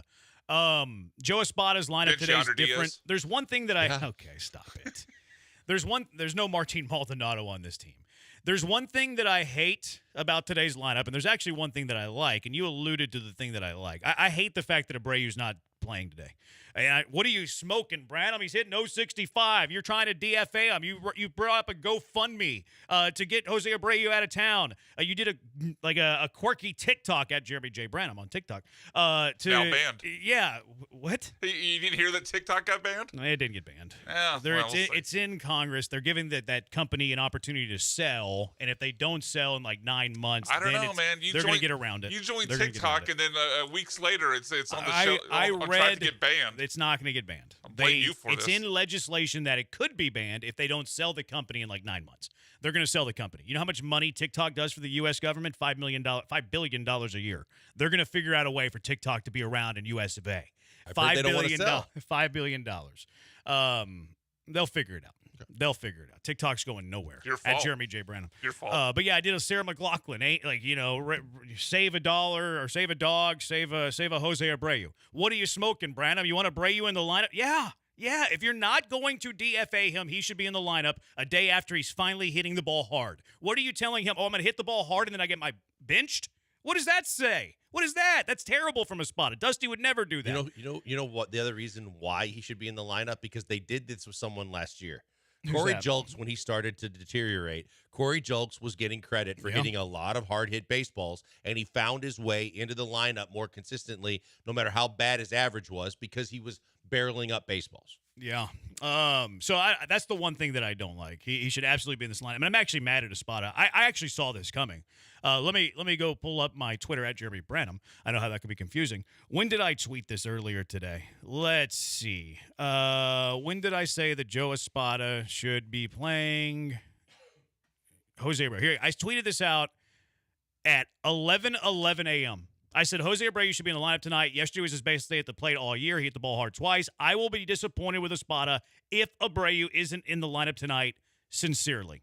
Not in the lineup tonight. I'm mad at Joe Espada. Joe Espada is in my doghouse. Managers and coaches have doghouses all the time. Well, Joe Espada is in my doghouse for not playing Jose Abreu. Well, you would think, too, that with Bagwell working with him constantly and all these guys that are so hyper-focused on Jose Abreu, we weren't the only ones that saw this. I mean, it was tough to stomach the rest of the game after the first inning, but for everybody that watched long enough to realize that he was hitting the baseball, I mean, he was putting back, screw how hard he was hitting the baseball. He was putting bat to baseball instead of swinging and missing. That's a positive at this point. Yeah, like Dusty Baker, what would Dusty do? The segment here, 713-780-3776. Dusty's going to look at his eyes and see a guy's hitting the ball hard, especially a struggling guy, and get him right back out there the next day. In the 5-hole. Yeah, that's probably true. Like, probably let's find a happy medium. Yes. Let's put him in the 8 spot. Okay, fine. You can get 3 plate appearances, but you're going to be in the 8 spot. The one thing that I do like today, though, I actually like Bregman in the 2 spot, because let's keep in mind this is a marathon. This is a 162-game season. We talked about this a little bit on Monday. The Astros aren't going to be a playoff caliber team, a World Series caliber. They might not already be that, but they're certainly not going to be that if Alex Bregman is hitting .202 the entire season and his OPS is .550. You have to get Alex Bregman kickstarted. You have to get him going. You can't be like, here you go, Bregman, you're going to bat 9th, and then he's awful all year. You must get Alex Bregman going. I think it's tough with him in the cleanup spot right now because he's pressing. He's not knocking in runs. I think he's trying to do too much. He's looking for an 8-run homer when he's the only guy on base. There's nobody on base. So the best way to get Bregman going, and this is actually something that Dusty Baker would do all the time. Okay, we need to get a guy hot because we know we need this guy. Yuli Gurriel struggling a few years ago. We need this guy. We're going to bat him second in front of Yordan Alvarez. Jeremy Pena, we need to get this rookie going. And then all of a sudden, he's the ALCS and World Series MVP. We need to get him going. How do you do that? You bat him second. Astros absolutely need, I know we're banging on Bregman, and his salsa's terrible, and he's batting about as good as his salsa. All of that is right. But Alex Bregman has to be good for the Astros to be good, and the best way to get Alex Bregman going is by batting him in front of Yordan Alvarez. I actually like that from Joe Espada. Well, the reason why I question it is because he is scuffling so badly. His average is terrible, but the only logic I could find in it, other than the logic you already gave about, giving him better pitches to hit, is the fact that maybe this is the kind of psychological thing he needs to realize. In this spot in the lineup, what my team really needs me to do is stop swinging for the fences. Go back to being the guy that's got a precision eye at the plate, that can go the other way with 2 strikes, that can get a base hit just with runners in scoring position instead of trying to get a 2 or 3 bagger to try and go clear the bases. Do the kind of things that have made you Alex Bregman for the Houston Astros over the last 7 years. That's what you need to do. That's what we need you to do. And whether it's right for your agent and your free agency coming up or not, completely should not matter at this point, because no matter what you're trying to do, betting on yourself, you're losing money every single day. Yeah. 60-30, he says. I want Jerry Crane. He does. Listens to us every day. I want Jerry Crane to sell the team. His hiring buddies are enjoying the time. He's no longer concerned with really trying to keep the team a powerhouse. Braves, Dodgers, true powerhouses. Wheat Straw says, someone get Joe Espada a toothpick. Hey. And some wristband. Hey, let's do it. Let's do it. Maybe it's going to bring some wins to the team. Let's go out to the HRP listener line, 713-780-3776. Doug, you're in the hive with the Bees. What's going on, Doug? So what's it going to take to get these guys to put Mauricio Dubon in the lineup on a regular basis? This is ridiculous. Appreciate the call, Guy's Doug. got the third best batting average on the team. He's the third most RBI player on the team, and yet he's on the bench again. Hell, put him at first base. I like that idea. Now, Brady would have been my first baseman today, but I like the idea of Dubon at first base. Jake Myers against righties is questionable. Like, this is another kind of border. Like, this is actually anti-analytics again. Like, why is Jake Myers playing center field today? Well, Jake Myers playing center field today because he hit a home run yesterday. That's the only reason why they're banking on it. But he hit a home run yesterday off a lefty. Right. Today That's guy's a righty. This makes all the sense in the world to put Dubon where he has been doing everything you need somebody, even if you don't want him to, because he has value as the utility guy. He has basically earned the right to be the starting center fielder, if not all the time, at least in a situation against righties. I would agree with the righty part of it. I like Myers in center field. His defense plays. He's the best defensive center fielder you have on this team. And, again, against lefties, he'd be in center field every single day for me. Now, Dubon does – it's weird, too, because another thing I tweeted. I don't think that Joe Espada really backs up the words that he says. He said, well, Jake Myers, everyday center field. That was actually Dana Brown. But Joe Espada kind of echoed those things, started spring training. He hasn't been your everyday center fielder. He said the other day, I think it was on Saturday, either Friday, Saturday of the Washington series, well, we're going to get Mauricio Dubon more at-bats. Wasn't in the lineup on Sunday, wasn't in the lineup yesterday, not in the lineup today. So, okay, you're saying one thing and then you're doing another. I don't put a lot of the blame on him, and there's no way for me to actually 100% verify this, but it's kind of the feeling I've gotten with Espada and with Dana Brown, where they're put in these spots where they say things, and they like to do it, but then the Jim Crane and the panel of ex-players that report to him say another thing, and then they have to go with whatever that front office group says. I think that's in the range of possibilities to be true. So that's a fair point. That's not one that I have much pushback on. But I agree with Doug. I would like Dubon to play a little bit more, especially while he's swinging a pretty good bat. I do think that Dubon's offensive game can be a little bit overrated at times, not currently. I feel that a lot of baseball people overrate touching the baseball. Mauricio Dubon's really good at touching the baseball. Mauricio Dubon's really good at putting the bat on the ball. Doesn't walk much, doesn't slug much. But with what you have right now, it's better than Jose Abreu. It's better than Jake Myers against righties. Probably better than Alex Bregman, but you're not benching Alex Bregman. Sometimes we overrate contact, but with what the Astros currently have, I do not disagree with what Doug had to say. The biggest thing right now, because you're scuffling so badly, is to find anybody that is somewhat hot or somewhat effective offensively and find a way to put him in the lineup. It doesn't have to be in the same spot every day, but in this case, everything lends itself to him being in the lineup today, and he's not in the lineup today. I've been saying all along this Crane gang is dominant, and it's a puppet show for not only Joe Espada, but it's seemingly more and more like Dana Brown too. Like, they're not going to have their jobs for longer, but they're going to play the game long enough so that they can find a peaceful existence with Jim Crane because they know that they're walking on eggshells every day. But unfortunately, right now, everything that we see, no matter what we will ever know, based on what Reggie Jackson told us and just the actions of the organization, tell me that both guys are powerless, both guys have been neutered, and both guys only walk to the beat of whatever Jim Crane is playing. You're not wrong. You're not wrong. You know this has been neutered. Never mind. I'm not going to say it. 713. I can't say it. It's off topic. It sounds like I'm taking a cheap shot. I'm not going to. It's Bush League by me. 713. You'll tell us during the break.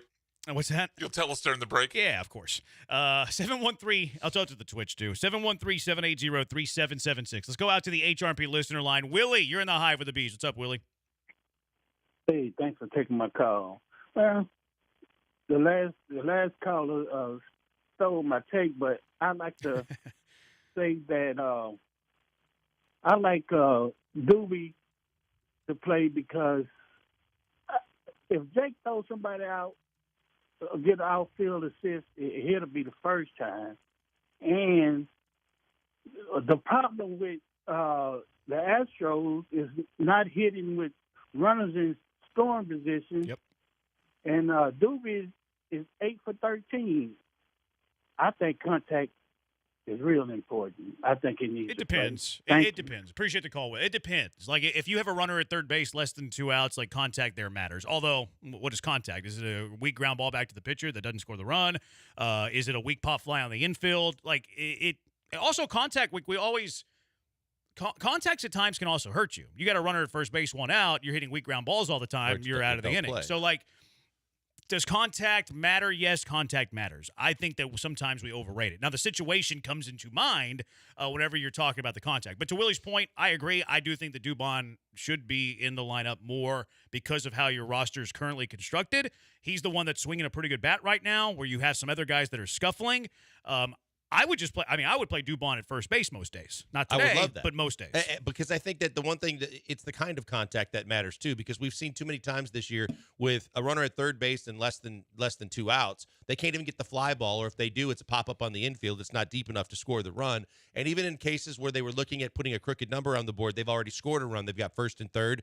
And I forget the last time it was against Washington. They made a pitching change. They had first and third. They had scored a run. They looked like they were primed for a big inning. Before you know it, there's a 2 outs just like that. None of the run scores, and you look at it going, well, there was another massive missed opportunity. No matter what, sure they got one runner in, but that was not nearly what the script said you were going to get out of that inning. Yeah, they've been bad at that game in particular. They were poor at tacking on runs when they had opportunity to tack on runs, and it's little things like that come back to bite you. You're up 2-3 runs, you have a runner at third, less than 2 outs, and instead of driving in another run that puts the game out of reach, you get a blown save in the ninth. You look back, well, if you score a run there, we probably win this game, et cetera, et cetera. And it's been a long list of what can go wrong, will go wrong with the Astros, and that's what they've experienced. Well, we talked about games. Insurance policies before the season started, with you and I both clamoring for a left-handed bat and maybe at least one outside. No, I wanted left-handed bat. Yeah, left-handed bat and maybe one more arm in the bullpen. 2, but we didn't want to go overzealous. But yeah, it would have been nice. But instead, we're talking about insurance now because they didn't have the bench players, they didn't have the kind of things. But insurance runs in a ball game matter. And they've missed several opportunities this year to get that late run insurance policy that would have given them that security blanket you're speaking of, that in years past they would have gotten. They would have found a way to manufacture that run across the plate to get that one extra cushion that they needed. They're not getting those, and it's coming back to bite them in the butt over and over again. Yeah, 713-780-ESPN. That guy texted earlier with the hat, the Killer Bee. You're right. It was the brick red. Okay. Good looking hat there. 8437 had to keep Dubon rested up so they can be Verlander's personal center fielder tomorrow. It's true. I found some things that contradict that. I think it's more of a Dusty thing, and Espada has borrowed it from Dusty. But it's going to happen. That's probably the truth. Yeah. That's probably how it happens. Maybe we have an argument there, but the truth ultimately is the same. As much as we had tongue-in-cheek going, the personal center, it's a fact. But it's going to happen. Yeah, it's going to happen. It doesn't matter what the backstory is. We've just come to believe it's going to happen. 8089, Dubon at first, rest of the year, cut Singleton and Abreu, add Brandon Belt. I'm sold. Done. Sold. I'm in. There's in. now 3 guys that are a possibility to add to this team. We'll get to the depending other later. depending on how depending on how much money you want to spend. But we've brought up multiples that they're obviously not interested in exploring right now. And again, I'm just gonna say it one more last time because I'm mad and I'm overcaffeinated. If you're not going to cut Jose Abreu, he must be in the lineup a day after he squares up 2 baseballs and finds a barrel. If you're not going to do it, then you need to get his butt off of this team and bite the bullet. The whole sunk cost fallacy. Yes, you've spent a lot of money on Jose Abreu. I understand you as the person who spent the money is going to be more reluctant than us, the ones that did not spend the money. But is Jose Abreu more valuable to this team sitting on his couch or being one of your 26 guys on the big league roster? Jose Abreu, again, on pace to be the worst position player in Major League Baseball history by a substantial amount. The thing that I don't understand either is we always keep saying, and you hear everybody saying over and over, Jim Crane's a baseball guy. Jim Crane's played baseball his whole life. Jim Crane's a baseball guy. You know he's watching the team. You know he saw what Abreu did last night. And if they are truly just puppets or they're being manipulated by the Crane gang on a daily basis, whether it's Dana and or Joe Espada, and this is the decision being made, you would think Crane's picking up his cell phone going, whoa. I got to have Abreu in the lineup tonight because of what we saw last night. There was the glimmer of hope, and we thought it was completely dead. And then the opposite point of that, like Crane, how did he get his money? He's a really good businessman. You would think that he would be all in favor, or know at least, about sunk cost fallacy. You think that he would know that and all of the economics that he's experienced in his entire life.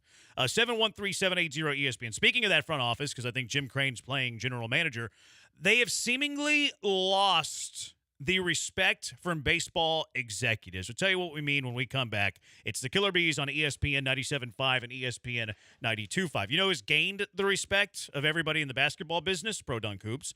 They make the highest quality basketball goals you will find. They have the best goals in the planet. They're not those cheap goals in the big box stores. You see them in your neighborhood. They're messed up. They're jacked up. They're broken. The rim's not level. The backboard has a hole in it. Sometimes they're not even upright anymore. They're laying flat on their belly. Well, the goals from Pro Dunk make the highest quality goals you'll find, unlike anything in those big box stores. Tempered glass backboard gives you a true feel off the glass, some authentic feel and touch whenever you try to bank a shot in, lay one up, or even the rims. Breakaway rim, stainless steel hardware, rust-proof, which is critical in Houston. We all know that. And it's height adjustable, anywhere from 5 feet to 10 feet. And if you get their new goal, Thor, you can raise and lower these goals with a drill. Lightning adjust feature, it's simple, 5 to 10 feet in a matter of seconds. It's idiot-proof for people like me. Their accessories are next level as well. LED light kits for night play. You probably need that, right? If you work, unlike our Twitchers. If you have a job, most of our listeners do, unless you're the Twitchers, you can't play during the day because you're at work during the day. Your kids are at school during the day. So you need these LED light kits for night play. Well, get one of those. They have it there at Pro Dunk.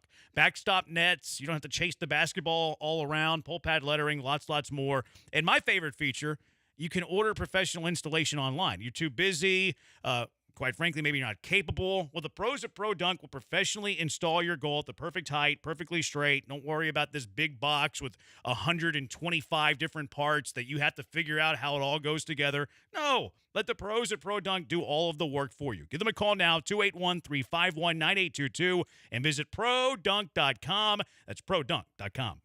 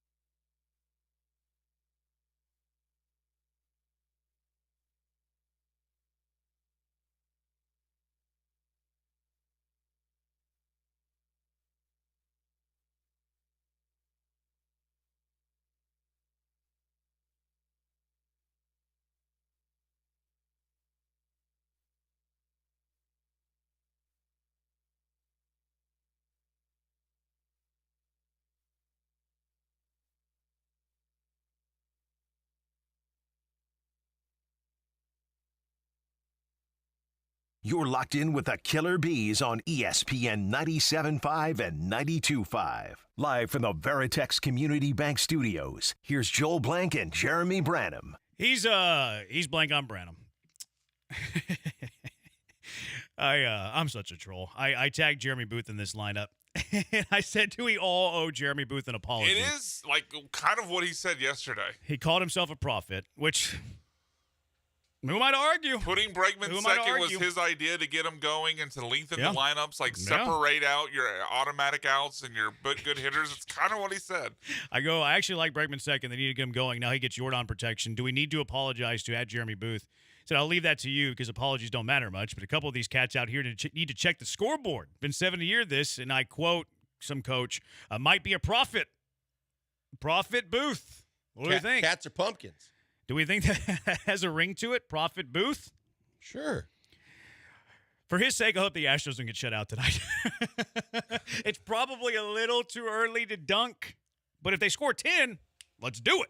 I was going to say, if they put up a big crooked number, there's going to be a lot of people taking a victory lap. Or Bregman strikes out the end of the game with Jordan on deck. That would be worst case scenario. Best case scenario, they score 10, they win 10-3. Worst case scenario, they lose 1-0. And Alex Bregman with runners at first and second, or second and third, strikes out, or just gets out with Jordan waiting in the on-deck circle. That would be worst case scenario. That would be absolute worst case scenario. What an interesting storyline now going into John tonight's Singleton game. going over with not putting a bat to baseball wouldn't be great either. That's like a secondary storyline. That's like my little nuance thing. Like that's definitely nuance, but it's definitely my thing tonight. Hopefully Singleton hits a bomb. We've kind of ignored something else that stands out with this lineup today because we've been focusing on Bregman and Abreu, but Pena's up at 6th. That's not outrageous. No, I'm not saying it's outrageous. It just was, unexpected. At least for me. Maybe you guys six a few times. I thought this he year. did too. I mean, how many times does he hit 6? He's hit 6-4 the last 5 games. Okay, all right. Maybe I haven't. And the one time he didn't hit 6th, he hit 5th. Interesting. Yeah, so he's been in the top 6 in the lineup at least the last 5 games. It might go even back further than that. I just pulled up the first 5 games for Jeremy Pena. Let's pull up the rest of them here real quick. I don't necessarily like that placement, though. Yeah, I kind of like him either being top of the lineup or into the lineup to where you're more in a position to either be protected by Jordan or be, especially while he's hitting well, be a guy that can get on base right in front of Altuve. Yeah, but he's been hitting well, and he deserves to be ahead of the other guys. And he's going to have more RBI opportunities, and he's produced better in those RBI opportunities. You just need production no matter where it comes from. I mean, with the inconsistencies at the top of your lineup, there's been a need for him to hit higher because of the less than starts to several guys that you were counting on.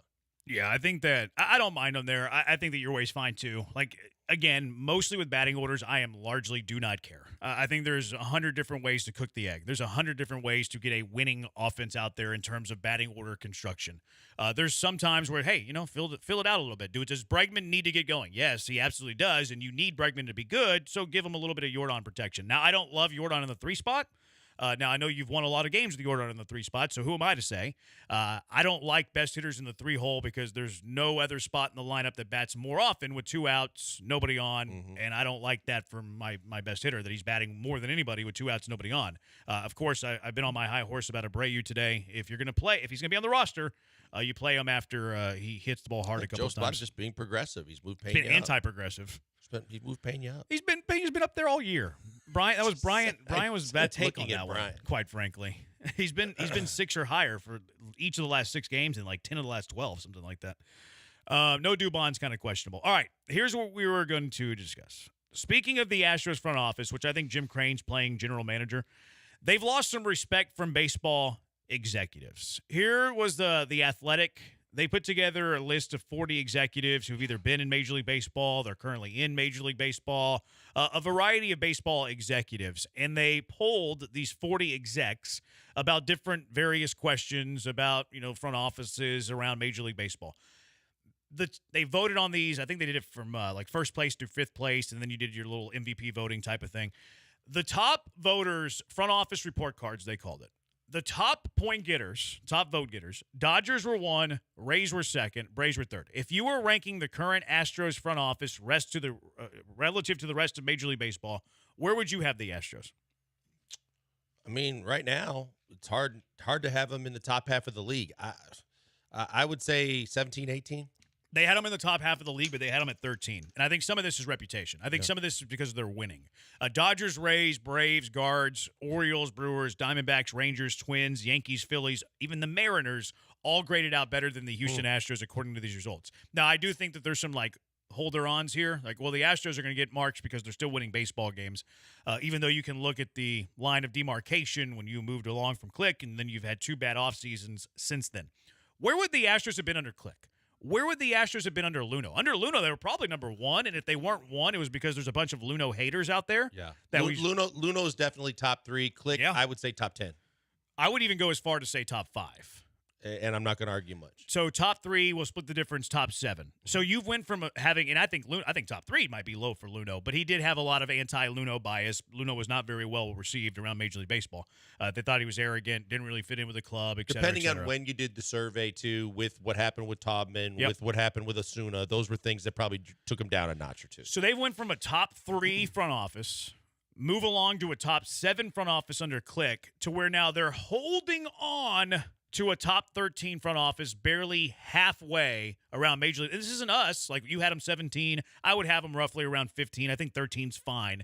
But you have real baseball people that have the Astros at 13. It's dire. It's dire. Your front office has moved in the opposite direction. Luno to Click to now Crane. And Click was fine. I'd be perfectly okay if James Click was still the general manager of this team. I'm not okay with Jim Crane and his older parliament that are making the decisions. Look, let's just be honest, because of the fact that this is what you needed to hear. This is what they need to see. Whether it resonates and does anything, we don't know. But these are the guys that are picking up the phone on a daily basis. These are guys that are conversing and understanding behind the scenes that we don't, in terms of who's making decisions, if a deal is being discussed, if there's something where, there are multiple teams in some kind of a discussion, that you can figure out real quick how the hierarchy and chain of command is going, who's making the decisions. If they've got to wait to get answers, if they've got to, check with certain people, then you know that they don't have the autonomy to make the call themselves. Then you start to realize, hey, this is starting to be a bleep show. This is like too many cooks in the kitchen, and it's going to start trickling out. And this is probably the first of what isn't going to be the last of reports coming out about the chain of command and how Jim Crane is running things. Yeah, it scares me. Look, we had how many? Let's take you back to when Click exited, right? There were a lot of baseball executives. There were a lot of baseball writers. There were Keith Law at top of the list. But everybody coming to the defense of James Click, saying he's a really smart, really good, really savvy baseball man that is going to be back sooner rather than later as a general manager. And he basically got screwed over because of a personality conflict with the owner. And that's what eventually came out. Don't think for a minute that you don't know when it's going to come out, but this is the sign of things that may be coming out for both Dana Brown and for Joe Espada, because of this meddling owner that probably is dipping his hands into too much, too often, and now it's actually having an adverse effect on the results on the field. You know who would push back on it too? Dusty.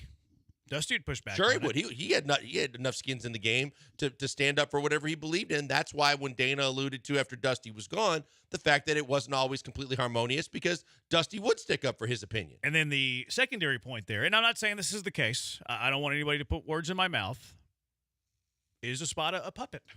I think they both are. I kind of do too. I'm not afraid to say that. Make it unanimous. I mean, I think I said that a segment or two ago. I think we've kind of been banging that drum. We've been banging it for a while, but I mean, for this is a couple weeks now. The Jerry Jones aspect of Jim Crane has really been showing. And a lot of times, it takes you a while to realize there are cracks. Like, whenever you still have a good roster, you can sustain winning for a period of time. Like, Jerry Jones kept winning a little bit when he moved along from Jimmy Johnson. Johnny Buss, but when they moved on from Jerry West. The Lakers were so damn good for a while, you couldn't tell how bad he was. It's a ripple effect. It's a ripple effect. It takes a while for those cracks to really show its face. I think we're starting to see the cracks, and I think that what started the crack was letting James Click go, because you've had 2 terrible off seasons in a row. And look, some of those moves we liked. Like, we were holding out hope for Jose Abreu to be good, and some of the baseball savant numbers were good for Abreu. Like, he wouldn't hit the home runs, but he was still had a good hard hit rate. Exit velo was still good, so it's like, hey, he's still fine, and it wasn't still fine. But 2 bad off seasons in a row. Whether, hindsight 2020, are we sitting in hindsight? Yeah, we are. But they've had 2 bad off seasons. 2 bad off seasons in a row since they moved on from a general manager who helped guide them to a World Series. There's checklists, there's receipts, there's people that are holding them on a daily basis and starting off with the big 3, because the big 3 moves once Click exited and Jim Crane was in control are ones that are going to live in infamy in Astros history. And you hope that there's a way to escape them and make them better. Brantley did his best to at least salvage something from a completely lost season when you were told he was going to be back for opening day, and you kept holding and crossing your fingers throughout the season to say, we could use him here. We really need him here. We even got to the point where saying, even if he's a pinch hitter late in the season, get something out of him to where when he came back, he had his moments. He did some things, but it wasn't the way that was supposed to go. But then the overspending on the Montero deal and the overspending on the worst deal that he ever could have made in Abreu, they aren't going on anywhere, and they aren't going away anytime soon. No, 11.5 on Montero, who's been good, but he's not an $11.5 million pitcher, and I tried to stand for that. I was dumb.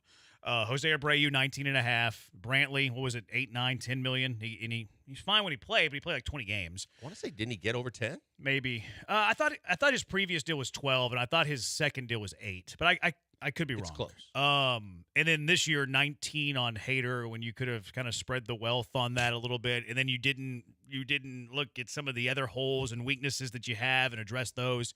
And here's the irony about all this. 7-4-2-8, Jim Crane is starting to act like the Jerry Jones of baseball. 9-6-9-5, I'm a Cowboys fan, and Crane is starting to remind me a lot of Jerry Jones. He moved on for people who push back like Jerry did Jimmy. That's Corey. You know who said this at the time? Keith Law said this at the time. Keith Law also said Hunter Brown's probably a reliever at the time. You know what the Houston Astros fans did to Keith Law and certain hosts did to Keith Law? They acted like he was the biggest moron in the world. Turns out he was right. Turns out he was right. Right now, until further notice, there's nothing that's pointing to anything that shows that Keith Law was wrong on either front. Because Keith Law, he came in pretty hot, coming in hot and fast on the fact that he was defending James Click. He knew James Click. He knew what James Click was all about. He knew he wasn't who the organization was painting him out to be, or the owner was trying to paint the picture of what happened. It's now coming out the same way with some of the other moves where you start saying, hey, look, you don't want Dan Snyder. You don't want a guy that comes in on draft day after you've done all this work. And they've even said the funny thing in Indianapolis this year is Irsay's got that reputation, but because of his health issues lately, he won't be in the draft room this year. And maybe everybody was celebrating, going, maybe Chris Ballard can do his job. You don't want a situation where the owner takes it too far. I know that Les Alexander was always in the draft room. Les Alexander's main point of contention was leave it in the hands of capable people to make them the best basketball team they could be, and he'll worry about the finances. If you could justify the finances that are going to be involved in the deal, then he wanted to do whatever made the team better. But he wasn't going to be the guy that came in as the smartest guy in the room and told the talent evaluators after they did 6 months of work, no, we're drafting this guy because I said so. 7-1, scary. 713-780-ESPN. Reggie Bush got his Heisman Trophy back after 14 years. The 2005 Heisman Trophy has his trophy back. What are sports things that you want back? 713-780-3776. What sports things do you want back like Reggie got that Heisman back? 713-780-3776. Something that you should want back are smooth roads. If you have a road or you have a parking lot, whatever the case may be, smooth roads are the way to go. You want that back, but you can't have that back because these potholes are getting in the way. We talk about pet peeves on this show all the time. You know what one of my biggest pet peeves is? Potholes. Can't stand them. That's why I love Third Rock Renewable, and they're on a campaign to fix potholes for good. We've all been there. Pothole pops up, throw some money at it to fix it, and it turns out that it's just a temporary fix, a Band-Aid. That annoying pothole pops up again in a few weeks or a few months. Change that and get in touch with Third Rock Renewable today.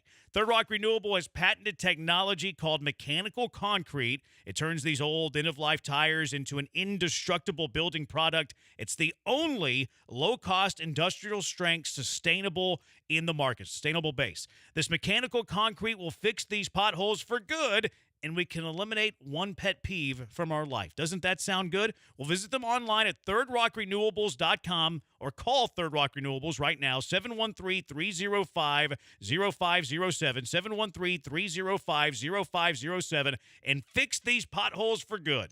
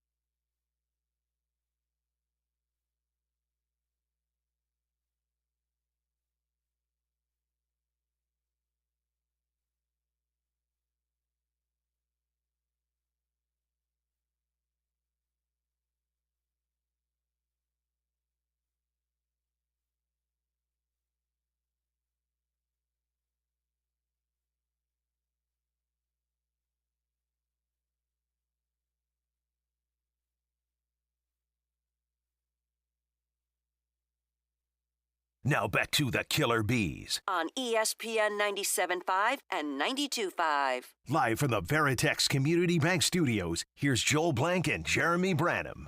He's Blank, I'm Branham. 713-780-ESPN. Reggie Bush has his Heisman back. How much do you care about Reggie Bush having his Heisman back? I always felt like he earned that Heisman Trophy. Sure. I always felt like, of course he did. You know, that season was so fun to watch. He was must-see TV. I know the Texans fans that was a huge debate with the number one pick. I always felt like he got kind of screwed over during the whole process. So, but at the end of the day, once it's done, I figured it's irreversible. I didn't think the NCAA would go back, or the Heisman would go back and do this. Probably whether they talk to the NCAA or not. But so be it. I think he earned it. Yeah, 713-780-ESPN. Reggie got his Heisman back. What are sports things that you want back? Now, interesting to go back to that year. If they voted on the Heisman after the national championship game, probably VY's, but it's a regular season award. I have no issue with Reggie Bush winning the Heisman. And Vince Young's probably... The fact that Leinart was at that ceremony. Yeah. Boy, for the talent he was in college, he was brutal as a pro. Vince Young's probably one of my top 3 favorite quarterbacks collegiately all time. Case Keenum, greatest statistical quarterback ever, number 1. Tebow's in the mix, and then Vince Young's. I'd probably have Vince Young ahead of Tebow, though. Tebow would probably be 3rd. Vince Young would probably be 2nd. Vince Young's my 2nd favorite high school quarterback of all time, behind Odell James. So I love Vince Young. Love Vince Young. Didn't love him as a pro. Love Vince Young in high school. Love Vince Young in college. Shout out Madison Marlins. So I love VY. But Reggie Bush, you should have had the Who the hell's Odell James? Played at MacArthur way back in the day. He was Vince Young before Vince Young. Okay. Stud. Tore up his knee his senior year. Never really. He went to Baylor. Probably should have went to Nebraska where they ran triple option. That would have suited him better. That was the Osborne era? I think he's the head coach at Eisenhower now. I think I remember reading that recently. I think he went from Baylor to be the head coach at Eisenhower. But yeah, great high school quarterback. MacArthur General, shout out. Anyways, I got off sidetrack here. Well, I was just questioning because I didn't recognize the name. Was it the Heisman or the NCAA they gave back? Is the Heisman Trust or whatever? It was the Heisman Trust. Trust. It was their decision. But I think there was a discussion. Here's it was where I'm their at. decision. It was their decision. What are they? They're just going to disagree and they're just going to put away all their values? Like, I'm going to have these values to take away your trophy, but now I'm going to give it back to you. Like, have some values. Stand on it. Say it with your chest. I'm kidding. What drives me crazy about it, and I'm completely for Reggie getting, I thought the idea of him turning over the Heisman was ridiculous, when it happened, however many years ago it was. But I remember reading an article about it just a couple months ago, and they were talking about it's the Heisman Trust decision to do it, but they didn't see any... When the Heisman guys were giving their reason as to why they've kept this ban in place for Reggie Bush this whole time, they basically said they wanted to see proof that whatever happened didn't happen. Like nothing's changed with the evidence, so they don't see any reason. He got money to buy his parents a house, yeah. I believe.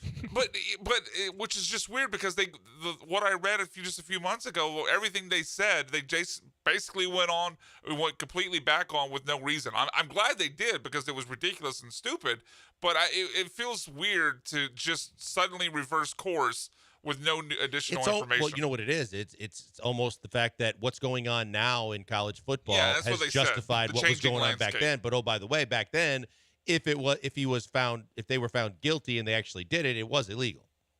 Yeah. So what do you want? What do you want back? As we segue to the real meat of this, because who cares about Reggie Bush's happiness? We can take the first I don't part care of the about show Reggie and Bush. just say we want the Astros mojo back. That's a good call. And they're starting pitching. Yeah, I don't really care about Reggie Bush's happiness. If he's happy about the Heisman Trophy, I'm happy that he's happy. I don't care too much. Sorry. Astros happiness is a good one. If I'm going non-Astros, and that's right up there for me if I'm going local. If I'm going national, Tiger Woods in his prime would be a lot of fun this day and age. He's competing at every single major. Tiger Woods' health back? At this stage of it, he needs a little bit of fountain of youth, I think, too. Like health and fountain of youth combined, I think gets there. One of the other things for me, really high-level boxing.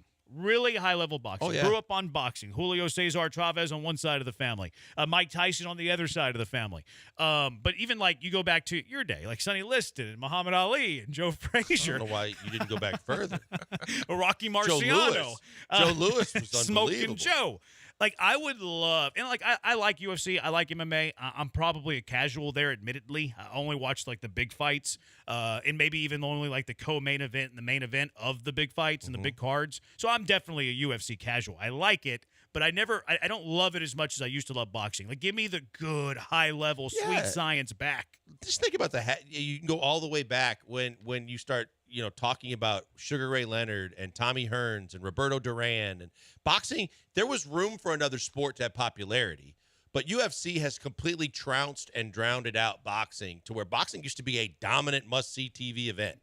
And now it's an afterthought and then some, to where it's not really, relevant even close to where it was previously when you had all the big names and all the hype train around all these fights. What do you want back, Brian? I went actually quite a bit off the field. My first thing was some of the classic uniforms that have been taken away that I prefer to the current uniforms. Especially, one of the NFL teams that came up with the new uniforms this offseason was the Broncos, and I absolutely hate their new uniforms, but I love the old logo with the big, letter D with the horse coming through that John Elway used to wear. Pause.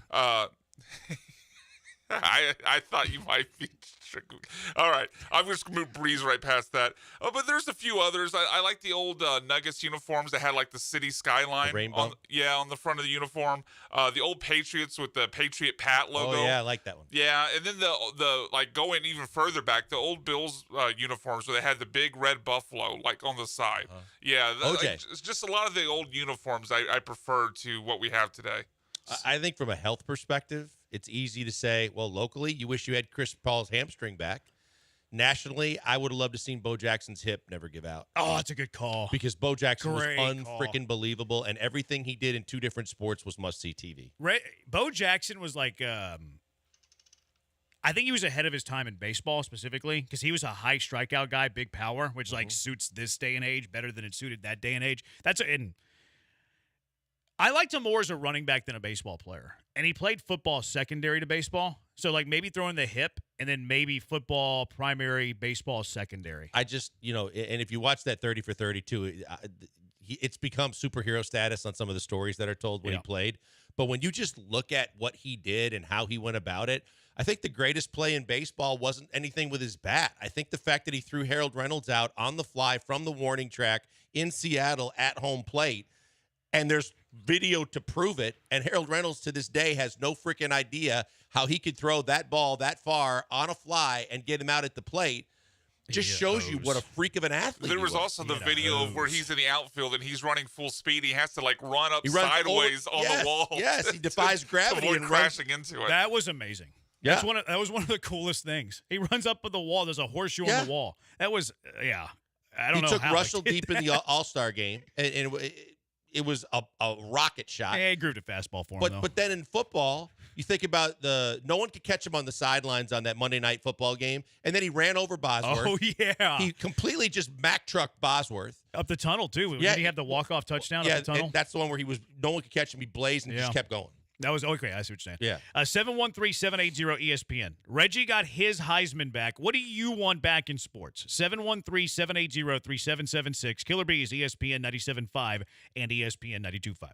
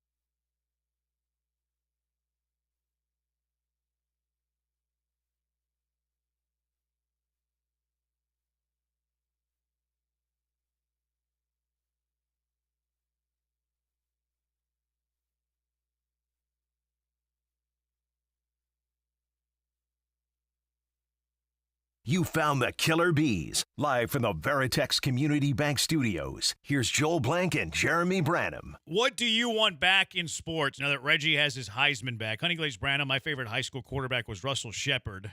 Went to middle school with him, then he went to Ridge, me, Jersey Village. We beat him freshman year, and he was sore. Refused to talk to people on our team he knew from middle school. Great highlight tape. I don't know if he's bashing Russell Shepard or not. It started off as he's my favorite, but then doesn't sound like he likes him a whole lot. I want to say he went to LSU as a receiver. I think he started off as a quarterback, but got transitioned. I called some Russell Shepard football games as I was coming up in the business at Old Pridgeon Stadium there in Cy-Fair.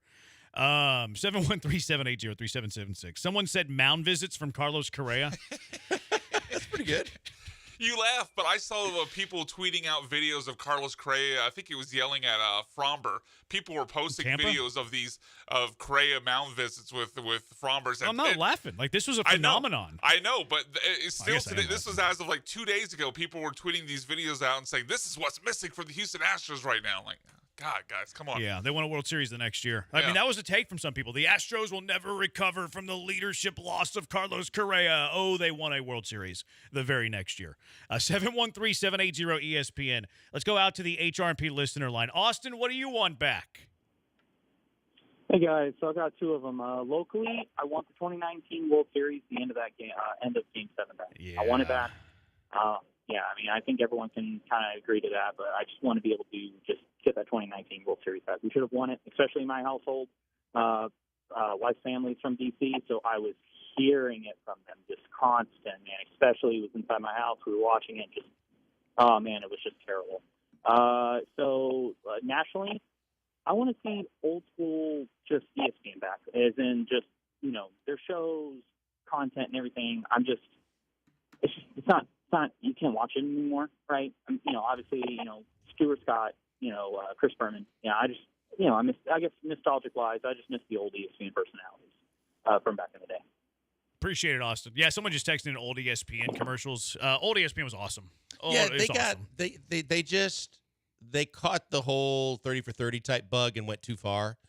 The main reason why you always went to was ESPN was instant Sports Center, instant highlights, instant updates on scores. And the 30 for 30s are good, but then they just went too far and they overextended themselves with a lot of the conference contracts and things like that too. Yeah. And they got away from what made them who they were. They have brought back some of the This is ESPN commercials, which Commercials I are credit them for, fantastic. because those commercials back in the day were fantastic. A lot of it, too, is the saturation of the market. You know what I mean? Like FS1's trying to do it. And it's just you CBS. have 1,000 channels. Yeah. There's so many different ways to get your entertainment. A lot of people, like kids nowadays, they're not even watching TV. They're watching YouTubes and TikToks. Like it's the entertainment is a hard. Yeah, TV's dying. Well, the competition, you're right, because it used to be I said, if you wanted to highlight a score and update, there was only one place to go. It's ESPN. Yeah. Now, if SportsCenter's not on, there's a million different channels that have their version of SportsCenter, and everybody's got a ticker. Yep. If television killed the radio star, what killed the TV star? The Buggles. Internet. The Buggles. The Buggles made the video of the first song ever played, which is "Video Killed the Radio." Are they still alive? That was kill the television? That was the first video ever played on MTV. Was it really? Yeah. So, okay. I appreciate the knowledge. The knowledge there. That was a good knowledge flex. I appreciate a good knowledge flex. But I don't think they're around to kill television. No. So who's killing the TV star? The internet? The internet killed the TV star? Yeah, the internet. Okay. Mm-hmm. I can go with that. Plus, they're probably just posting the stuff that's on television on the internet. Yeah, you can find clips on, especially with highlights. You find clips from all, if there's a great home run, MLB's tweeting it out. You don't have to go to ESPN for it. What I thought was funny last night was when the Texans did their big reveal after it had already been revealed. One, the internet already had revealed it. And two, Channel 2 went live from 6:30 to 7, which back in the day when the Texans were first being announced with their logo and the logo unveiling, that would have been massive must-see television. Everybody that wanted to see it saw it on their phone. 3726. I wish I could have the Blitz back. Don't tell that to us. Don't tell it to us, although it's in my cap. It's a good one. 713-780-3776. Local sports talk radio is as close as you can get to old ESPN. I don't know if I see the similarities there. Do you see similarities there? Not really. Yeah, I don't really Current see similarities there topical on the day that is in sports. Maybe so. Yeah. Maybe so. A lot of people saying, I want the Mike Fiers trade back. Well, You would have had Josh You'd have had Hader cheaper. Cheaper. You would not. I mean, You would have been robbed of Carlos Gomez running into someone's butt, though. I hated Carlos Gomez. Could not stand Carlos Gomez. That guy's reaction to fly balls in center field might have been the slowest reactions ever for a center fielder. He would turn routine pop flies into bloop singles. But that's part of the reason why he made these catches that made SportsCenter was because of the Maybe fact so. that he misplayed Even a lot of highlight them reel. and then made it into a highlight reel when he ended up catching. Carlos go Gomez. I wanted couldn't him to stand go his helmet. away. You talk about Jake Myers. That dude on every swing couldn't keep his helmet on. He was showboating every Constantly play. falling down. I was excited for that trade too. I And was it's like- too. And then I watched Carlos Gomez play 10 games. I'm like, okay, I Because do he came not from like Milwaukee, this guy. and everybody back home in Milwaukee was like, "Oh my God, he's going to be the difference maker for you guys. He's going to be phenomenal," and he stunk. He walks so Jose Abreu could run. I want old NFL rules where wide receivers were getting leveled in the middle of the field. Amen. I love me some physicalness when it comes to sports. We mentioned Astros center field. I might be alone on this, although I think Jeremy, actually, you were with me before. I think it was you. Maybe it was someone else. But I want Taos Hill in the flagpole back. Having it back I might be loved a it. bit of a stretch. I loved, it was unique. I don't. It was I gimmicky until someone like blew out a knee. Yeah, I don't care about But other who people's blew out a injuries. knee? No, I said it would be Yeah, but until that was somebody the point. would. It was here for like 20 years. No one blew out a knee. You're a helicopter sports fan. What do you mean? You're a helicopter sports fan. You're always worried about somebody getting hurt. You're worried about the manicured infield being too saturated. I thought it was. I just thought it was too gimmicky. It was like amusement park. It was gimmicky. It was gimmicky, but it was based I think upon it's a like fair old take. ballparks. I think it's a fair Who take. got robbed? Wasn't it Richie Sexton that Yeah, hit the with- bomb? It that hit the Oh, my flagpole goodness. like hit the halfway flagpole up. in play. I was actually at that game the Were you? entire time. He's yelling at the umpires. He's making signals. He ends up with the triple because there's just mass confusion going on. But yeah, it was pretty crazy. I like Taos Hill. I'm not sure that I'm clamoring it, for it to be back. I want but it I back. did like it. Did I did like it. Berkman have the best catch ever on it? Yeah, he ran out over his shoulder. Jim Edmonds had one too. I want to say. Well, Beltran was the best at it. Carlos Beltran made it look like nothing was happening. Yeah. Beltran made a whole I think Berkman probably made the best half a catch on it, season though. look like everything was the easiest And the thing in worst the was world. Craig Biggio. Yeah, he should have never been in That center one field, year though, that he to was be out in fair. center field. Let's turn this 36-year-old second baseman into a center fielder. What a brilliant idea. Like, that would be the equivalent to that would be, hey, Jake Myers, you're struggling. Mauricio Dubon, you're going to go play first base. Jose Altuve, why don't you go roam center field at Minute Maid Park? That's the equivalent. And I'm being serious. Like, I know I know. Biggio I plays an know. outfield coming up. All right, 713-780. There's a lot of these. Ralph So, Sampson's knees. it's a good call. Although I wanted Ralph traded to Portland. I wanted to trade Ralph to Portland. For the pick for MJ? Yeah, for the second pick of the Yeah. what was it, 84? There's that one article draft? that was written a couple years ago about how it would have been possible, and the Rockets could have had both Jordan and Clyde Yeah. with Akeem. Yeah, you could have drafted Clyde. Right. Well, I think there's two scenarios for that. You could have either drafted Clyde in Instead '83, of but Rodney you went McRae. Rodney McRae Yep. out of Louisville, and then you could have just drafted Akeem and then traded Ralph to Portland because I think they would have done that. There was because- some other way that Jordan, that 3 pick, could have fallen to them. Well, I think you could have also the next year traded Sampson for Clyde and the second pick. Okay. So I think that's another scenario of how it could have happened. I want the 83 and 84 drafts back. All right, 713-780-ESPN. What do you want back in sports? 713-780-3776. Killer Bees, ESPN 97.5 and ESPN 92.5. I don't need a good HR company back because we already have one. HR&P, Human Resources and Payroll. It's Cougar, owned by my colleague, Go Cougs. He used to protect the Heisman Trophy winner, as you know, and now he's protecting your business. And he's been doing it for almost 3 decades now. Business owners, let HR&P help you, whether it's HR compliance, benefits administration, payroll, onboarding.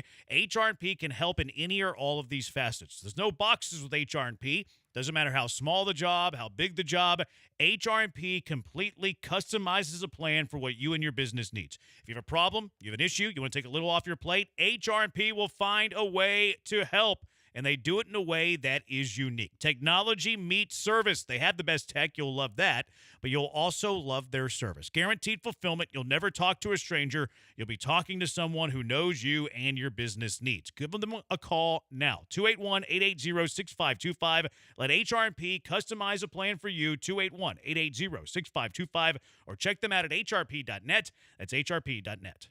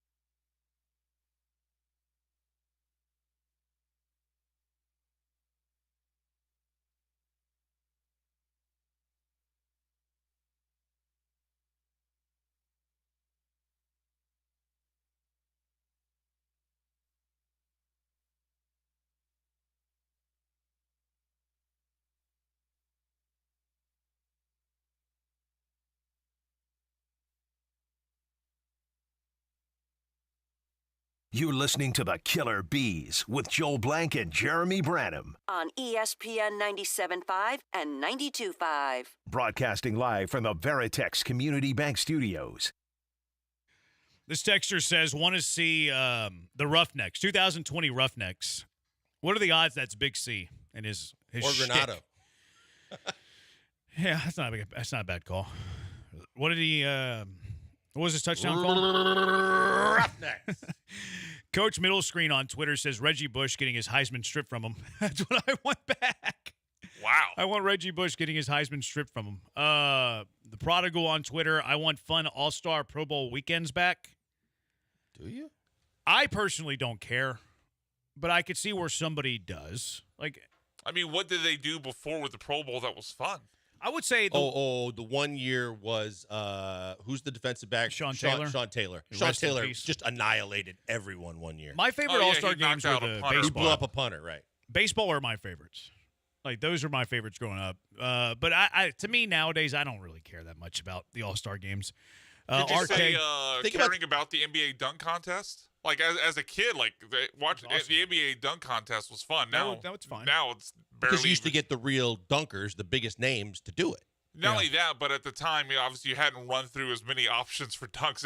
Not only do you not have the big stars in it for the most part, but you also have the feeling of, well, they've done everything. Could be the internet here again. Like, you can pull up dunk highlights that are better than those. Like, Right. you couldn't get those anywhere else back in the day. Right. Like, you couldn't go to YouTube, best dunks ever, and then, like, they're better than what Vince Carter's doing.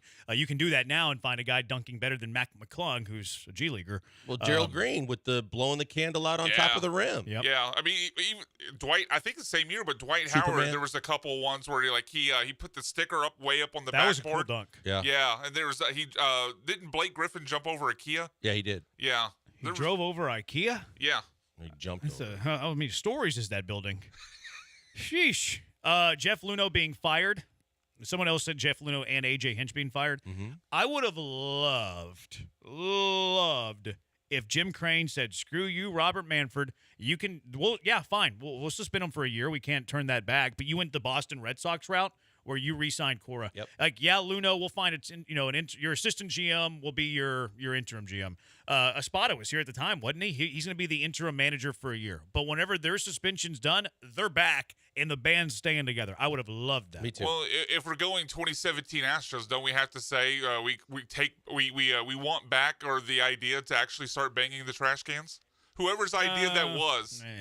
I'm with what I believe you guys think, and that most of the league was doing it in different ways. But whoever's idea it was, maybe it was Beltran, whoever's idea it officially was to start banging the trash cans, I would like to have that back. Nah, I don't want to bang the trash cans. What about James Rodney Richard? No, I want to have it back so it doesn't happen. J.R. Richard. Oh, okay. Yeah. If J.R. Richard doesn't have a stroke on the mound. I didn't know that was his full name there. Yeah, I was a massive fan growing up in He was a Wisconsin. star. J.R. Richard was unreal. He was and really if good. James Rodney doesn't have a stroke, and you add him to that staff on some of those teams, whew. Yeah, he was nasty. Old school NBA with weekly fights and hard fouls without floppy crybabies. Give me some of that. That's true. I love me some physical basketball. Bring back the home run derby with the outs and not the timer. Hey, yes. Yeah, for I sure. hate the timer. Without so Chris long Berman, now. though. It's so long. That's fair. Yeah. Yeah, I hate the timer. Give me the outs. It's baseball. Well, I guess it is a timed game now as well. Steroid baseball back. I have a love-hate with the steroid era. I hate what it did to the numbers, but I'm not going to lie. I like Barry Bonds hitting 73. I like Sosa and McGuire. The chase of 98 and also saved baseball. It's actually kind of it's actually kind of related to one of mine, which was caring about baseball records, because I mean the idea of chasing home run totals, both career and single season, used to be massive. I mean, I was super interested in them, but ever since what came out, I can't even tell you what Barry Bonds career home run total is. Whereas before 714 was something that was ingrained in you. Yeah. What was Aaron? 755. 755. Yeah. Yep. Corey, healthy T-Mac and Yao tenure. Agreed. I love those two. Also, pros versus Joes. Yes. You like that? I know. Jerry Rice I'm did just that. saying. I think remember Clyde did it too. Did he? It was kind of fun. I think I watched one episode and never watched again. I don't think I watched that show very often. I actually think we had to film part of it. I had to set it up, and we had to. They filmed part of it in Toyota Center. I watched one Clyde, episode. I almost certainly Clyde was on Pros versus Joes. Joe Schmo is better than Pros versus Joes. What is going on? 1779, the St. Louis Rams. I don't care about St. Louis. I hate that. You probably do. Okay, we'll get to that later. I want regional college football conferences back. That was one of mine. Would be really good. Yeah, I like that a was one of lot. mine. I want somebody who makes a lot of money, whoever it is, we'll keep politics out of this, to buy college football and go back to regional conferences. That's what I want. Well, Bezos didn't get the Washington football team. He might as well just go buy college football. Go buy college football. I want the double-decker back. They have. I mean, they kind of have Taco Bell. He went. The Shaq and Dream need to make a reboot. Remember when they were supposed to play one-on-one? Yeah, and it got canceled. Yep. That would have been funny. I want some of the old sports arcade games back, like NBA Jam. I don't know if you remember. He's heating up. I don't know if you remember Baseball Wars. That was a fun one where you played as robots. What do you mean you want them could back? fight? Those still, you can get your hands on those. Yeah, I know, but you can't really. I mean, you're not going to an arcade and finding them actually plugged in and playing at most places. It's not as prevalent as it was back in the '90s. Probably not. There's a few most of those places. You could go to. I know where I grew up in Deer Park, that we had a movie theater there that was in Pasadena, and you'd go into even at the movie theater, you go in and there'd be an arcade with NBA Jam and obviously like Mortal Kombat, Street Fighter, but all those classic sports arcade games like NBA Jam, Baseball Wars, and there was another one called NFL. What was it? Impact or Blitz? No, well, Blitz was one of them. No, I'm sorry. I'm thinking there was one in the '90s called Super High Impact. Oh, I don't that remember was that one. super over the top. You'd have player fights. All these really over the top graphics. It was pretty fun. My favorite video game. This isn't an arcade game. Was King Griffey Jr. Baseball. Yeah, it was. That was a good one. I thought of that when he was talking about Bo Jackson with the football game. Love that game. KG. Love that game. That was a huge thing. Who was your team on that King game? Griffey was the only player named. Yeah, the only player that's named. right. Yeah. Who was your team that you would use? I would use the Mariners from time to time. Yeah. The Cleveland was pretty salty. Kenny Lofton, Albert Bell. Tomei. They had Tomei. Well, I'm not sure. Kenny Lofton was a starting point guard on the Final Four team. Yeah, for Arizona. Yeah, Yep. Kenny Lofton could go. Yep. I want to see a Carl Everett guy back in Major League Baseball. Flat Earth, no dinosaurs, great aliens, and zombies are awesome. The weirdest thing about Carl Everett, switch hitter, is when he batted left-handed, he had the most closed stance you'll ever see. And when he batted right-handed, he had the open stance. Yeah. It was so weird. I think weirder than that was when he showed up to a golf tournament. It was 100 degrees, and he was wearing just a sweater vest. Really? Yeah. Nothing no underneath? golf shirt, no T-shirt underneath, just the sweater vest, and it was 100. The Olympics being live on TV, we get that. Yeah, it we still get happens For now. the most part. It depends on where it's being held. Right. But still, even at You can 3 still a.m., watch you it can turn it live. on USA and watch it live. I don't know if you see this, but NBC is actually going to debut basically their version of a red zone for Olympic coverage this year. Oh, really? Yeah, I'm not sure exactly how it's going to work cool. yet, but it should be pretty interesting. When does that start? It'll be late July. It's I like usually, the Olympics. Yeah, it's usually late July, early August. It's in Paris, so Yeah, it's in Paris. I like the Olympics. Colt McCoy's shoulder bag versus Bama. Oh my God! Yes, yes, that one hurts. Sprint left option. Someone said 83 national championship game. It just makes me sad thinking about Hakeem that. should have boxed out. Yeah, you're probably right. Wow, you're putting that on Dream? He didn't box out. He didn't go for the ball. Didn't expect it was going to be an air ball either. Still got to do your job. Okay. Balls in the air, do your job. You don't agree with that, Tank? I mean, the toughest thing in basketball to do is plan for an air ball. That's true. Undesigned. You would think a missed shot's still going to hit the rim. You got a chance to get it. Yeah. I want the old NFL rules where they can get leveled. I'm cool with that. The Mike Fiers trade. Yeah, the big thing is you could touch the quarterback again. That would be nice. Yeah, I mean, with all the Bradys and the whining and all they're untouchable. Here's a good one. I want Pete Rose in the Hall of Fame. Well, I think that's not really back, but I get you.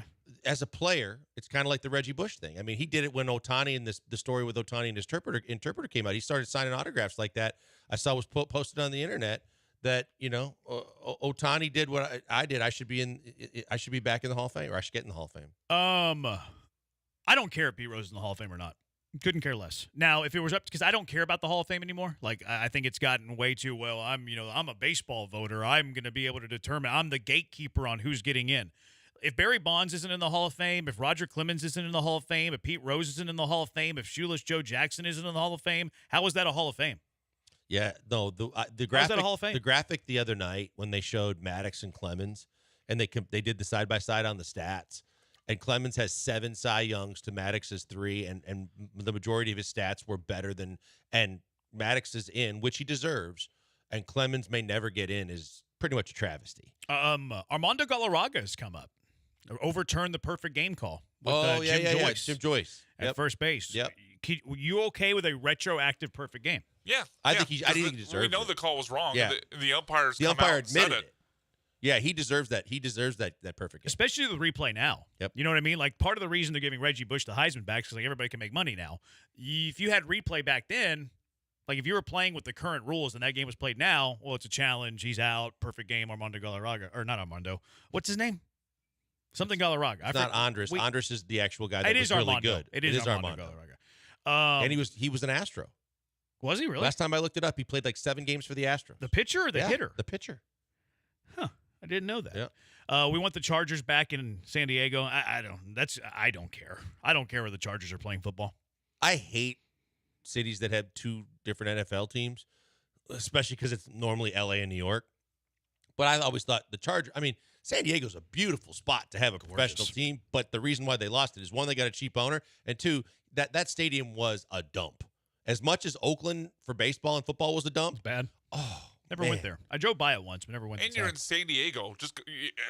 I think cities with great weather are going to be less likely to turn out for. It's the greatest weather in the. Yeah, you're going to go out and be at the beach. Why would you be going to the game? I mean, did you just hear yourself? Like, it's a beautiful day outside. Let's go to the ball game. That sounds great. Maybe, I don't know. But if I was go to the beach after. Yeah, maybe so. If I was in San Diego, though, they had Super Bowls there, though. What was the name of the stadium in San Diego? I remember it being Qualcomm. Was it Jack Robbie? Jack Robbie, something like. I knew it was someone's name. I know it is Qualcomm, but that was probably okay. Yeah, it was Qualcomm when they started selling naming. But it might have been Robbie before then. Yeah, it could have been. I could not believe the first time I saw the Packers play there a couple times.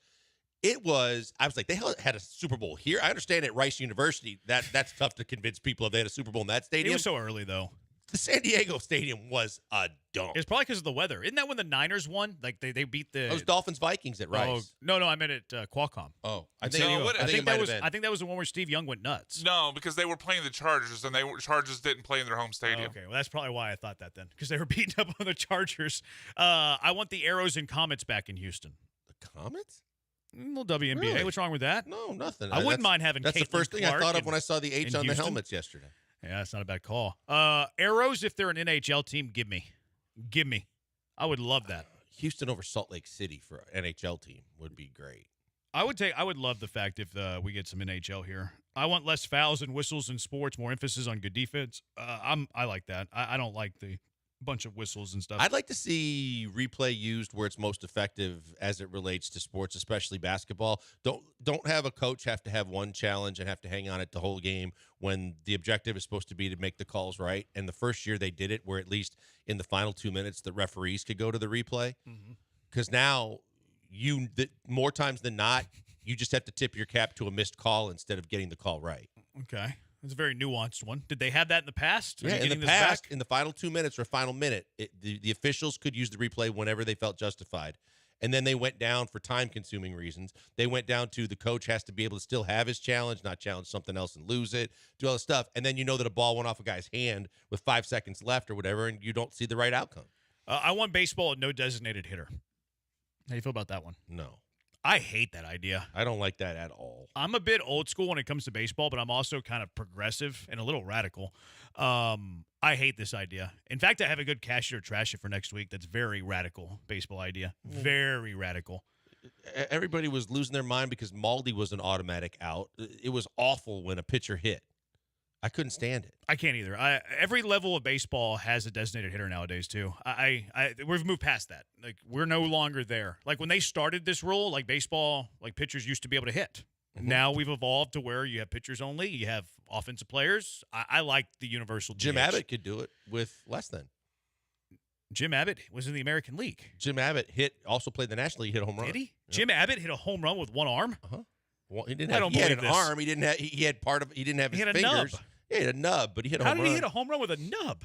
Threw a no-hitter too, right? Yeah, but that's easier to do than a home run. Obviously. If you have one arm, it's easier to throw a no-hitter than it is to hit a home run. How did Jim Abbott hit a home run? carefully. He played in the NL 1 year. I don't know if I believe this. I don't know if I believe this. We'll look it up during. We'll look it up during the break. 713-780 Did you say Jack ESPN. Murphy? No, he did. He said. I said Jack Robbie. I might have misspoke, though. I think Robbie might have been San Fran. No, as I'm thinking That's about Joe it, I think Jack Robbie Robbie in was Miami. actually Miami. Joe Robbie Stadium was in Miami. Yeah, I think I was confusing Miami All Stadium. right, let's get Blanker's takes on this new uniform. And this, they had this Texans party yesterday for these jerseys. Brian was right. It was lit, and they were doing something that I think is really stupid. It's the Killer Bees on ESPN 97.5 and ESPN 92.5. Hey, right now a moment for Vanderford Air Conditioning. Vanderford Air is phenomenal. They're locally owned and operated by a family-run business that cares about you. And we know that the dog days of summer are coming. We've heard on the weather after the cool mornings this week, that's the last you're going to see of temperature in the 50s for the foreseeable future, maybe till October or November. That means your air conditioning system and your HVAC unit better be up to snuff, or you're going to be in trouble. What I love about Vanderford is they care about their customers, but more so than that, they back up everything they do with a 100% money-back guarantee. That means right now, before it gets too hot, if you want to get your AC unit checked out, you want to get your HVAC system up to snuff, whether it's a part or just the service or a whole new unit, everything is 100% money-back guaranteed. They're going to take care of you every step of the way. 100% satisfaction guarantee or your money back.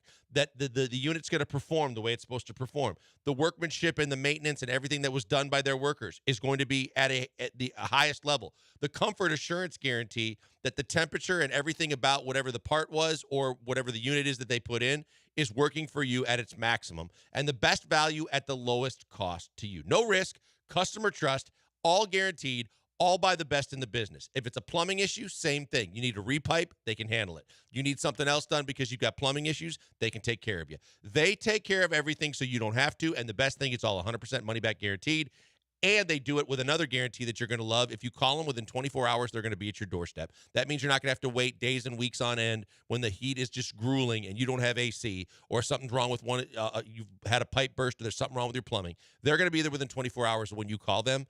What else do you need? Everything's backed up, guaranteed, and they're going to take care of every step of the way. Check them out today, vanderfordair.com, or call them because it's an easy-to-remember number, 281-557-COOL, 281-557-COOL.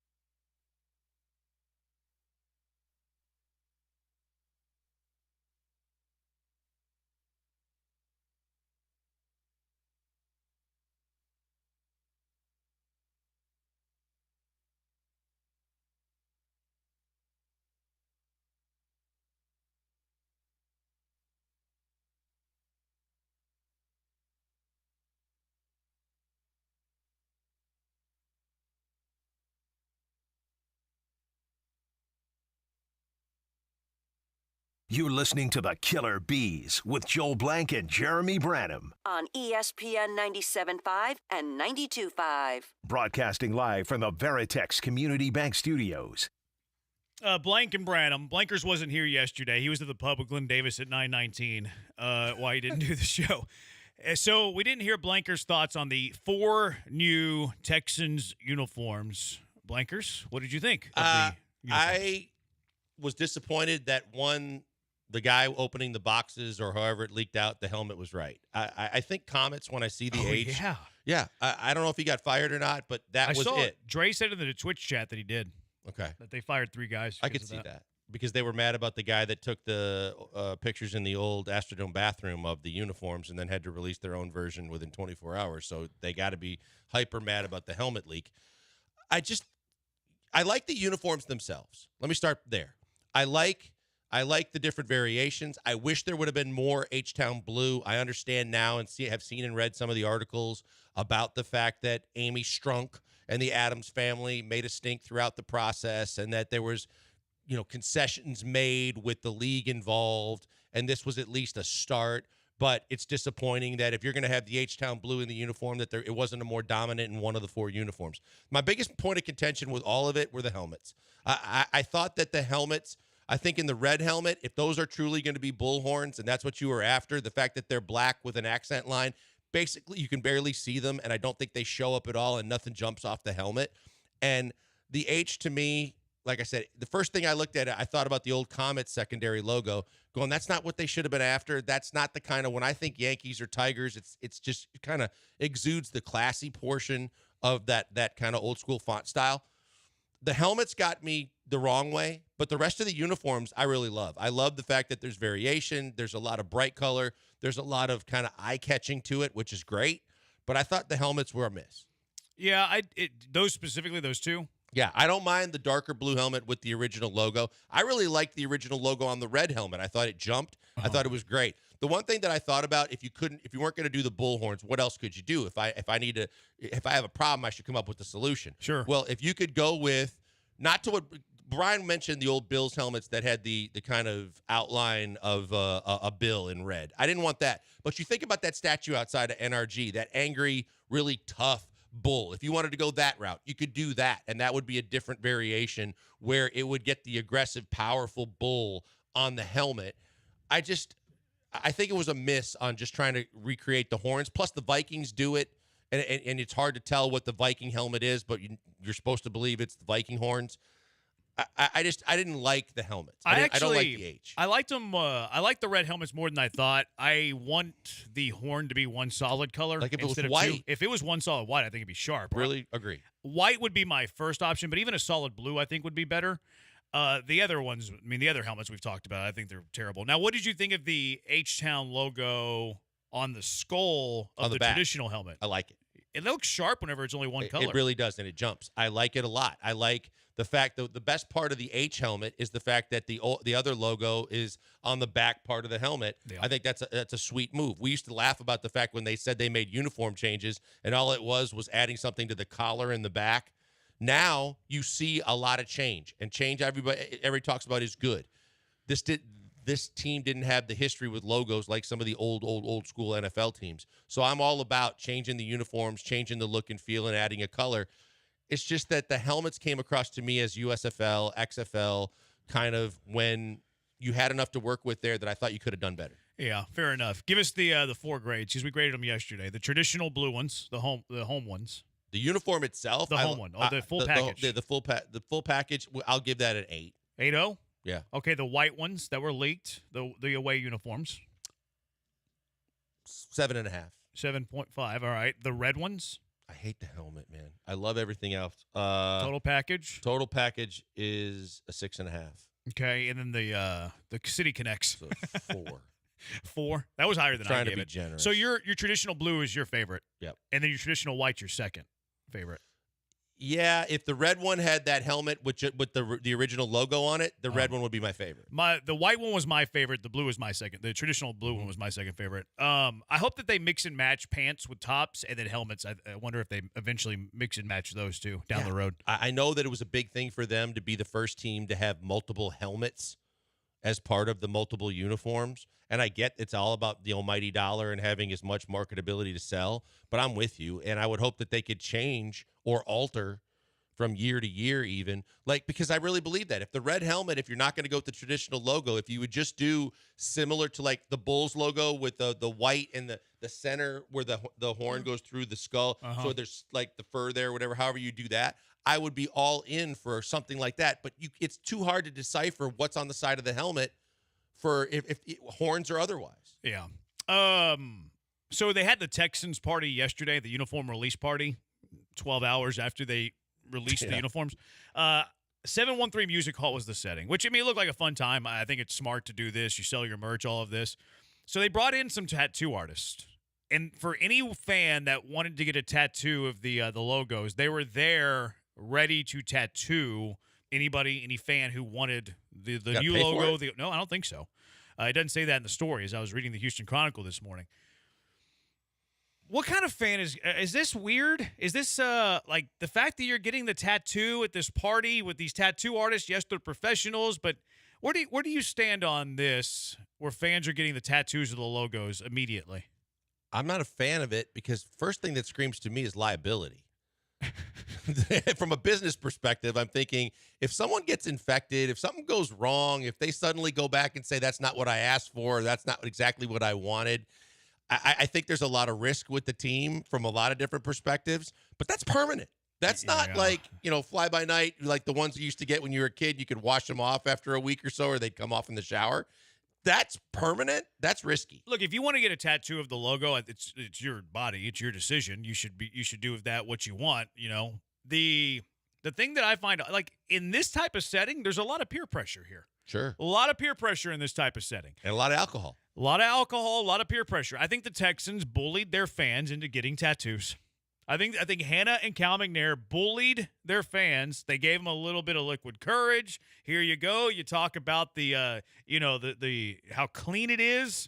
You have all these people, yay, new logo, new jersey, all of these things. I think they bullied their fans into tattooing their body with their logos. Like if it's the full H-Town, the way they have it on the back of the helmet, that's something that will transcend time. You can have that for a long period of time.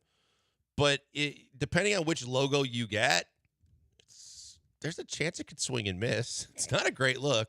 Your body, your decisions. Wasn't it Jason Terry that got the Celtics championship? He got the Celtics logo with NBA champions when he got traded to the Celtics with KG and Pierce and all them, and then they never won it.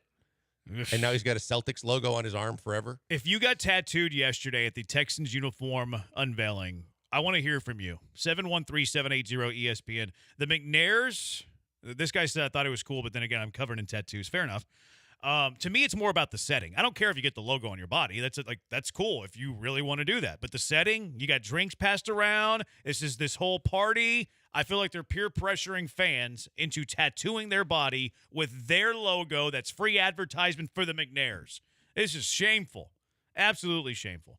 By the way, Jim Abbott, people are texting us in. Jim Abbott didn't hit a homer, but recorded 2 hits out of 21 at-bats and had 3 RBIs.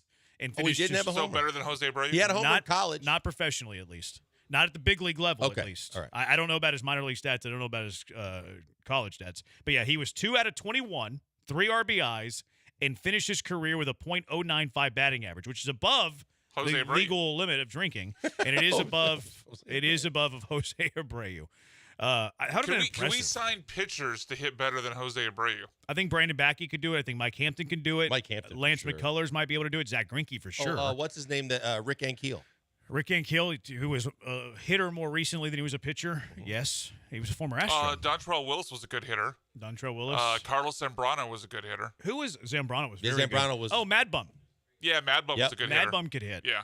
Y'all are old. The red jerseys and helmets are the best. Yeah. I don't disagree. I said if the helmet was better, you're right. Blankers is old, and I identify as an old person, so you're onto something there.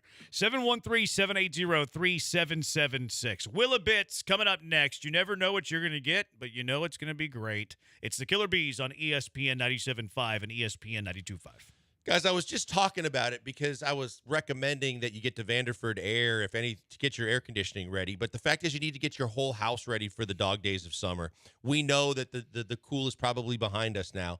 And now it's time to worry about dealing with the record-breaking heat. Don't wait until summer. Make your home more energy efficient right now and call the great people at Allstate Windows and Siding, and they are going to take care of you in a multitude of ways. Your home is your biggest investment. Whether you want to do both at the same time or you want to consider which one would be more efficient right away, new windows are going to be the best for you because they're going to do everything to keep energy in your house, the cool in, the heat out. They're going to be protectant during hurricane season, which we all know is a major thing to take into consideration. And if you do what I did when I got them just a few months ago, they're going to upgrade the value and the overall curb appeal and look of your entire house from the outside. It was fantastic, and it was painless. Mary started the process with me when we were started to talk about pricing and windows and what to look at, and then her brother came out with the free estimate and also told us which windows to do and how to do them best. Then they did great work, and the results speak for themselves. We could not be happier, and you are going to save up to 40% on your energy bills. The same thing with the siding. It's forget about painting and staining and repairing the outside of your house on a consistent basis. Siding gives you that ultimate hard shell finish on your entire house, protects you from the elements like we were talking about, and it makes a difference that lasts for a long period of time. Plenty of colors to choose from as well. Right now, they're doing lots of specials, 30% off on all windows, $2,500 on a complete siding job. You can call for your free home estimate where they will come to you and tell you exactly what they could do. All you got to do is pick up the phone, 832-204-1936. That's 832-204-1936, or check them out online, allstatewindowsandsiding.com.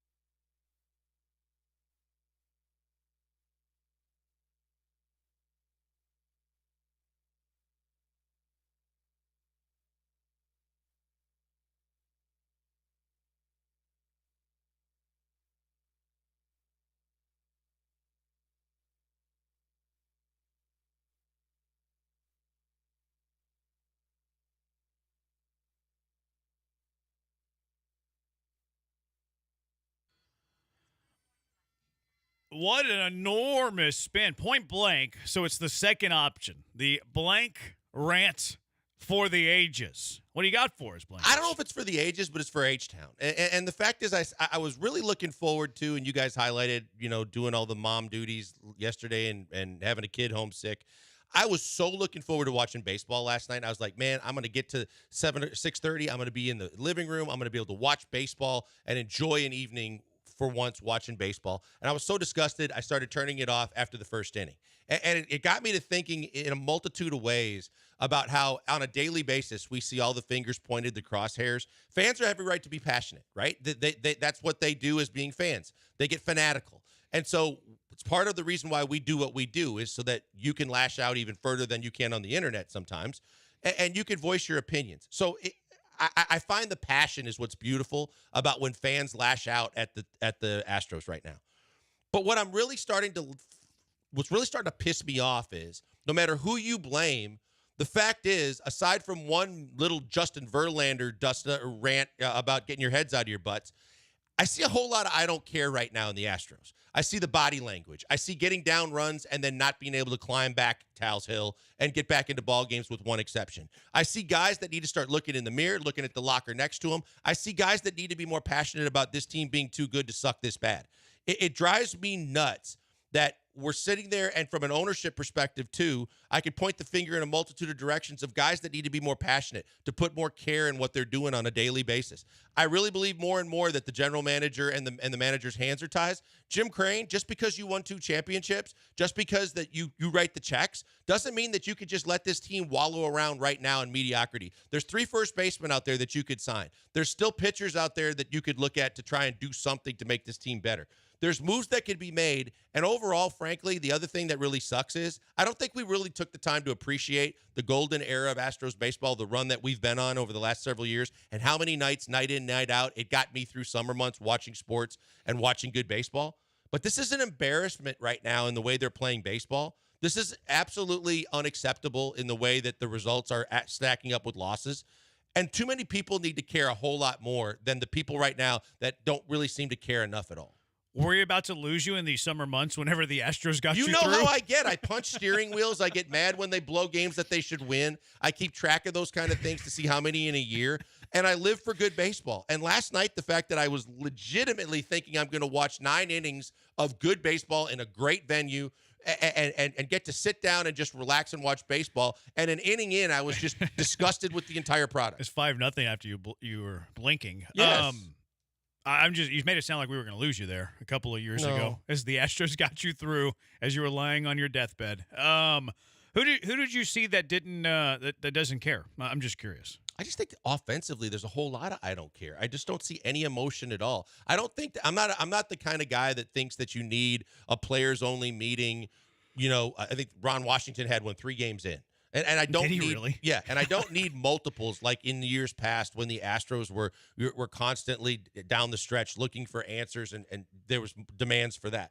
But when you think about Carlos Correa, when you think about George Springer, when you think about guys that were the emotional leaders in this clubhouse, one thing that I would like to see more from Joe Espada is a little more fire. We used to talk about, will Dusty ever get thrown out of a game? But find some time when you can show your team you got their back, you're pissed off, and we're not going to take it anymore. And I don't need a Twisted Sister video, but I need guys that are going to stand up and show that they care. Not just, we hear in the clubhouse, the veterans care. How do we know that? Yeah. And the product that you're seeing on the field, the body language, the fact that when they get down, it's almost like now there's no fighting chance to get back into it, is not what we've seen during this golden run of Astros baseball. It's funny because I was telling my friends today, those 2 people I know, that I do want to see an Espada ejection. Like I do want to see. I want to see some. I want to see some fire from the manager, the most interesting manager in the world, because that's been very even Alex Cintron in the past would stir it up with other players and get involved, and there was a lot of passion in the dugout. Yeah, I look in the dugout between innings, and it looks like a bleep show. The only emotion last night was J.P. France pissed at an umpire. There was the. I can't remember what game it was. I think it was in Washington when they played the Nationals, and I think it was a pitch clock thing. But you had Omar Lopez was on the top step. Oh, they stopped. They stopped play. That was in Washington, right? Yes, it was. Like Omar Lopez was on the top step, giving the home plate umpire the business, and then you can see like a Espada behind him, and it's like, well, I guess I better go out there, and then like goes out there. It's he like, almost why aren't you on the top step? Someone the other way, kind of casually, and then was like, okay, I'm going out. And as much as we used to ride Dusty, like get tossed, show some emotion, that was a good baseball team where we were wanting to show emotion. Why aren't more people clamoring for more emotion, not just from him, but the guys that we make fun of to some degree about being the emotional leaders of this team? That video image of that, like we're discussing, I was like, Omar Lopez is the manager of this team. Mm-hmm. They should have hired Omar Lopez. We talked about that. In that one spot, it's like he's the guy on the top step giving the home plate umpire the business. Like, just give me a little bit of fire here and there. Give me a little bit of that fire. Well, I do want to see that. Aside from a Verlander, too, when the law firm, when Miller and Murphy, when we know the pitching woes, or you got a guy that's struggling. Aside from Fromber, get out there and get in someone's ass. Start lighten them up a little bit, fire them up, and say, you know what? Pull up your big boy pants and start throwing strikes. Get guys out. Do what you do. But Cintron used to get tossed. Guys used to be emotional. Players used to be I see nothing right now, and that's on everybody. Crane should be the guy taking literal ownership in a lot of this too, because he hates the fact that he's getting blamed for all this crap. Well, aside from trying to do everything to just light a fire under Jose Abreu, try and light a fire under your whole squad until you get healthy. You mentioned a couple of first basemen that are out there. Garrett Cooper got DFA'd by the Cubs. This was the name we were talking about a couple of years ago. Whenever the deadline came around, it was 22. He was an all-star in 22. Garrett Cooper's not. First off, he's cheap. He's making like 1.5 million this year. It's his only year in his deal, so this isn't a long-term commitment. Garrett Cooper's not a game changer. Like, he's not going to come in here and hit 40 home runs and just totally change who the Astros were or are, like Trey Mancini did whenever he hit those 2 home runs in that one game immediately after the trade and then made the best defensive play in the World Series when they won it. He's not going to be a game changer for the Astros. But is Garrett Cooper better than Jose Abreu? Yes. Is Garrett Cooper, if you're hell-bent on keeping Jose Abreu on this team, which they are, is he better than John Singleton? Also, yes. He's DFA'd. All you have to do is claim him off of waivers. He's making $1.5 million. If the Astros do not put a claim in on Garrett Cooper, they don't care about improving their baseball team, and I can't take them seriously as a real organization. Yes, I know they've won a ton of games, but they're no longer acting like a serious organization. If you let a guy who is better than both of your first basemen, easily better than your backup first baseman, and he's making $1.5 million this year. Oh, yeah, by the way, he can also play the corner outfield a little bit, so he gives you better positional flexibility. If Garrett Cooper is unclaimed by the Houston Astros, and maybe somebody else claims him with a worse record, there's not many of them in baseball.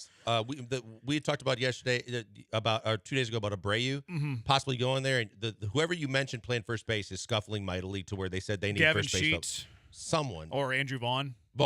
Yeah. Vaughn's struggling. They were looking for help at first base. I don't think they're not trading Abreu, but whatever. No, I'm saying if they want to go get Cooper, if they claim same Cooper. city. Yeah, like if somebody else claims Garrett Cooper, that's ahead on the waiver priority, not many teams ahead of them. Right. Okay, like you couldn't do anything about that. But if we find out, they're on waivers for like 72 hours.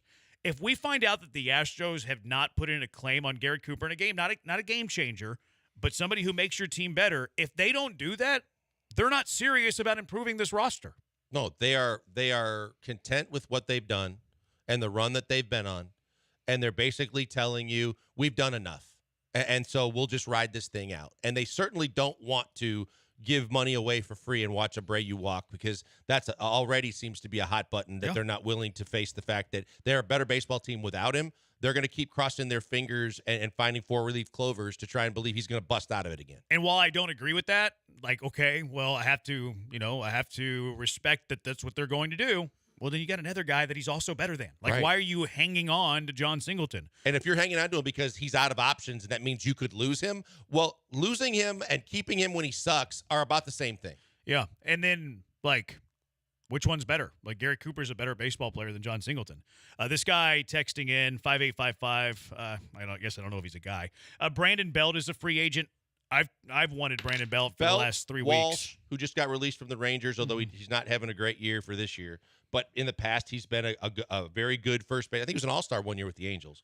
And Cooper. Yeah. Those are 3 guys out there that could at least temporarily solve what is your biggest woe, and you ain't doing anything about it. Brandon Belt might be out of their price range. Like, yes, I want Brandon Belt. Is the priority winning or is it saving money? Like, okay, that's a conversation we can certainly have. But Brandon Belt could be outside of their price range, which, okay, like, again, I don't like it. I don't agree with it, but I understand where you're coming from. So if Brandon Belt's out of your price range, we can cross him off the board. Yes, I want him. Yes, it's dumb if they are not willing to sign him if winning's the priority. But you can't make that same argument for Garrett Cooper. No. I'd rather have Cooper than Walsh. And he's having a good year. Yeah, I'd rather have Cooper than Walsh. Now, Walsh certainly would be an upgrade too, but give me some Garrett Cooper. 4661, can't you trade for DFA players? You can. You can trade for DFA. So if Dana Brown's like, well, let's just lock in Garrett Cooper, so one of these other teams. That's a Casario move. Yeah. Now, the difference here is the Astros waiver claim's really, really good because their record's really, really bad. So there's not a whole lot of teams that are ahead of them on the waiver claim. So you could play the whole, well, we don't want to trade a player for Garrett Cooper. But in the same vein, on the other side of my mouth, you could trade a very, very terrible prospect that's someone you have zero hopes for that has zero chance, and the Cubs would gladly take that because they're getting rid of Garrett Cooper anyways. And again, if your owner is the puppeteer and he's Geppetto and he's pulling the strings no matter what, and you know that there's been a ton of swing and misses that are put squarely on his shoulders, including going out and getting the most expensive closer in baseball history for the years and the amount of money you gave up when all you really had to do was address a couple of arms in the bullpen and a bat, well, then you already spent enough money. So if that means you're willing to spend, that means that you're trying to show everybody you're still in go-for-it mode, then it should be minimal to say, well, if Belt wants 9 instead of 6, I can do that because I owe it to the team and what the moves I made to try and be in go-for-it mode or spend the money in the wrong areas that I did already. But whether it's one of those guys, two of those guys, or some other way that you're trying to make this team better, do it and do it now. Because you can't do it now. How deep of a hole are you going to be in when the starting pitching starts to come back? If the Astros do not put a claimant on Garrett Cooper, I will be very disappointed. I will be upset with Dana Brown like I was upset with Joe Espada today for not having Jose Abreu in the lineup. What are your car wrecks of the day? 713-780-ESPN HRMP listener line. Your car wrecks of the day. 713-780-3776. Killer Bees, ESPN 97.5, ESPN 92.5.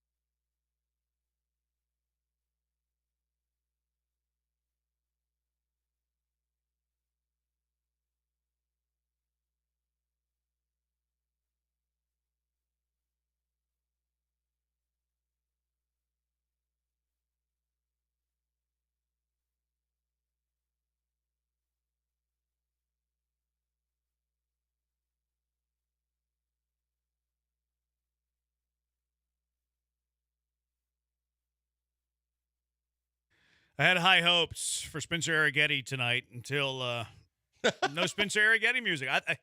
I was ready to say that Arrighetti was going to no-hit the Cubs tonight, but now no music for Spencer Arrighetti. He's going to get shelled. He's going to doomed. get shelled. He's doomed. It's my fault. He is going to be doomed.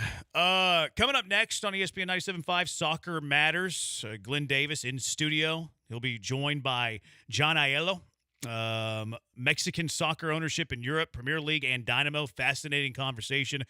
Tigres of Mexico supporter groups in studio, too. So make sure you're tuned in for Soccer Matters coming up at 6 with Glenn Davis, Hall of Fame at 7, and then the Space Cowboys over at 92.5 at 8:05 today. Maybe Joey Loperfido will hit another dong. All right, what are we nominating for Car Wreck of the Day? 713-780-3776. 713-780-3776. Car Wreck of the Day, what are you nominating? I think it starts with the direction we go most days. And number one on the list has to be Astros-related. JP France was awful. I think JP France is definitely the lead nomination for sure. JP France, to your point, maybe shouldn't be in the major leagues right now. He just...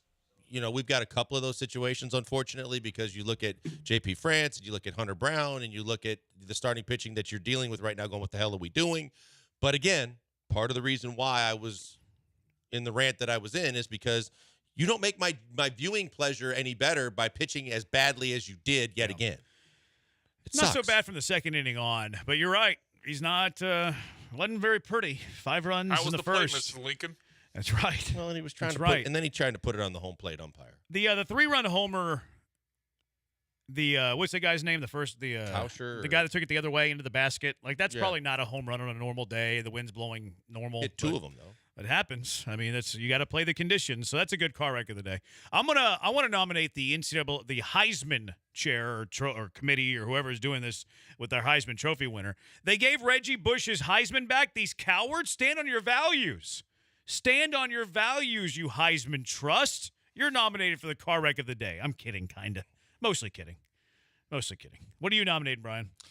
There was a decent part of Get Up this morning that decided to debate how the Lakers would do against every other team in the NBA playoffs, except for the team they're down 0-2 to. And I don't know if Mike Greenberg was just trying to use this to justify his Bad Take Boulevard nomination from last week, where he said that the Lakers should lose on purpose so they don't have to face the Nuggets. But he Down went on this 2-0. rant like, how can you say the Lakers wouldn't beat any other Western Conference team except for the team they're down 0-2 to the Denver Nuggets? Yeah. I think he's a Mike take Greenberg, luck and he's trying as to you know. justify Mike it. Greenberg to me is Carl Ravitch to you. Is that bad? Yes. Oh, I used to go on rants all the time about him every single day, even way before the trade was even a possibility. Aaron Rodgers. He made a story for Aaron Rodgers every day in the middle of the summer for Get Up. He's a big topic in New York. Oh, my God. This was before the trade. Oh, really? He played another year for the Packers. He was convinced he was gone before training camp. He played another full season in Green Bay, but yet every freaking show he had at least one Aaron Rodgers topic. 3082 says Heisman Award Committee for waiting 20 years to give back Reggie's trophy. I don't know. Not standing on their values. The McNairs, Cal and Hannah, peer pressuring fans getting tattoos at their party. What'd you think about 713 Music Hall. the chain that Cal got that Andre Johnson gave him? It's fine. I mean, I don't think Cal has the drip to pull it Yeah, off. that's where I'm going with I mean, he's this. not going to wear it. He's gonna put it, somewhere in his house. It's just so funny, like the leaps and hurdles people jump through to try to make Cal cool.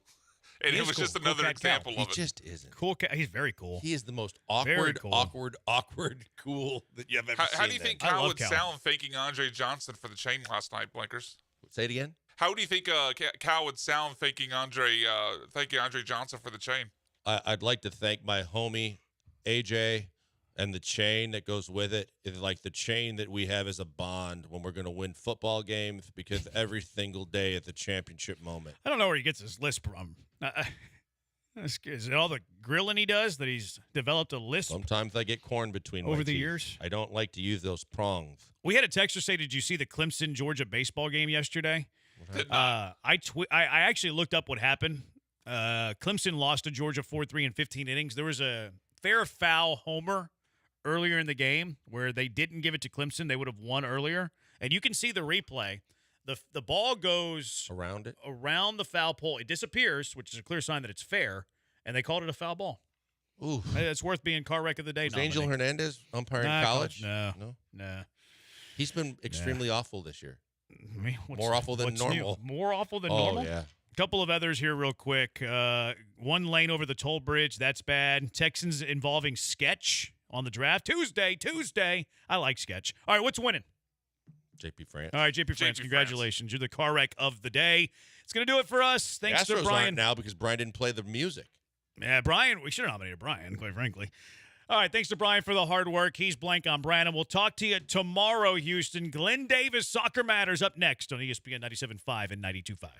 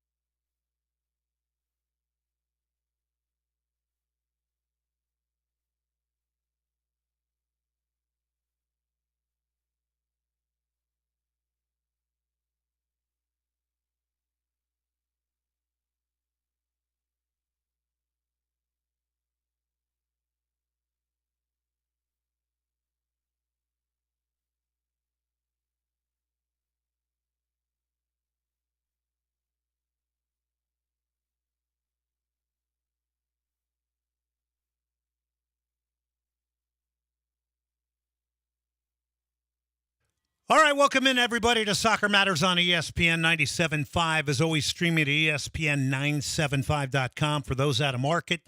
We get a lot of out-of-market listeners. Call in number 713-780-3776. 713-780-3776. Always presented by the Daspit Law Firm, and we're on the heels of the Killer Bees, Jeremy and Joel. Hope you enjoyed their show. I'm sure you did. And we'll try to live up to it here right now. Question of the night, who is the most supported club team in Houston? Now, think about that. Could be the Houston Dynamo. Could be FC Barcelona. Don't call in and say Mexico. Okay. Could be Club America. 713-780-3776. Who is the most supported club team in Houston?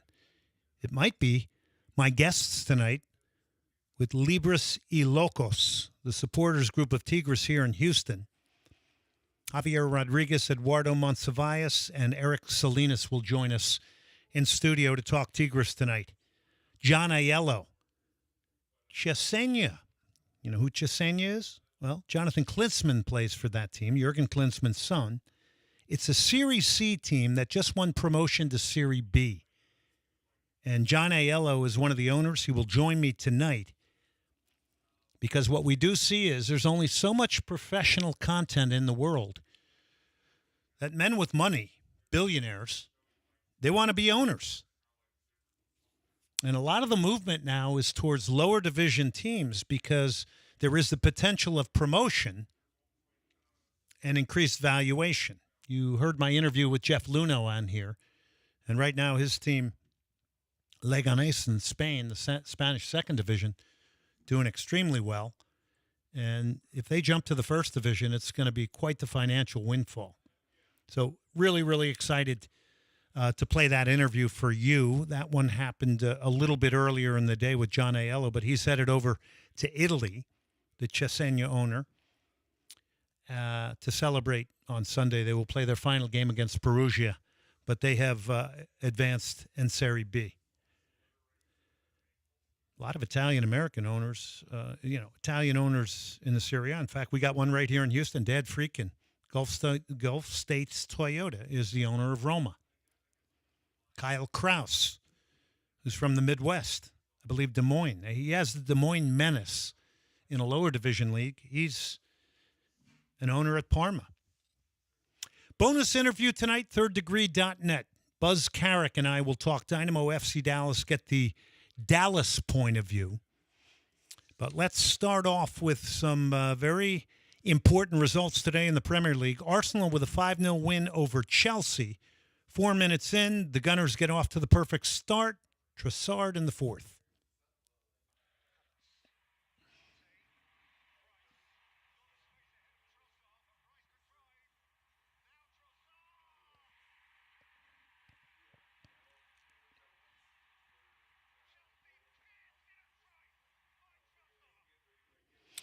What a signing Trossard has been in fourth minute. So it's only 1-0 at halftime.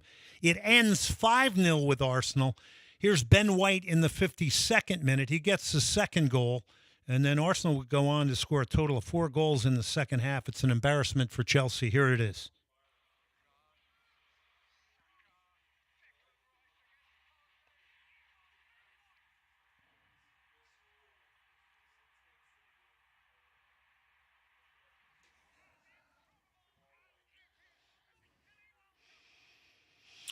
Arteta and Arsenal still hanging in there for the Premier League title race. Manchester City has 2 games in hand now. Here's Arteta post-match on the win.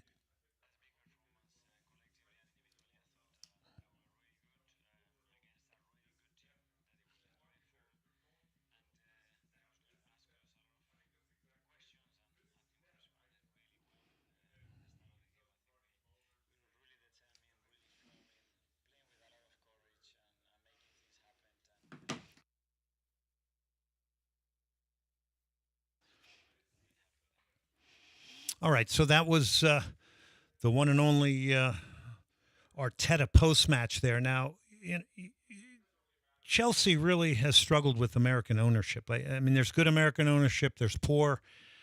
There's owners that, because their egos are so big, they actually begin to think they know soccer. They start making player moves, transactional things. They don't leave the competitive staff alone. So Chelsea's an example of not a great American owner, Todd Bowley. And here is what the manager, Mauricio Pochettino, had to say on back-to-back losses.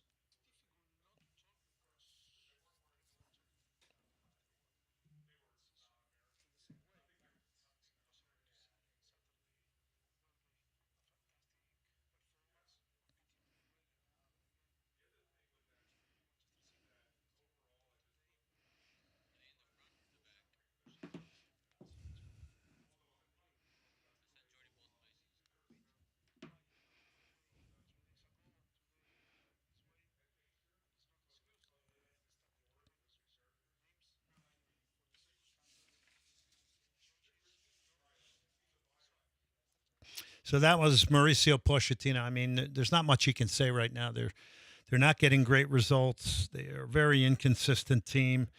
And, a lot of people are going to point to the owner, which you do have to go to the top, I think.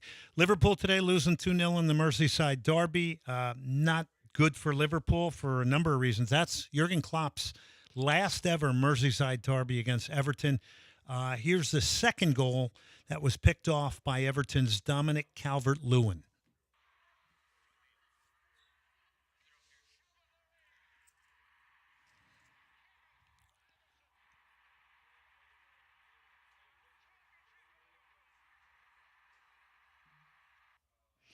So a 2-0 loss. Braithwaite had another one in that game. So the Premier League standings now are Arsenal at 77 points. That was a huge win for them today. Liverpool at 74 and City at 73. But remember, City's got two games in hand. The total is 6 points available.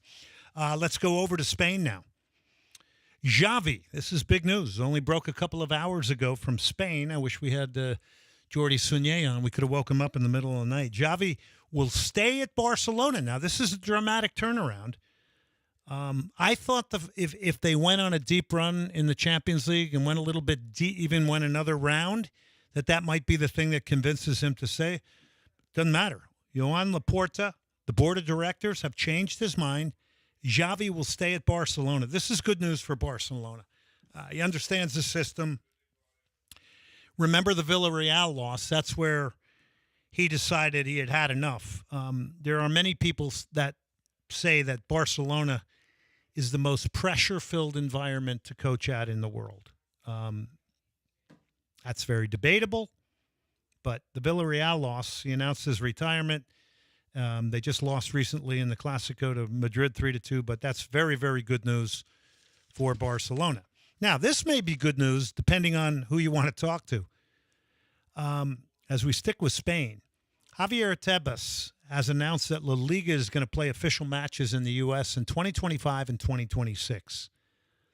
This carousel of content coming to the United States and the ability to monetize it, it just continues to go on and on and on and on.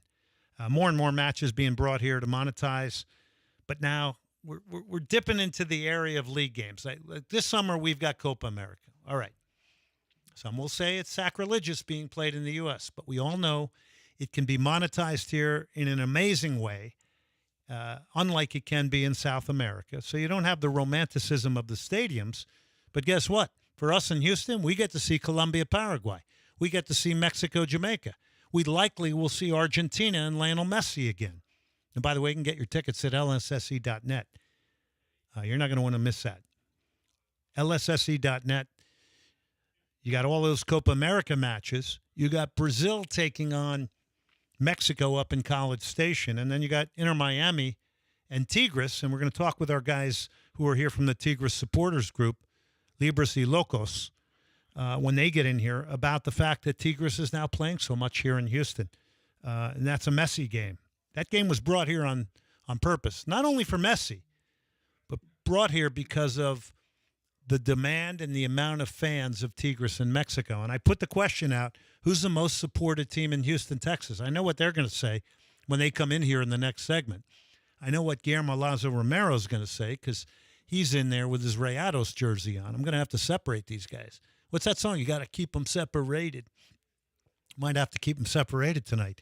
I softened them up, though. They're eating empanadas from Little Patagonia out there. So I know how to do it here. You give everybody a full belly, nobody's going to start swinging with haymakers or anything, right? So we soften them up. A big thanks to Little Patagonia, by the way, Julian and Sebastian Abraham. By the way, Little Patagonia is in the stadium in Austin. How did Austin FC get Little Patagonia empanadas before us in Houston? I should have talked them up to the Dynamo more. Man, that's almost sacrilegious. We got to get them in the Dynamo Stadium because these empanadas are the best. You'll hear it from the guys when they come in here. So anyway, it's more and more matches being here, but league games, that doesn't float with me. I don't like that. I remember once calling, and it was kind of controversial at the time, many years ago, might have been 12 to 15 years ago. the Italian Super Cup between Juventus and Milan at Giants Stadium at the time, Meadowlands. I did the game with Giorgio Canaglia, the famous Lazio striker and Roma striker. That's got to be 15 years ago. But huge crowd. And at the time it was, why is it over here? It doesn't make sense. But people were onto something. And the games get monetized here because these are unique opportunities for fans to see the stars that most of the time they're watching on television. Now, if you're fortunate enough to live in Monterrey, Mexico, you may even be traveling back to watch games that Tigres plays or Rayados plays. I know plenty of friends of mine that drive across the border to go watch the games live. And then this city is just full of supporters groups from all over the world that have watch parties, whether it's FC Barcelona, Manchester United, Arsenal.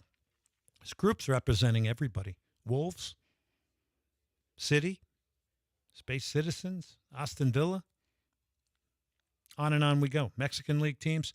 713-780-3776. In your mind, who is the most supported club team anywhere globally in Houston? Texas Derby is coming up this weekend for the Houston Dynamo. They come off the loss to Austin FC 1-0. That one hurt. I mean, let's be honest. We don't want Austin getting one over on us up there. So we have a crack at another Texas Derby match. It's part of the Copa Tejas. I'm not sure that anybody's that worried about the Copa Tejas right now, but they're worried about gathering points. FC Dallas just lost 2-1 to Colorado. Nico Estevez is definitely under pressure. I think you can see it. There's visible signs of it. FC Dallas is 13 out of 14th in the West. They have had in defense of him, they have had a huge rash of injuries. Jesus Ferreira has been out. Paxton Pomacall is out for the season. Alan Velasco, these are all attacking players. So it's been rough for them. They have implemented a 3 center back system. I don't know if this is what they're going to do this weekend against the Houston Dynamo. But the 3 center backs, interestingly enough, one is Sam Junca, who used to play for the Houston Dynamo. The other is Omar Gonzalez, played for the U.S. national team, the Galaxy. Started his career at FC Dallas. And then Sebastian Ibiaga, who was a Dynamo Academy player, never stayed here. Ended up winning a title at New York City FC and LAFC as well, I think. I think he won 2 MLS Cups. But that's, how are you feeling about the Texas Derby right now? We need a win there. FC Dallas, 7 goals for, lowest in the West. Only 7. These are not goal-scoring teams. They've only got 16 goals between them. FC Dallas, 7 goals for, 12 against. Dynamo, 9 goals for, 8 against. Dynamo, one of the best defending teams in the league. We know that. Been exceptional there. They're either winning games by a goal or losing games by a goal, but hopefully the Dynamo can put together a multi-goal game on the road. I think the Dynamo have to be the favorites going to Dallas. I don't want to hear it's MLS. I don't want to hear how difficult the road is. Go up there and put a beat down on FC Dallas and get us back to where we belong. And let's see how much Ache is going to play in that game. All right, this is one of my favorite. This one goes deep with me. This is Leonard Skinner. It's called I Need You. CONCACAF Champions League tonight, 7:15 Central Time. Crew Rayados. When we come back, they're free and crazy. It's Libres y Locos. Supporters group of Tigres in Houston. Javier, Eduardo, and Eric will join me. We'll take a break. Soccer Matters, ESPN 97.5, presented by the Daspit Law Firm. We remind you to get down to a great soccer viewing pub. It's Pitch 25, right down in Edo. Get down there. Got a soccer field inside. They got 100 beers on tap, right in the shadows of Shell Energy Stadium. A lot of Dynamo fans go there. But they'll be showing the Euros this summer. They'll be showing Copa America, Olympics, you name it, they'll have it there. You'll get the real feel of a group soccer watching experience there. Okay? That's Pitch 25 in Edo. We'll take a break. Supporters group talk coming up next.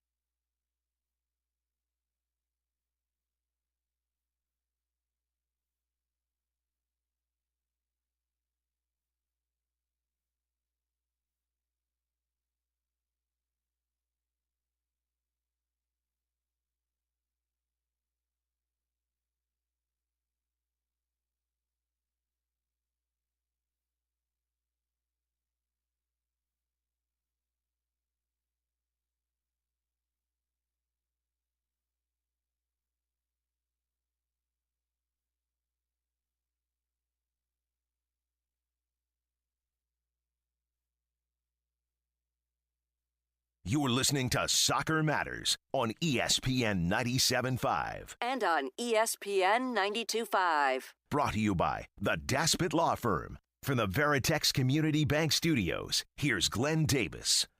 All right, welcome back to Soccer Matters on ESPN 97.5. We roll on here tonight. We got a number of great guests in studio here I'm going to introduce you to in a second. I just want to remind you about the show tonight.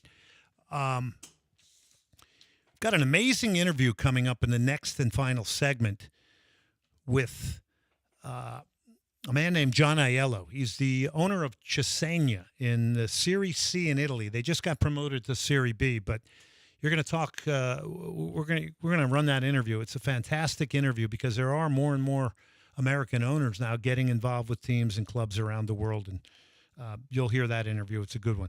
Right now, joining us in studio, Libres y Locos. It's a supporters group in Houston. Even with my limited Spanish, I know that means free and crazy. Yes, exactly.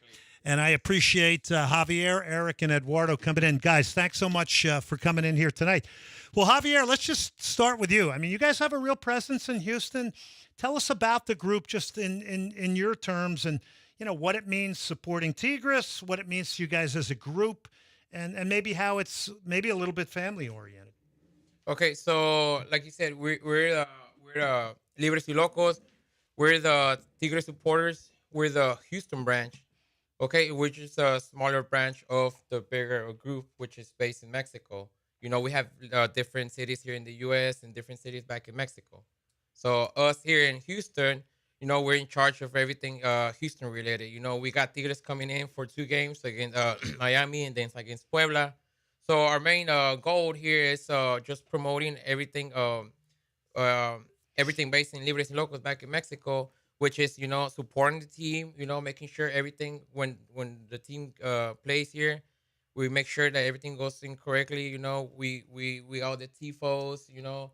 We try to make we always try to make our presence in the stadium, in the stands. You know, we think that we have the most passionate group in back in Mexico and here in the United States, and especially here in Houston. It's a huge brand, and you know, one of the reasons I wanted you guys on the show is because you're totally connected to it. It's in your hearts, and I've said on this show many times from being here since '84 that Monterrey is one of the great soccer capitals in this hemisphere, and to get you guys in here to talk about it is spectacular. So, Eric, I'm going to go to you. I mean, when it's game day and you guys are there, you know, just describe the feeling that overcomes you and the connection with the team, because these guys see you.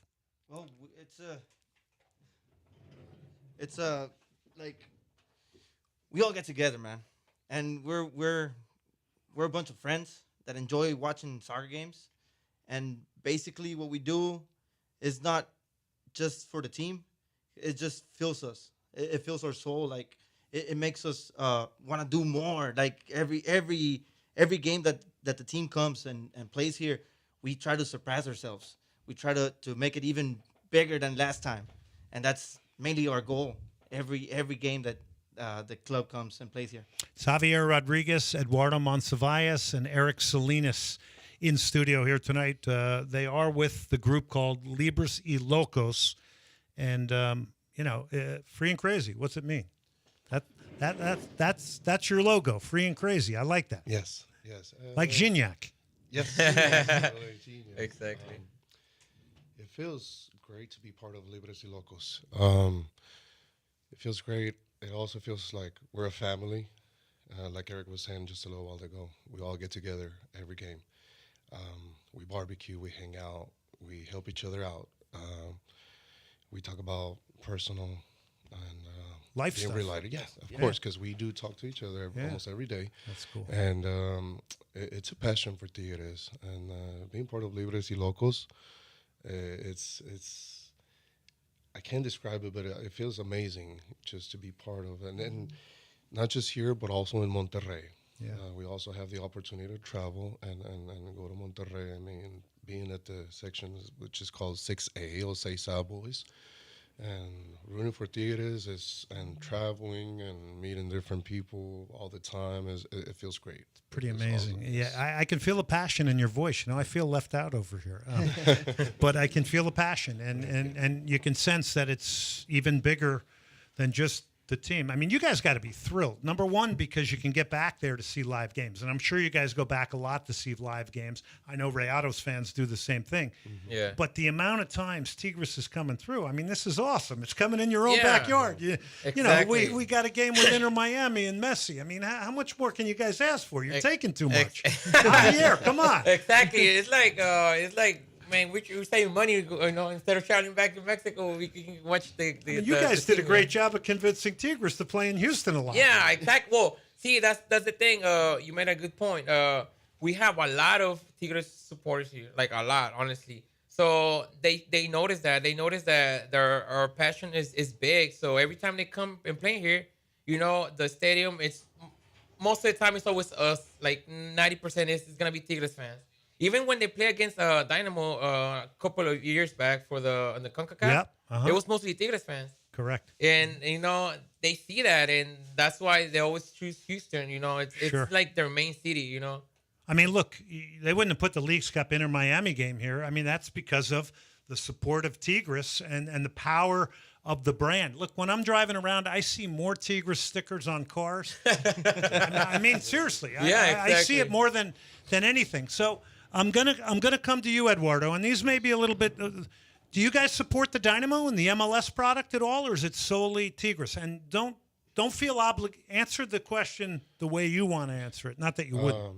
And speak up. Yeah, of course. I love soccer. Yep. I personally don't support the Dynamo, but I do have friends that go for the Dynamo, and I do sit down and watch a couple of games. And not just I mean, like I said, we love soccer, and we'll watch any team in around the world, of course. Eric, what would it take for you to be more of a Dynamo fan? Like, if I was somebody from their front office and I was saying, man, I need you Tigres guys at my games. Is there any way to win you guys over? We may not win you over as being the priority, but can we win you over as a secondary?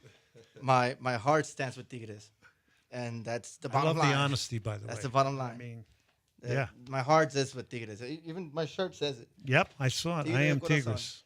Yeah. So I can't. I just can't. So is this theory about Liga MX, Javier? Is this true that there's people that make this comment that if somebody's a Liga MX fan, whether it's America, Chivas, Tigres, Rayados, they can never be an MLS fan. Do you guys believe that? Well, me personally, speaking like for I'm myself, saying yourself and then overall. Myself, it's like me. Tigres is my team. I cannot go support any other team. But now there's other people that they like you said, it doesn't matter if they're from Houston, they're from Dallas, they're from New York. They support a Mexican team and they support a MLS team. Yeah. I know there's people that do that. Me personally, not me. Most of us, like in the Tigres group, it's always Tigres. It's mainly Tigres.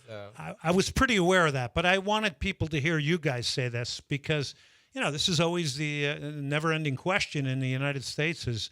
And you got so much passion in these groups, if you can harness some of this. And I think you answered it beautifully that, people are fans of both teams. Supporters groups. What else do you do outside of it? So you support each other. It's social.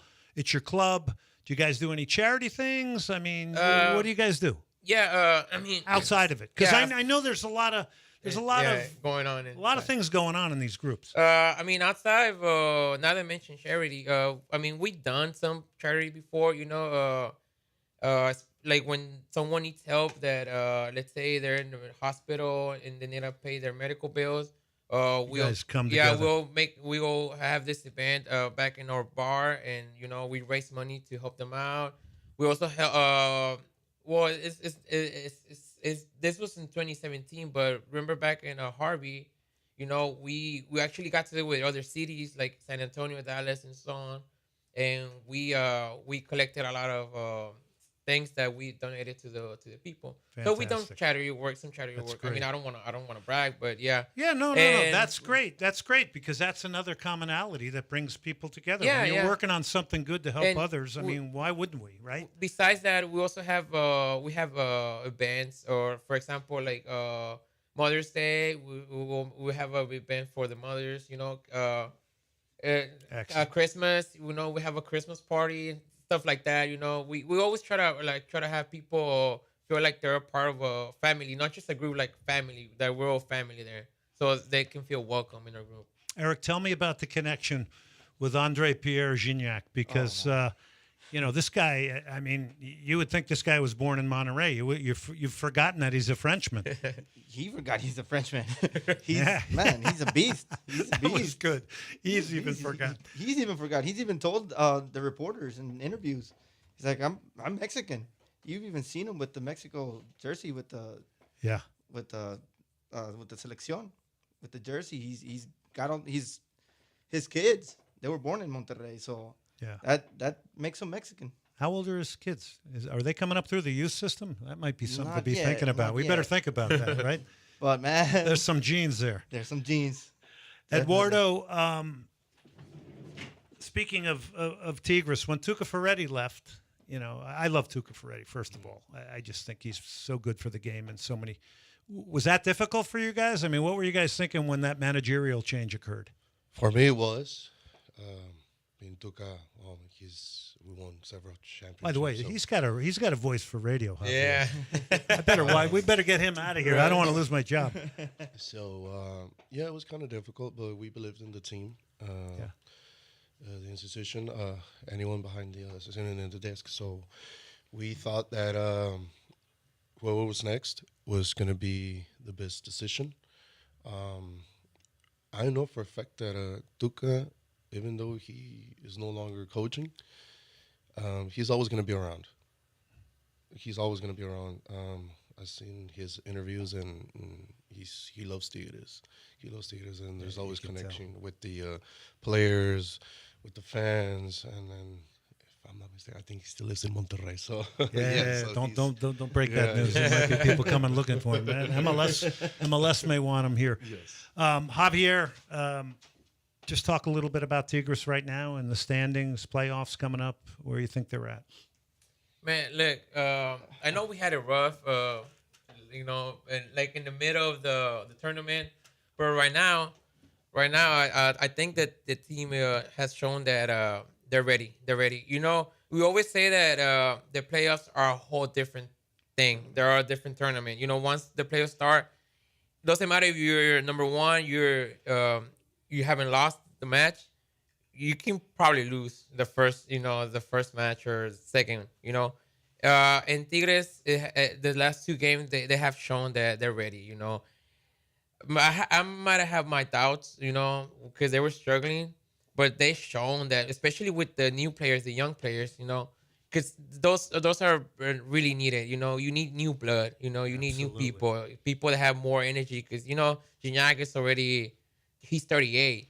So even though he's like the greatest player to play in Tigres, he's not gonna have the same energy as the new guys. So they shown the new guys, because they're young. They're shown that they can withstand the pressure of being like with a big team like Tigres. So I have faith in my team. I'm pretty sure they're gonna do great. Eric, real quick, and I would take this from all you guys because we only got a minute left. But do you guys like the split season? Do you like the two short seasons? I'm not a fan of it personally, but I know a lot. It keeps everybody engaged because you're quickly crowning a champion, then you're going on to it again. What do you guys think? For me, it's a love-hate relationship with it. Perfect. That's what I wanted to say. Every year you have two champions, so you have two chances to become champion a year. Yeah, and not another league has that. But the counter argument to that is to win a season over the course of a year. Now, that's a hell of a body of work, right? It feels like... It almost seems like it's, even with MLS, we set it up so that everybody stays involved and we all got a shot. Even though we're having a lousy season, we're still in it with 2 weeks to go because mathematically we're still in it. So, I don't know. How about you? To me, I think it's great. Yeah. We give the players a chance to, rest. Mm-hmm. Also, go on vacation, come back, prepare for the next tournament. So, I think it's good. It's good for them. It's good for everybody. So you leave the old guy to me, like wanting the old way. No, right? no. I got to start. I got to start moving with the future. I guess. I get. Well, we still have promotion and relegation over. I love that part of it because I think that puts skin in the game.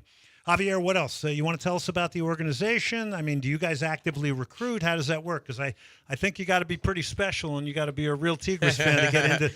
I don't think I got a shot from New Jersey being in this group, but tell us how it works. No, the hierarchy. No, we don't have any special requirements for you, like for anyone to join our group. You know, if you're a big Tigres fan and you want to be a part of our group, you know, just show up our during our games at the bar, go to the stadium. You know, be there. You know, your presence is all that we need. You know, anyone can be part of it. There's no requirements. You don't have to fill out anything, any forms. You don't have to ask anyone, hey, can I be a part of it? No, just show up and be there. Have a Tigres shirt on, you got a good chance. Yeah, just show up with a Tigres shirt, and then you're more than welcome. And you then and there, you know, you're gonna be welcome. You're gonna be part of us. You know, awesome.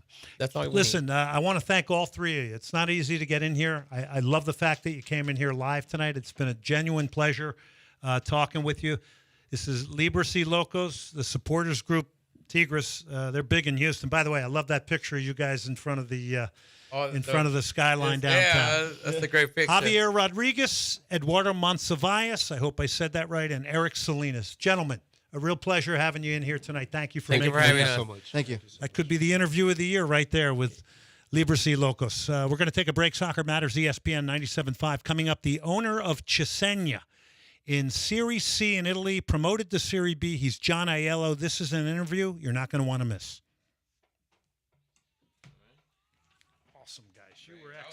You guys were excellent. I wanted to make sure I got you all in, you know? Yeah. Thanks.